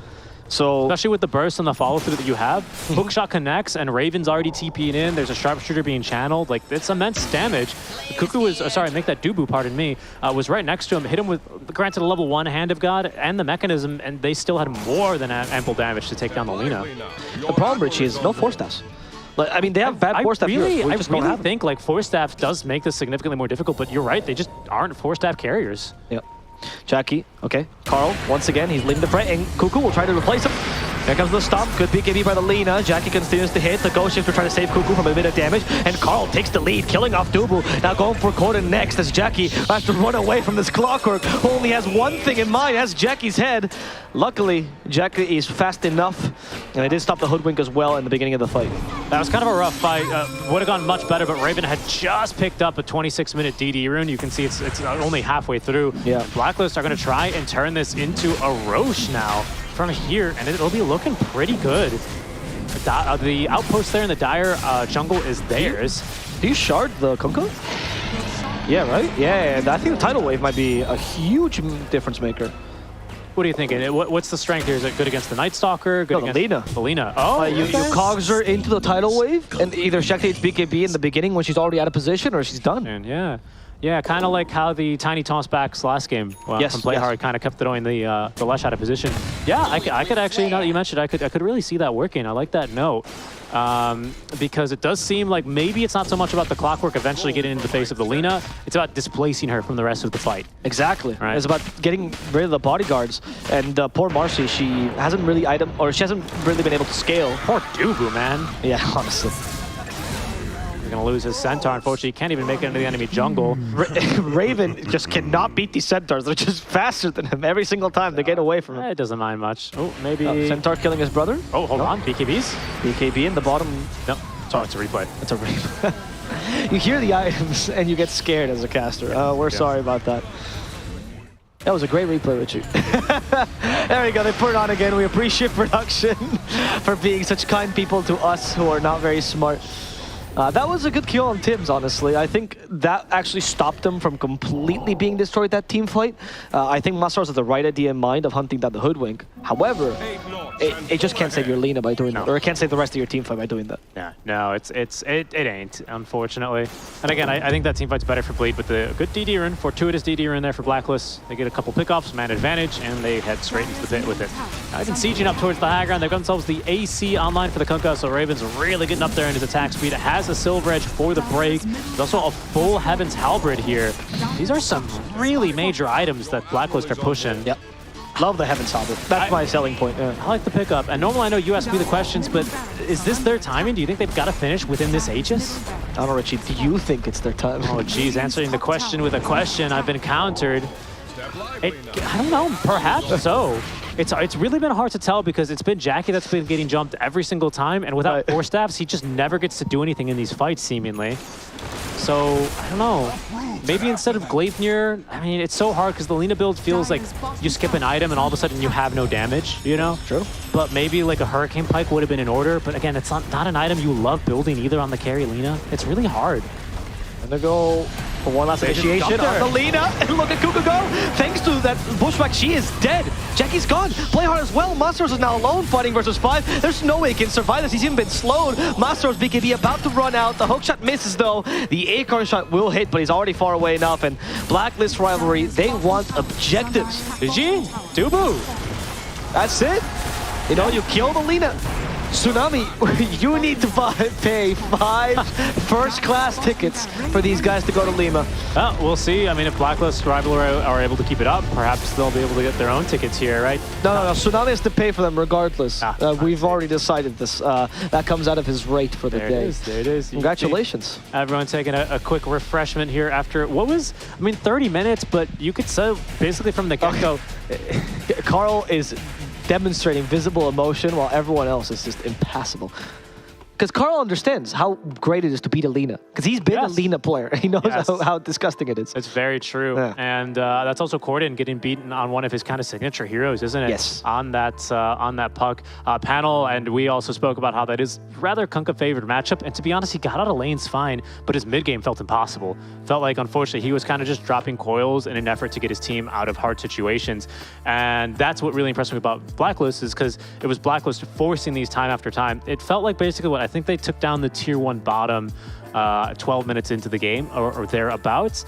From there, it was just like objective-based gaming. NP wasn't always directly in the fights, but he's an NP, so he's there in a second or two, and they were just able to outfight Bleed at every turn. I thought maybe the Night Stalker would be a little bit more of like a barrier in their way, but he was merely just a speed bump for what was Blacklist this game. Yeah, Puck might be a signature hero, but it is true that the hero's a little bit weaker right now in the meta. All these auras that you're seeing from offlaners coming out does make Puck weaker, because usually the choice is, oh, do I let him kill my supports, but then I kill their supports, or do I go and save my supports and restart the fight, right? But now with the pipe, you just go pipe, there you go. Good luck, Puck, trying to kill my supports, and that's solved. And on top of that, the plethora of orchids that we're seeing, the poor guy just didn't have the game. But luckily, against the panel's wishes though, when we remarked that, the panel did not predict this, but we are getting a third game. So I want to see what they have to say about the second game and see why Ninja Boogie was wrong. For that insightful analysis, Avo and Richie. I mean, yeah, that game was pretty strong showing by Blacklist. I mean, for me, I think it all kind of started just speeding up by that 6-minute point where Raven TP top, they took the tower 6 minutes and they were able to get a couple kills too. I mean, that was really crazy in terms of the momentum. And I was scared though for Blacklist because like the mid, kind of like early-ish game, early mid, like Masaros was picking up with the Night Stalker and he was kind of looking like the pseudo carry, but I mean, Blacklist just cleaned it up right away. Yeah. Yeah, I was wrong. Ava called me out. But yeah, like now that I think about it, like the pairings of the carry and the mid kind of like they're kind of the same hero, and Puck got shut down pretty hard, like just based on like the hero pool. Yeah, I mean, and also this thing with the top tower, right? As you said, like the TP, they got this tower really early. Like this rotation is like perfect. It's really good. It chased Lina out of the lane. Yeah. And he's like, what? I think level 4, level 5. It's like he's like level 5. But then also, like you said before, they took the tier 2 tower like almost straight after that. Yeah. They got like tier 2 tower before 15 minutes. Because Night Stalker's too weak to like go up and chase them out. They're playing the numbers game. Chen is at bottom. He can't go up and bring all these creeps. And he was like level 3. Yeah, so they just get 2 towers for free. Then the thing is, every time they take this tower, they get the Lina kill too, which is huge. So the Lina like falls behind in farm, and she just doesn't deal enough damage. Yeah, Centaur I think is a very good way to deal with this Lina high priority alongside the clock.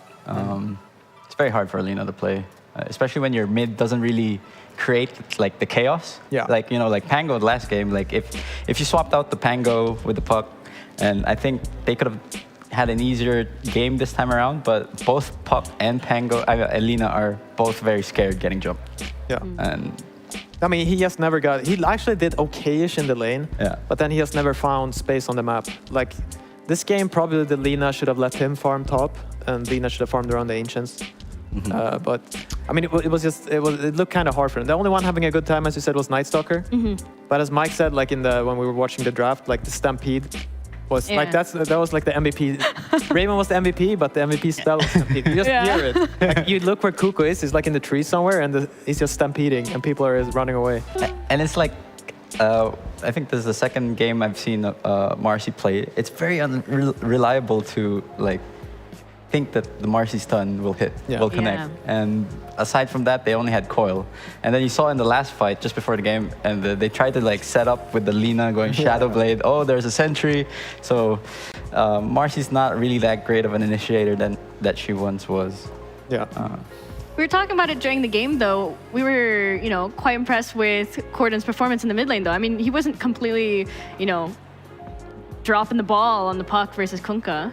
No, but again, it's like because of how fast Blacklist played, like they couldn't get any momentum or like slow down the momentum to create like some. They needed just a little bit of space, but no hero can really do that. And they had a Night Stalker off lane, and if the ultimate's down, you can expect Night Stalker not to do anything. I think that was the problem for him because he was like maybe 500 net worth behind, but then he can't like he has like a level 4 Shen and a level 4 Marcy. Like they can't roam around together. And you have this Night Stalker. It's like I'm fine down here. I'm farming so well. So there's like he's not making any moves. There's no space to farm, and he ends up being like what 6K behind the.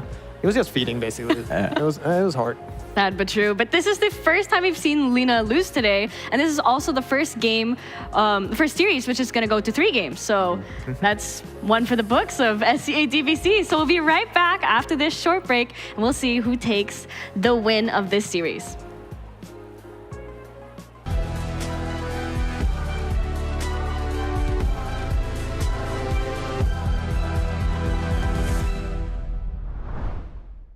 Three, two, one.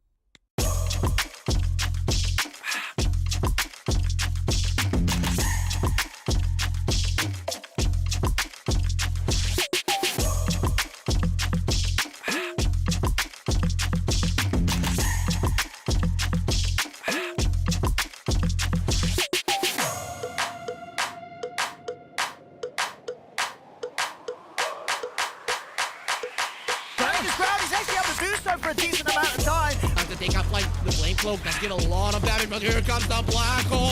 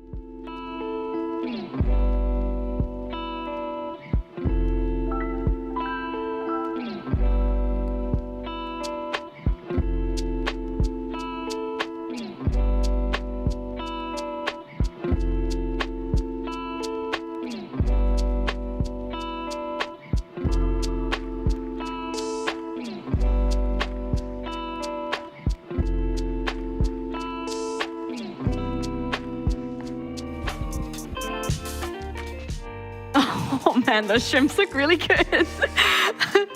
Wow, look at all that food. I'm getting hungry. It's getting late. Stop talking about food. Oh, sorry. You're getting hungry too. I get it. But we are back for our last game of the day. This is our first 3-game series. I am very excited to see who's going to come out as the winner of this game. It's going to be really intense. Yeah. I'm just going to stop predicting. It's going to be the mic curse now. Ava's going to keep calling me out. Yeah. Yeah. But yeah, I mean, Blacklist, after that pretty mediocre game 1. They looked on form today. I mean, today, game 2. Yeah, and if they definitely keep that up, they look pretty good to win game 3. Yeah. I mean, the thing is, I feel like Bleed played... They didn't play that bad. They're limited to their heroes. That, like, I feel like they couldn't there was just something was off where, like, I don't know, like, you would have to look at the replay and, like, why was the Lina so poor? Like, I don't think she should be that poor. Yeah. And I guess, and a bit of the thing is just the Puck, like, his role in that game. Yeah, I mean, because if you look at the game, the first 10 minutes, among those three cores, who do you expect to make the space? Or, like, to move around and do things, right? And then, obviously, you have a fast level 6 Furion, Nature, you know, the ultimate that does so much damage, very global, and then you have Stampede, easy for the other supports to connect to the kills. No, I solved it. No, they just had to, the Puck had to play with the Night Stalker. That was what they had to do. But they had to, every time they run into a boat, right? So I don't know if they could, but they probably had to try to play together. Yeah, that's definitely the way. Because Puck there was no space for him. Right. He couldn't get any farm, and I wouldn't count Bleed out, you know? Definitely not. But Blacklist, they definitely look better. They did. They really looked like they were actually playing together a lot more this game, like as compared to the first game. Like, you know, they were playing so well with all the hook shots. Like, remember that one hook shot in the mid lane near the tier 2 tower? And we were all like, ooh, damn. That was good. No, you're right. With the hoodwink and clockwork, and then like follow up. Yeah, look, every spell landed nicely together. And then I feel like play hard also, like if he plays in the safe lane, I feel it's harder for him to do all his rotations to the mid, because from the top to mid it's a bit awkward. Yeah, it's different. So yeah, like I feel like they didn't really play to their strengths, and hopefully they make the right adjustments to, you know, show better, have a better performance. Yeah, I mean, it's the first 3-game series of the DPC, the CDPC. So I mean, can't win them all. Yeah, can't win them all. Like, whichever way this goes, they should be proud. Those are, I mean, I think these were the best games of the day, for sure. It's better to make the mistakes early on. Yeah, and then you can learn from it, and then, you know, do the right adjustments, and, you know, hopefully if you do move on to the playoffs, you know, like, is there playoffs or is it just top? No, I think it's just top. Direct. Whatever Top 3? goes through. Top 3 to majors. Forget what I said. No, I'm curious, like, with the first picks, if Treant is still... Because Blacklist are definitely still going to consider, like, we don't give Treant away. But, like, Lina was first pick, right? Yeah. Was it the same in Execration? I Whatever think so. it is, I wonder if they're... So. Are you saying, like, you kind of favor second pick moving forward? Because, like, both teams that got first pick, they both lost. Yeah. Because I think they emphasis too much on, like, this, like, for one hero, right? Treant, and then you have Lina. Yeah. And then they kind of get stuck with their draft in a way. Yeah. So I'm wondering, like, who will come out on top in that situation. Like, basically what I'm saying is I want Duba to play the tree.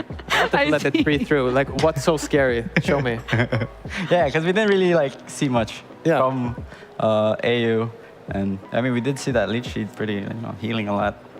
But why is it such a high priority for these teams? All right. Let's ring our bell. Our draft is ready. Let's see who they pick. Well, we see both the heroes out. And the whole day it's been like this. Not Dubu playing the Treant. Okay, yeah. So we got take 2 for Bleed with this Lina. I wonder if it's really, like, if it's actually a Cordon hero, or, like, is it a Jackie hero? Because, I feel like it should be a Jackie hero. Okay.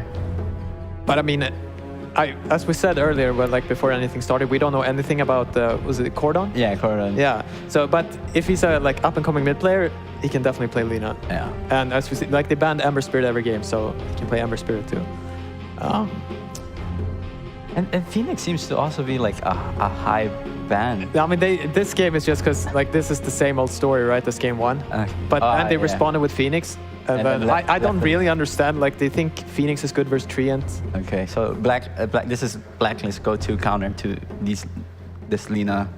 The Centaur. Yeah, the Centaur, right? Yeah. And I think it's pretty good. But again, if Lina is, like, it's just because Lina was behind. If Lina is ahead, I don't think he cares. I mean, and the lane wasn't going that well. It was like after the rotation from the Furion. Yeah, the Furion kind of salvaged it. So I'm expecting them to ban out Furion here on the Blacklist. It's not going to be like, if it's a Clockwork pause 5, it's not gonna be the easiest lane for Centaur. Lina with that, crazy attack speed. You can pressure Centaur before he gets, especially if he gets greedy and he goes for like a ring of health and gets caught off guard with like maybe a level 2 battery as well. Yeah, I mean, you just need someone to. I mean, you can do like a classic one, like a Rubik Centaur, so the Clockwork never gets to do that type of stuff. Banning out these pause fours. Yeah. Hoodwink. Yeah, I mean, he needs a stun with him to like threaten the Lina and to like save him. Yeah. If they commit on him. What else? Dark Willow doesn't really do that good. No, that's like a meme. A meme picky. It's fun to play though. Rubik can be good afterwards, but the laning's a little bit.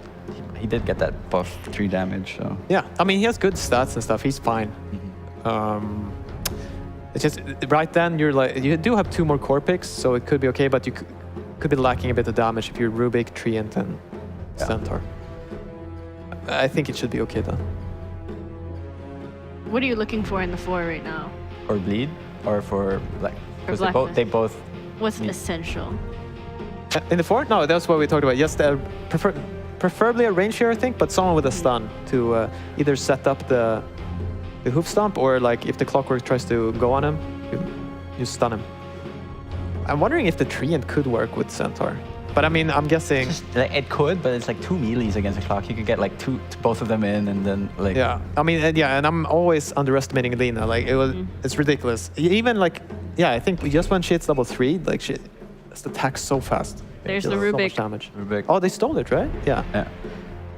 But, okay, so Furin is not banned, but I get... Oh, they stole it. I get it. It was Rubik's steal. Yeah, totally. Yeah, I don't see why Blacklist wouldn't go Furion again. But I mean, Raven's NP was very convincing. yeah, He No, did a it's- great I job. think it's really good versus all these heroes. Rubik's pretty bad against him in the lane. Yeah. They did remove the Beastmaster, who after a couple levels can apply a lot of pressure. Yeah, why not? Just pick it. Don't fix what's not broken. What is that the saying? Yeah, Yeah, I that think sounds so, about right. yeah. Even if it's not a saying.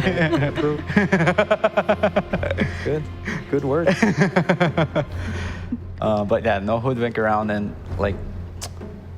I'm wondering what are bleed, because they're almost playing the same game, right? So like, what's the fix here?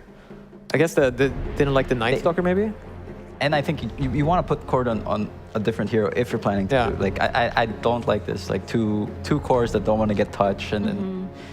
Oh, that's. So what kind of mid hero do you think would be working with this Lina? I mean, unless it's a Lina mid. That's the thing. You kind True. of don't know, right? Yeah, maybe that's what they're doing. Because now they, as we said, like the difference in this Bait draft, and right? Because they switch now, like they're doing Lina, but not first pick. It's second pick Lina. So now they get to counter cores. But what carry would you put against a Centaur Skywrath? Like, okay, so Jackie did pretty well with Slark, but I don't think this is a good Slark game. Yeah. Mars, okay, Masaros, that does pretty well against the Furion. Yeah. Not a bad pick. I think it's okay. That was also one thing I felt they lacked in game 2, the team fight. Besides the coil. Coil's not really a team fight because like they'll just stand there. They have both buff. They don't really care. Yeah.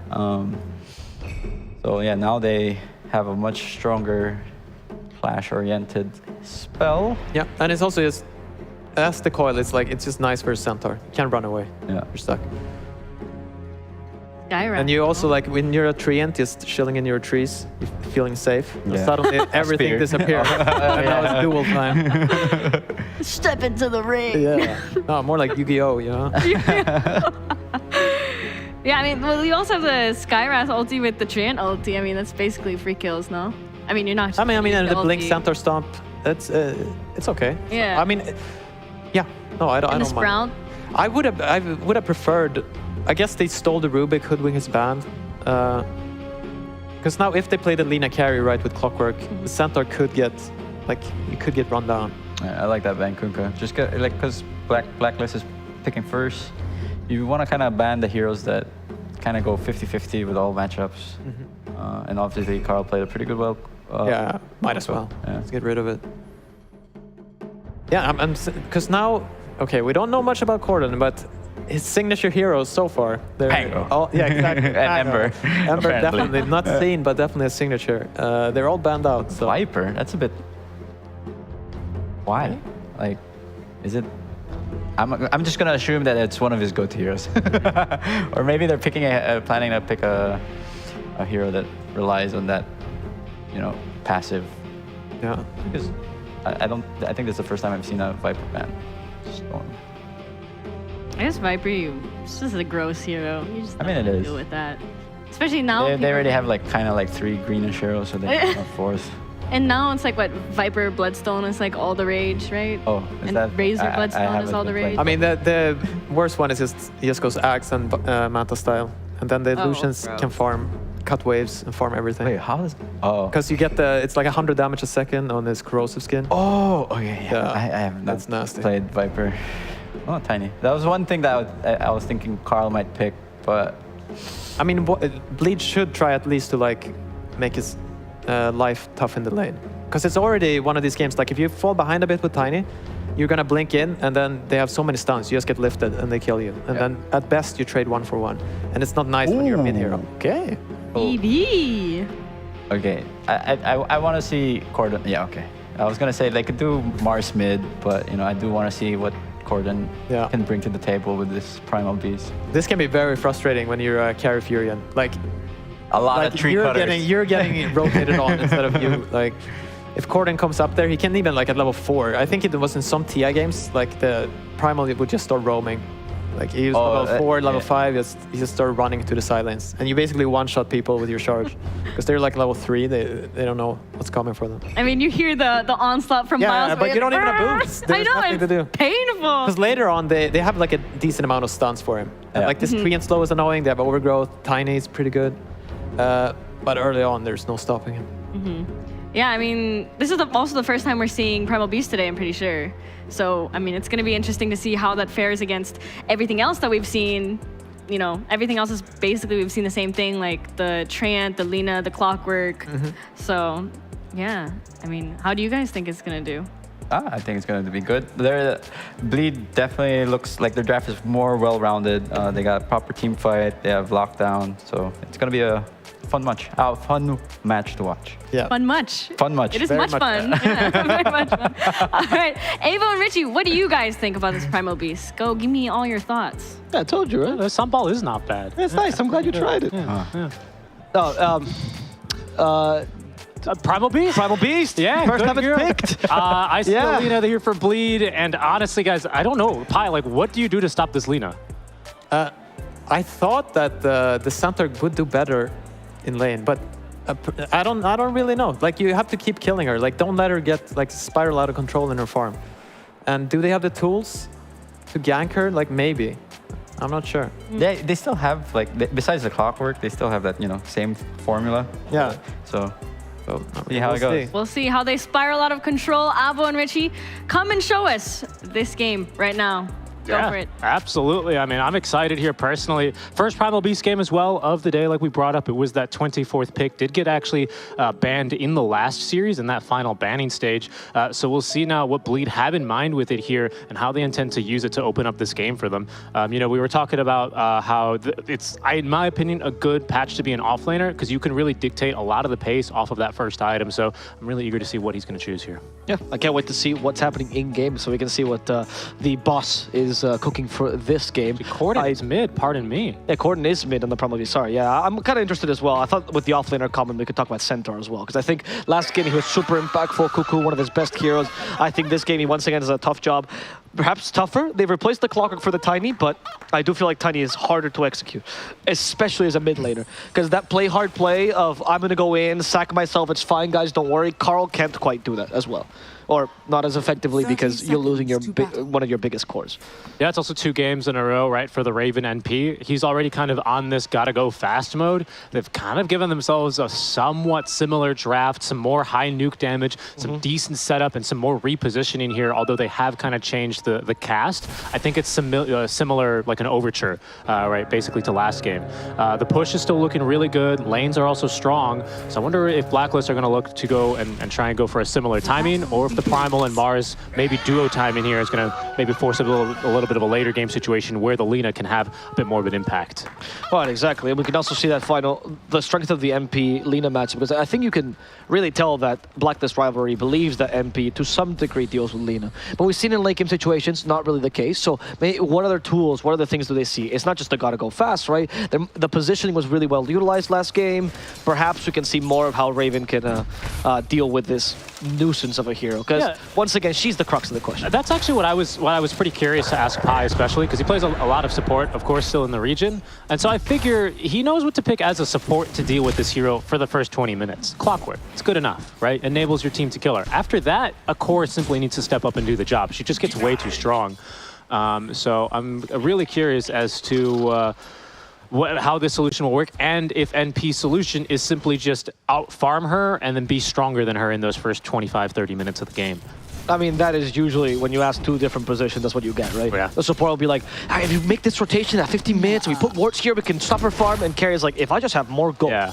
Guys, it's so easy. I just need more gold than the enemy. I mean, let's be honest. I'm a support player as well. I think it's copium if you think you're countering these strong heroes like the Linas with supports. Mostly it's the cores. It's copium. I'm sorry, guys. I don't know, man. I think the supports have a lot to do with it. And the early game. By now, Pi would have died at least 15 times. That's he would have created so much space for his team that Lina would be out of the game already. Perhaps. Well, for now, is taking a bit of damage, but again, has Dubu on the bodyguard role this time. They did send Dubu off last time on the Chen. I don't think it really impacted his game. It was a really hard Chen game, pretty much no matter what. So I'm eager to see him on a hero that is going to have impact basically regardless of how terrible his lane is. Hookshot's just so darn good. But on the other hand, I would say Blacklist Rivalry also has maybe a stronger lane with the Skywrath. Super, super powerful early. Has more synergy with Centaur because now you have slows plus stuns as opposed to just stun after stun after stun, right? Right. And one slow that's guaranteed as well on the concussive shot, as opposed to that bushwhack that didn't really hit in the early game. Very much a lane that's like, I'm going to harass you from range, but if you start running at me, I just need to run away. Yeah, Tims is very scared. 0 base armor on this hero, dies very quickly to the right-click damage. So Dubu just doing his best to at least stop Tims from harassing his carry Jackie too much. Surprisingly decent base HP for Int hero though on the Skywrath Mage, which means that the Battery Assault is not that big a nuisance itself, which is why this matchup is usually pretty decent for Skywrath Mage. And the move speed. Dubu has, I don't know if this is normal build, it could be, I wouldn't be too surprised, but the Windlace for him, perhaps in an effort to make up a little bit of the difference of that move speed off the bats. It's hopeful if you're going to kill Bosku like that. So back off and save the mana on the Battery Assault. Have you noticed that this time, last time Cuckoo went for level 1 Hope Stomp, level 2 Retaliate, this time it's level 2 Double Edge. Oh, very so he expects a chance to kill them, right? That's why you build the Double Edge. Lane? I'm not sure actually how Corden ended up on this side of the river. Could have, likely was a toss back. And Corden's going to be sent back into the river, but he'll be A-okay with the water runes. Carl even asking for the high five. In the top lane, I'll see a little bit of aggression from Masaros, but it's done. We got 1 point Nature's Grasp already for AU. That's the 1 point you get for the slow. And then you start maxing. What do you think? Leech Seed or Living Armor this game? I reckon you want to go Living Armor. It's very good. It's really very good. Because they lack damage early. Yeah, I mean, it's a lot of magic damage early as well, I feel, between Fade Bolts early and the Mars Arena combo. A bit of burst physical as well, but still the armor is going to help a lot with that. And the heals over time. Yeah. I mean, Onslaught is physical as well, right? So there's that consideration of both. You have a couple physical spells, God's Rebuke, Onslaught. It's also this kind of funny thing where, like, you look at Bleed and their push is not really that amazing, to be honest, as there's First Blood down bottom. I'm interested in what Corden is doing up top, though. Yeah, it is really early, isn't it? 4 minutes. So he onslaughted for the rune, right? And he wanted that bounty, and he got that bounty, and now he, I don't know, it was interesting the path he took, as opposed to just going back mid. Maybe he was hoping to interrupt the pull or something like that, or a stack, and that could have ended up being a kill for him. Yep. Regardless, this lane is working pretty poorly. It's kind of a cool move, because he doesn't really, like, he pushed the wave before he left, because he's primal, so he just tramples on them, and then he just runs away and refills his bottle and puts himself in position to make a play. Yep. It's wise. I think that'll pay off. Maybe not every single time in a game or against teams of this caliber, but it'll work occasionally. Yeah, as you mentioned, it's common primal gameplay. The weird part was still going all the way to the lane as opposed to just going back, right? As the onslaught is such a ridiculous range that securing those bounty runes becomes quite easy for you. It's a pretty, like, potentially kill heavy lane as well. You know, lift into a spear back into Fade Bolt. It's like not unrealistic for them to try. So I could definitely see it. Bottom, Bosku is going on him, but he has Retaliate level 2, so Lina no longer can just hit him for free. Dire have just scanned the Radiant's tier 4 towers. No one back there yet, boys. Not really. Maybe they were expecting Corden, or maybe that was actually a scan on purpose. Raven is just being mushed right now. Mowed down? Mowed down? That's what I would go for. I was gonna mushy peas? I suppose. Is that a thing? Can you mush something? He didn't though. Usually when you mush, it's when you say to the Alaskan dogs, pull in your dog sled. No, I thought it was what you did when you like really want to make baked. Sorry, potato. What is it called? Mashed potatoes. Mashed potatoes. Oh, that's potatoes. Oh, that's the word I was. Oh my goodness. English is not my first language. I apologize for that. Middle tower is under attack. Anyway. He didn't die, so it's all good. There was no need to really he did cast not die. And actually, you take a look at Raven, he's kind of getting mushed in this lane, isn't he? He really is. Poor Raven is not succeeding as much as last game. I think he has a much stronger laning opponent here in the Mars, though. And in the mid game, I question how strong the NP can be, because you're gonna have to put yourself very close to heroes if you want to keep hitting them through the arena, right? To not get like separated from the target you're going for. Oh, Autumn, they're making an effort here now. Dubu's going to TP away and give the healing pot immediately to Jackie. Yeah, I think what's kind of annoying if you're AU this game is you're kind of just waiting for him to start ganking and leaving, you know, because you're a tree. You're like one of the best heroes to just sit back, soak experience, and get a little bit of items. And we get a faster Force Staff. Once again, we need some of those against this Clockwork. So eager to see how that works out for him. Carl once again trying to utilize the fact that Corden's playing aggressively to do the toss back. He couldn't. The top lane, we're going to see a little bit of a fight. AU. He did very ballsily Nature's Grasp before he TP'd, and that might have punished him, as now the TP gets cancelled by the heals are good. Maybe this was the play all along. They baited play hard into this, but Raven is not interested. He's just going to let him go. An interesting play by AU. He's baited by everyone. Baited the TP because he saw the Centaur Hoof Stomp come out. And then the telekinesis was still ready at the same time. Either way, I mean, he forces spells, doesn't have TP, but has a lot of mangoes, so he ought to be okay as far as his regeneration goes. Who has a lot of mangoes? AU, the tree. Oh, okay. Yeah, that's a lot of mangoes, that's right. Yeah, he had a second stack, I think, actually. I saw 2 when he, at some stage of this game. It is a real support. He knows eventually he's going to have to just soak XP in the lane and not move, which is what Treants tend to do. So he's trying to have as much impact as possible early. Well, he is maxing Leech Seed as well. Where do you think Techies is taking all those mangoes in the cart? Masaros, he has been body blocked by the Treants. That's pretty good, but unfortunately they realize it is still a Mars, so they can't quite kill him. And Corden's here. Corden is here, and this time they should be able to finish off AU as they even come with Corden's ultimate. That Pulverize will finish off AU. Very nicely done. This time ganking, of course, with level 6. Big power spike here. Sets up Masaros to get a little bit more mana regeneration. Actually went for the Arcanes early here. And with this Ring of Health, he'll get the solo wave and he'll get level 6 relatively quickly. So they can really look to try and give the boot to NP in this lane quite soon. Towards this mid lane, though, 8-minute rune is scooped up by Dubu, who is going to avoid the enemy support on his way back to lane. Okay. Dubu, who, I mean, even though his lane hasn't gotten, they haven't gotten any kills, which Clockwork ideally wants against the Skywrath Mage, they also haven't lost by too much. However, Cuckoo has now gone for the full Vanguard, and this is the same rotation we saw in game number 1, except this doesn't come with a kill. So they've learned. Middle lane, though, is where the kill's going to happen, is against Carl, the enemy mid laner, or so they're trying to do. No more Pulverize here, but we still have the Light Striker Ray stun for Carl. One last Avalanche, Corden avoids it. His body is very big, but Carl manages to just fade right through him, and Carl gets away, and it's bottom lane we're seeing the action now, as poor Dubu has a double damage, but he can't really hit the Centaur. Cuckoo just cannot get the hook up off. Raven now trying to finish off Dubu, but in the freeze he goes, and silence up the Mars, making sure they can't stop Raven's TP. Still no hook stomp for Bosku. Very, very frustrated. He lost all his mana. He can no longer lift his feet.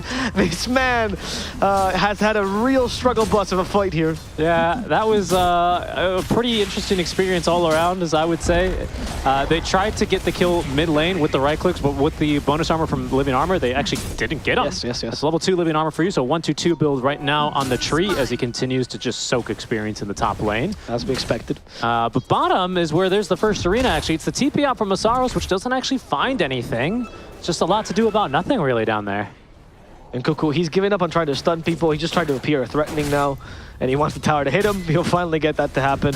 Hopefully breaking this tier 1 and opening up their map a little bit more. Carl's already rotated, but no Blink Dagger to initiate. Okay, top lane, Corden's now receiving a bit of support. He wants to try and take down this tower, but of course, very little attack speed and lots of bonus armor here in the tower makes that quite difficult for him. He's going to receive the aid here from Dubu, who does not have hookshot quite yet. They're going to lose their bottom tier 1 tower, pardon me. Siege is slow. Can they fight this? They don't have Overgrowth. Now they don't have Stampede. Avatos is 4-2-1, maybe. Yeah, but he has no Blink Dagger on Carl, so what are the chances you actually get an Avatos? I guess if Beast, the Primal Beast like onslaughts onto you? Yeah. Either that or the tree just kind of, well, he soaks maybe one more wave. He gets level 6 and you could look to set up something. Either way, I think that gives pause for Corden. I know, this tower's very tanky. So that's what I was going to get into earlier was, you know, these kinds of games where is this a good living armor game? And it's like their push is so bad, why would I bother with it? But like their push is so bad, you can make this very... Corden's been up here for a minute and a half doing almost negative work to this tier 1 tower. And Corden's 20, right? His attention span is very low. There's no way he's going to forget about this tower very soon. Yeah, he's going to watch a TikTok or something and he'll go mid instead or something like that. Exactly. He is dying. Get up his chair. Wagon's dead. The tower's still alive. The tower's still alive. And look, they're connecting with the smoke. This is actually genius. Look, they're making plays. They are making plays. They might find Corden. Oh, his attention. He's gone. He's trying to go elsewhere, but he can't. He's being punished for this as Dubu now in trouble. They hit him with Nature's Grasp. Also the Mystic Flare. Dubu tanks a fair amount of it. They're considering the Overgrowth, but they know it's not needed. They can just toss the bird and kill the Clockwork.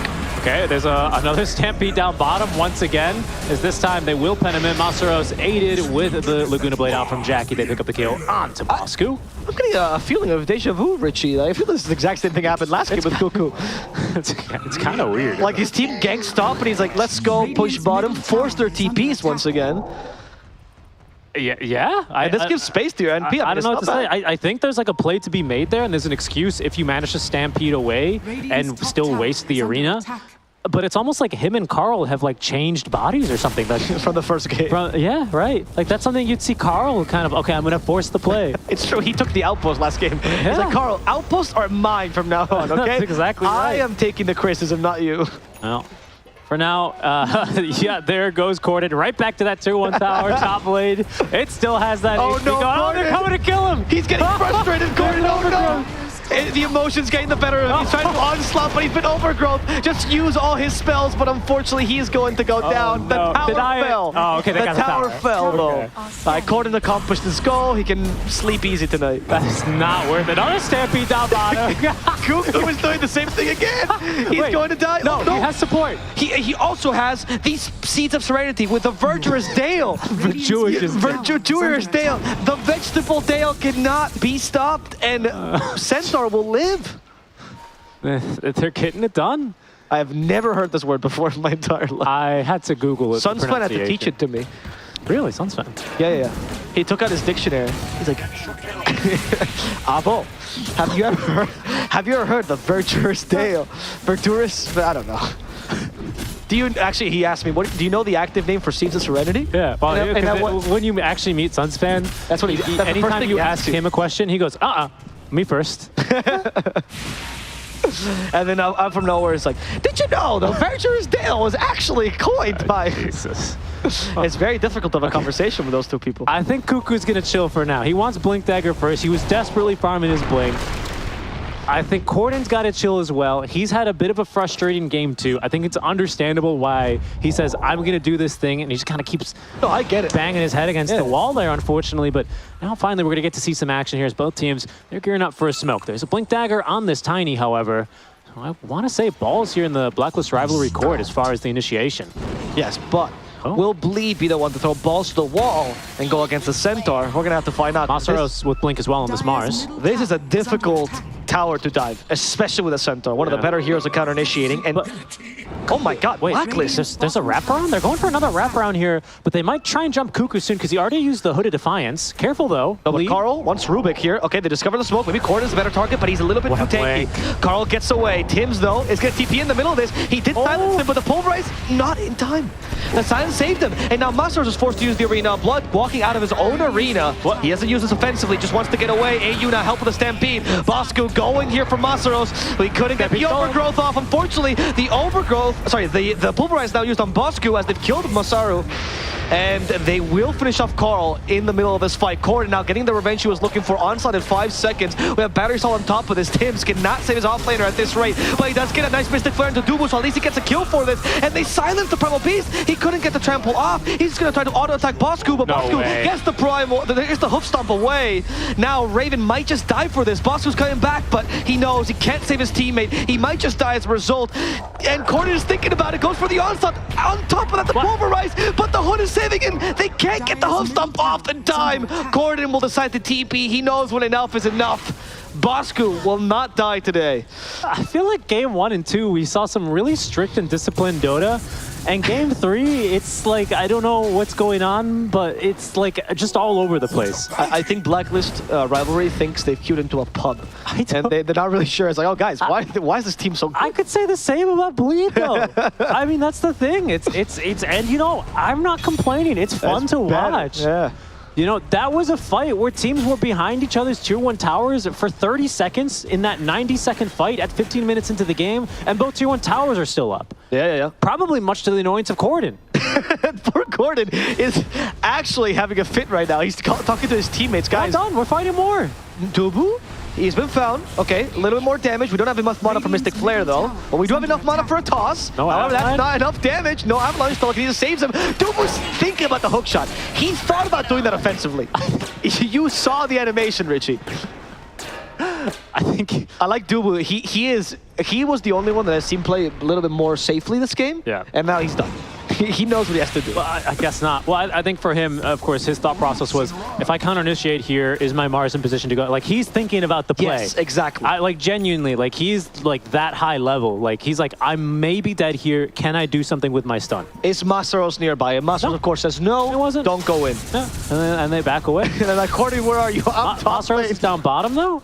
Yeah. And they've TP'd here to the outpost. Oh, okay. Hello, Tims. Oh, that's Raven. Okay, yeah, right. That's Raven. I think Masaros just trying to deep-push this lane. There's a Blink Dagger. Masaros? Yeah, he had it earlier. It says there's a Blink Dagger on the Skywrath Mage. But the Skywrath Mage. No, that's wrong, right? That can't be right. Doesn't have enough net worth for that. Yeah, okay. Okay. Not to say, my goodness. It's okay. Corden might find AU this time. Look, they're both in the trees. Like, okay, I know the Trim Predator is here. He has ruined my early game. Can I kill him now? But Dubu's in his ear telling Corden, it's okay. We don't have to kill Trim Protector. He's not that useful, actually. And Corden is leaving now, playing a bit more patiently. Yeah. I actually don't... I mean, he wants to farm his BKB, so I think that's his goal. Yeah. That's why he's playing safe. What he's doing up here. It's a bit difficult, though. It just doesn't feel too safe to do so. The map's pretty dark right now. AU? Tims is missing off the map. That's the reason why he's not going for this play. I think he's afraid of like overgrowth into Mystic Flare and Silence. I think that may kill him. He also has no teammates nearby, and he's near tier 2, right? So they can always TP worst case. Or best case, I guess, for them. The patience there. All he has to do is... Oh, Stampede. It's for the bottom lane. They found Masaros, and that's going to be a dead Mars. Yeah, they killed him in the time it took... Killed him in the time it took Raven to TP in. He even canceled the TP. Okay, I think the kill on Mars is a pretty big deal, though, because even though Primal Beast technically is your initiator, he's still waiting on the BKB. Now they have nothing to play around. He has Arena off cooldown. It's a BKB now as well for Corden. He's finally found the space and time to farm it.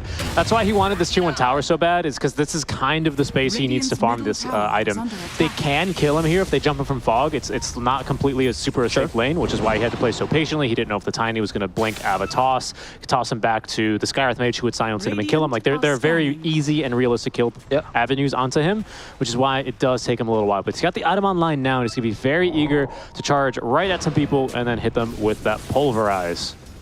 Yeah, with her BKB, like I said, that he's finally enabled. What are options now for Blacklist Rivalry to deal with that Pulverize instead? I guess you overgrowth in the middle of that and hope that you're far away enough. It's the overgrowth solution, really. It's the only one. I guess Stampede and just outrun him. That might do it, actually. You're pretty fast when you onslaught in, though, aren't you? Yeah, but you can't change directions. Or not effectively. Not effectively, yeah. Your on speed's 1200 though, so you're twice as fast as them. So I don't know if outrunning them, maybe you would have to do some, you just have to run away from it, not like you're in a Ridley Scott movie. You got to just go sideways, right? Otherwise the Prometheus falls on you. Yes, yes, I think that's a good idea. Do not go to the Prometheus school of running away from things. That's a very bad idea here.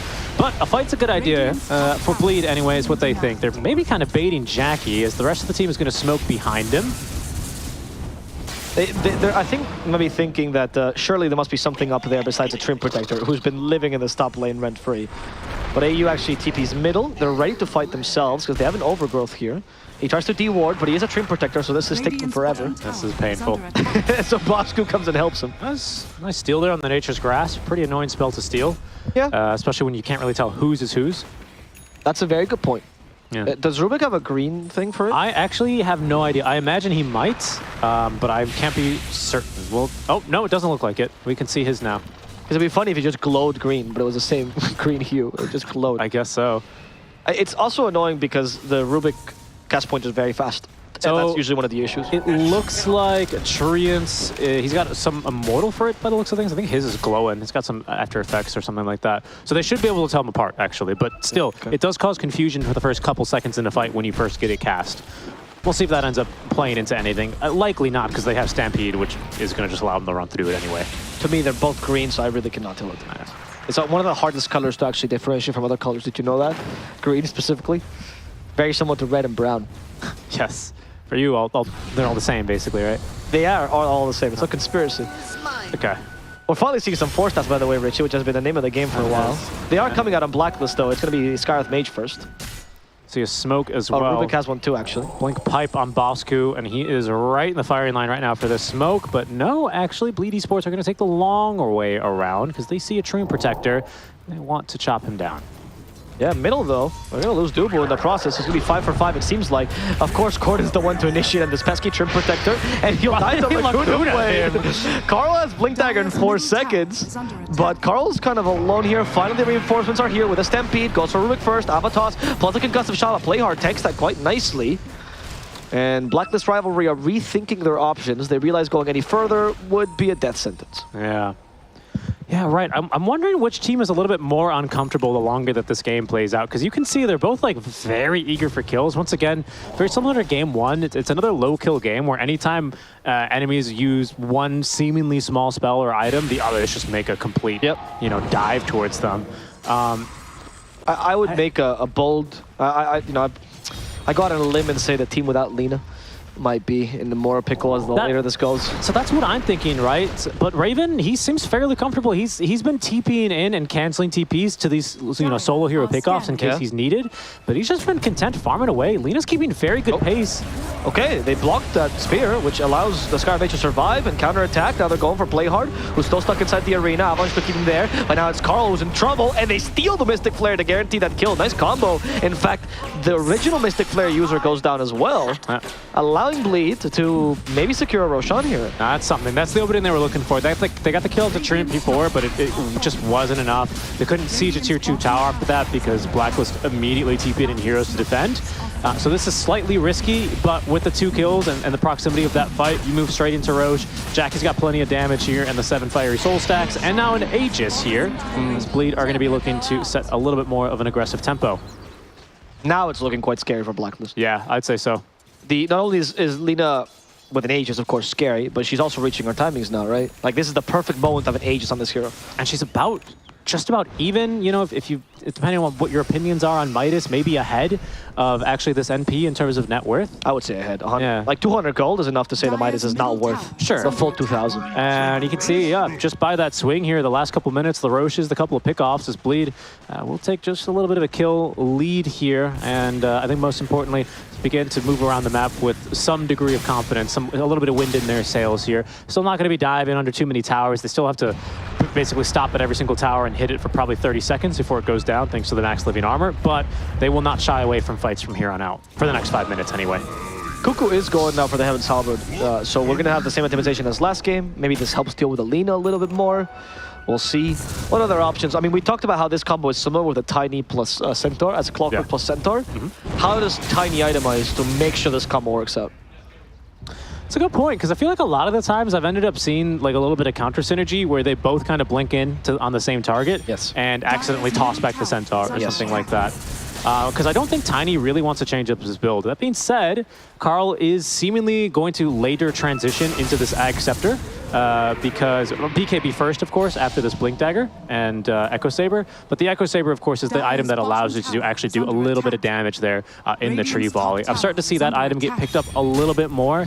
It seemed to be quite a favorite among the teams playing in the CQs. Yep. So I'm pretty eager to see if we're actually going to get to see that. It's a pretty nice tool for defending high ground. It's true. It also gives you more longevity as a hero, right? Because you easily transition into a more damage dealer. And I think it gives your team some much-needed burst, too. Yes. I think we're maybe beyond the stage where you're no longer able to burst, maybe even supports, because you'd expect them to have 4 stats at this stage of the game. So your Skywrath combo is just not going to cut it right now. I mean, on the Skywrath, no. What does he do to be useful now? Because Skywrath, I think he'll fall off pretty hard. I think his silence is real good this game. If you can force Corden to use BKB a little bit awkwardly, I think for the long duration BKBs, Corden's just simply not going to care. But for the later duration BKBs, I do think he does kind of come back into play a little bit here, where if Corden has to BKB to lunge in to make sure he doesn't get overgrowth and canceled, yada yada, you can, you know, catch him on the tail end of that if you just keep your distance. I like that. Now it's Masaro's going to do some catching himself. What would the Spear Fisherman do? He's not going to go for anything yet. He knows, I mean, he's on them with a scan, but he probably guesses they're really far back now. Is it Cuckoo or Carl is going to be the leading man? It's going to be Cuckoo. Now, if they see NP down bottom, he just TP'd somewhere. They don't know where he is. The rest of the team actually smoked. He just got right in front of silver. him. They just caught him. It was a good hoof stomp. It was? On the very edge of the hoof stomp. But unfortunately, they're like, guys, it's still Alina. Yes. And it's time for Carl to initiate one to Masaros, but it's Carl who got initiated instead. In fact, he got bursted. Dubu's still surviving this whole initiation, and the onslaught plus the pulverize now catches Bosku, who's dying to Lina. Hey, Jackie's just ignoring the retaliate. It doesn't matter to him. He just wanted Bosku dead. Yeah, and a nice commitment there by Bleed, who actually they BKB on everyone, including the Lina, just to make sure that they actually finish off that fight the way they wanted, and very well worth it. They get the positions 2 and 3 for their troubles for, I think, just a trio of 9-second BKB charges there. Lina's actually on the CD, I believe. She's got it now ready again, so that was a really strong fight out from them. Lina just standing and delivering there after what was a fantastic counter initiation here. They just can't burst heroes that effectively. Like I said, the BKB means that Skywrath Mage, just what does he do in the fights? Yeah. I mean, this goes to your point, though, which is who is the initiator? Is it Centaur or Tiny? And sorry to cut you off, I just want to circle back to one thing, which was the circle being the arena of death, because quite frustratingly there for Raven, he BKBs, but he's on the wrong side of the arena, so he cannot fight the Lina. It's a very big point. But okay, going back, who is the one that should be the initiator in this fight? The Centaur or the Tiny? Because there it was a little bit confusing for both of them. And it goes back to your point that what you said, which is, like, how do you employ these two heroes effectively when they do similar things? Yeah, it is kind of awkward, right? Because you can really use the Centaur like 2 ways in a situation like this, where if you don't have a Tiny, you would just like go for the blink play. Yeah. Pop, put a Defiance. If you miss it, stampede out. Okay, Carl is so good. He actually juked it to telekinesis. I've never seen that in my life. And the onslaught, Gordon immediately stopped it. He realized it's a Raven though. He is using the pulverize effectively. Raven actually is forced to use the BKB. Now the Silver Edge to guarantee the kill on the clock, or Gordon also used his own BKB.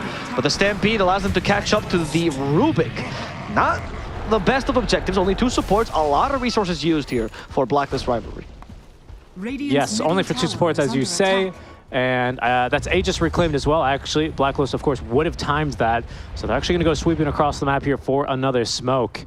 A bit of a better usage there. I think this is where Tim's is still extremely useful.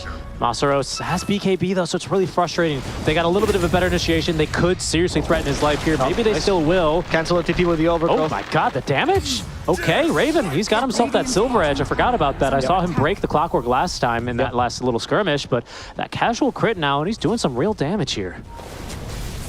Jackie's sitting nearby. Oh my god, Cuckoo's crazy. Going for the clockwork though is not the target. He was hoping to hit Corden instead. So Carl goes for the lead instead. Jackie activates the BKB, fights back, and with the pulverize they can protect Jackie, making sure that Carl does die. The rest of Blacklist Rivalry struggles to get in because that Blink Dagger on the Centaur was already spent in the beginning.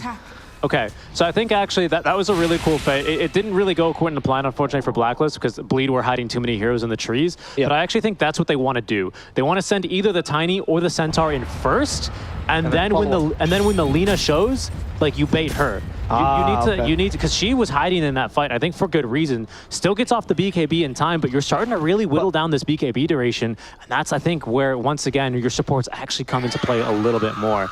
Don't you think Raven, though, needs to play that third initiator where he TPs really aggressively near the Lina to ensure that that Carl initiation is just not destroyed like that? I think so, because I think that's like having like a third line of assault like that, I think kind of really messes with you like on a mental level. Like not even gonna lie. Like imagine like, oh no, my mid laner got jumped. They're on top of the Lina. They're sending 2 heroes to the Lina. Quick, do something. Like that must cause chaos in comms, as you can see. Of course, Tim's having a hard time finding anyone now with the Mystic Flares. Yeah. I mean, Tim's is starting to realize, guys, am I just a silence? Yes. Yeah. Oh, you're a very good silence, though. Feel is really annoying. Tim's from the best Earth Spirit in SCA to just a glorified Orchid. Yeah, pretty much. Radiant structures are fortified. He is going for the A on this, so he's hoping to be a bit more of a distraction. I think that's a nice idea. They catch Cuckoo. Oh, Onslaught on top of that Pulverize. Ready. BKB to make sure it can't be cancelled. Whoa. A Centaur stuck in the cogs. They even spear him back, but Cuckoo just uses this to get away. He's used Stampede already, and it's been stolen. I don't think he can get away. He won't. The Lina's now finally hitting him down. Masaros, he caught 3. He does an incredible arena, but they all have BKB. Raven is immediately TPing. He knows this is not his fight to take, and they're going to sacrifice here for AU. That's Carlos at least able to get away. I don't know if I should mention Tim's. Tim's might have been there, he might have not. I couldn't have told. Yeah. Does it make a difference? Yeah, it's hard to say. It feels like he can just use his Force Staff to get a little bit farther away from the fights and then shoots a concussive shot only for it to get ignored by BKB. Yep. He's having a real tough game here. Cuckoo's such a nice teammate that he's sending the Roche timings to his... He's all chatted. He's sorry. I mean, he did used to play with Jackies, obviously. Yeah. Obviously, they still have a good, good rapport. That was very clearly just a little mistake. Not to worry. I'm sure Bleed as well. I'm surprised they didn't type him right back. But in any case, that's going to be the Roche timings. And of course, that just goes to show you, all these teams are just actively thinking of Roche, right? The new Aegis expired 3 minutes ago. As we can see on our timer, it's a long one. They don't know that, but they've pinged and all chatted the minimum and the max window. So now they both know. So now everyone knows, including you, the viewer, but we know exactly when that'll be. It'll be closer, much closer actually, to that later window. It's a long Roche, still a minute and a half to go. This game's all over the place, though. It just feels like whoever's getting these initiations are right. And it feels like every single time they do meet up for a skirmish, there's always a different item. Now AU has a Blink Dagger. There's make that a Heaven's Halberd online for Bosku. So all of a sudden you want to change his initiation because ideally he's able to close the gap to the Lina. Like... No, I'm with you on the other idea, actually. I like the Bosku going in. Oh, look at me, I'm a Centaur! And then he Heaven's Halberd Zelina, survives, and Carl goes in second. Or Masters can just initiate, miss the spear, BKB though, and in comes the help from Corden. A lot of interesting team fight happening right now. Finally, Carl, at the end of the BKBs, comes in with an avalanche, and this is going to be their initiation, hitting both of these big, beefy heroes and reducing them to dust as they also kill off the Clockwork. That's going to be 3 strength heroes down. The int heroes are able to survive because they're a little bit smarter, but that was a great fight for Blacklist Rivalry. Yeah, that one was good, and that's what I mean when I'm talking about these shorter cooldowns on the BKBs or the shorter uptimes on BKBs, right? Yes. You could see like Corden, he kind of has to use his BKB to rush on in, but as soon as he does that, he opens himself up to overgrowth, and then he's just sitting there in BKB, and he knows there's a Mystic Flare coming. Yep. It's rather unenjoyable for him to play, and that time Blacklist are going to get the better, which was... Look at that, since we can see the replay. Look at Carl's patience in this fight. I was very impressed. I mean, obviously, he could have blinked much earlier. He could have gotten to the arena, helped his teammates, but it was right on the timing of the BKBs. And he even waited until only 1 BKB was down just to make sure they could continue this fight as soon as possible. That's really good. Cuckoo as well with his first usage there on the Heaven's Halberd, which quickly sends Lina scattering from the fight. Yes. Of course, that is undispellable even with BKB. Yes. So Lina does retain her BKB charge. It's her last long duration one at 7 seconds. Again, I'm only really mentioning this because of the Skywrath Mage. Yep. And potentially the Tiny here still at this stage, right, being a bit of a bigger nuisance for her. But eventually, they have a lot of ways to disarm her now, right? That Heaven's Halberd is going to be 4 seconds off the top of my head, right, isn't it? On top of that overgrowth. 5 because she's ranged. Very true, 5. Yes, 5 because she's ranged on top of eventually another 5-second disarm here on overgrowth. which is one of the few routes in the game that actually disarms you. Yeah, that's why it's very strong. It's also in charge of channels, which is also, very also quite rare for roots. Yes, exactly. We have smoke now coming out from Blacklist Rivalry. They feel strong. As you well pointed out, we have a moonshot as well, just picked up a call. And you actually, you have Playhard playing up front as well here with the Aeon Disc assembled. Yes. Yeah, this Skyrath Mage knows his role now is to draw aggro. Carl's gone for the win more, Tiny. He's actually got Moonshard. Yeah, just mentioned. Yeah, I love it's that. It's ridiculous now. I mean, he'll actually be able to initiate and maybe just kill the Lina with a little bit of help. Like a single help from the Mystic Flare, maybe? Yeah. And speaking of Mystic Flare, now the carrier of that Mystic Flare also with an Aeon Disc here. So it seems like both teams have rather similar approaches to these fights. Whoa, the BKB from Masaros, they got him to blink. Okay. Was that to test it, or was that because there were enemies nearby? Honestly, I'm not 100% sure. Either way, it just speaks to the pressure of this game as Raven also finds Corrin. He just uses Onslaught, is forced to use his BKB as well. Raven doesn't quite have enough damage in the backlines while seeing Masaros playing with his Arena Blood, but all these abilities used defensively. Now they're trying to fight back. An Onslaught going for Carl. Carl has a Moonshard, no defensive items. AU needs to help him, but he can't get the Overgrowth out because of the Pulverize. Finally, the Overgrowth, they got it out. And that might just hit Carl so he can hit a little bit, but he's stuck in those cogs. Carl's forced to blink away. He will be saved here. The Lina, she's rooted. They need something to discover invisibility. She finally gets rid of the Shadow Blade, and now they're going to kill her with one last Arcane Bolt from the Skyrath Mage. Tim's found his utility this game as they now stop the Primal Beast. Corrin is dead. Blacklist Rivalry getting stronger and stronger. I cannot believe Carl lived. Yeah, and that's 2 buybacks, by the way, out from Bleed into losing Roche. They had what kind of a net worth lead were we trending towards? Quite a big one here, 7K. Now trending even further here in the direction of Blacklist Rivalry as they're going to pick up the second Roche bounty and the Shard. It's looking really good for them. Just an awkward initiation. They're not having BKB. Hard for Tiny, right? Yeah, probably. Yeah, I have no idea if Rivalry scouted that there was no BKB on Masaros, but either way, like, just not much he could do. Even on the buyback, just kind of left a little bit more or less helpless and sidelined from that fight. Yeah, I mean, it was interesting they chose to fight regardless, though. Like, once they saw Corrin being jumped on and forced to use his BKB, interestingly, they didn't just retreat immediately, even if it was their own triangle. Didn't quite catch the player reaction cameras, but I'm pretty sure AU, by the time he saw neither core had BKB, probably his eyes just so excited. That's his time to finally do things on that Overgrowth. They cannot dispel it. I don't think they have any Lotuses or anything to get rid of Overgrowth. So he all of a sudden, once those BKBs are expended, finds a lot of utility here, even more so, right? Because then they can't dispel it, than Tim's. Tim's, who by the way, does put that Aeon Disc to use. You can see it proc the first time, does tank a couple of spells, and is finally getting some damage back in. Yep. It's this like, what do you call it? It's like this parabola, right, for the Skyrath Mage, where at the start of the game, he's really annoying, and then at the in the middle, you just like are magic immune and have too many dispels, and at the end of the game, when he has like Sheep Stick and cast range increases and Octarine Core, he's just like the most annoying hero again. It's also annoying because you've learned to ignore him. You've been accustomed to ignoring him for the past like few team fights, He's relevant again now. Exactly. Now you're like, oh, someone else I have to consider. He's like the 6th player. He's like Kuroko from Kuroko no Basket, right? He's just really making all the right passes here. Yes, and he is like the shadow man of this team, which is why he's finally coming now with his Aeon Disc online, showing that he has more than just support. He's also a real teammate. I assume that was another anime reference that has gone just as far over my head as the first. No, you have watched all of Kuroko no Basket with me. You might have been sleeping, but we did watch it together. Do not worry. In any case, speaking of Aeon Disc, there's now one up on Bosku as well. He's got it currently locked in the inventory and ready to go.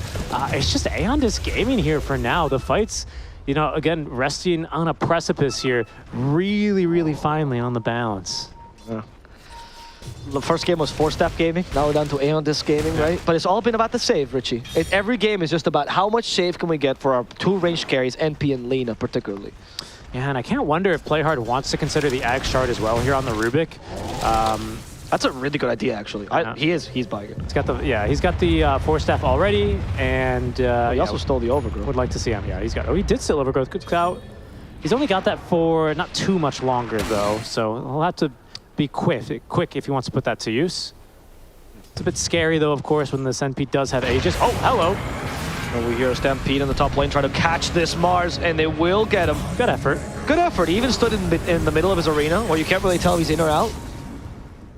But he's too big a hero. He is, and he's going to be caught out there. Masaros taking another death as he tries to farm up his way towards the Refresher Orb on the offlane Mars. That's his end game item that he'd like to see. Double, it's not always about the double arena, right? We've talked about this plenty. It's sometimes to me more about the double spear, even just double BKB, that ends up being a little bit more of the useful part. Perhaps against the Nature's Prophet, there's a lot to be said against the range cores in general about the double arena, because then you also block more projectiles, but double spear is usually good enough in the games I've seen. Sure. Sometimes I actually saw it yesterday or 2 days ago in China. Xiaoyu used it for a double blink as well. Because sometimes that's just all you need, right? I think this hero is very versatile with the Refresher Orb. Like you said, it's not just a double arena. Obviously, that's the biggest point to it. But there's many fringe situations where the hero can use it for other spells or other items. There goes Carl now. He's going for the Swift Blink. So all out on this build. Hard to blame him now with 490 base damage. Get that attack speed up. I am sure that Carl with his team had a conversation at one point. He's like, hey, you guys mind if I just build for attack speed? Yeah, go for it, Carl. Cuckoo is enabling him, a real boss man. He took the leading role as the bait in the team fights, right? Allowing Carl to become a secondary carry.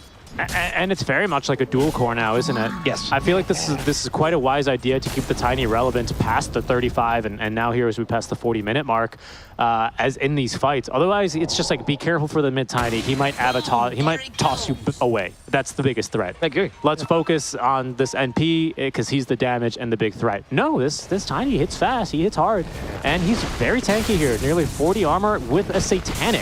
Yeah. And now what you're afraid of is not tossing you away, but tossing you in place, because you're like, oh my god, he's going to start hitting me like crazy. I'm going to take 1,500 damage in the toss duration on top of the magic damage. And wait till he gets the 2 toss charges, which I think is better than the Avalanche this game. Has he gone for... Okay, of course, he's gone for the grow bonus. He's got Shard, and with this build, that makes sense. Yes. I do love the other talents. The toss requires no target, but it is much more apt for supports to pick it up than mids, especially with this build. Yeah, I completely agree. Especially with this build, like you said, and now that's why I'm curious about his level 25, because usually the mid team fight Tiny would go for the Avalanche. It generally tends to be a better talent, but if you're going for the burst Tiny, the toss is just incredible.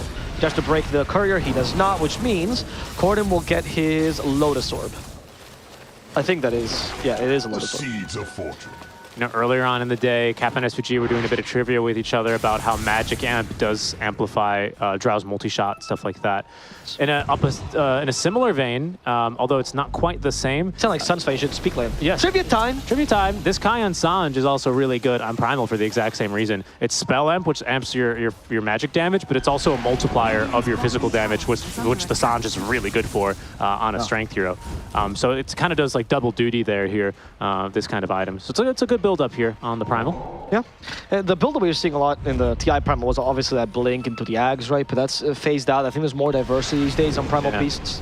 And honestly, these heroes are just way too tanky. That bonus damage, although it's significant, it's like 500 usually in the duration of a Pulverize that you just get for free, for no mana for some reason. It's just not going to matter. It really make too big of a difference against these kinds of heroes. And it's really Lina or bust right now. Yeah, the break is not a big deal either. You know what your role is this game, which is tank. That's why Lotus Orb is not a common item in this hero, but it seems very good. Quite hard. Uh-oh. Deja vu, game 1? No, he blinks away. Bro, what is with this outpost? It's been every game they go for these crazy solo outpost takings. Yeah, I mean, they really just want positioning here. This is an interesting one to die for, though, because, of course, usually the one you see a lot of contests over is this dire outpost, given the proximity to the Roche pit. That's why the play game 1 made a little bit more sense here. But this one, I'm glad he got out, because I think that would have been a hard one to explain to the coach. It's also the Filipino players that are doing it. Nobody from any other nationality is taking the outpost solo. Maybe they sell merienda at the outpost. You think? Shout out to John X. Yeah, of course. Yeah, I don't know. He did blink in time, so it's all good. They don't end up losing anyone. No harm, important. no foul. There is also a new item there. Jackie just went to the secret shop and finished up himself this Eye of Scotty. So now he's got that debuff. I actually really like that quite a bit versus this NP, versus the Centaur. Even that move speed slow can be fairly significant. Yep. And it still, of course, it reduces your heals, right? Does it? What? No, Sorry. No, wrong item. Sorry. Oh. Ignore me. Well, Scotty does, though. Oh, okay. Yeah, you're right. Centaur? Catches the Clockwork, the onslaught as well. Oh, the Rubik Shard comes in clutch. However, this poor Primal Beast went a little bit too far to use the onslaught to save himself. Sorry, that was the Ogre Seal Totem for the second time. The arena comes out for Carl. Oh, a little bit too tanky. There's a refresh. They have a second arena. Carl does 7 time though with the avalanche. They might just be able to kill Masters. He's inside the arena and he can no longer hit him. But Carl, for now, he's still alive. He was trying to keep himself safe. And they're gonna catch Corden instead. They couldn't quite find the Lina. Everyone sacks their life to make sure the Lina can live. But that is gonna come at the cost of everyone else on Bleed's team. It's a disastrous fight. And yet again, for AU, it's as easy as just wait back and, you know, wait the BKBs out and go in for the counter initiation. Bleed now, backs against the wall. Masaro's got in there. He's bought out now for that refresher shard, and you're all of a sudden without a mid barracks. And my goodness, at this breakneck pace, I wouldn't be surprised if Blacklist, they try and force the game.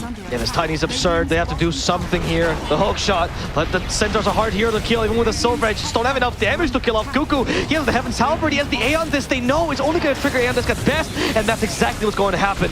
As Carl keeps the Clockwork away, they try to telekinesis him back, but the Force Staff saves him. Corden in trouble, they hit him with the Avalanche, but Carl does not go for the toss. They have to back up, even though they probably know there's no arena. There's really no use trying to make your way back top and dying over nothing. You've got the buybacks out. You're in a huge advantage. We're in the Roche window right now. Roche could have respawned already. It hasn't. It's another long Roche here. Another 1 minute and 15 seconds. But that has split the game wide open, and it's just Lina who's unable to just stand in place. She really wants to be like the sniper, just A-click the ground, become an autocannon. And the way that Rivalry are positioned in these fights, the way how Bleed has been unable to really hit the spear backs that they've really been looking for. Yeah. I really have to commend Carl there. It looked like he was just running into the spear wall, and to be fair, he was, but he was just moving as far up as he could, as far away from Lina as possible, dragging her further and further away. He does his team a great disservice if he actually moves the opposite way or whatever. He just wants to be as close to his team as possible. He does not want to drag that fight anymore, because that'll only help out the Lina.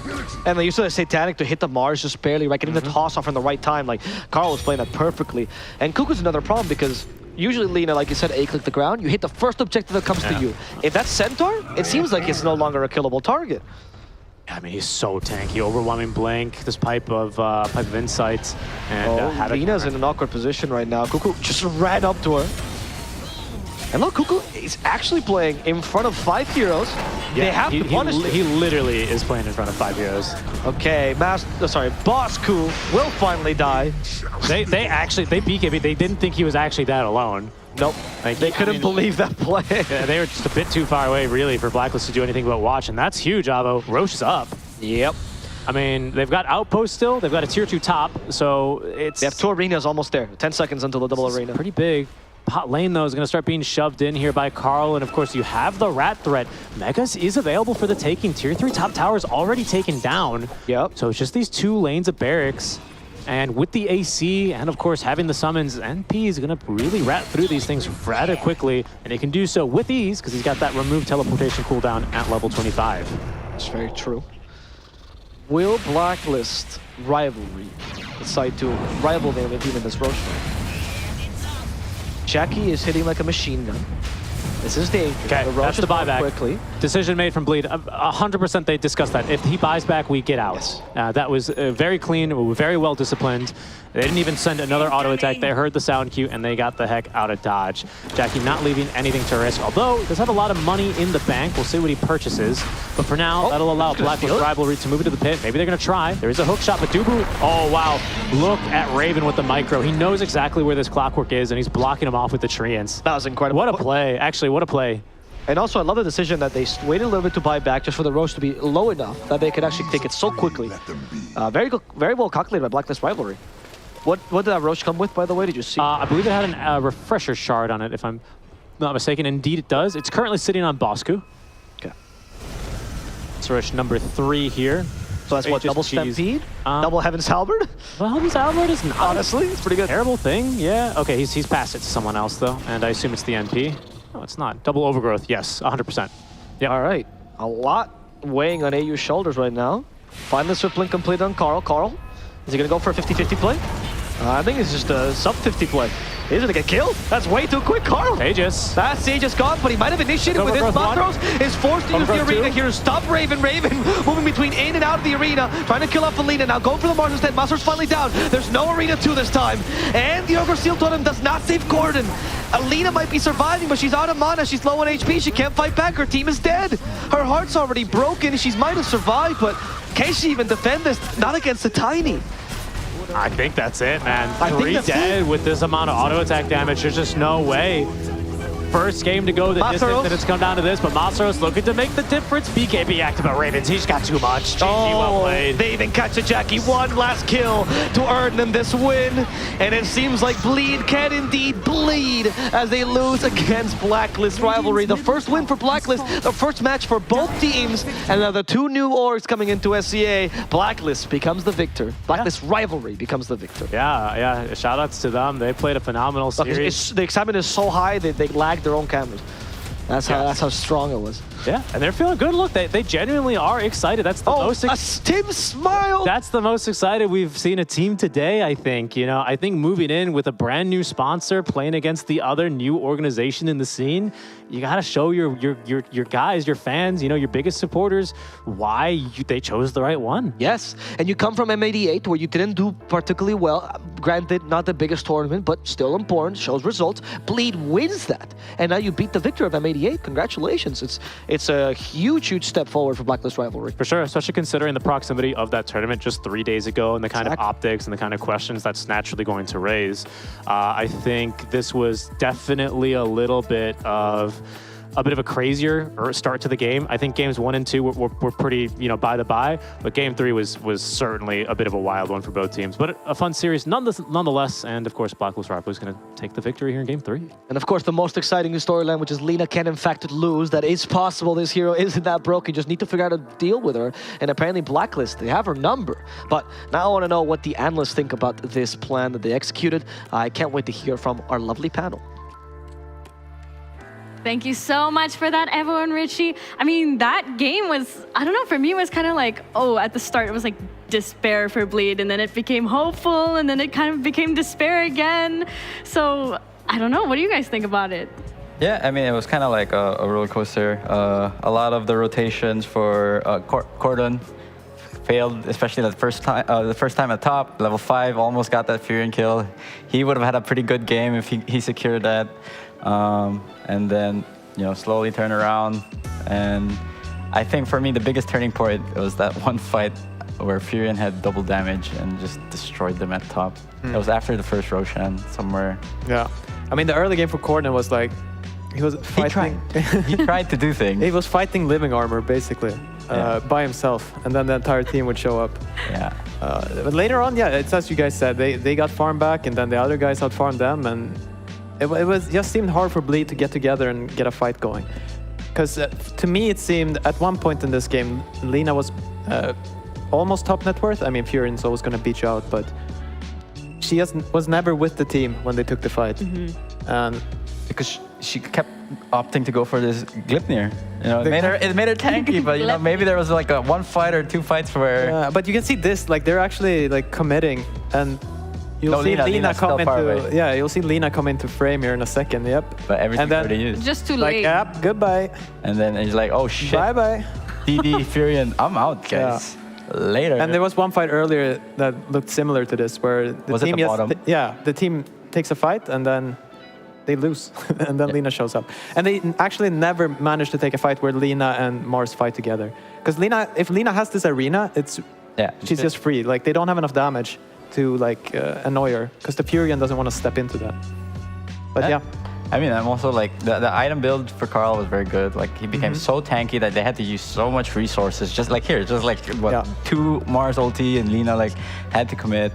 And I guess that's where the experience pays off. They were connecting with one another very well. And I think he early on realized I need to be a second core, and they just took the game really far, and he was farming well.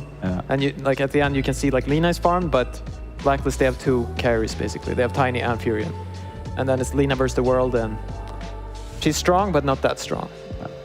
I think Bleed kind of has to change up their strategy and drafting a little bit. Like, sure, Jackie can play this Lina, and I'm sure it had a lot of success. But I feel like Jackie also excels when he counters a lot of the other cores. Yeah. And you picking him so early on kind of removes a lot of his strength and what he likes to play around. Yeah, and you didn't get the feeling that they would, like, we're ready to put it mid, or even like some goofy offlane Lina where you like go Etherlands or and so like whatever. Also, yeah, and then Bleed can like, just based off this series, they can identify, okay, Corden, since not much is known of him, or like maybe some of the teams moving forward know like he's limited, he has a limited hero pool. Maybe you have to move him up in the priority list in terms of drafting. Like he played a wonderful Pango, and yeah, like you wanna just pick him these heroes and slowly get him comfortable in playing in a tournament environment. I mean, props to Corden though, because he was being like really proactive during that Primal Beast game. Like he was the one who was always kind of trying to start fights, you know, using No, he got kind of unlucky. Like they had, that's why I prefer like AUS to MVP, because in the early game, this living armor basically saved them like 3 kills or something. Yeah, and that stopped Corden in his tracks. Yeah. Stop him in his tracks. Good game. Good game. Yeah, but I mean, also, props to Cuckoo as well, because he was able to actually stay on par with Lina in the net worth. Like I think 10 minutes, and they were both around like 4.5k. Yeah. Yeah, it was quite impressive. Yeah, no, he had a better game than the. Oh, most other definitely. one. But the Stampede was stronger in the other game. Yeah, the Stampede. Because it was more one-sided. The Stampede. I mean, the other part was unlucky though, the BKB pop by Masaro. Oh, that was just a mess. At that point, the game was kind of hard, but they still, like, if Lina and Mars just get to play together, they can win, but the fight was just goofy, No BKB, he buys back, like, loses all his progress on the refresher. It was a mess. They just never got to fight together, like, for real, for 20 minutes or so. But I feel like Blacklist did definitely look much better. Like, they looked way more coordinated in the second and third game. Like, the first game, like, you could kind of tell, like, it kind of looked like, what's the phrase? Like rocky waters? Just no hate on Cuckoo. Like, don't play Broodmother, man. Like, come on. Like, he's not a Broodmother player. Like, I love the guy, and he's very talented, but he wants to be able to do these things. Right. And, you know, like... Have fun, you know? Yeah. First game of the day, have fun. So, I believe, speaking of Cuckoo, we have an interview coming up with Boss Cuckoo. Hi, Cuckoo. How are you feeling? I hear Ninja Boogie blaming my Broodmother. Well, you deserve to be flamed a little bit. Cuckoo, how do you feel after your first win of the DPC and also your first win as Blacklist International? Feeling good because I did not expect that it will be like game 3, and yeah, I thought it's just 2-0 or 0-2.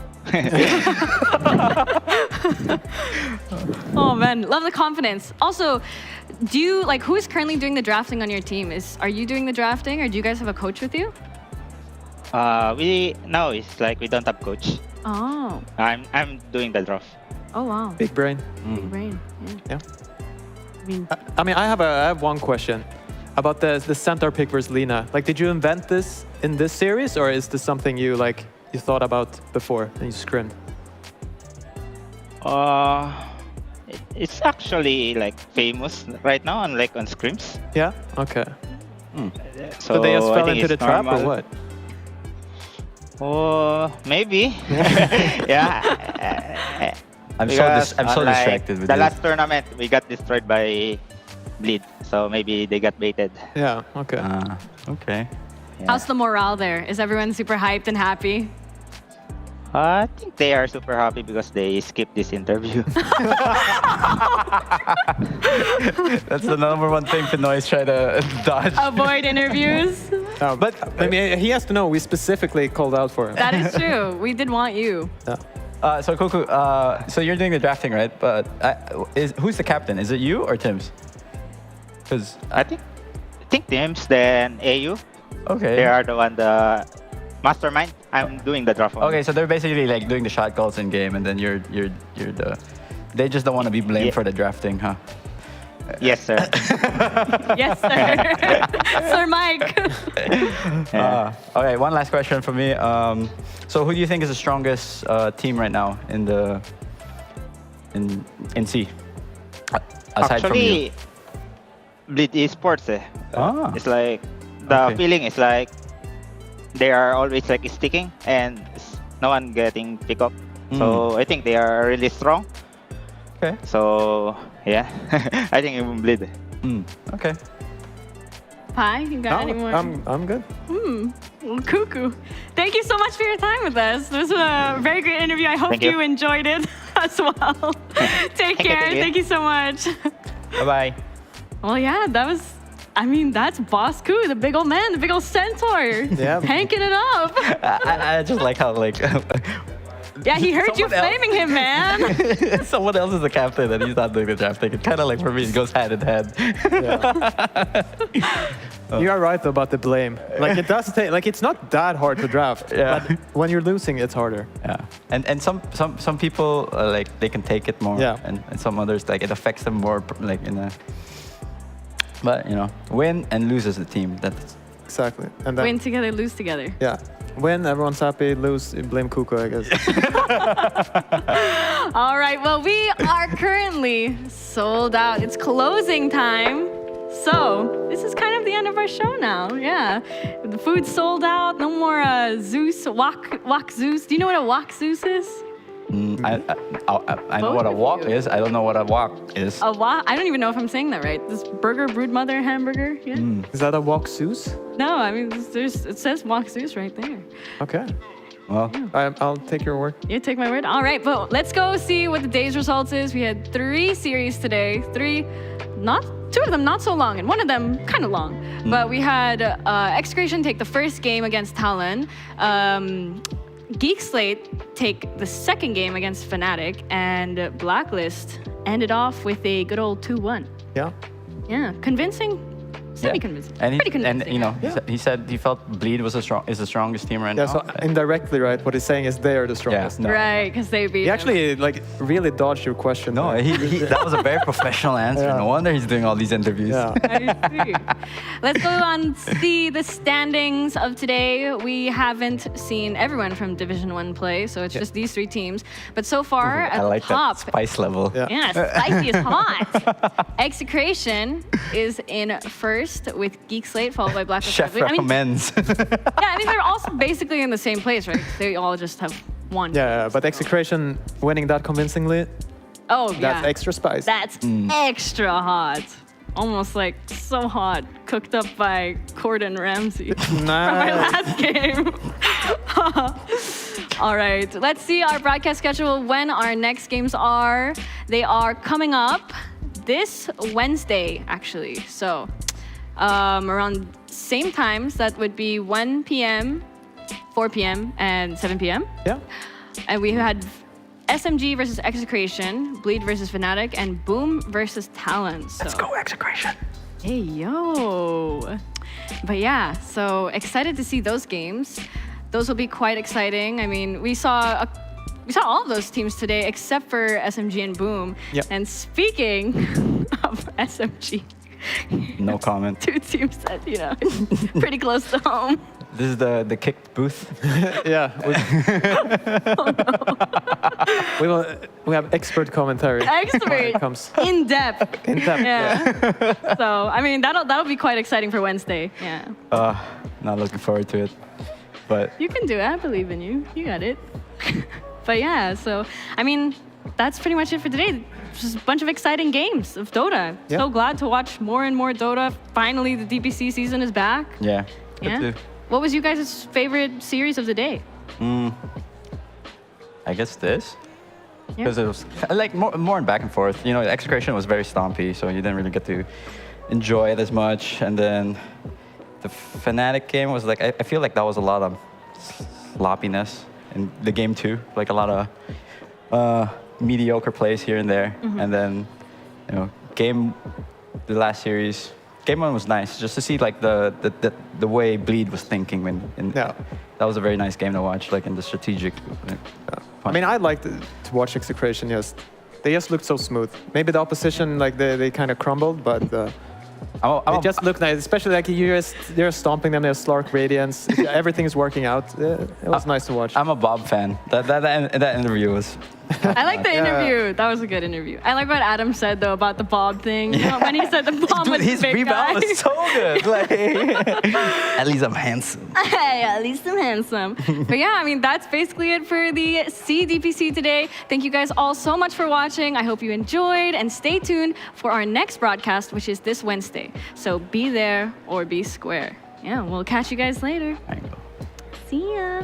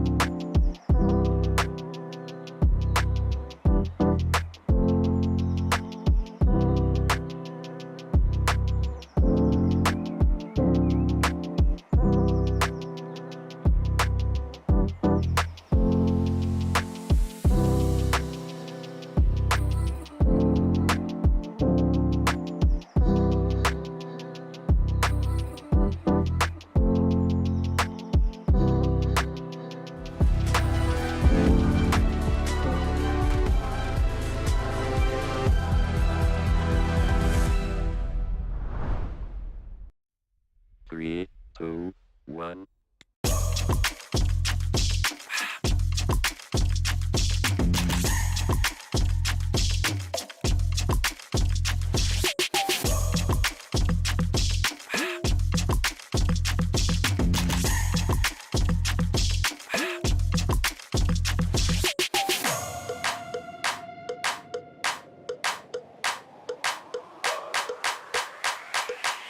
This crowd is actually able to do so for a decent amount of time. I'm gonna take out like the flame cloak. That's get a lot of damage, but here comes the Black Hole.